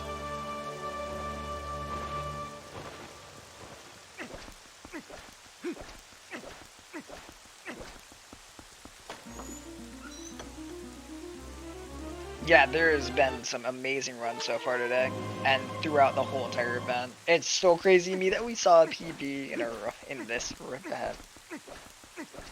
Thank you again, Beast, for being that one who popped off.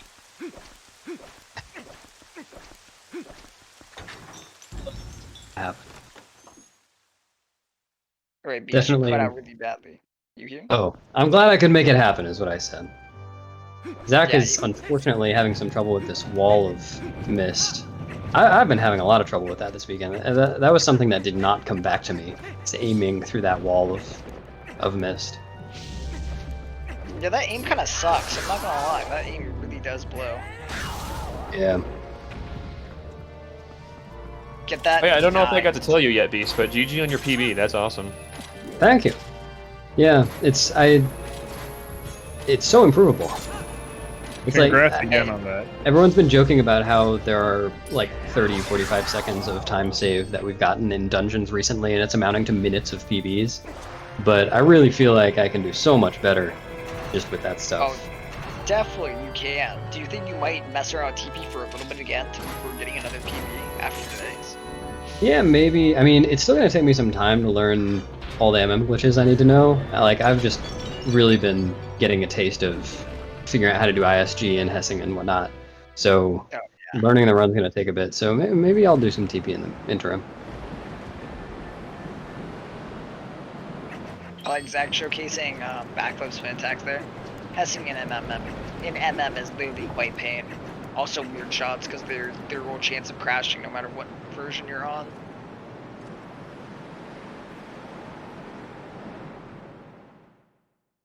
I noticed Zach didn't call Midna for early platform. I really don't know how that works. Does that require the LJAs? GG's guys. Alright, Demon. Oh no. I didn't see what happened. So, I don't know. Maybe he just was tired. I don't think he was on a pace to beat his current time. But GG, Demon. That's true. Oh, it's pretty late for Demon too. Yeah, it's probably literally extraordinarily late right now for him. But yeah, amazing run. Getting a 53. It's like, I think that's Demon's 4th or 5th 53. He's gotten a few.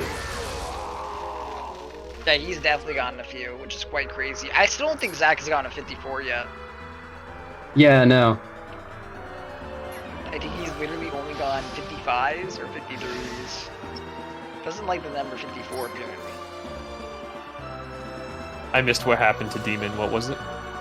No. He has tabbed out. Yeah, I missed it too. He just called it. I think there's a good chance he might have just legitimately been like, hey, I'm calling it. Demon, if you can inform us on like what went wrong, or if you just like tapped out, that'd be pretty nice. A couple of us are sitting here like. Also, speaking of Zach never getting a 54, see what I just posted in any percent Discord. Zach called skipping 54 back in March. Yeah, no, it was hilarious. I'll find out DM, what if you wanna- Demon missed. DM, if you want to come in and relax with us for a little bit, talk, and have an interview, we're out here. If you want to just sit and call with us for a minute, we'd love to have you. Demon accidentally equipped iron boots and panicked. Oh shoot, wait, that's an F.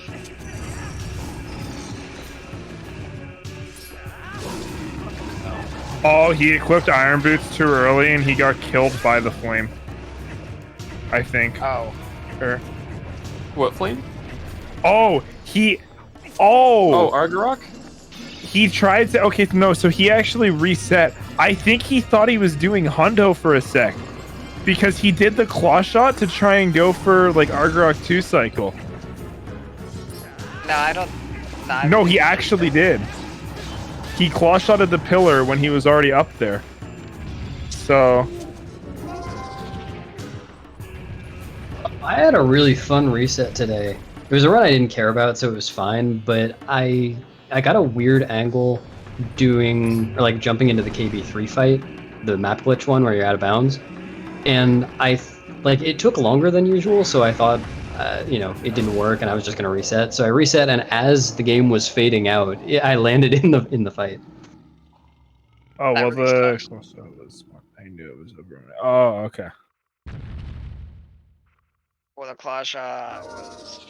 I knew it was over anyway. I could Hmm. only lose 15 seconds to my sub best until the end, or I wouldn't have beat my... Yeah, that's what I figured. I knew you didn't have much time to actually make up there either. You didn't have like a crazy window of actually being able to make mistakes. Zach is kind of in that position right now in terms of being able to beat your 53 too. 53s are tough.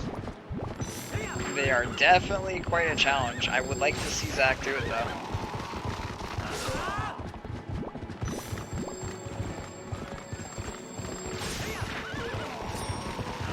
He is definitely on a pretty damn good run right now.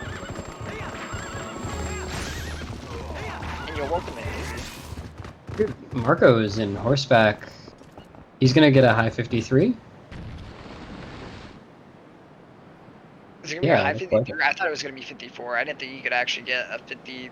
I'll be pretty amazed if he ends up getting a 53 out of this. This will be pretty hype. Oh yeah, he is set for it. Man, what happened?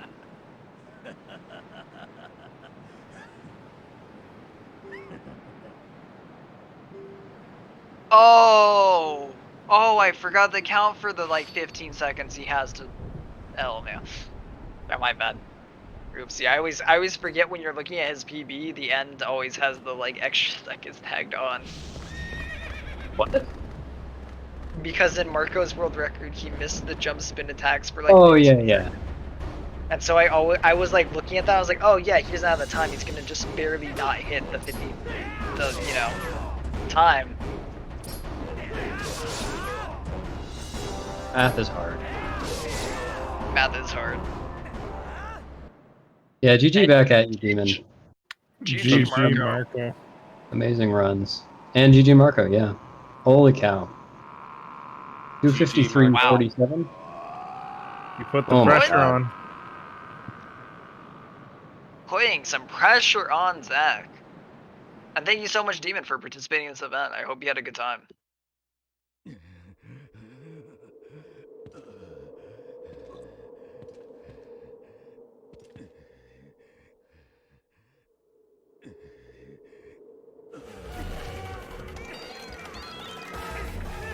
So Zach can, based on his sobs, yeah, his sob, he can still, or best possible time, he can still maybe. He's got 4 seconds to work with, based off his best possible. To beat Demon or to beat his own PB? To beat Marco. Oh, damn. It will be a very, very, very interesting finish.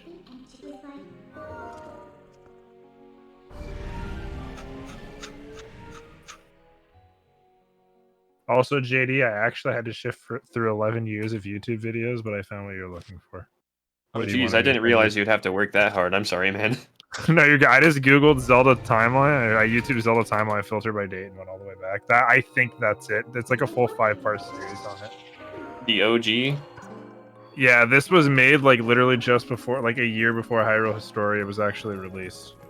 It's fairly accurate in my opinion. Like, it's not that bad. GG again, Marco. You did really good. This final time was definitely super good. You got a 53 in this event, and you were very close to actually beating out Demon here too. You guys are only what, 22 seconds apart from each other. That's pretty sick. And we might see 55 and 53 across 2 days is great. Yep. We could see another 53. We're hoping Let's to. see. Zach does have 10 seconds of time save here in Hyrule to start. So, that's something.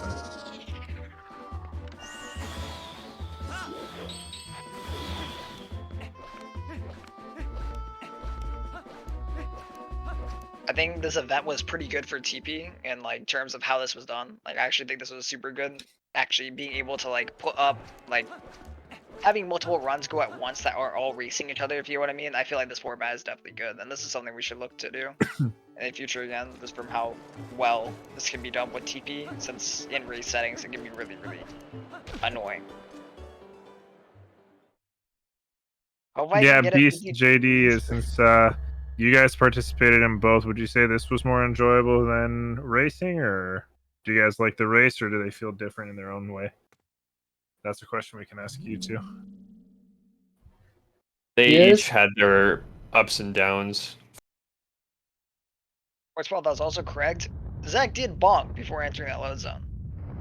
Zach's gonna win. Handshake to you, Zach. Zach will win in our hearts for sure. That's the RNG manip. Actually, no, that's the run verification. Right, JD? Runs aren't allowed to be verified unless you bonk. TB, you could do that this whole time? Yeah.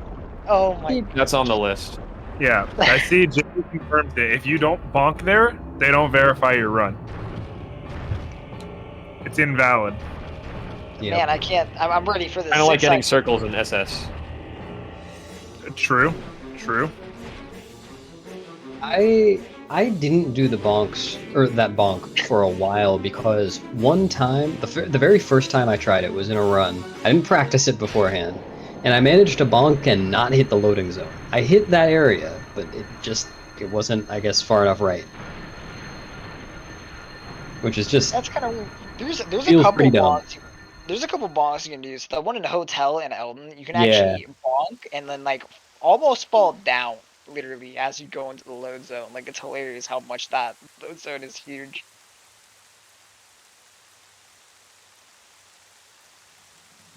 Wow, quite an event. Imagine we did... You guys have been doing TP for like 16 hours plus. Yeah, that's a lot of TP. That is wild. Quite a lot of TP, dude. Like... Yeah, that's the thing, is 8 hours straight of TP is kind of difficult and can kind of burn you out, especially when you're stuck in early game. Yeah. But not I having heard to you- rely on one run attempt, like as if you would during a race, is also nice. It is very What were you saying, different. Beast?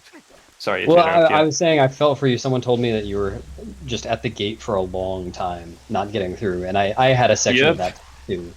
I'm sure we've all had it, but that sucks. I was going to say, yeah, I agree with you. It's pretty different from a race mentality because it's nice to be able to not have to go with a run that you know is, you're not going to be happy with. But at the same time, in a race, I always feel like, it's nice to be done with that stuff. I don't have to do pillar clip anymore after I've done it once. That too, yeah.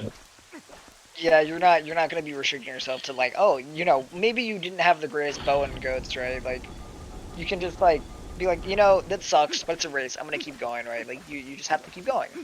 Yeah. And you don't have to think about it. In the reset setting, it's like, all right, bow and goats, bow and goats, bow and goats. Keep going until you get one that's actually worthwhile, right?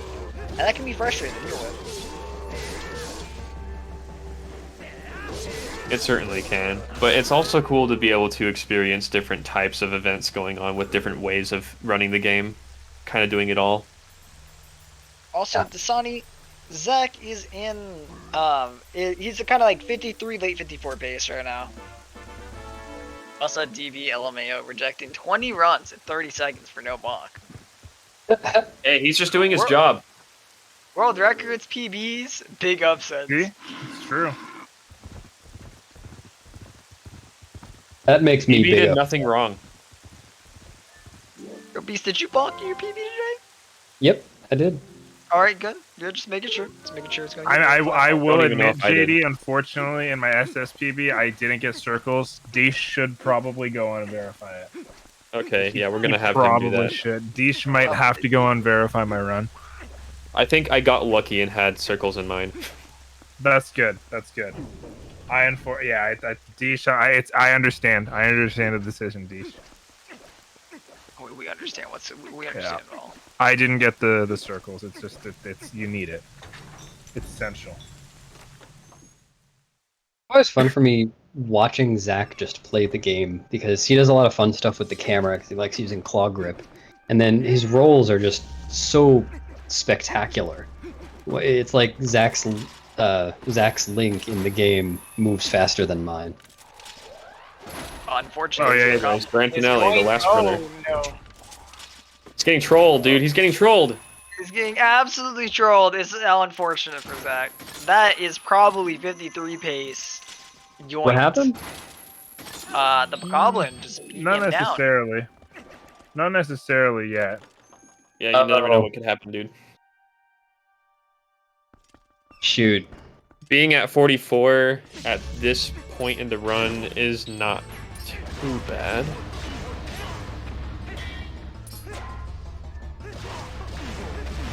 Might need 7 cycle, yeah. Darkna almost trolled. He probably needs a very nice 7 cycle too. Oh, Darknut's trolling. Oh, jeez. No, bro. Felt like that Darknut had infinite health, dude. Yeah, man, he just kept going. He was very much overpaid today. Does so Zach rolls? He uses claw grip too, like index finger to roll. I didn't know. I do that. Yeah, sometimes. he'll claw grip so that he can move the I camera do that while he sometimes rolls. too. Yeah. So. It's really cool. In Lanayru, he just holds up and uses the camera to roll. Or not Lanayru, Lake Bed. There we go. Real quick, while we're wrapping this up, I think it'd be a good time to also shout out one last time the UAP partnership. So, the Urban Arts Partnership, this is a program that tries to help kids get a better education when coming from low income families and of multiple different ethnic backgrounds. The program tries to help kids be able to go to college, prepare for college, and succeed when they do go to college. It's a great program for helping kids out there who are less fortunate than others out there. It's definitely an amazing program to invest into and donate some money. It really does make a difference for these kids. There are some incentives you can get too, such as 15 for donating 15, you get a batch of stickers. For 50, you get a coffee mug, and for 100, you get a snapback hat. And for just putting in 5, you do get entered into a raffle. if you do exclamation point raffle, which I'll do right now, if I can type, you can also get there are some SAI hoodies too in the raffle, but there's also I know the big one is the Sonos Move speaker.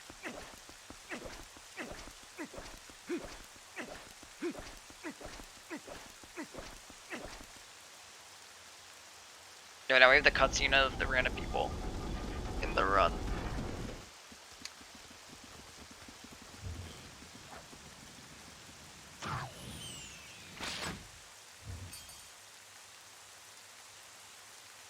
I'm not gonna lie, when he was opening the door to get outside here, I got spooked for a sec. Just the way his camera was looking, it was oriented exactly like the Atom Void, and like I've never seen it other than when Adam got it. But I don't. JD, has it happened multiple times, or is it just that one that someone's fallen through the floor there? I like Zach agreeing with the viewer count. It was at 250. It was at 253. I agree with the viewer count, and then it's at 252. He was like, I agree even more with the viewer count. All right, Zach, agree with this viewer count. 242. Come on. Well, the viewer count I see right now is 278. How are you going to manage that? That would be a crazy run. 278. That'd be insane. It'd be next level.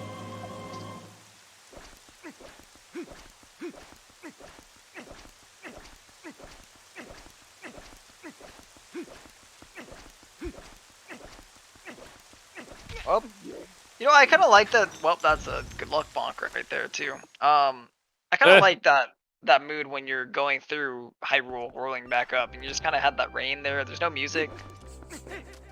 Yeah, the lack of music in Hyrule is pretty cool. I think definitely just the ambiance of the rain. You know, the feeling it gives you.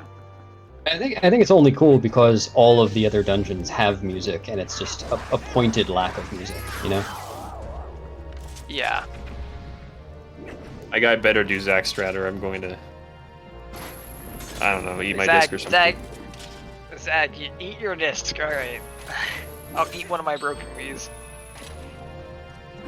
I'll just eat my entire Wii console. Yeah, you can make like a Alright, he's doing it. He's doing it. Let's go. He's doing it. He's doing And it. he hits it. Oh, baby! That's a new... There's Zach Strat for all of y'all. Alright, my Wii lives. I watched him do it on his stream, and I was like, I'm just gonna stay quiet until Ray gets there. I'll be a good boy. I won't tell everyone that he already got it. I was like that. I pogged. Like I literally have the pog face. Just W. That's one of the strats that Zach made during this or last year. There's been a lot more that we've seen that almost a bunch of the runners have actually used in today's event. It's going up the right side. That's a new one. There's time difference between them. Probably not. I would assume not.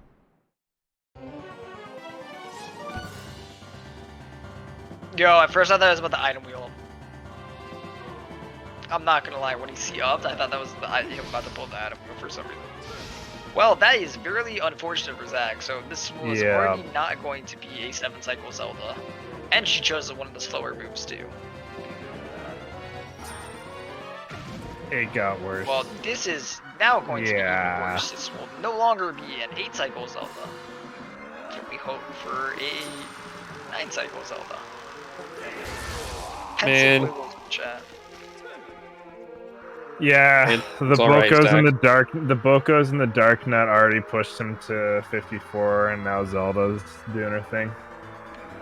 At least you got past the gate, Zach. It looks like Zach will have a 54 run though. That's still really good. Yeah, you know, I don't think he's gonna go challenge Ike's 16 right now. I don't think he is. I think we're good. It's more than likely gonna be a good, hopefully just like a 10 or a 9 that we're looking at. I don't think Zach would mind a 20-cycle Zelda.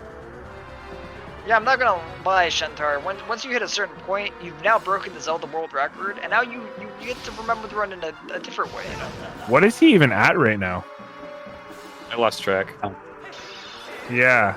But right now, he's at I'm pretty sure 6. No, he's definitely over What? 6. Well, wait, are you watching his stream or the Discord or the Discord? The GSA one. The Discord. Yeah. No, now that was 7.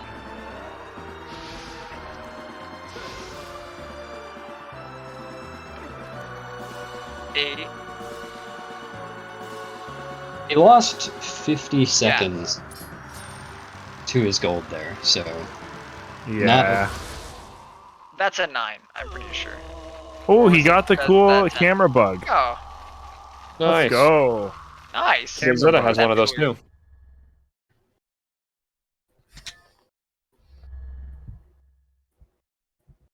It's like Luis Glitch 2.0.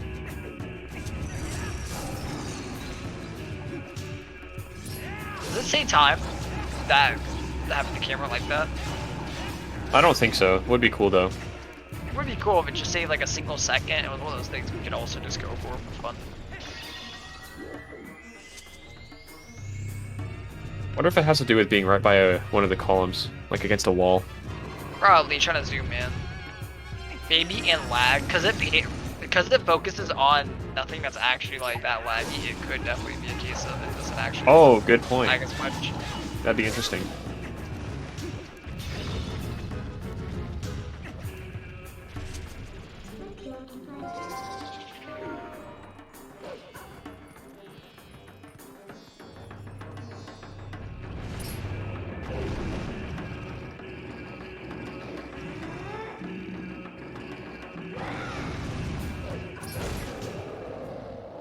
I just noticed that Wolfling's tail, when he grabs Beast Cannon, like absolutely like raises up, like fully. I've know, never Kudo's actually noticed there. that. Like my I'm mind. gonna have to watch like, for that next time now. I'm not going just go rewind like a VOD and go watch that. And I noticed that like way earlier today, and I wanted to say something right now about it. I was like, didn't know this was a thing. Something real quick. I'm just gonna bring up specifically once he gets a bit further into horseback, because I'm watching him. I have him on a monitor and the Discord on the other. So something I didn't actually know. Glover's brought this to my attention, and he learned it from Adam. And I've watched Adam. Like, I picked up on it, and Glover's, Adam, and me are the 3 I've seen do it. It's actually faster to chase after Ganon here, not in target mode. So once Zelda fires, you should let go of target because opponent starts moving quicker. And you can get to Ganon faster to get the spin attack off. Beast did that today, I'm pretty sure. Beast did that? Okay. Yeah, Beast on L targets too. Yeah, you get more speed. It's just like it's such a minor time save. But like it's free time. So At Vegas does it. If I did runs, I'd do it. But you know, Marco do that? LMAO. I don't know if Marco does or doesn't. it's just it's such a minor but free time save that like everyone should just go for it. There's no reason Die and not do to. the phase again, Zach. Yeah, we're in the new. So tech. basically, what you said was just don't L target while chasing it, and you Yeah, go so fast. once Zelda fires, Once obviously, each- because you need to be targeting for Yeah. Zelda to hit the Right, shot, right. untarget, and then sprint. So At what point do you start targeting again so that she shoots him? After you swing, yeah. So here, JD, how it works is you target, hold target. Once you shoot the arrow, it hits them. Right as it hits them, let go of L target and charge up and hit them, and then you L target again to charge up the next arrow. GG. Oh, Zach. right. So Zach. so not targeting as you approach him. Oh, At GG. 254.59. Damn, almost didn't hit that 54 again. Sub 55. Very Let's cool go. though. Very good time. Yeah. Zach, do you want to come in and join us for an interview real quick?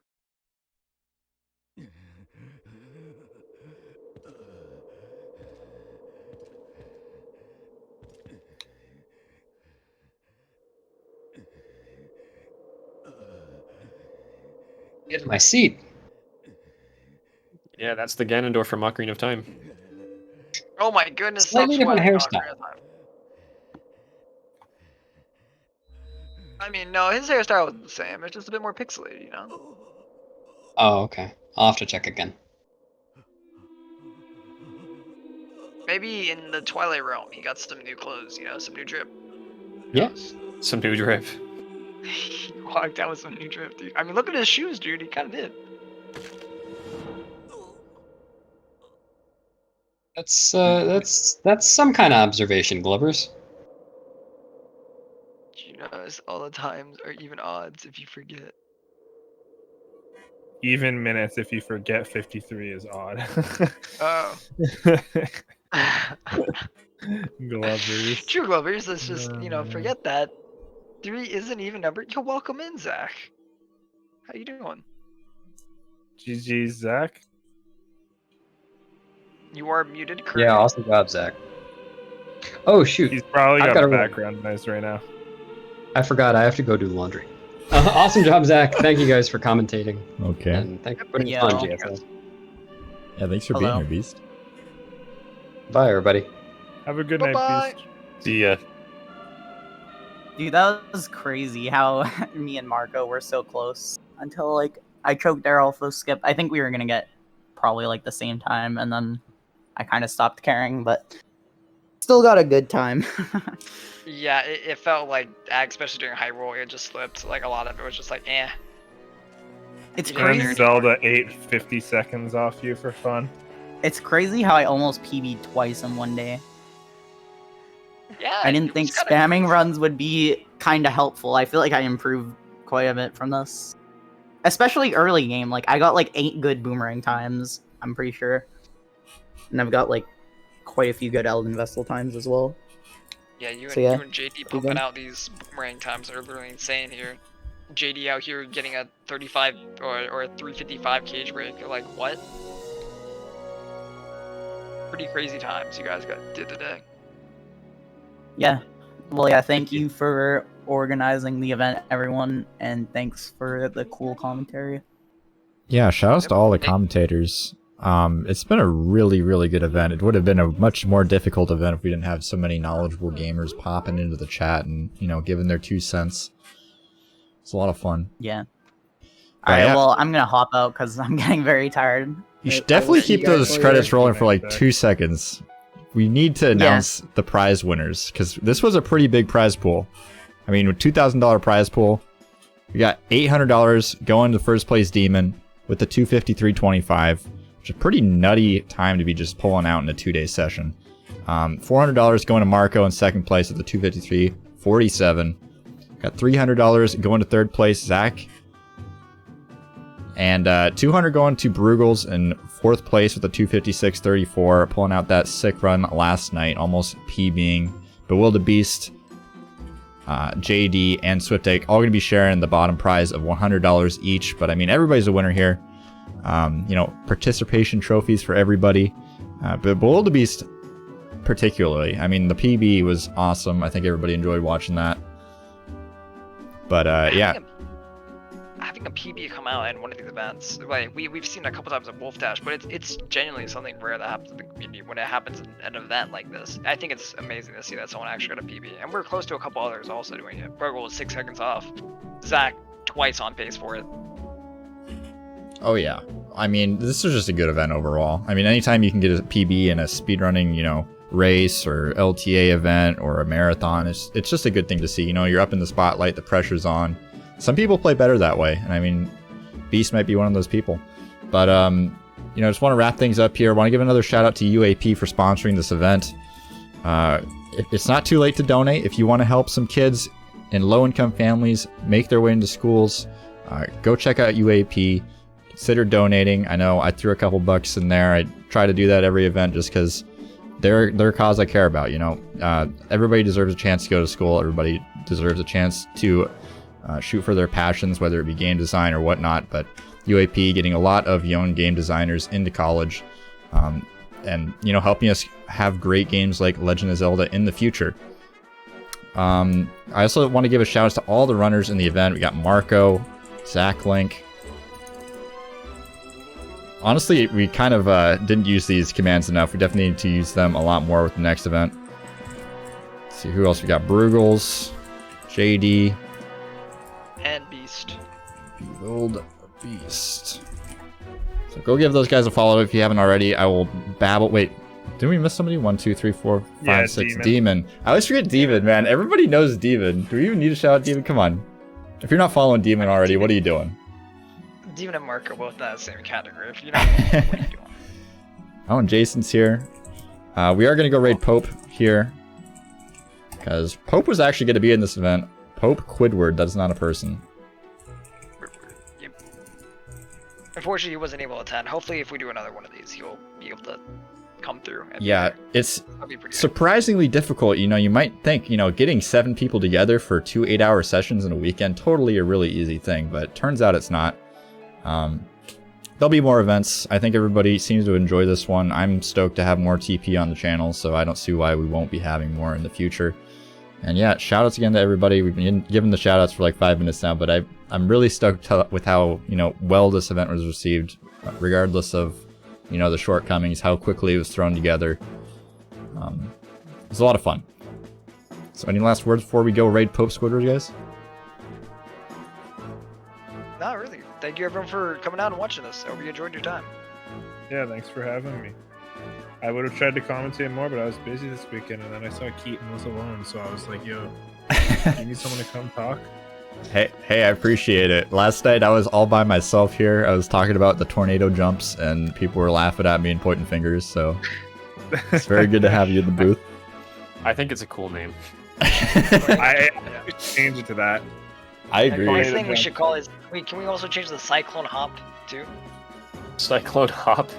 True. Hurricane Hop. Alright, we're running out of time, but bye everybody in the chat. Let's go raid Pope Squidward, give him a hello, give him a cool cat, give him something. Bye. See you guys later. Thank you, everyone. See ya.